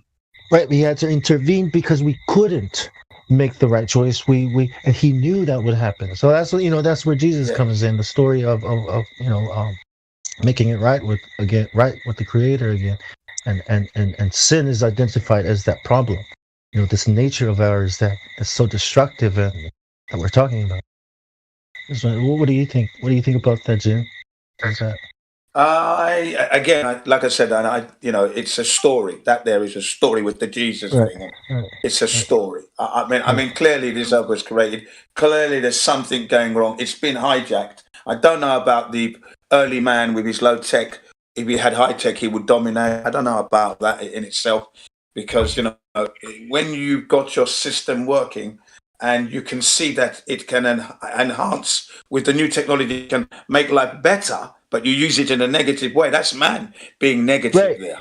Right. Yeah, and like you were saying, I think the way you were saying we should live naturally is the way the Creator wanted us to live, was that way, where we. Yeah. But then because you agreed about that, it is a privilege to have free will, right? This is why I said the nature, what was wrong with us is identified as sin. You know what I mean? So I just wanted to bring that up. Yes. Yeah. And I can understand that concept. Right, and death is also caused by it, right? Because I asked the question, why do things die when the pattern of life is growth? Why do they die? I can't wrap my head around that. Why do we stop growing and start aging? And why is death enter the picture if the pattern is growth in life? Well, I think that's what it is. I think that is the cycle, isn't it? We replenish. When we die, we go back to replenish from where we came. It's just a cycle. And he must have known that before he made everything. Right. That's the way he Because it created. said he must have known that before he created everything that we would go through this, because it says the lamb that was slain before the creation of the world. And that blows my mind that he knew. And I would be afraid. But God is, if the creator is that, then. Well, I don't wish to change the direction anyway or so, but I'd like to talk about another Jesus that's supposed to be there, that might be there, which is a Jesus for the NASA fanboys and those who follow it, and that's named the Hubble Telescope. So not now, but at any time afterwards, after we finish this, I'd like to discuss that. It's another Jesus that's supposed to be up there that is not up there. Later on, not now, but later. Very interesting. We could go there now. We could go there now. Oh, you guys want to go there now? Yeah. As well. We've been on this topic for a while. I think we should probably get back to. Yeah, we can go on the Hubble. Let's get to the Hubble. Okay, let's go to the Hubble telescope. Yeah. Now it cost $2 billion back in 1990, or let's say 1978. Congress in America gave the go ahead at $2 billion. Okay, $2 billion. That's what they laid out. Let's not forget there were 5 service missions supposedly going up there. That's an extra cost which I haven't found out yet. Okay, so the Hubble telescope, it's supposed to be operating at low Earth orbit, 333 miles off the surface of the Earth. Yeah. Now, does anybody know the guy called Robert Pisano? Anyone heard of this guy? Yeah. Yeah. He's the guy that called NASA, right? Yeah. That's the guy. He called this man. The man's name is Mike Myslensky. Mike Myslensky. He is the NASA Deputy Program Manager for the Hubble Telescope. Okay. Ooh, fancy. Robert Pisano calls this man up, and he spends about 50 minutes discussing whether the Hubble telescope is up there. Have you seen this telescope? Have you had eyes on? Is there any equipment, any vehicle that is tracking, following this Hubble telescope? He replies, Mike Myslensky replies, not that I know of. Pisano asked him, when did you last see the Hubble telescope? He hasn't seen it, he says. How long have you been working in this position? Over 25 years, he says. So if we're counting what up to today, if he's still there, that'd be 29 years that he hasn't set eyes on the Hubble telescope. How can that be, folks? Does that not sound strange? That you'd have... yeah, isn't it? Yeah. Right? This thing cost $2 billion plus, because it had a faulty lens. So they've had 5 missions, and those missions aren't cheap, okay, for a thing that might not be up there. What do you think about that? Well, considering the year, right? Considering the time, the fakery might have fooled those people, right? But right. I mean, it doesn't work now. I mean, it's like obviously it's real because it looks so fake. So it's like, it's a joke. Yeah. Yeah. Another anomaly, folks. All the service missions that were sent up to the Hubble have been recorded in the FAI.org database. That's the Federal Aeronautics International.org. They have those missions, those 5 missions recorded. Now, Robert Pisano tried to find out if this was recorded on their site, on NASA's site, Guinness Book of Records, because it's supposed to be the largest mass ever lifted to the highest altitude, right? And guess what? It's not in their site, the FIA site, it's not in the Guinness Book of Records, and it's not in NASA's database. Well, it should at least be in the Guinness Book of Records. Shouldn't it? Shouldn't it? Because that means it happened, right? But if it's not in there, then... It's not in there. That's a massive anomaly. But the service missions are there, by the way. The service missions are in the FIA.org database and the NASA database. It's there. Or they're there. The 5 missions. So they don't repeat the same lie again, bro. You know what I mean? It might be at Ripley's Believe It or Not museum. Ripley's Believe It or Not. Mm-hmm. Now, Robert Pisano endeavored to find out. He gave the exact details. In 1990, HST-STS-31 at April 24th, 1990. That's the mission. That's the full name of that mission. And it's not there. I was like, when I first saw this, I listened to this documentary by Robert Pisano back in 2016, I was like, what? You're kidding me.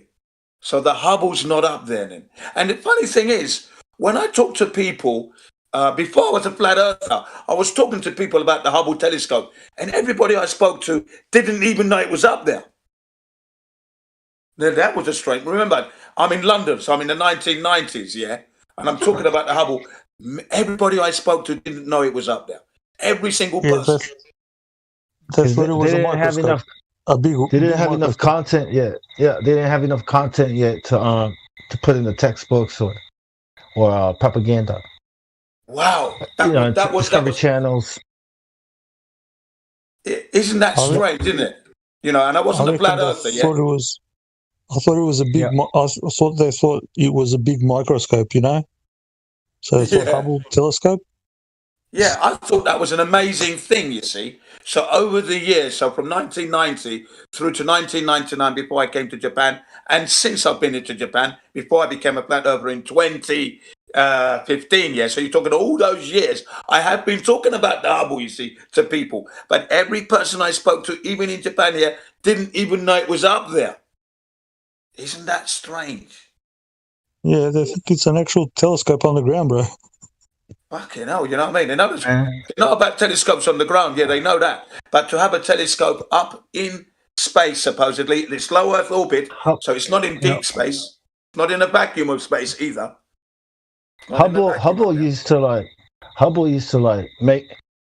hypnotize me, dude, when I think about it or when I look things up, you know, about it or pictures going through like the textbooks. I used to think about Hubble you know, I used to be so fascinated with it, you know, looking at the stars and how far things are and how it can look deep into space if you just leave it at one position while the Earth is spinning. I don't know how they do that, but it's like, you know, spinning. I mean, while it's turning. I'm like, what the hell?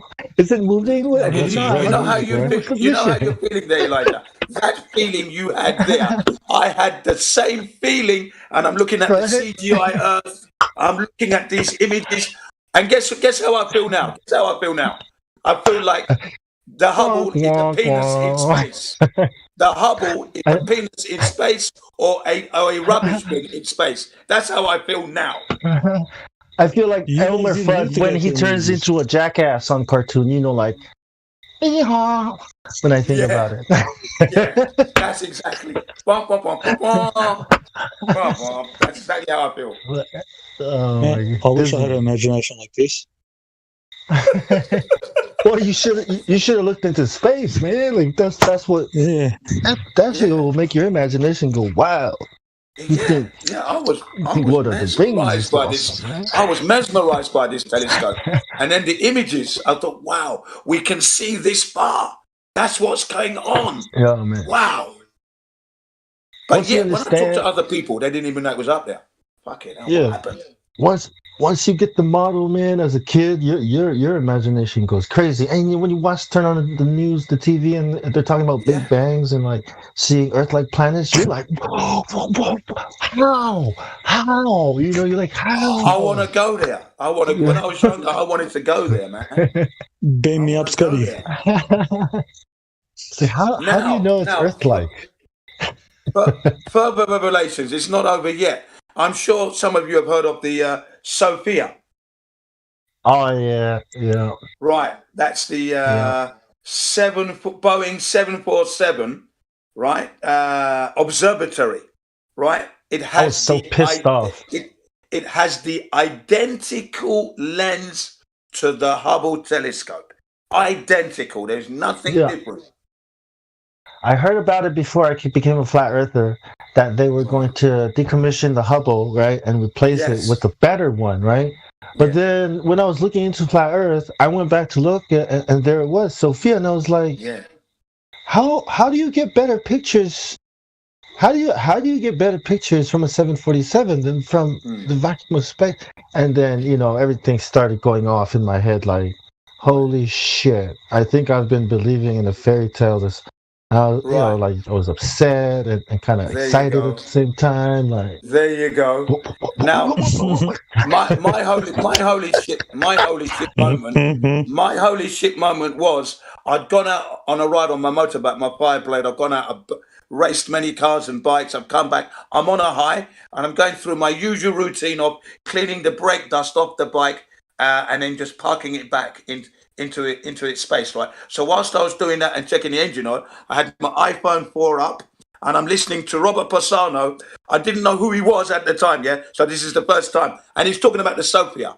So I'm still thinking about the Hubble is up there, right? But that's not even on my mind. I'm listening, and I'm thinking, I'm just listening to him, but not 100%, okay?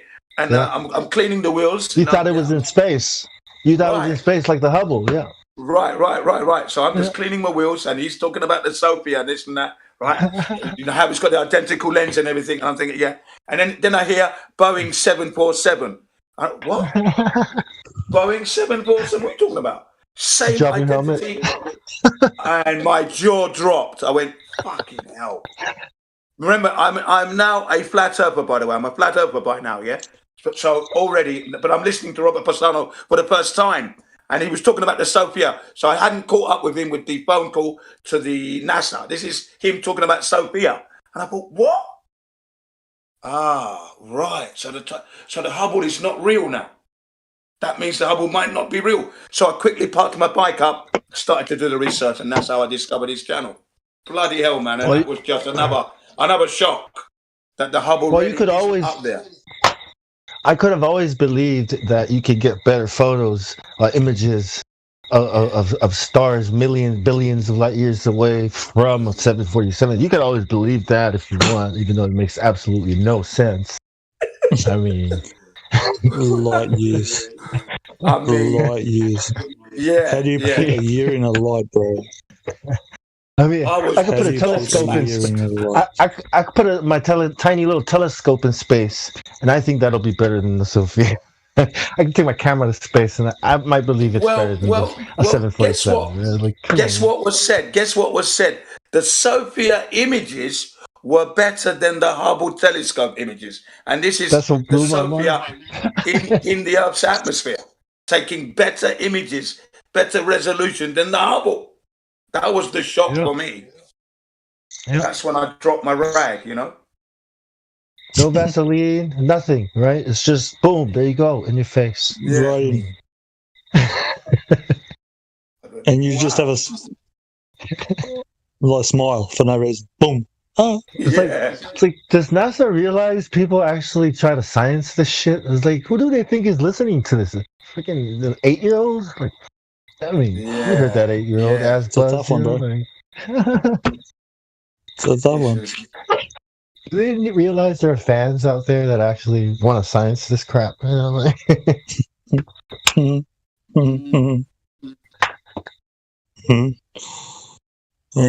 and the other thing, the orbital decay. Now, this Hubble does not have any propulsion system whatsoever.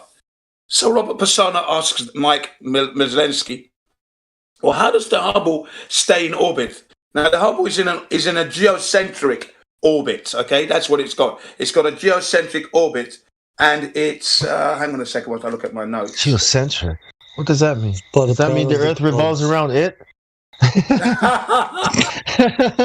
Yeah. That's funny, right, its perigee is 333 miles. 333. And its apogee is 336.7 miles. Okay. These numbers are great.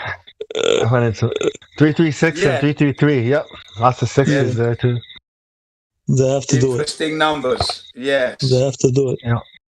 Now, how does it stay up there? He says? How does the Hubble stay in orbit? Because when we look at the ISS is losing 1 to 2 miles every 5 minutes, apparently.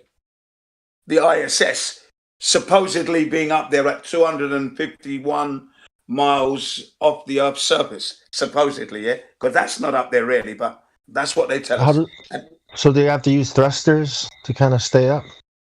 Well, that's what they do for the ISS, exactly, but the Hubble doesn't have any. So how comes they did the maths, okay? Robert Persona did some rough maths, he said. I haven't got the supercomputer, he says, but he said it should, the Hubble right now should be within 10 to 15 miles range of the ISS. That means it's line of sight. But how comes we've never seen the Hubble in any of its orbit from the ISS?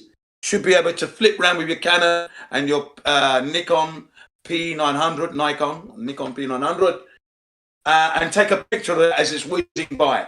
Apparently, never been done, never been seen. I thought you were going to say he did some maths and he should have fell 15 years ago. So are they falling? It should have fell immediately. It should have fell in 1990. Yeah.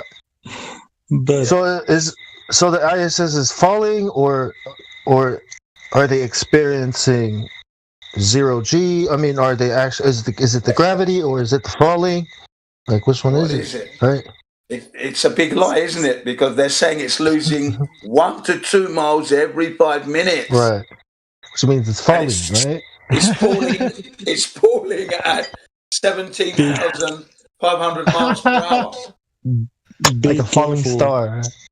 Yep, it might fall on your house. Falling around the Earth, not falling straight down. Like Satan? Falling like Satan? Around. Yeah, there you go. Around the Earth. Wow. It's falling. And I saw the ISS. The Earth. It's falling. Fall like Satan around the Earth. Falling around the Earth. The fallers, right? The falling. But it's falling around, away, right? Why do they always have to use this round bullshit? Like falling around the Earth. That's what it is. That's what they said. You see, the curvature of space-time. I'm like you. When they use the word around, that's a kick in my nuts. When you hear it's falling, then they say around, and I've just got kicked in the nuts. Around. So you're instantly angry. You see. Yes, that's what I'll get triggered. Around the clock, right? Gonna rock around the clock. Yeah. Rock around. Not around the ball. Around in a circle. Right. Around a circle. Right. Unbelievable. Yeah. It's falling around. More revelations. I've still got more revelations from this video. It's a it's a must. More revelations. Listen to this one. Now, Mark Malensky feeling stressed, getting hot under the collar. So he's had to undo his top button, and because he was looking smart, but now he's undone his button, and that he's looking a bit ragged now because he's realizing that he hasn't seen the Hubble for 25 years, and Robert Persona is putting it to him that it's not up there. He's getting a bit hot up on the collar. He says, "Well, anyway, the Sophia hasn't been flying longer than the Hubble." So Robert Persona says, "Yes, but the Sophia started commission in 2002, 2004, roughly. So it's been up a little bit, but unbeknown to you, what did they call it? They called it stratospheric observatory program has been in place well before the Hubble, and they used balloons mounted with telescopes, and they launched them from Antarctica, a place called McMurdo. Nice. There you go. McMurdo. McMurdo, yeah, McMurdo or McMurdo nice. in Antarctica. They're being launched on balloons before telescopes and cameras, like with the cameras. Somebody look up what McMurdo means. Telescopic camera, yes, yes. So now, Mike Malensky's had a headache now. Boom! Oh my God, He hasn't just said that. Doesn't know where to put himself now in his room. Yeah. Anyway, I've got to go now. Shortly after, All right, Jim. I've got to go now. Comes up. Yeah, bro. Yeah, bro. All right, Jim. We'll see you later. Yeah. Have a good one, man. No. I'm still here. That's what he said. Sorry. Jim, what are you doing, bro? Zelensky said. I've had 2 cones. Oh, you trickster, Jim. I'm not going anywhere anytime soon, guys. He's like, yeah, I'm like, what the? Right. Just out of nowhere, he's gone. Yeah, I wonder if Mike knew. I wonder if it's because he didn't know, or I wonder if it's because he did know that he was getting pressed about flat Earth, about lies. Yeah. I wonder if because he freaked out because he didn't know, or he did. Yeah, he went into a tailspin, didn't he? And then he had an explosion on the way down. I wasn't trained.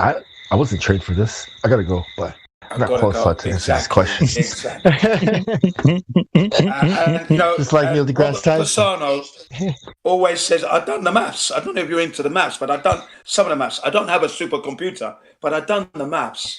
And it's the Hubble should be right in line with the ISS, within 10 to 15 miles, line of sight. And I was just laughing, man, when I first heard it, And I thought I'd bring it back up because we don't often talk about the Hubble, and because it's another black hole, isn't it?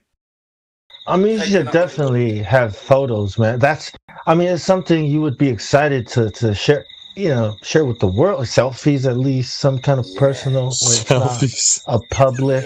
Yeah, I mean, that's what people do, right? You want to capture the experience and share it with the world. That's what they encourage you to do on Google, isn't it?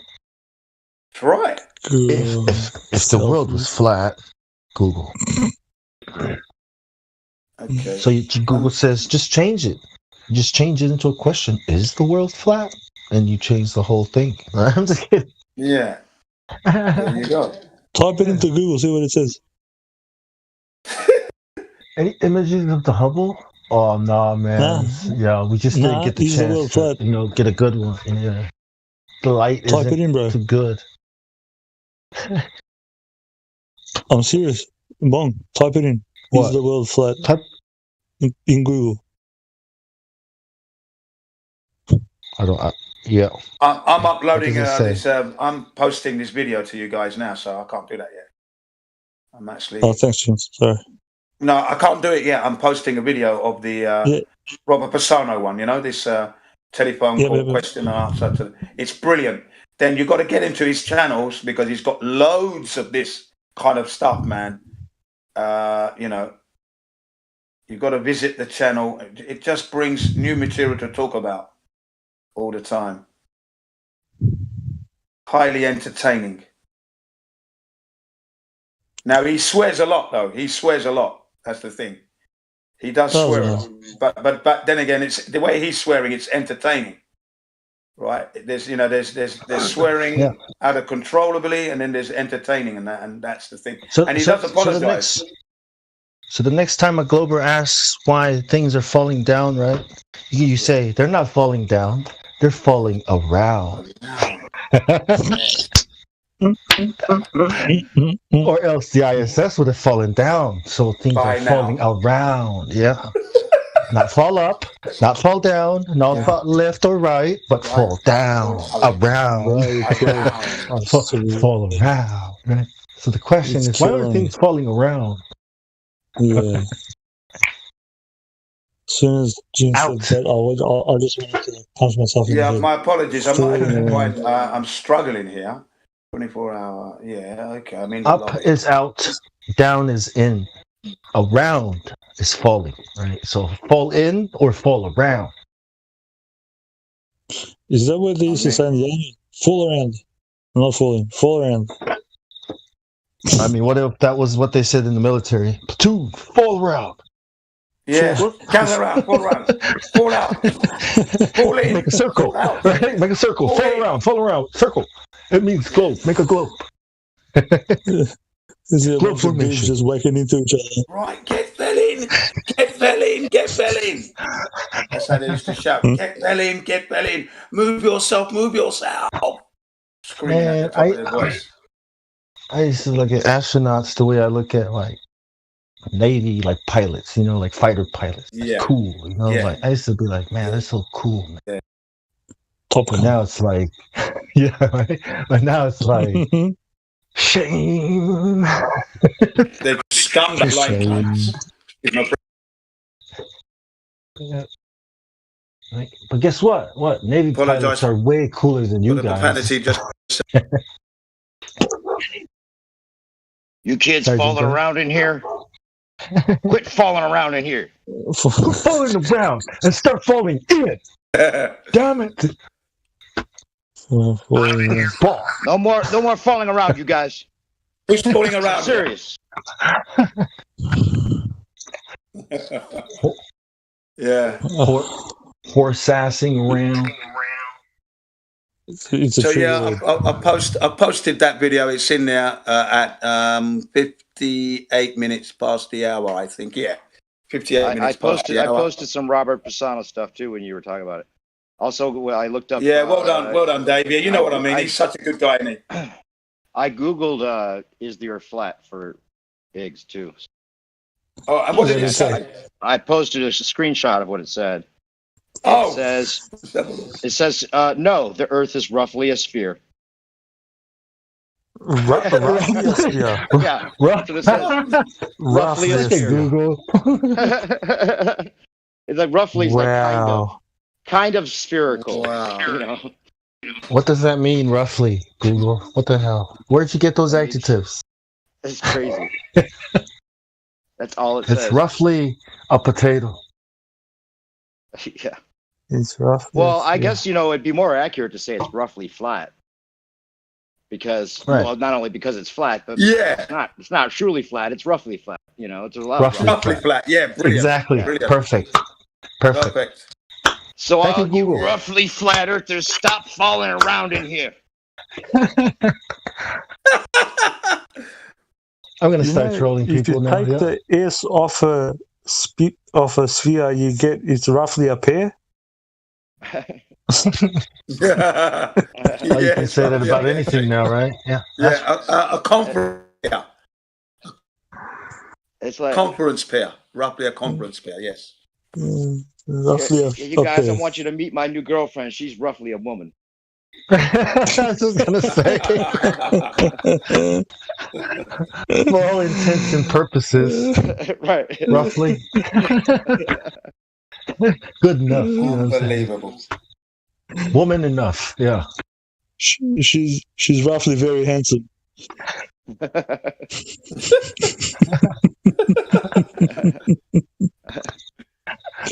She's very handsome. I don't mean roughly like a dog. Like a dog is roughly, Yeah. Because they rough. Yeah. Okay. Rough. So thanks for allowing me to present the Hubble, the other Jesus that's up there, that's not up there. Why are you calling it Jesus again, though? I didn't get that part. Why are you calling it Jesus? Oh, no, because, I was saying that, did he really live, this guy, Jesus? Or is it just a story? Oh, is it just it's not a fair... It's without any disrespect to any Christians or anyone who is religious. That was a crazy one. You didn't even say it till just now, huh? I think the correct term, the term you're looking for is Antichrist. You know what I mean? Or God, or one of these with the small G's, or one of these. Because it's a star, right? Look, it's up there with the stars, with the gods, with their gods, whatever. Yeah. Well, the message is more important than the man, anyway, right? You're a G. Well, yeah, in that sense, Gangster. there is indeed a message there, but. Jesus was a G, man. Yeah, I'm just following. He was a G, bro. Yeah, just following another OG. G. The big G. The OG. The OG. The original G. The geocentric model, yeah. I think they took. You know what I'm saying? Keeping it real. I think they made the word globe from combining God and Bible. They're like, oh, we're just going to make a new religion. We're going to take the word God and Bible. We're going to change those letters around and make the globe the new religion. Yeah, that works. I mean, yeah. And I also think that, not that that's necessarily true, but it seems like it could be, and with gravity, I like to say that they took the word grave and deity, like a grave deity, like a serious deity, and they made it like, like a dead god, grave deity. I think gravity is money, because that's where it comes from. The idea that a man has a lot of gravitas or influence, right? Usually it's because of the status, power, or money, right? So having a lot of gravitas, a lot of money, weight, right? Exactly, means when you speak. So the king has a lot of gravitas. People gravitate to these people because they have a lot of influence, right? So I think that's where it comes from. I mean, it's the idea that the lesser should serve the greater, which is why the earth should revolve around the sun. It's these esoteric ideas. That's what I think. But they usurped all our natural observations and created a myth for each of them, including gravity. Yeah, the fact that things fall down. Took advantage of that. Yeshua said you can't serve both God and money, right? That's what he said. You either love one and you will hate the other, but you can't serve both. Yeah. You can't eat at the boat of demons and then come eat at the table of God and then eat at the table of demons. So he talked most of what he talked about was about money and how to treat money as a tool rather than a god. Because the rich young ruler, That's right? what it's there for. The rich young ruler. So money is the king of the world. Money makes the world go round. I mean, it's the idea of money. Rendered to Caesar what is Caesar's. Trade. Babylon. Who says it, bro? I told you.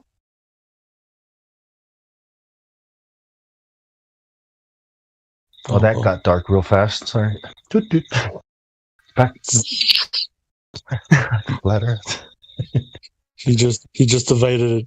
He just ducked and waved there.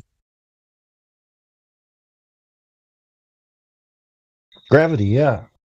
Oh, I mean, yeah. It's the creator of the globe, Earth, of the heliocentric model, the Big Bang.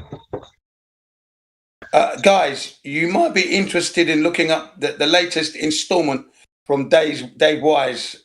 He's a Flat Earth podcast. There's an interesting, back in the old days, speech or statement about the moon being plasma. Really good one. Yeah, by an Australian guy. I think so, yeah. This guy sounded, well, like Romanian or Czechoslovakian or something like a German, this guy that was speaking. But please watch it. Pretty good. Yeah, I've seen it. Yeah, it's good. It's in the Flat Earth podcast, which was released today. So it's today's latest one. 149, podcast 149. And I can't give you a timestamp on it, but you can fast forward and find it. The guy's talking about the moon being plasma. So it says it shoots down all the moon landings and that, because there's no way they could have landed on the moon, etc., etc., etc. They were planning to go to the moon at the time. And they said, no, there won't be any moon landings because the moon is plasma. Can you? There's nothing to land on. Yeah, you can only land on the ground down here. They asked this guy speaking. I've got to go back and watch it again. They asked this guy speaking, "Can you prove all this?" And he says, "Yes." And each passing day, there's more evidence coming through to Earth being more, to the moon being more plasma. So there's no way that we're going to be having any moon landings and stuff. Yeah, that's good, man. That's Flat Earth podcast 149. The whole thing's about an hour long, but the bit you're looking for, it's all pretty good. Yeah, it's good. I would recommend watching it. Yeah, I watched that this morning. Well, I listened to it because it's a podcast whilst I was jogging this morning, doing the laundry. David Weiss. Yeah, David Weiss. Yeah, David Weiss. Flat Earth podcast. I'll post it in the live stream voice text for you right now. I'm just going into my phone. Hang on a sec. Yeah, the moon is so mysterious. I mean. Yeah, this guy said the moon was plasma. Wow. This is before the moon landings even happened, you know. The guy was talking, and I thought, wow, this is interesting. Plasma. He's like, I can't go there. It's impossible. Exactly. He said it clearly without any, without a butt of an eyelid. No, we're not going now. Yeah. You're talking about no reservation, nothing. Just burps. Yeah, no reservation. We're not going, he said. Go on, Iggs, man. You're everywhere. You watch everything. The achievement. They. I was watching this one series. Had a scene in it where this guy's getting confronted for a crime that he was obviously involved with, and he wasn't worried about it when the investigator came to his mansion home and kind of confronted him by his pool, and the guy walked him up the stairs in his home and said something that, about not being worried because his team of lawyers is definitely going to be able to falsify the claim. But he went into this whole thing about the moon landing and out of nowhere, and it's interesting because he says, how many people died, Mr. Washington, on attempting to get a man on the moon? And Mr. Washington says, I'm sure plenty. I'm sure hundreds. But that has, or he doesn't even say, he says, that's not the point. But that has, but the question is, and he says, when that achievement changed mankind, it gave mankind the idea that anything is possible. That was the achievement. And it's like he was saying it was fake by saying it wasn't about going there. The success was that people believed we went.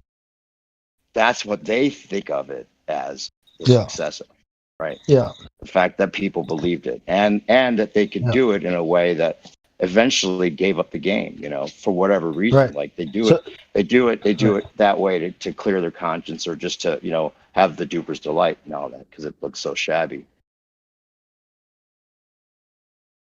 And because they did that, now everything. Because I heard once they did that, the flat Earth debate started to disappear and die down, and then the propaganda just started with the moon coming landing. out. Oh, with the moon landing.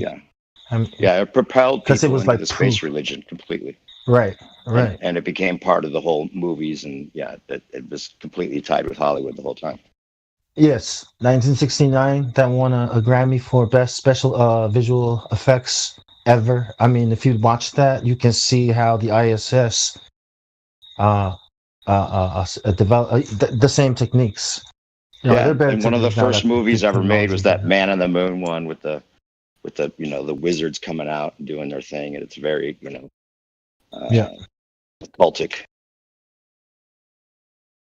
Yeah, Rocket Man. Right?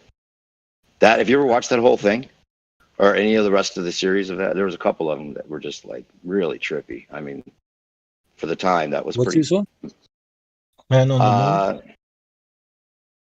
Yeah, they're like one of the first movies ever made by Lumiere. I thought his name is Lumiere. I'll link it here. You ever look up anybody look up Marcus Aurelius quotes ever? There's some amazing things that guy said. One of them is that I was trying to find when you were talking earlier. I don't know why, but that I saved was the only wealth which you will keep forever is the wealth you have given away. I'll post that too. That is beautiful. He's great for quotes, Marcus Aurelius. Gangster. Oh, I mean, this guy has a G. Posted already. That guy was tall, right? Like he was tall, huge guy. Yeah. But the Greeks, wasn't he Greek?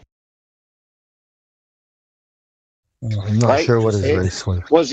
Is he considered Greek? I don't know. But Iggs has informed us that Greece is pretty much a made-up country, which is really interesting.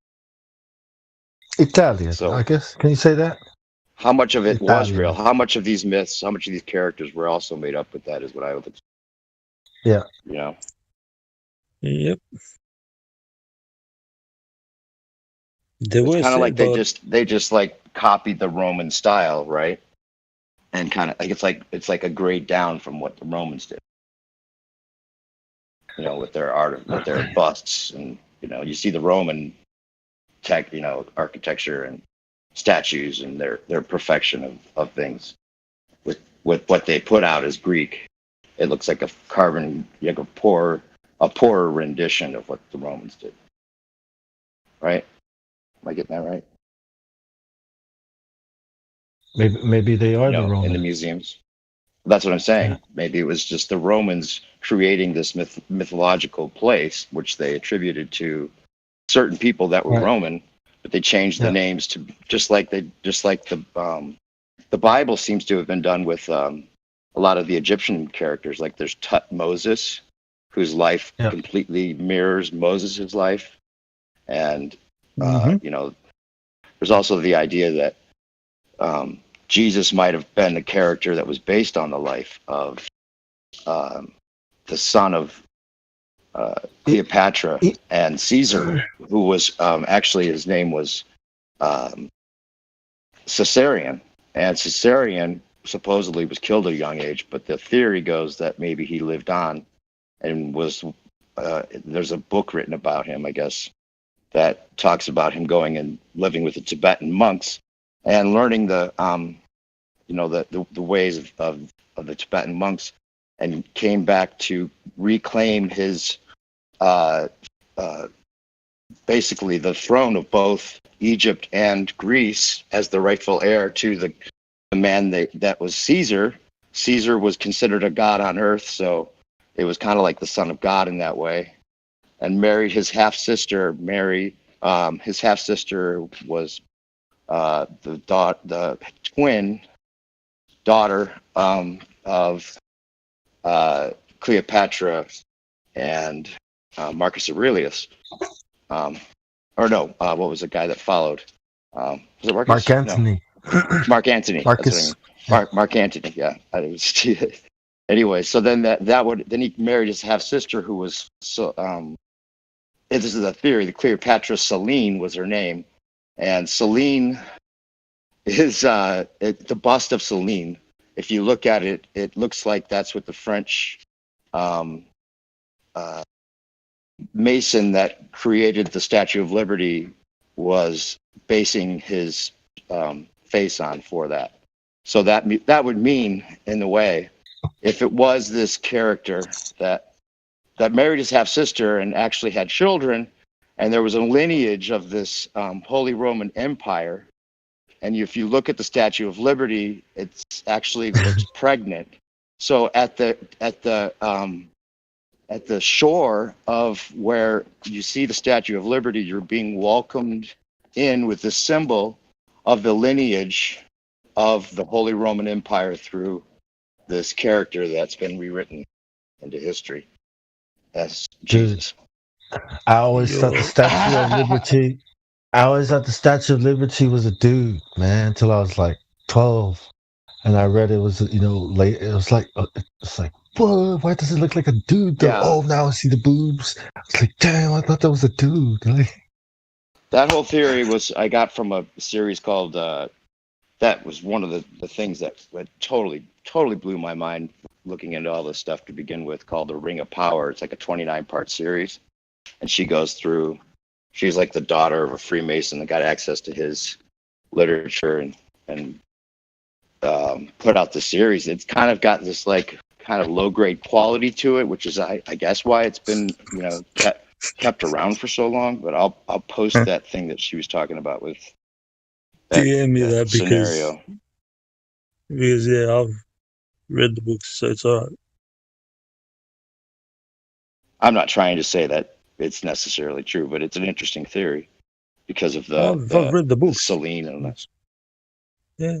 Oh, the Ring of Power books, or their books, or you're talking about the books of the? Yeah, what you just described in the movie. I've read the books. Yeah.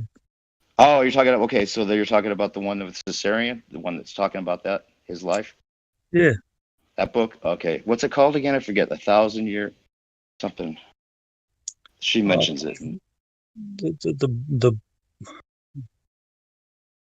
ones that I've read, it's not something that you can buy from the. Okay. It's public. Wow. Yeah. Wow. It's that's why I was like giggling a bit, you know. You are the oracle. You remember it? Oh, gosh. I've been listening. No, it's there's a lot of mischief going on. That's all it is, and it needs to be dispersed. But it's hard. It's hard. It's hard.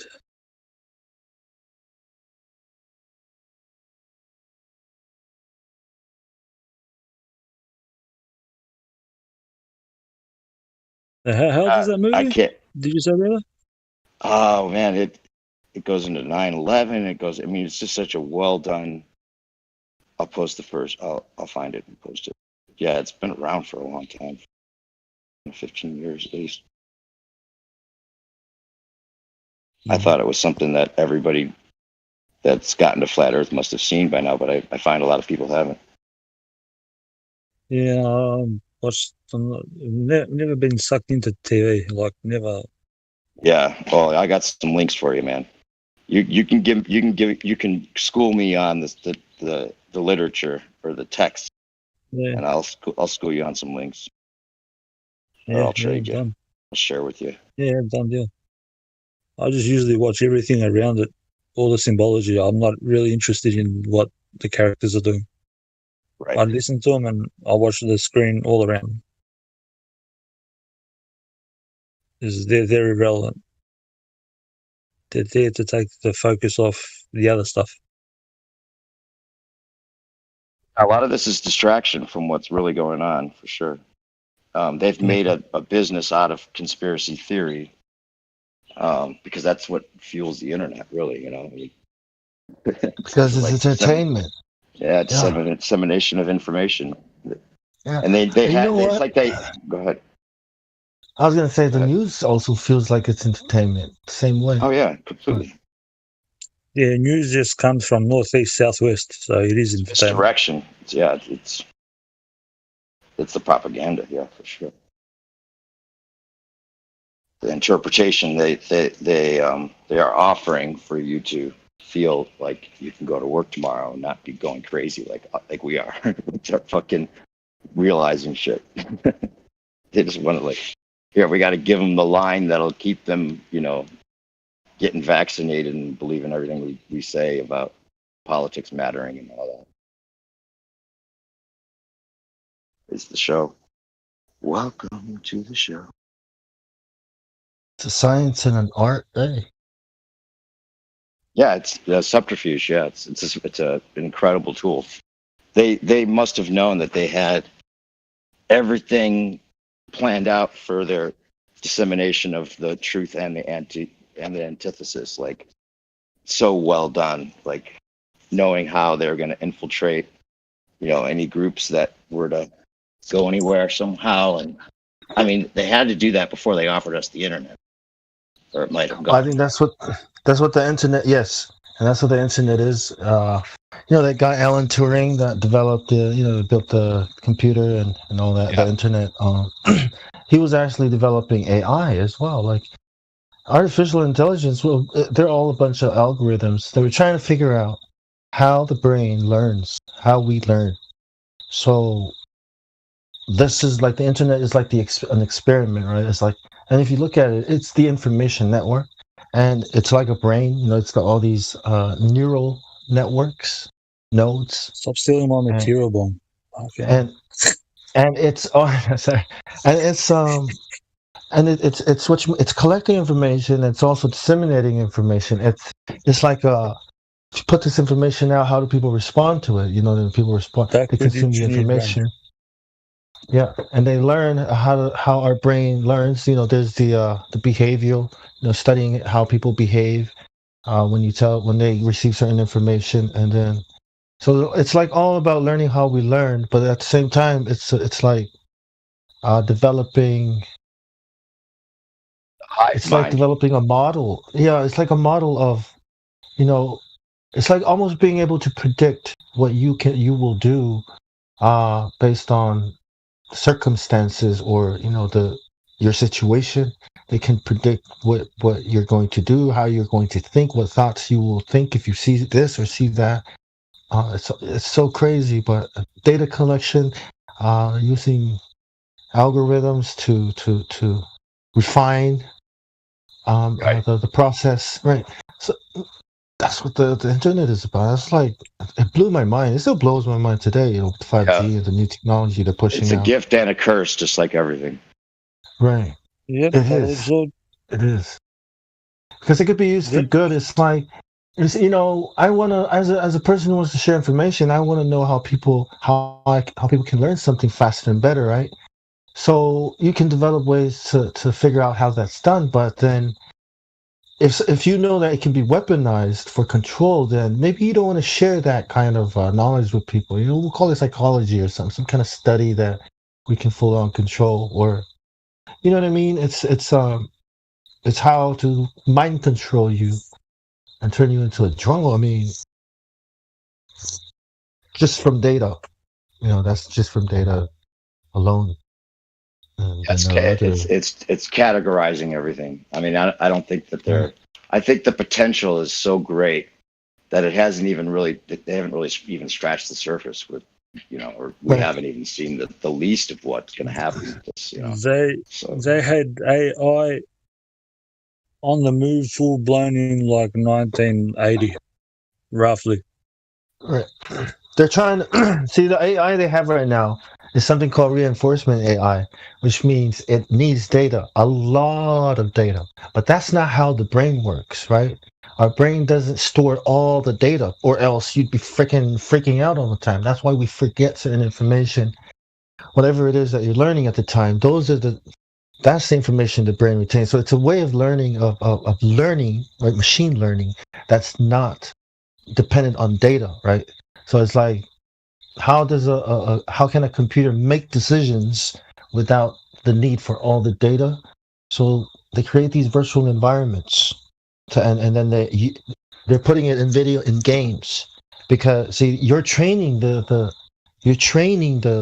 algorithm how to think. A game like Go is an intuitive game, and like chess, that's already broken because the computer can figure it out. But Go is more intuitive, is infinitely more choices. You play Go? Yep. That's something I want to get a board for. I just was looking into that the other day, actually. Right. That's the game that I'm learning next, because I don't want to play chess anymore. Too many cheaters. That's why I want to play Go. But hey, Google Go defeated the Go champion of the world, right? So there are steps that are, so they have made some breakthroughs, how to develop how the brain works. What do you guys think about quantum computing? Have you heard of this? Yeah. Is it more hype than real, or is it more real than hype? Man, I don't even know what to think about it. All I know is it looks like people have them on the internet. I'm not sure if that's propaganda or real. Have you seen what they look like? It's bullshit. Yeah. Have you seen the prop? It looks like a prop that they're just trying to make seem like. It looks like a god, like a monolithic god. It's like the Space Force for computer stealing your. I mean, it's like the nuclear bomb of the computing age. It's just a threat. It's the threat that they're going to use and show this like awesome looking device that somehow it looks like an octopus, basically, like it's hanging down, and maybe it has something to do with the cooling, they'll say, or whatever, the way that these cylinders work. Have you seen it? Yeah, it has to be below 0, and the machine works like beating heart, so you can actually hear the thud. It's so crazy the way it does. It's like it can be a 1 or 0 at the same time. It's based on quantum mechanics. It's crazy. Yeah. So theoretically, and that could be. I mean, they're saying the processing power would be that of like all the computers in the world. It would take a year to process within an hour and all that. So it could be like, the big threat that they could use. Like, hey, we got this quantum computer, and if they could even get close to making it seem like they could do something like that, they could say that they can do all of that. as long as they give us just a little. But we'll see. It's also tied into the whole QAnon Great Reset thing.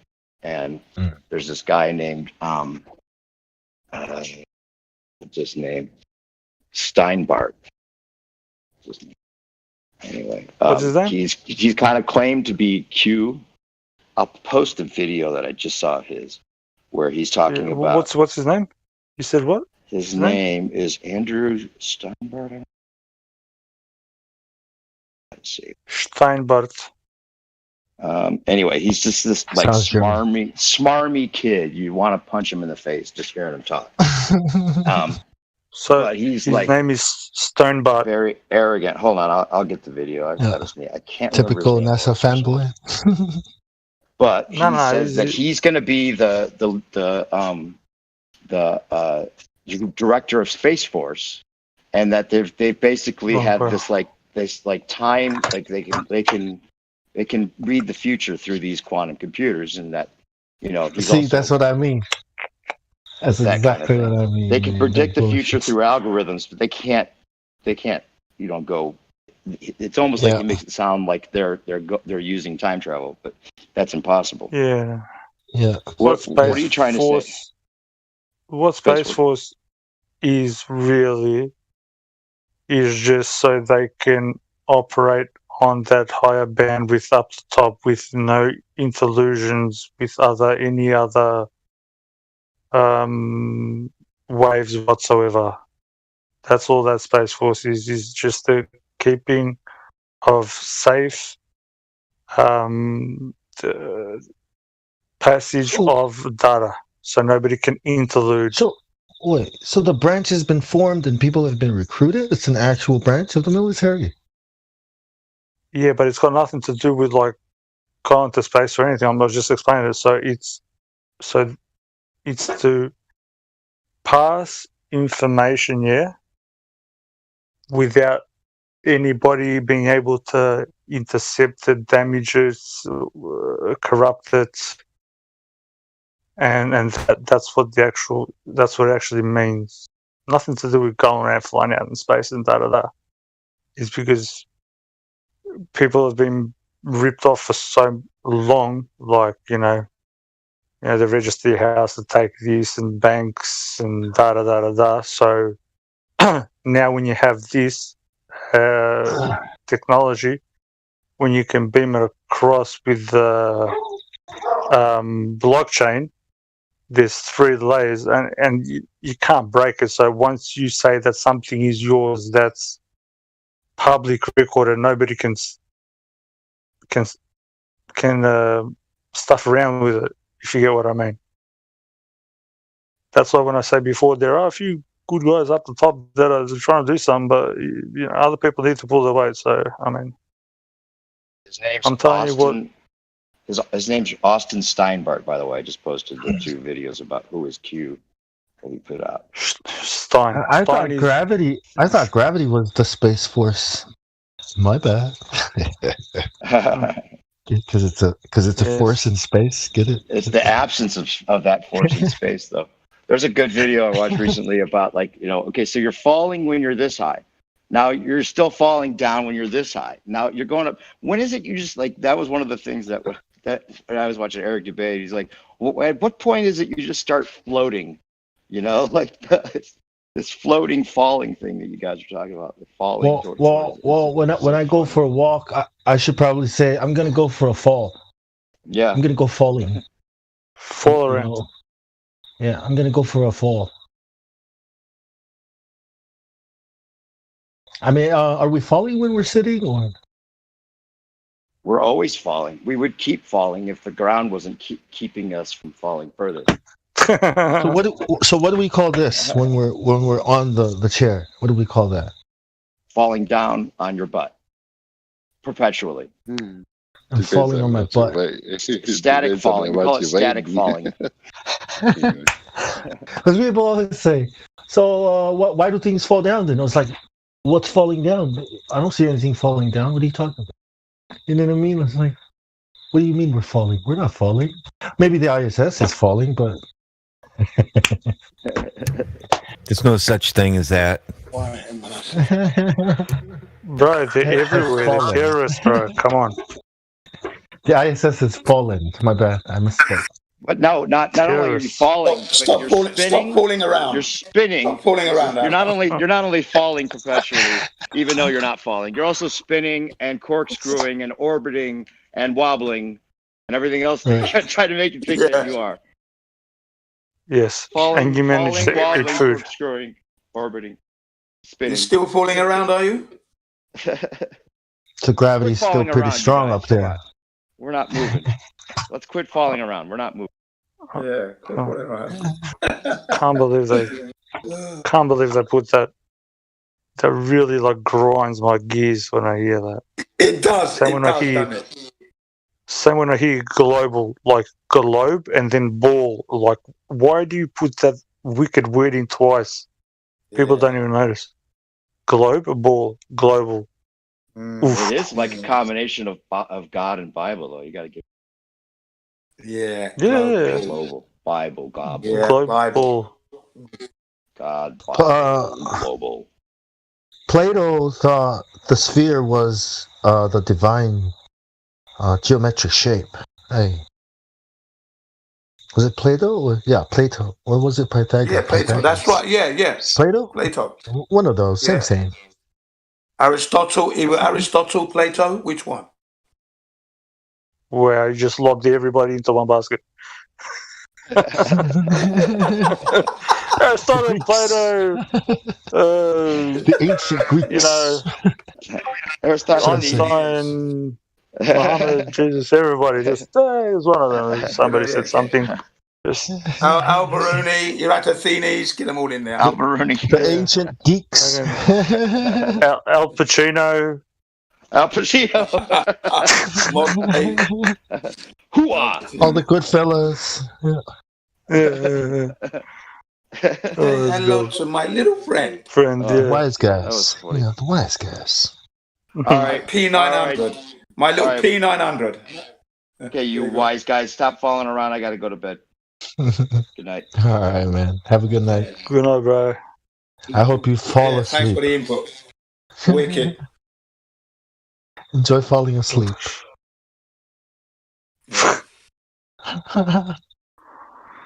When I first heard Dave, New Perspective, right? He reminded me of Frank Sinatra, a very young Frank Sinatra. His voice. So I call him Frankie Baby. Hey, what do you see? What do you know? What do you hear? All the time. What do you say? Awesome. Yeah, when I first heard his voice, he reminded me of Frank Sinatra. New Perspective.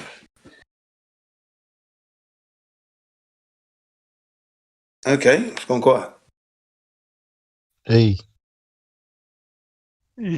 Bong on. Bong sell. Chopping up. Chopping on.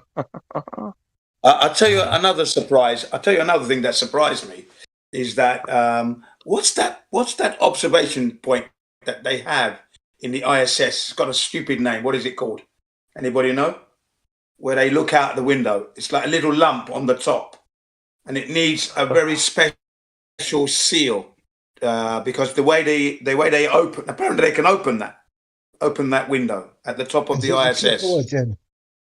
Yeah, the cupola. Thank you very much. Yeah, the cupola. Now, when you look at the mechanism and how it works, it requires a special seal. Now they reckon that this seal should be replaced regularly. Right, but you hear nothing about this. But the point is, the guy who actually invented the seal didn't know it was being used on the ISS because that wasn't its intended use. You see, it was just an ordinary seal. So when he found out that it was being done, as you could see in his face, like surprise, and he was trying to contain it, like shock. Why would you be using my seal on the ISS? You know, kind of thing, which like surprised me. Slap him with a lawsuit straight up. Yeah. Why would something like that be opened anyway? Wouldn't that cause a problem? I don't know how you can have stuff like that in vacuums. Well, yeah, considering there's a vacuum right outside that glass. Yeah. that would create some kind of weak point in the in the structure that could easily. I don't know. Just a little. I've never been to space. There you go. There you go. That should just like. Oh, you can see here. He was probably thinking like all of us here. Well, they're in vacuums.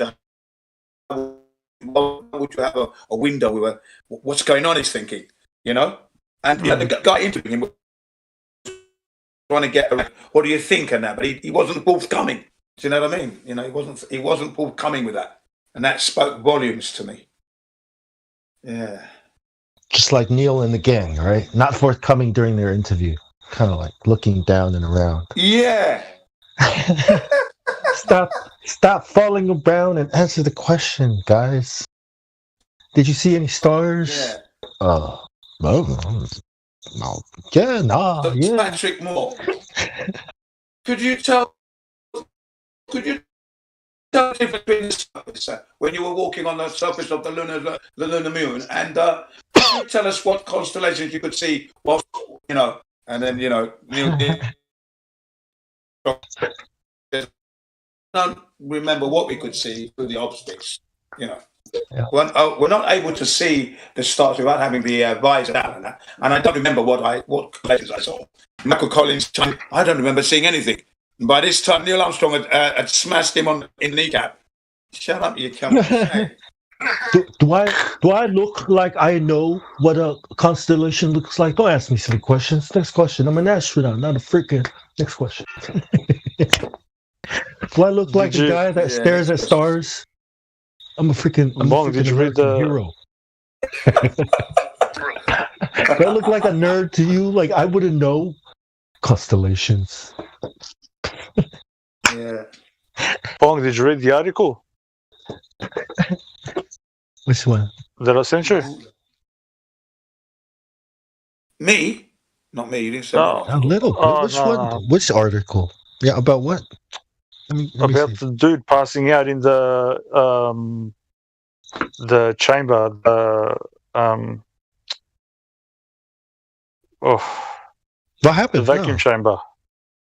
Oh, trying to find the footage. I saw the video, man. Yeah.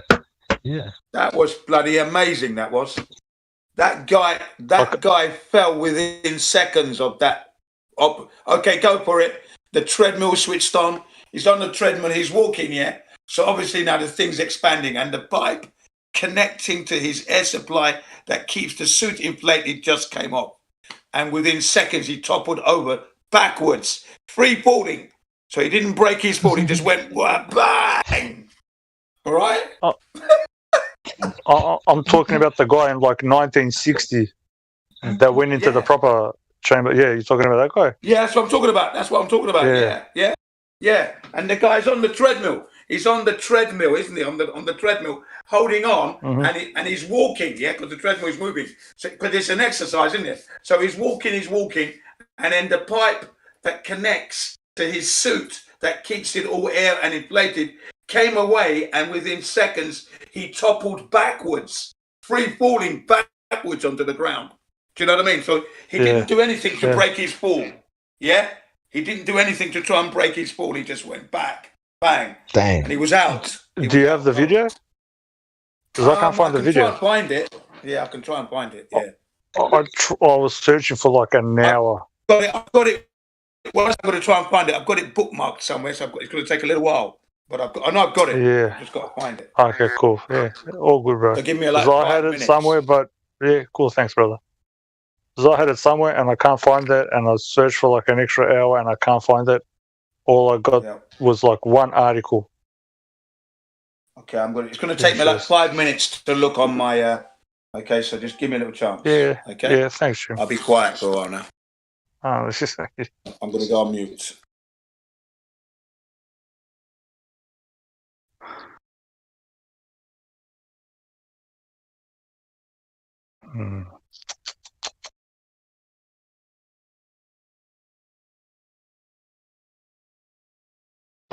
Stanley Kubrick.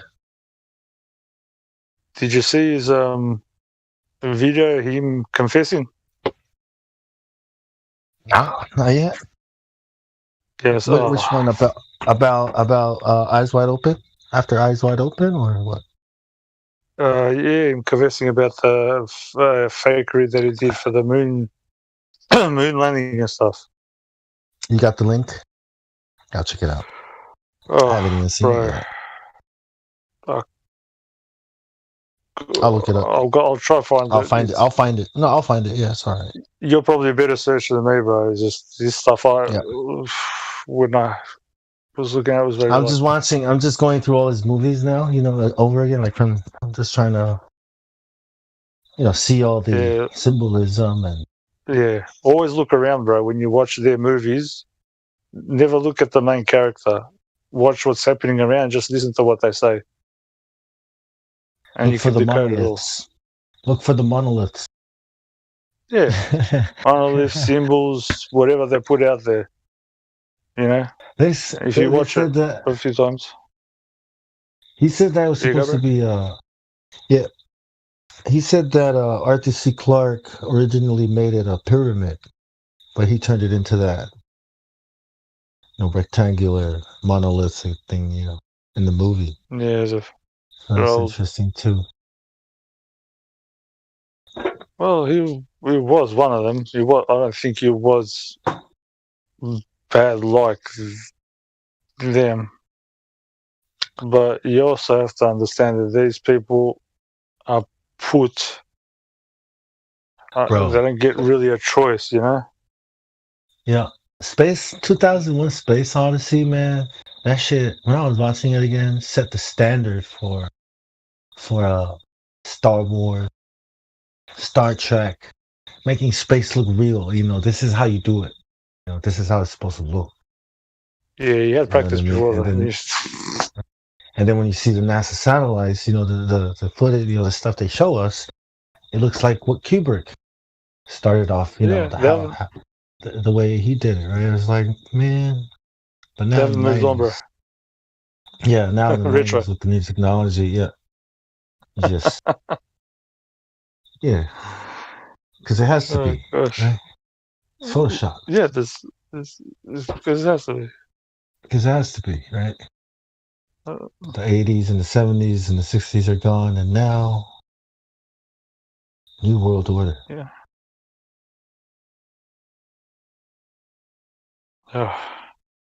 I think Full Metal Jacket is the other one. Is another one I want to have a watch again. What's it called? Full Metal Jacket. It's a war movie. I haven't heard of that one. What's that about? It's a war movie. Is it Full Metal Jacket or is it Platoon? I forget which one. Yeah. And then there's AI. Have you seen AI? You guys remember AI? No. That little boy. That robot movie. That little boy. He's like this. Man, that's Kubrick too. It's crazy. I mean, Spielberg. I think little boy AI Kubrick Spielberg. No, I think he was involved in that one too, and The Shining, and then Eyes Wide Shut. I don't really want to watch Eyes Wide Shut, man. That's kind of a turn off. You have to comprehend a few things, bro. Yeah, I'm trying to watch all the other stuff first. I'll watch it last. There's better stuff to watch than this. I'll just watch Star Wars real quick. It's the most difficult one to watch, bro, because there's a lot of stuff to get in that movie. He's trying to tell a lot of things in a short amount of time, and he had bits taken out from the movie without him knowing. So, yeah. And then he died. Right? Yeah, because he, said a bit too much. Red rum. Because he confessed, Because he said something. Because he broke the oath. Yep. You can't be drinking. Yeah, Iggs, I posted the link. Iggs, the link. Sorry to interrupt you. Thanks, bro. I posted the link, yeah? It's 47 minutes past the hour. Okay, you'll see it, link there. Click on that link and it takes you to the footage, okay? You want to bookmark that one? Yeah. Sorry. You got it? Is it working? Is it working? Check it. Sometimes 16 things gravity got wrong. That one? And some things they got right. Yeah. The other one with the confession, that was the one you're talking about, is the Shining Code 2, which is I think it's about an hour and a half. It's about The Shining, what's it, Stephen King's novel or book, was turned into a film by Stanley Kubrick, and he used it as a confession vehicle to tell us that he was involved in the moon landing hoax. He was the one who did it. And the whole movie is peppered with clues all the way through from start to finish. Evidence that he was involved in the moon landings. Great one, that one. It's called The Shining Code 2. The Shining Code or Cult? Code, C-O-D-E, Code 2. Yeah. Number 2, yeah, that's it. It's also called Room 3,000 something or 300 and something thousand, I think. 303 or something. Can't remember the number. Something like that. Yeah. Sure, the number. No, 101 is it? Oh, no, I forget too. 101 is another it's not movie. 101, it's not 303, 404. It's a different movie. He's not found. It's a great movie. It's a great one to watch because it explains exactly what the scenes mean in the movie and how they relate to the Apollo missions.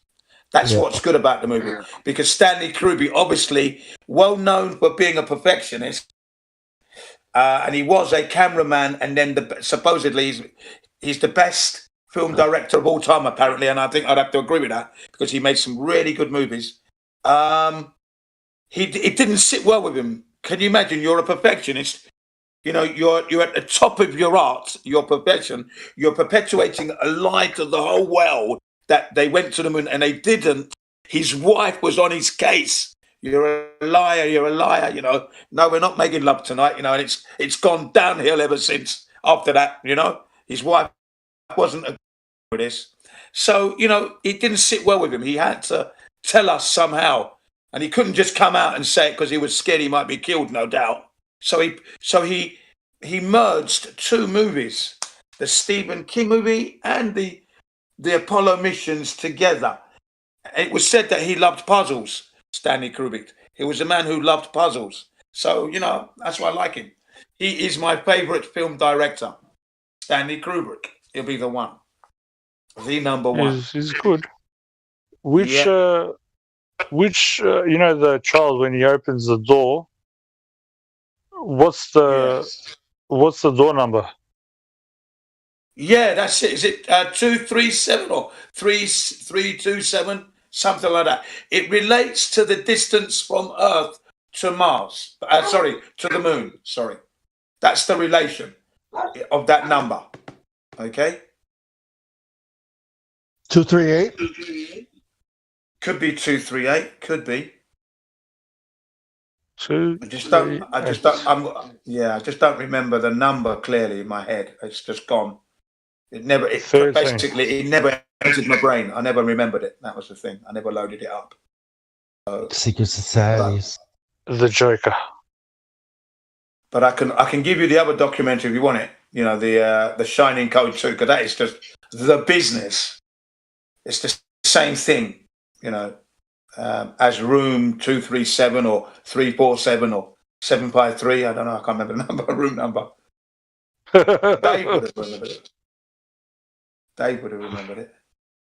But it's the same thing. It's the same documentary. It's about an hour and 30 minutes long, right? It's just amazing. Because when I watched this movie, The Shining, I was 19 years old. 1920. I just started my motorcycling life.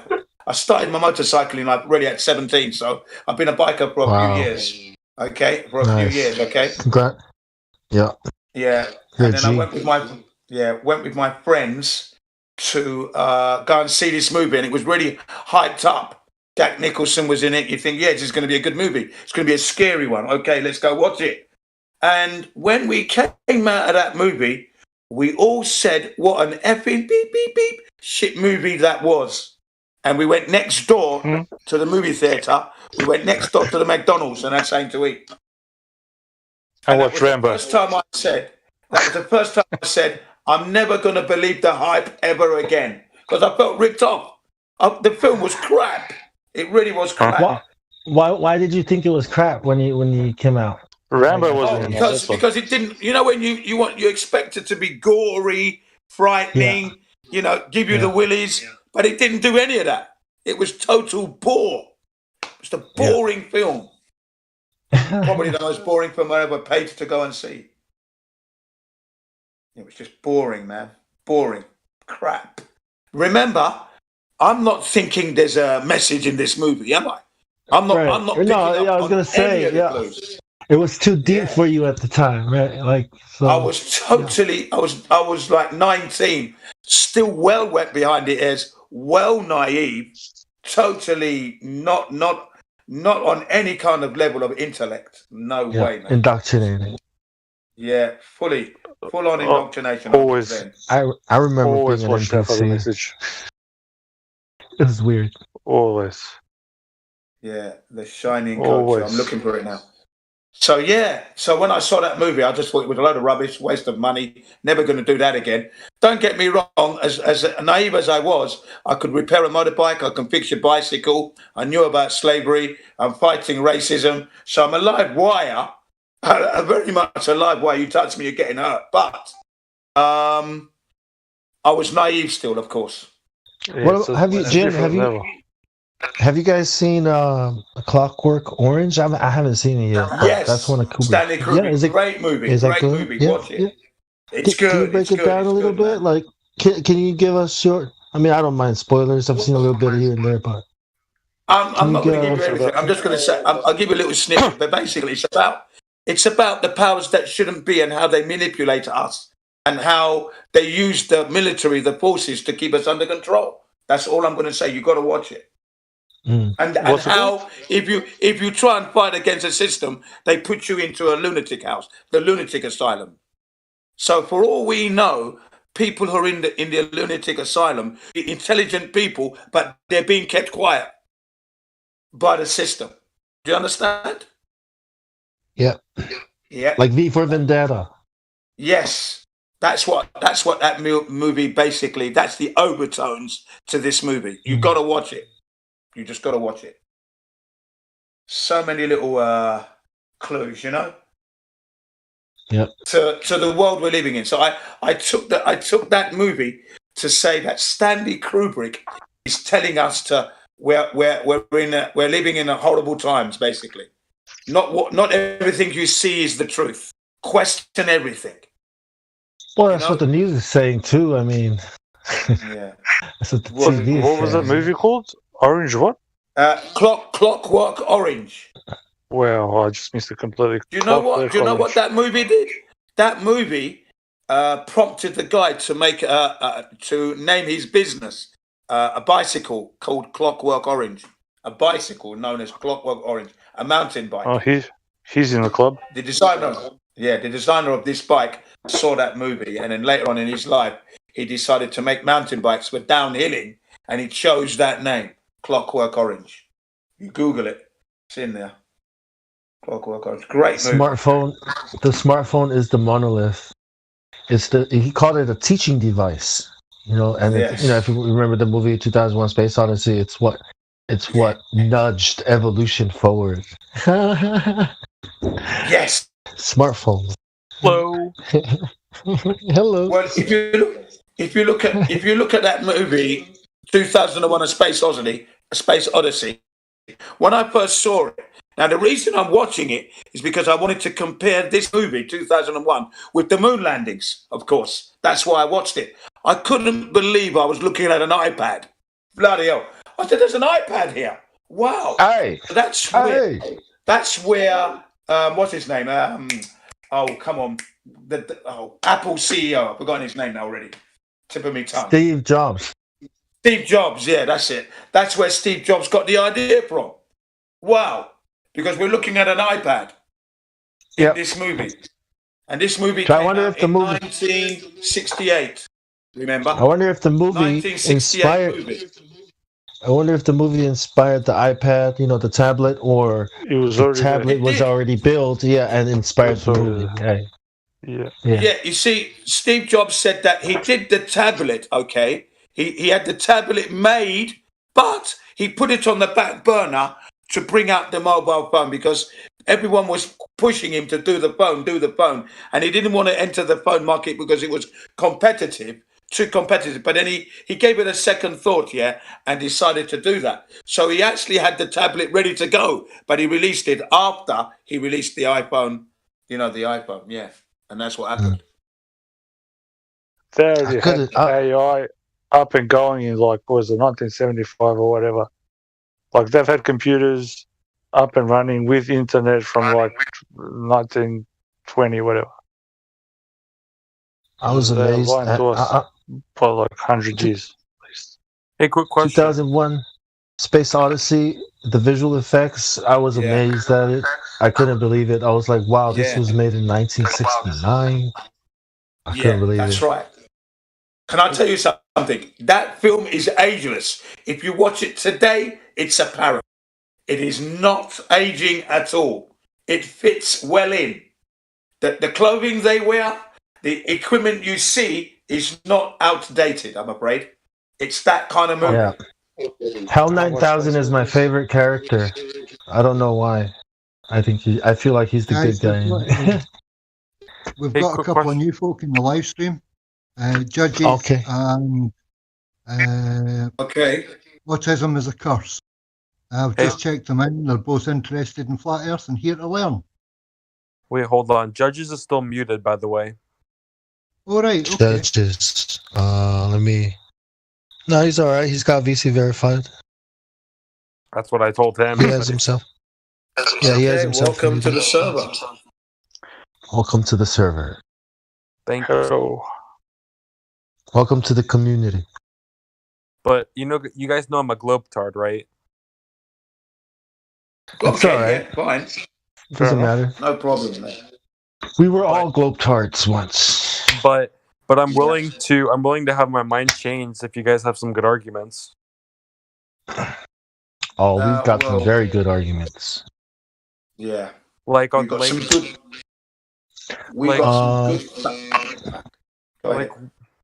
Like on Lake Pontchartrain, the bridge doesn't account for the curvature. Yeah, no. It does, yeah.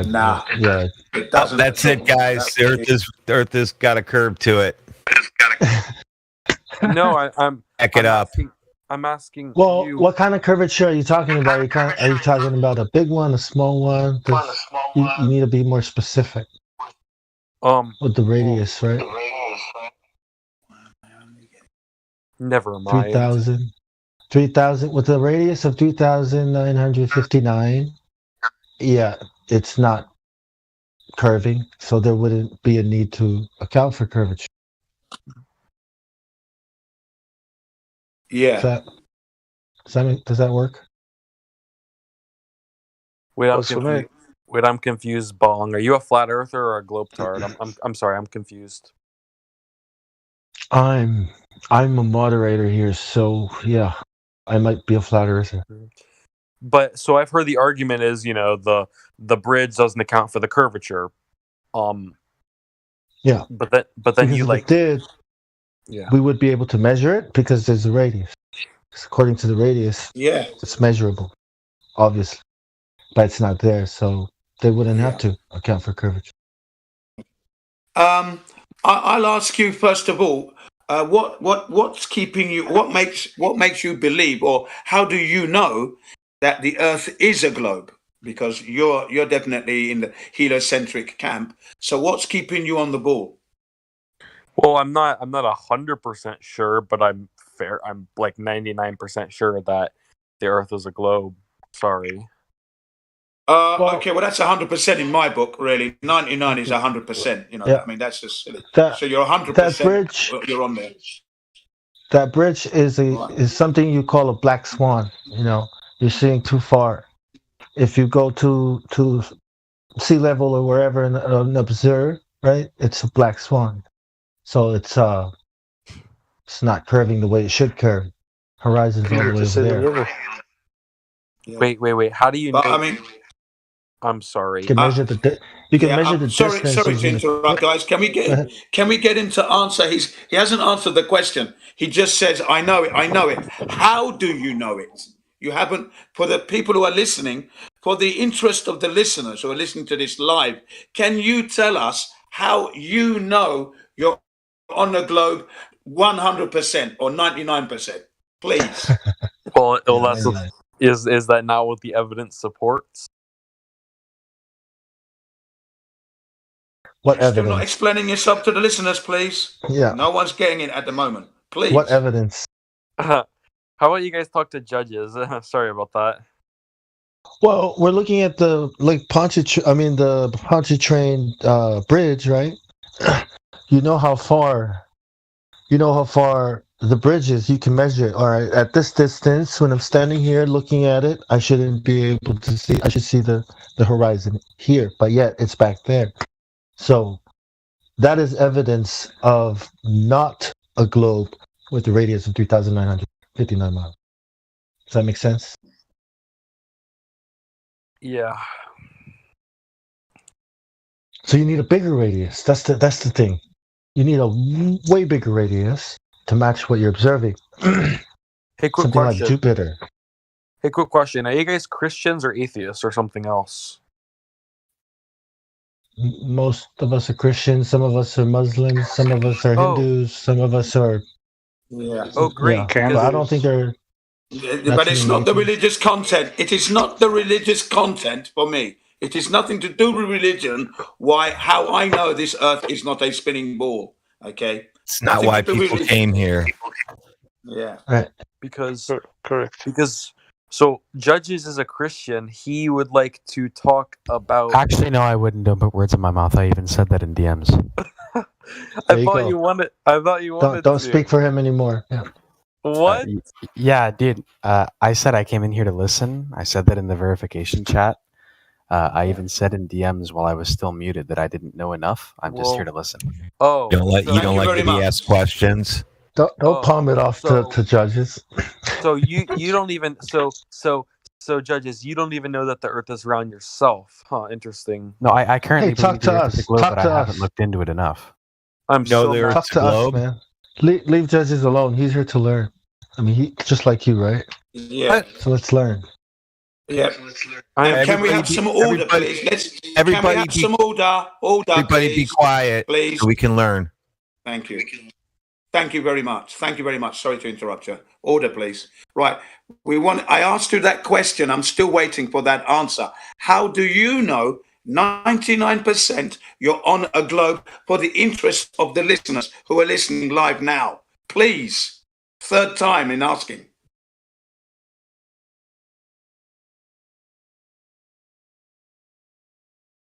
Gone quiet. Sorry. I don't know.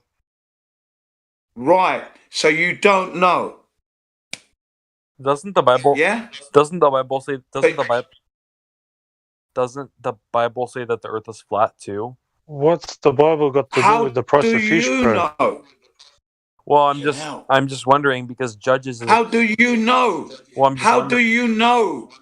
The question is, how do you know? Not because somebody told me. How do you know? That's the question. Please. Wow. Specific to you. It's because we've taken photographs of the Earth. Okay. Who's we? What photographs and where from? From outer space. Okay. So you believe we can go to outer space now? Yeah? Yeah, of course. How do you know this? How do you know? We don't know. Yeah, how do you know this? Well, what pictures? Can you at least post some pictures that you're talking about that you've looked at that convinced you? Not pictures that convinces everyone. The ones that convinced you, that made you 99.9% sure. Well, there are thousands of good pictures that you could all see for yourself. Post like 2. All I need is one. Your favorites. One picture. Okay. The blue marble. The blue marble, right? You can agree that's one, right? The blue marble. You gotta at least have that on your list, right? Well, let me go find some of these. Well, and the blue marble, because that's the big one. That's the main one. That's how we thought we knew, because we saw the blue marble on our textbooks, on TV. Where do I post it? Where do I post this? I forgot to tell them about the text chat. Live okay. Do not have streaming permissions. I mean, yeah. Let me give you the. Give me 1 second. I gotta give you the role for that. No. Keep in mind, I have been drinking a little bit tonight, so I'm a little. Oh, sorry. It's okay. Just don't click on the wrong folder. Okay. Just click the right file. No, it's okay. Okay. Thank you for letting us know that. That's good. And if I seem a bit pushy, if I seem a bit pushy or pressing, that's the way I operate. I'm asking direct questions. I need direct answers because you are listening live, and I truly want to know what you know and how you know it. That's what I'm asking. Okay? Wow. My name is Jin CBR1. Wait, Radwin, why did you just post the picture? He posted a cooler one than you. He posted one that spins. Oh, it's the same clouds. Yeah, it's probably because it's animated, obviously. No, he's saying if you look at the clouds, it's copy and pasted. Those little clouds there, they're copy and pasted, like Photoshop. They're called, Photoshop clone clouds, clone. They use the cloning tool. Yeah, clone tool. It's a clowning tool for clowns. I knew he was going to say that, Higgs. I knew he was going to say that.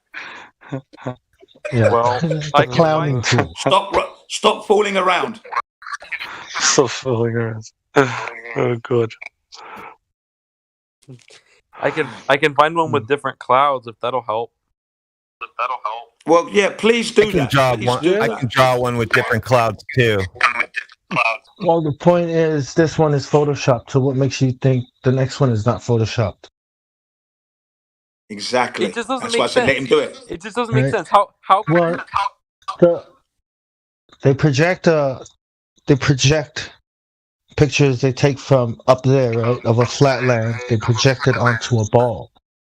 That's why Google Earth looks the way it does when you zoom in and out. It looks flat when you zoom in. It's not even a projection. When you zoom out, yeah, it turns into this cartoon ball when you zoom out. But when you zoom in, it turns into a flat map. Just texture mapping. They wrap a map around the ball. The end.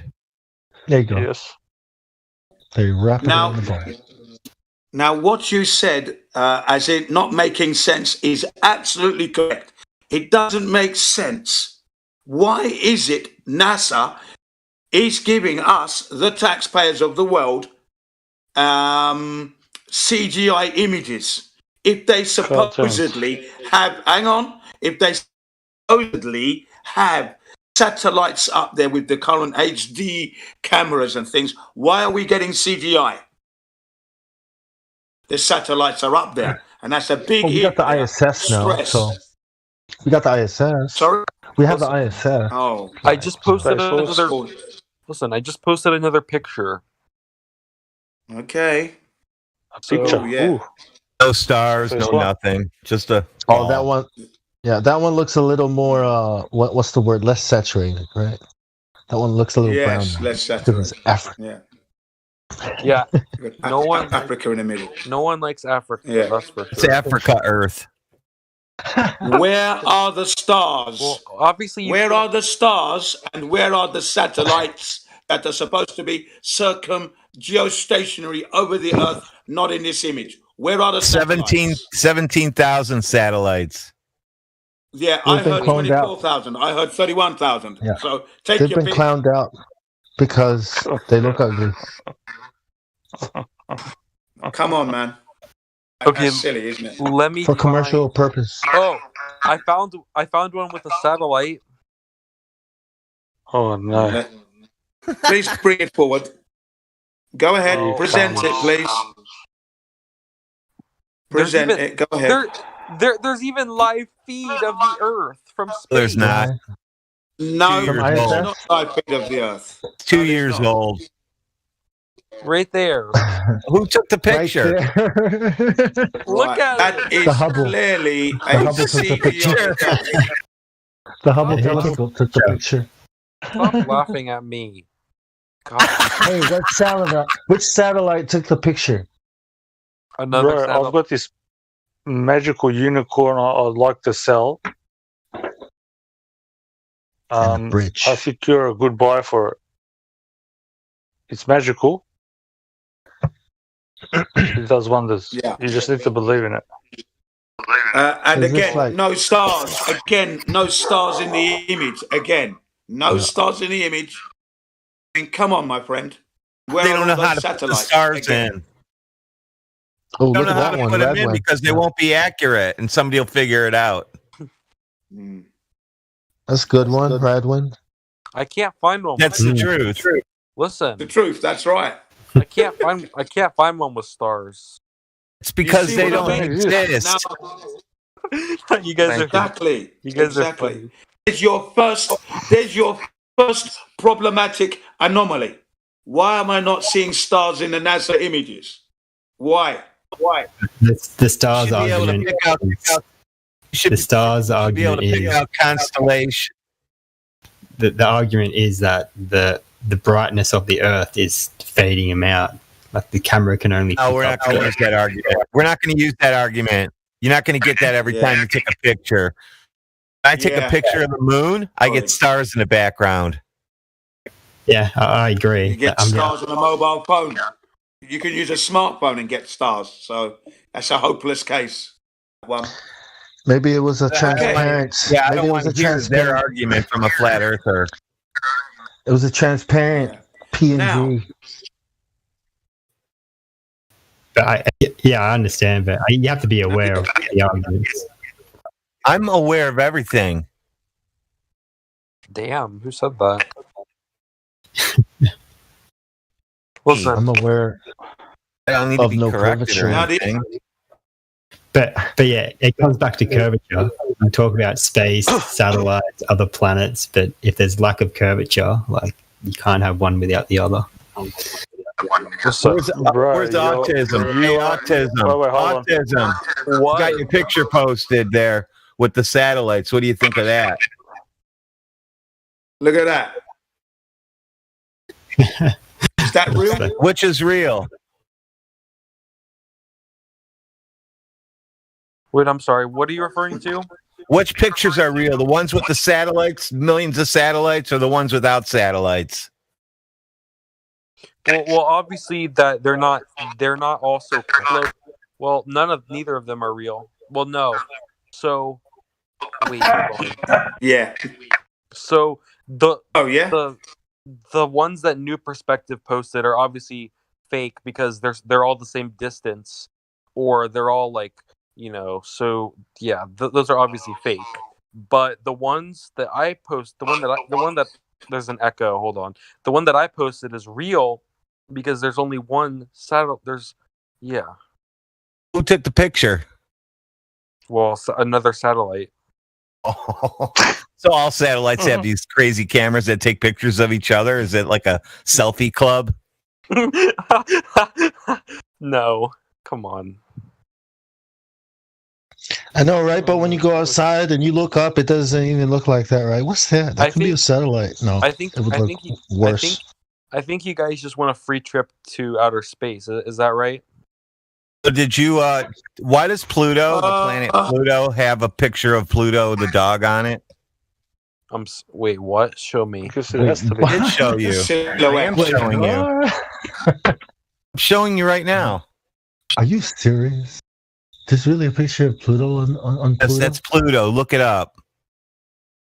Yeah, look at the silhouette of Pluto. Look at both of them are Pluto. That's weird. I've never seen that. It's obviously fake. Isn't that funny? What do you think about the clouds being copied and pasted? Well, I mean, yeah, those might be fake, those ones, but they're still real ones. But bro, it was offered up as real Earth. The point you're missing was that was an official photograph of Earth. It's official. Taxpayers paid for that, and they're offering it to the world. Well, how can is it? Are these the same photos that made you 99% sure though? I mean, how sure are you now? Is it Okay, so what do you guys think of the moon landing? It was just fake. How can you land on a light, bro? There's a lot of Globers think it's fake too, but you know, to keep us safe or to win the race to space or aliens, whatever, you know, still it's fake. Yeah, the space war, you know. But yes, the moon landings were a complete hoax. Sorry, fake. No human being has ever left this Earth in a rocket and has gone to the moon. There is nothing man-made on the moon. Nothing. No one even's been in a rocket. Yeah. The moon landing conspiracy on the globe Earth is also, it propagates a lot of alien conspiracies, right? It's also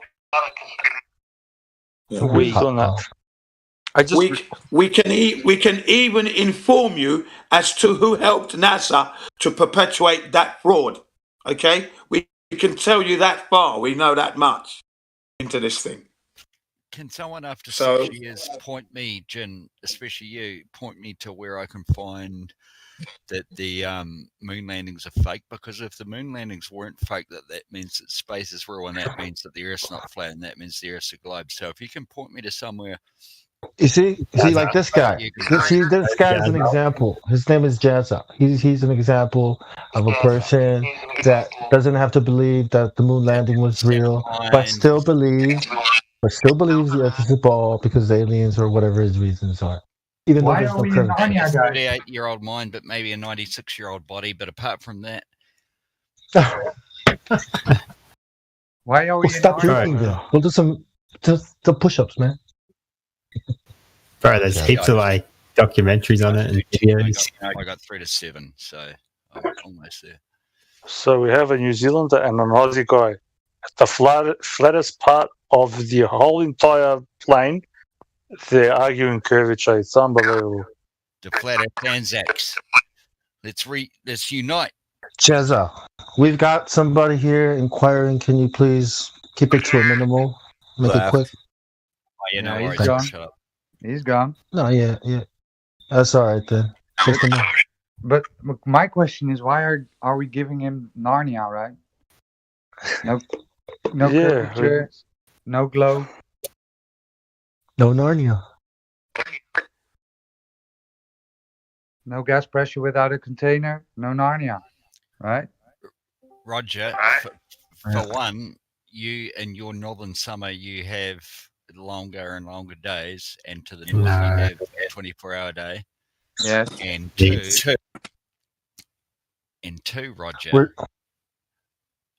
So you're begging the question now, Jazza? Begging the question of the Earth being a globe? Roger. So, do you not have longer days in the northern summer? That's what we have. Jazza, no. We were talking about Kubrick's work earlier. That's why. This is part of proving it. So do you not have longer days in the northern summer? No, it's begging the question that the Earth is a ball. Therefore, we are on a tilt of 66.6 degrees, hurling around the sun. Right? Yes. Where's the curvature? No, Roger. No. Your curvature. Hang on. No. Curvature. Forget the curvature. Roger just said that. No, that's the main issue. It's a very big issue, curvature. Roger just said that. I'm trying to say. No. I'm curvature. Trying to say forget the curvature. I'm trying to say. No. How did you measure the tilt of the Earth, Jazz? Please, who measured it? Who got the protractor out? Please. No, name the experiment Name the man. I'm using Roger's words that we Curvature. can't use that. There's no curvature. Roger just said that there's no There's curvature. no- I just said that is there not a 24-hour sun or a longer days in the northern No, hemisphere? no. Don't do it. What's that Don't got do to it. do with the price of fish? Because it has everything to do with the price of fish, because the daylight hours are longer, so there's a bigger market for people to buy the fish. So you got to make God. But curvature is what's more to do with the price of fish than the length of the sun in the north. exactly what I just said. So curvature again, right? Curvature before sunlight, Yes. whatever you're talking about. So, Roger, can you prove that the daylight hours don't get longer in your northern summer? And when you That look does not have anything to. That's the cart before the horse. The horse No, it's is the not. curvature. Roger. The cart is whatever you want it to be. First, you need the horse. I'm here. It's curvature. I'm here, and I'm going to make the same. Jessica, I'm going to make the same statement again, that you are begging the question that the Earth has a radius of 3959. Therefore, we are on a yes. Roger, when did I ever say that?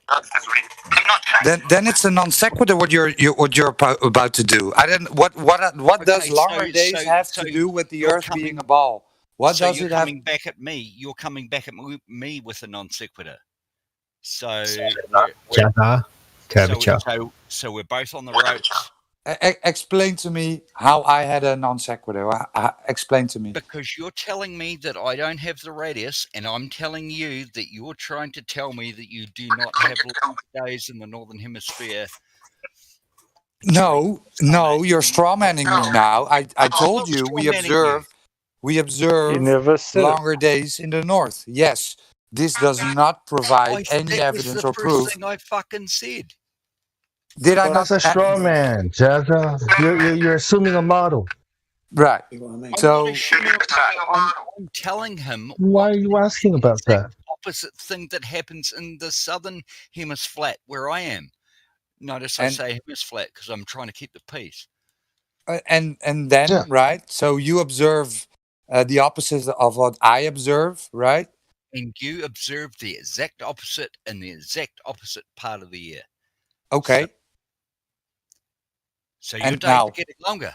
Your days are getting longer, Roger. And then what happens next? What's your point, Roger?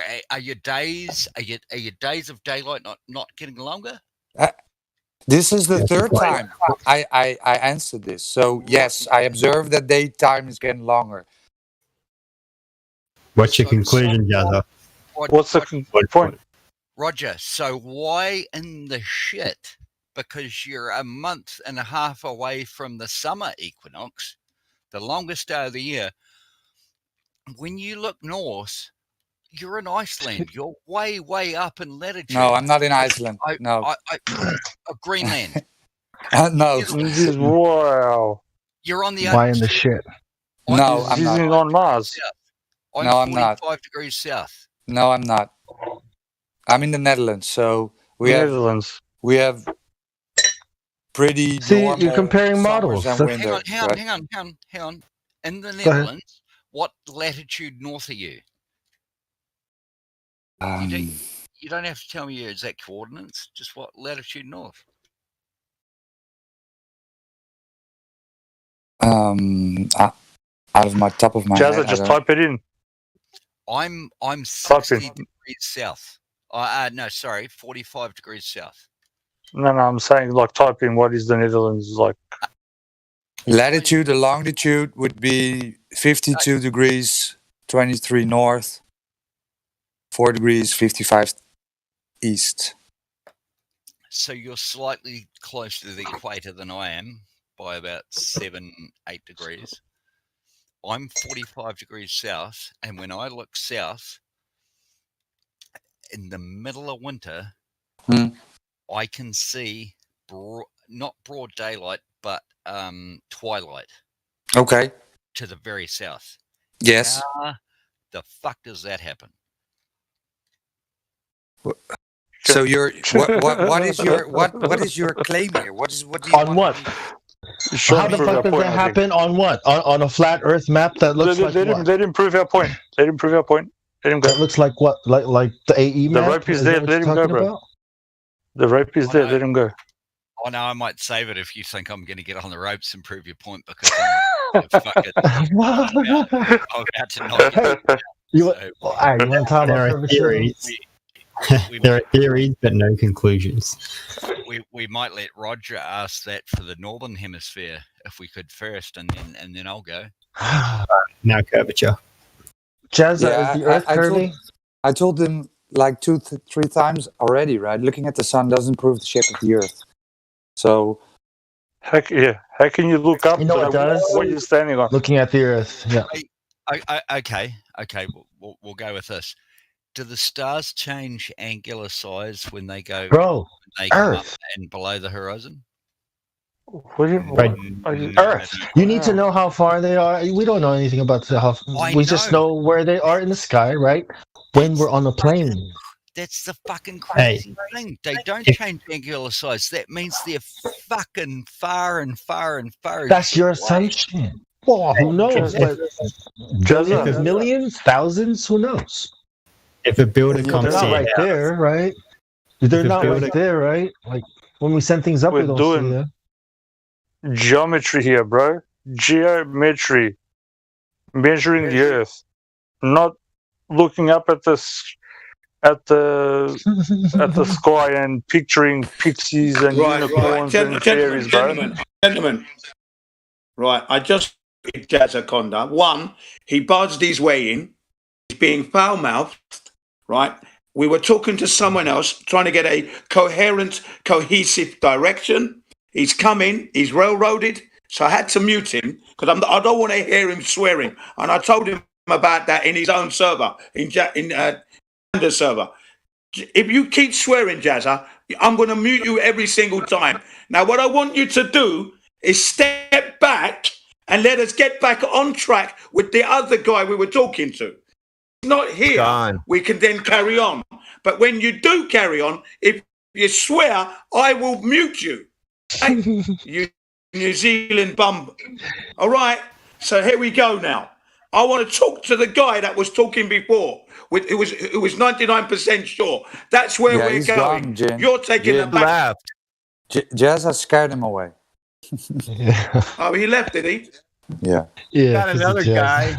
Raised commandos, right, VC verified. I'm going to unmute you. I'm going to unmute you, Jazz. Oh, yeah, let's keep ripping into good content. Have commander, because I'm fed up with this guy. Sit back, Jazza.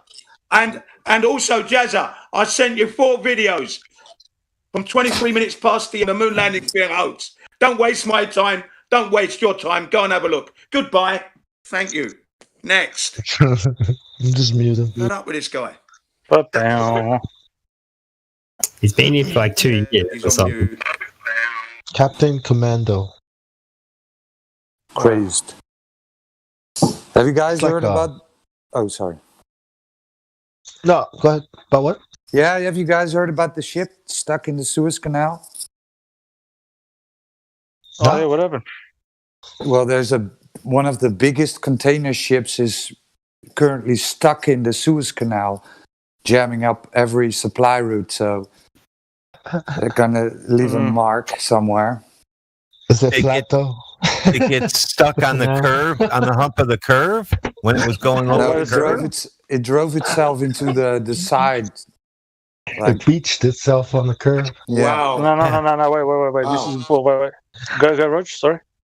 Yeah, it drove itself into the side of the canal, so it's stuck there.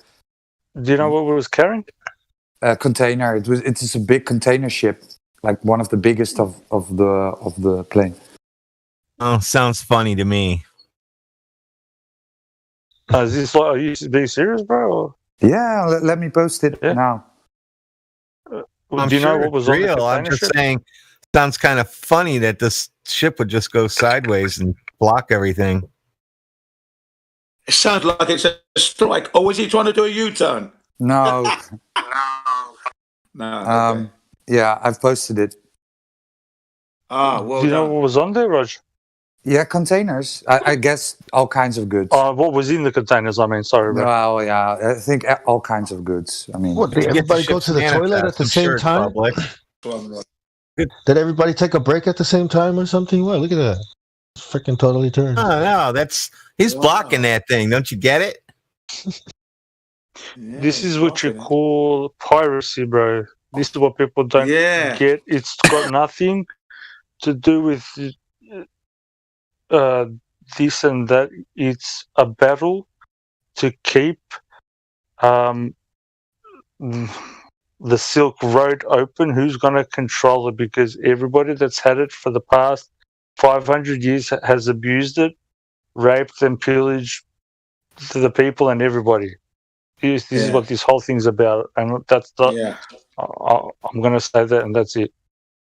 Yeah, I want to add to that. Don't you think if this was a serious emergency, right? You'd have the military, the helicopters, the jets. They'd be on that scene. That would be cleared up quickly. Don't you think? Correct. Very quickly. They would they would lift tugboats and drop them in front of it using military helicopters. No, yeah. What I think they're trying to do is use a lot of tugboats, but it's just jammed to the side, right? It has so much weight.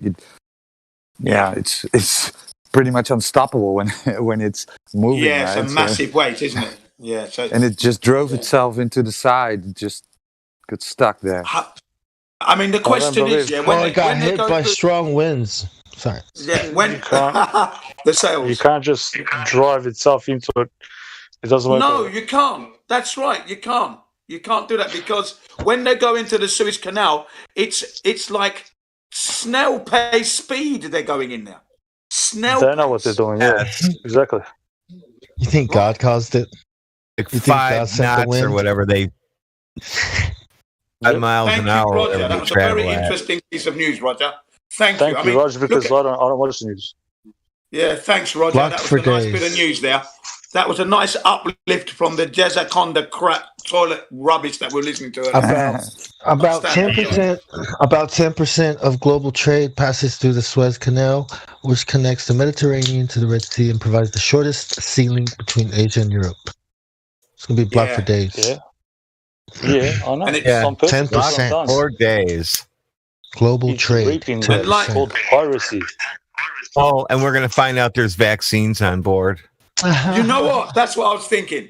You know that, right? Yeah. or equipment to make equipment to make the stuff. That's why I was asking what was on there because it might not be so funny if. Oh, it's always funny. Oh, okay. Just like the shootings in 2 days in a row or whatever that's been. That's right. Those are funny. Those are funny too. Yeah, they're funny as well. We're shooting up the Asians now, so watch it, Asians. Yeah, look out. Here we come. You slant-eyed, you know. Yeah. But it's a shame, isn't it? I mean, it's clearly it's Operation Madness gone awry, obviously. I saw that and I was just shaking my head like, here we go. Now we're gonna go for guns for Asians because of the Chinese people they got involved with this fake story. Yeah. Remember, what were the 2 ships that parked for you guys in the US? What were they called? They were meant to be there for help, for the crisis. What, are you talking long time ago?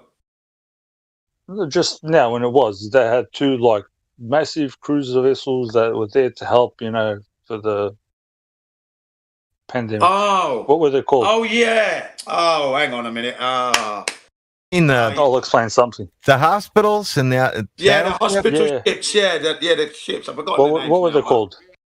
I've forgotten the names now. But it was it's poignant. Probably 666 and Antichrist for all we know. No. There was a sister ship. There was the one in Japan was the sister ship to the one in America. I just can't think of the name of it now. Damn.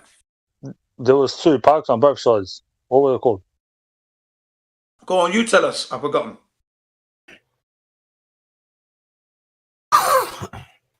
Well, come on. One was mercy. Yeah. Yeah. What does mercy mean? Mercy means peace, doesn't it? Help. What's the word? Lenient. Kind. Gentle. Mercy. Forgiving. Forgiving. Yep. Like you're pleading, yeah, like mercy. To plead. Yeah, mercy. Yeah, please forgive me. Yeah, mercy. Yeah. Show mercy. In French, it means thank you. Okay. Yeah. Thank you. Thank you for begging. Yes. Merci beaucoup, as you say. Yes. Spelled different in English, though. It's MERCY. Yes, it's spelled different in English. That's besides the point. You're looking at the phonology there. Okay. And what's the other ship name then? I'm trying to get it off the top of my head. I can't remember what's the other one. Oh right. Okay. What was the other one? Somebody type it in. Oh crap. Mercy. We're lazy here. Everyone's lazy. Hang on a sec. I remember that one, but what was the other one? I lost it. Oh. You got mercy, right? Well done, that man.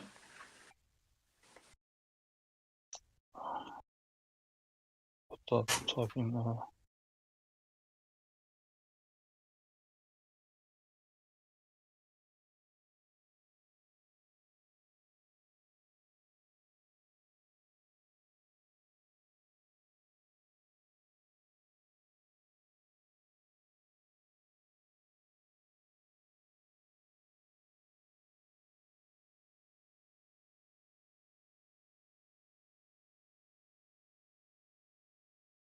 Oh, it's gone quiet now. Trying to find this thing because Yeah. the same thing happened. What was the point? What was the point you were going to make anyway? What was the point about the two ships anyway? Well, what they did was they landed it there in Los Angeles so they can rape the people. It's called piracy. Right. So the other, comfort.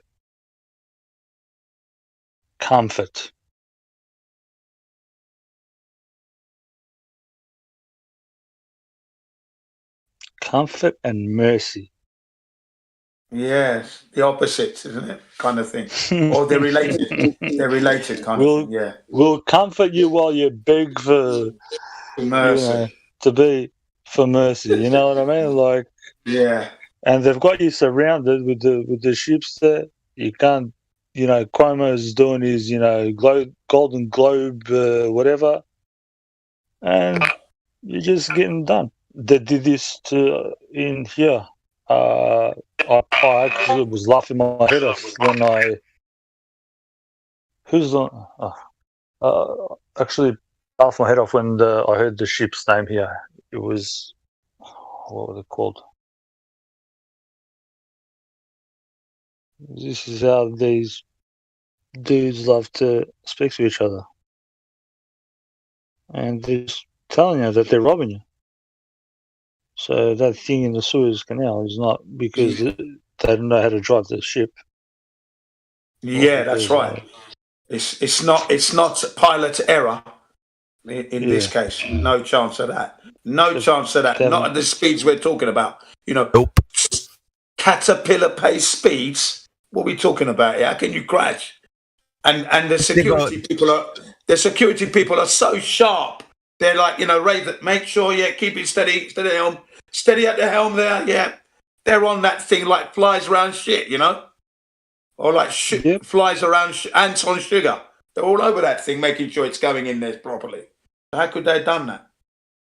Yeah, it's ridiculous. Absolutely outrageous what they're telling us. We're going to find out the captain was drunk, by the way. No, unusual. Yeah, for sure he was drunk, yeah. He was drunk on Captain Morgan's rum, was he? or high on marijuana. Oh, okay. Oh, on both. He had both then. He was on everything. Or high on hypothesis.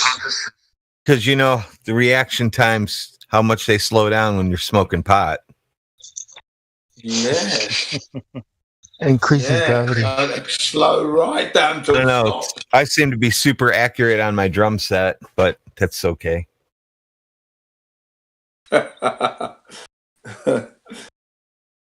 Stop fooling around anyway. Stop fooling around, exactly. Yeah. I mean, you've got to be a lunatic to smash yourself up in that canal. It's not possible with the speeds we're talking about. It's not possible, man. Can you imagine how much that costs? And that whole ship would now be salvaged. So the whole lot will go to some dude. Yeah, you see the wastage there. Look at that, and that's wastage because it could be repaired. And Is it broken? No, right? It just hit the sand, right? Okay, sandbank, or is it? Yeah. I thought it was wedged. Go on. Once it stops, then after a little bit of time, if it doesn't get up and going, law of the sea, whatever, pirateering, you get whoever's there can take the boat and whatever is on there. Yeah. They can claim it. Yes, it's the old case of finders keepers, losers weepers. Yep. That's the law. Whoever can get it out of there keeps it. Yeah. Yeah. Wow. Can you imagine that? Yeah. There's a race on right now to get that thing out of there. Yeah. Where's all the live pictures from CNN on with the helicopters flying over so we can see this thing live? Yeah, exactly. You know, instead of showing us masks and needles all the time. Masks and kids sitting between glass panels in classrooms. Yeah. Well, that's the thing. They have to make you look over here while they're robbing you blind, and this is what I've been trying to elucidate for quite a while since I've been on here. But nobody wants to take charge and be Caesar and be accountable, so this doesn't happen. But you know, what do I know? Yeah. Actually, what you've been saying, I've been listening to, and others have, which is why New Perspective said that you've got a lot of knowledge, and he was quite interested in what you say. When you drop links, people dive on them. So no, we're paying attention. Iggs, what you've been saying since you've been on here has been a revelation in itself. Don't worry. Oh, great to hear. Yeah, Yeah. We might not say so. We might not say so because it's live and all that. But truthfully, you're a watershed moment. You are a watershed moment. Okay. Thank you, and thanks for joining the server. And I mean that. Oh, thanks, bro. Oh yeah.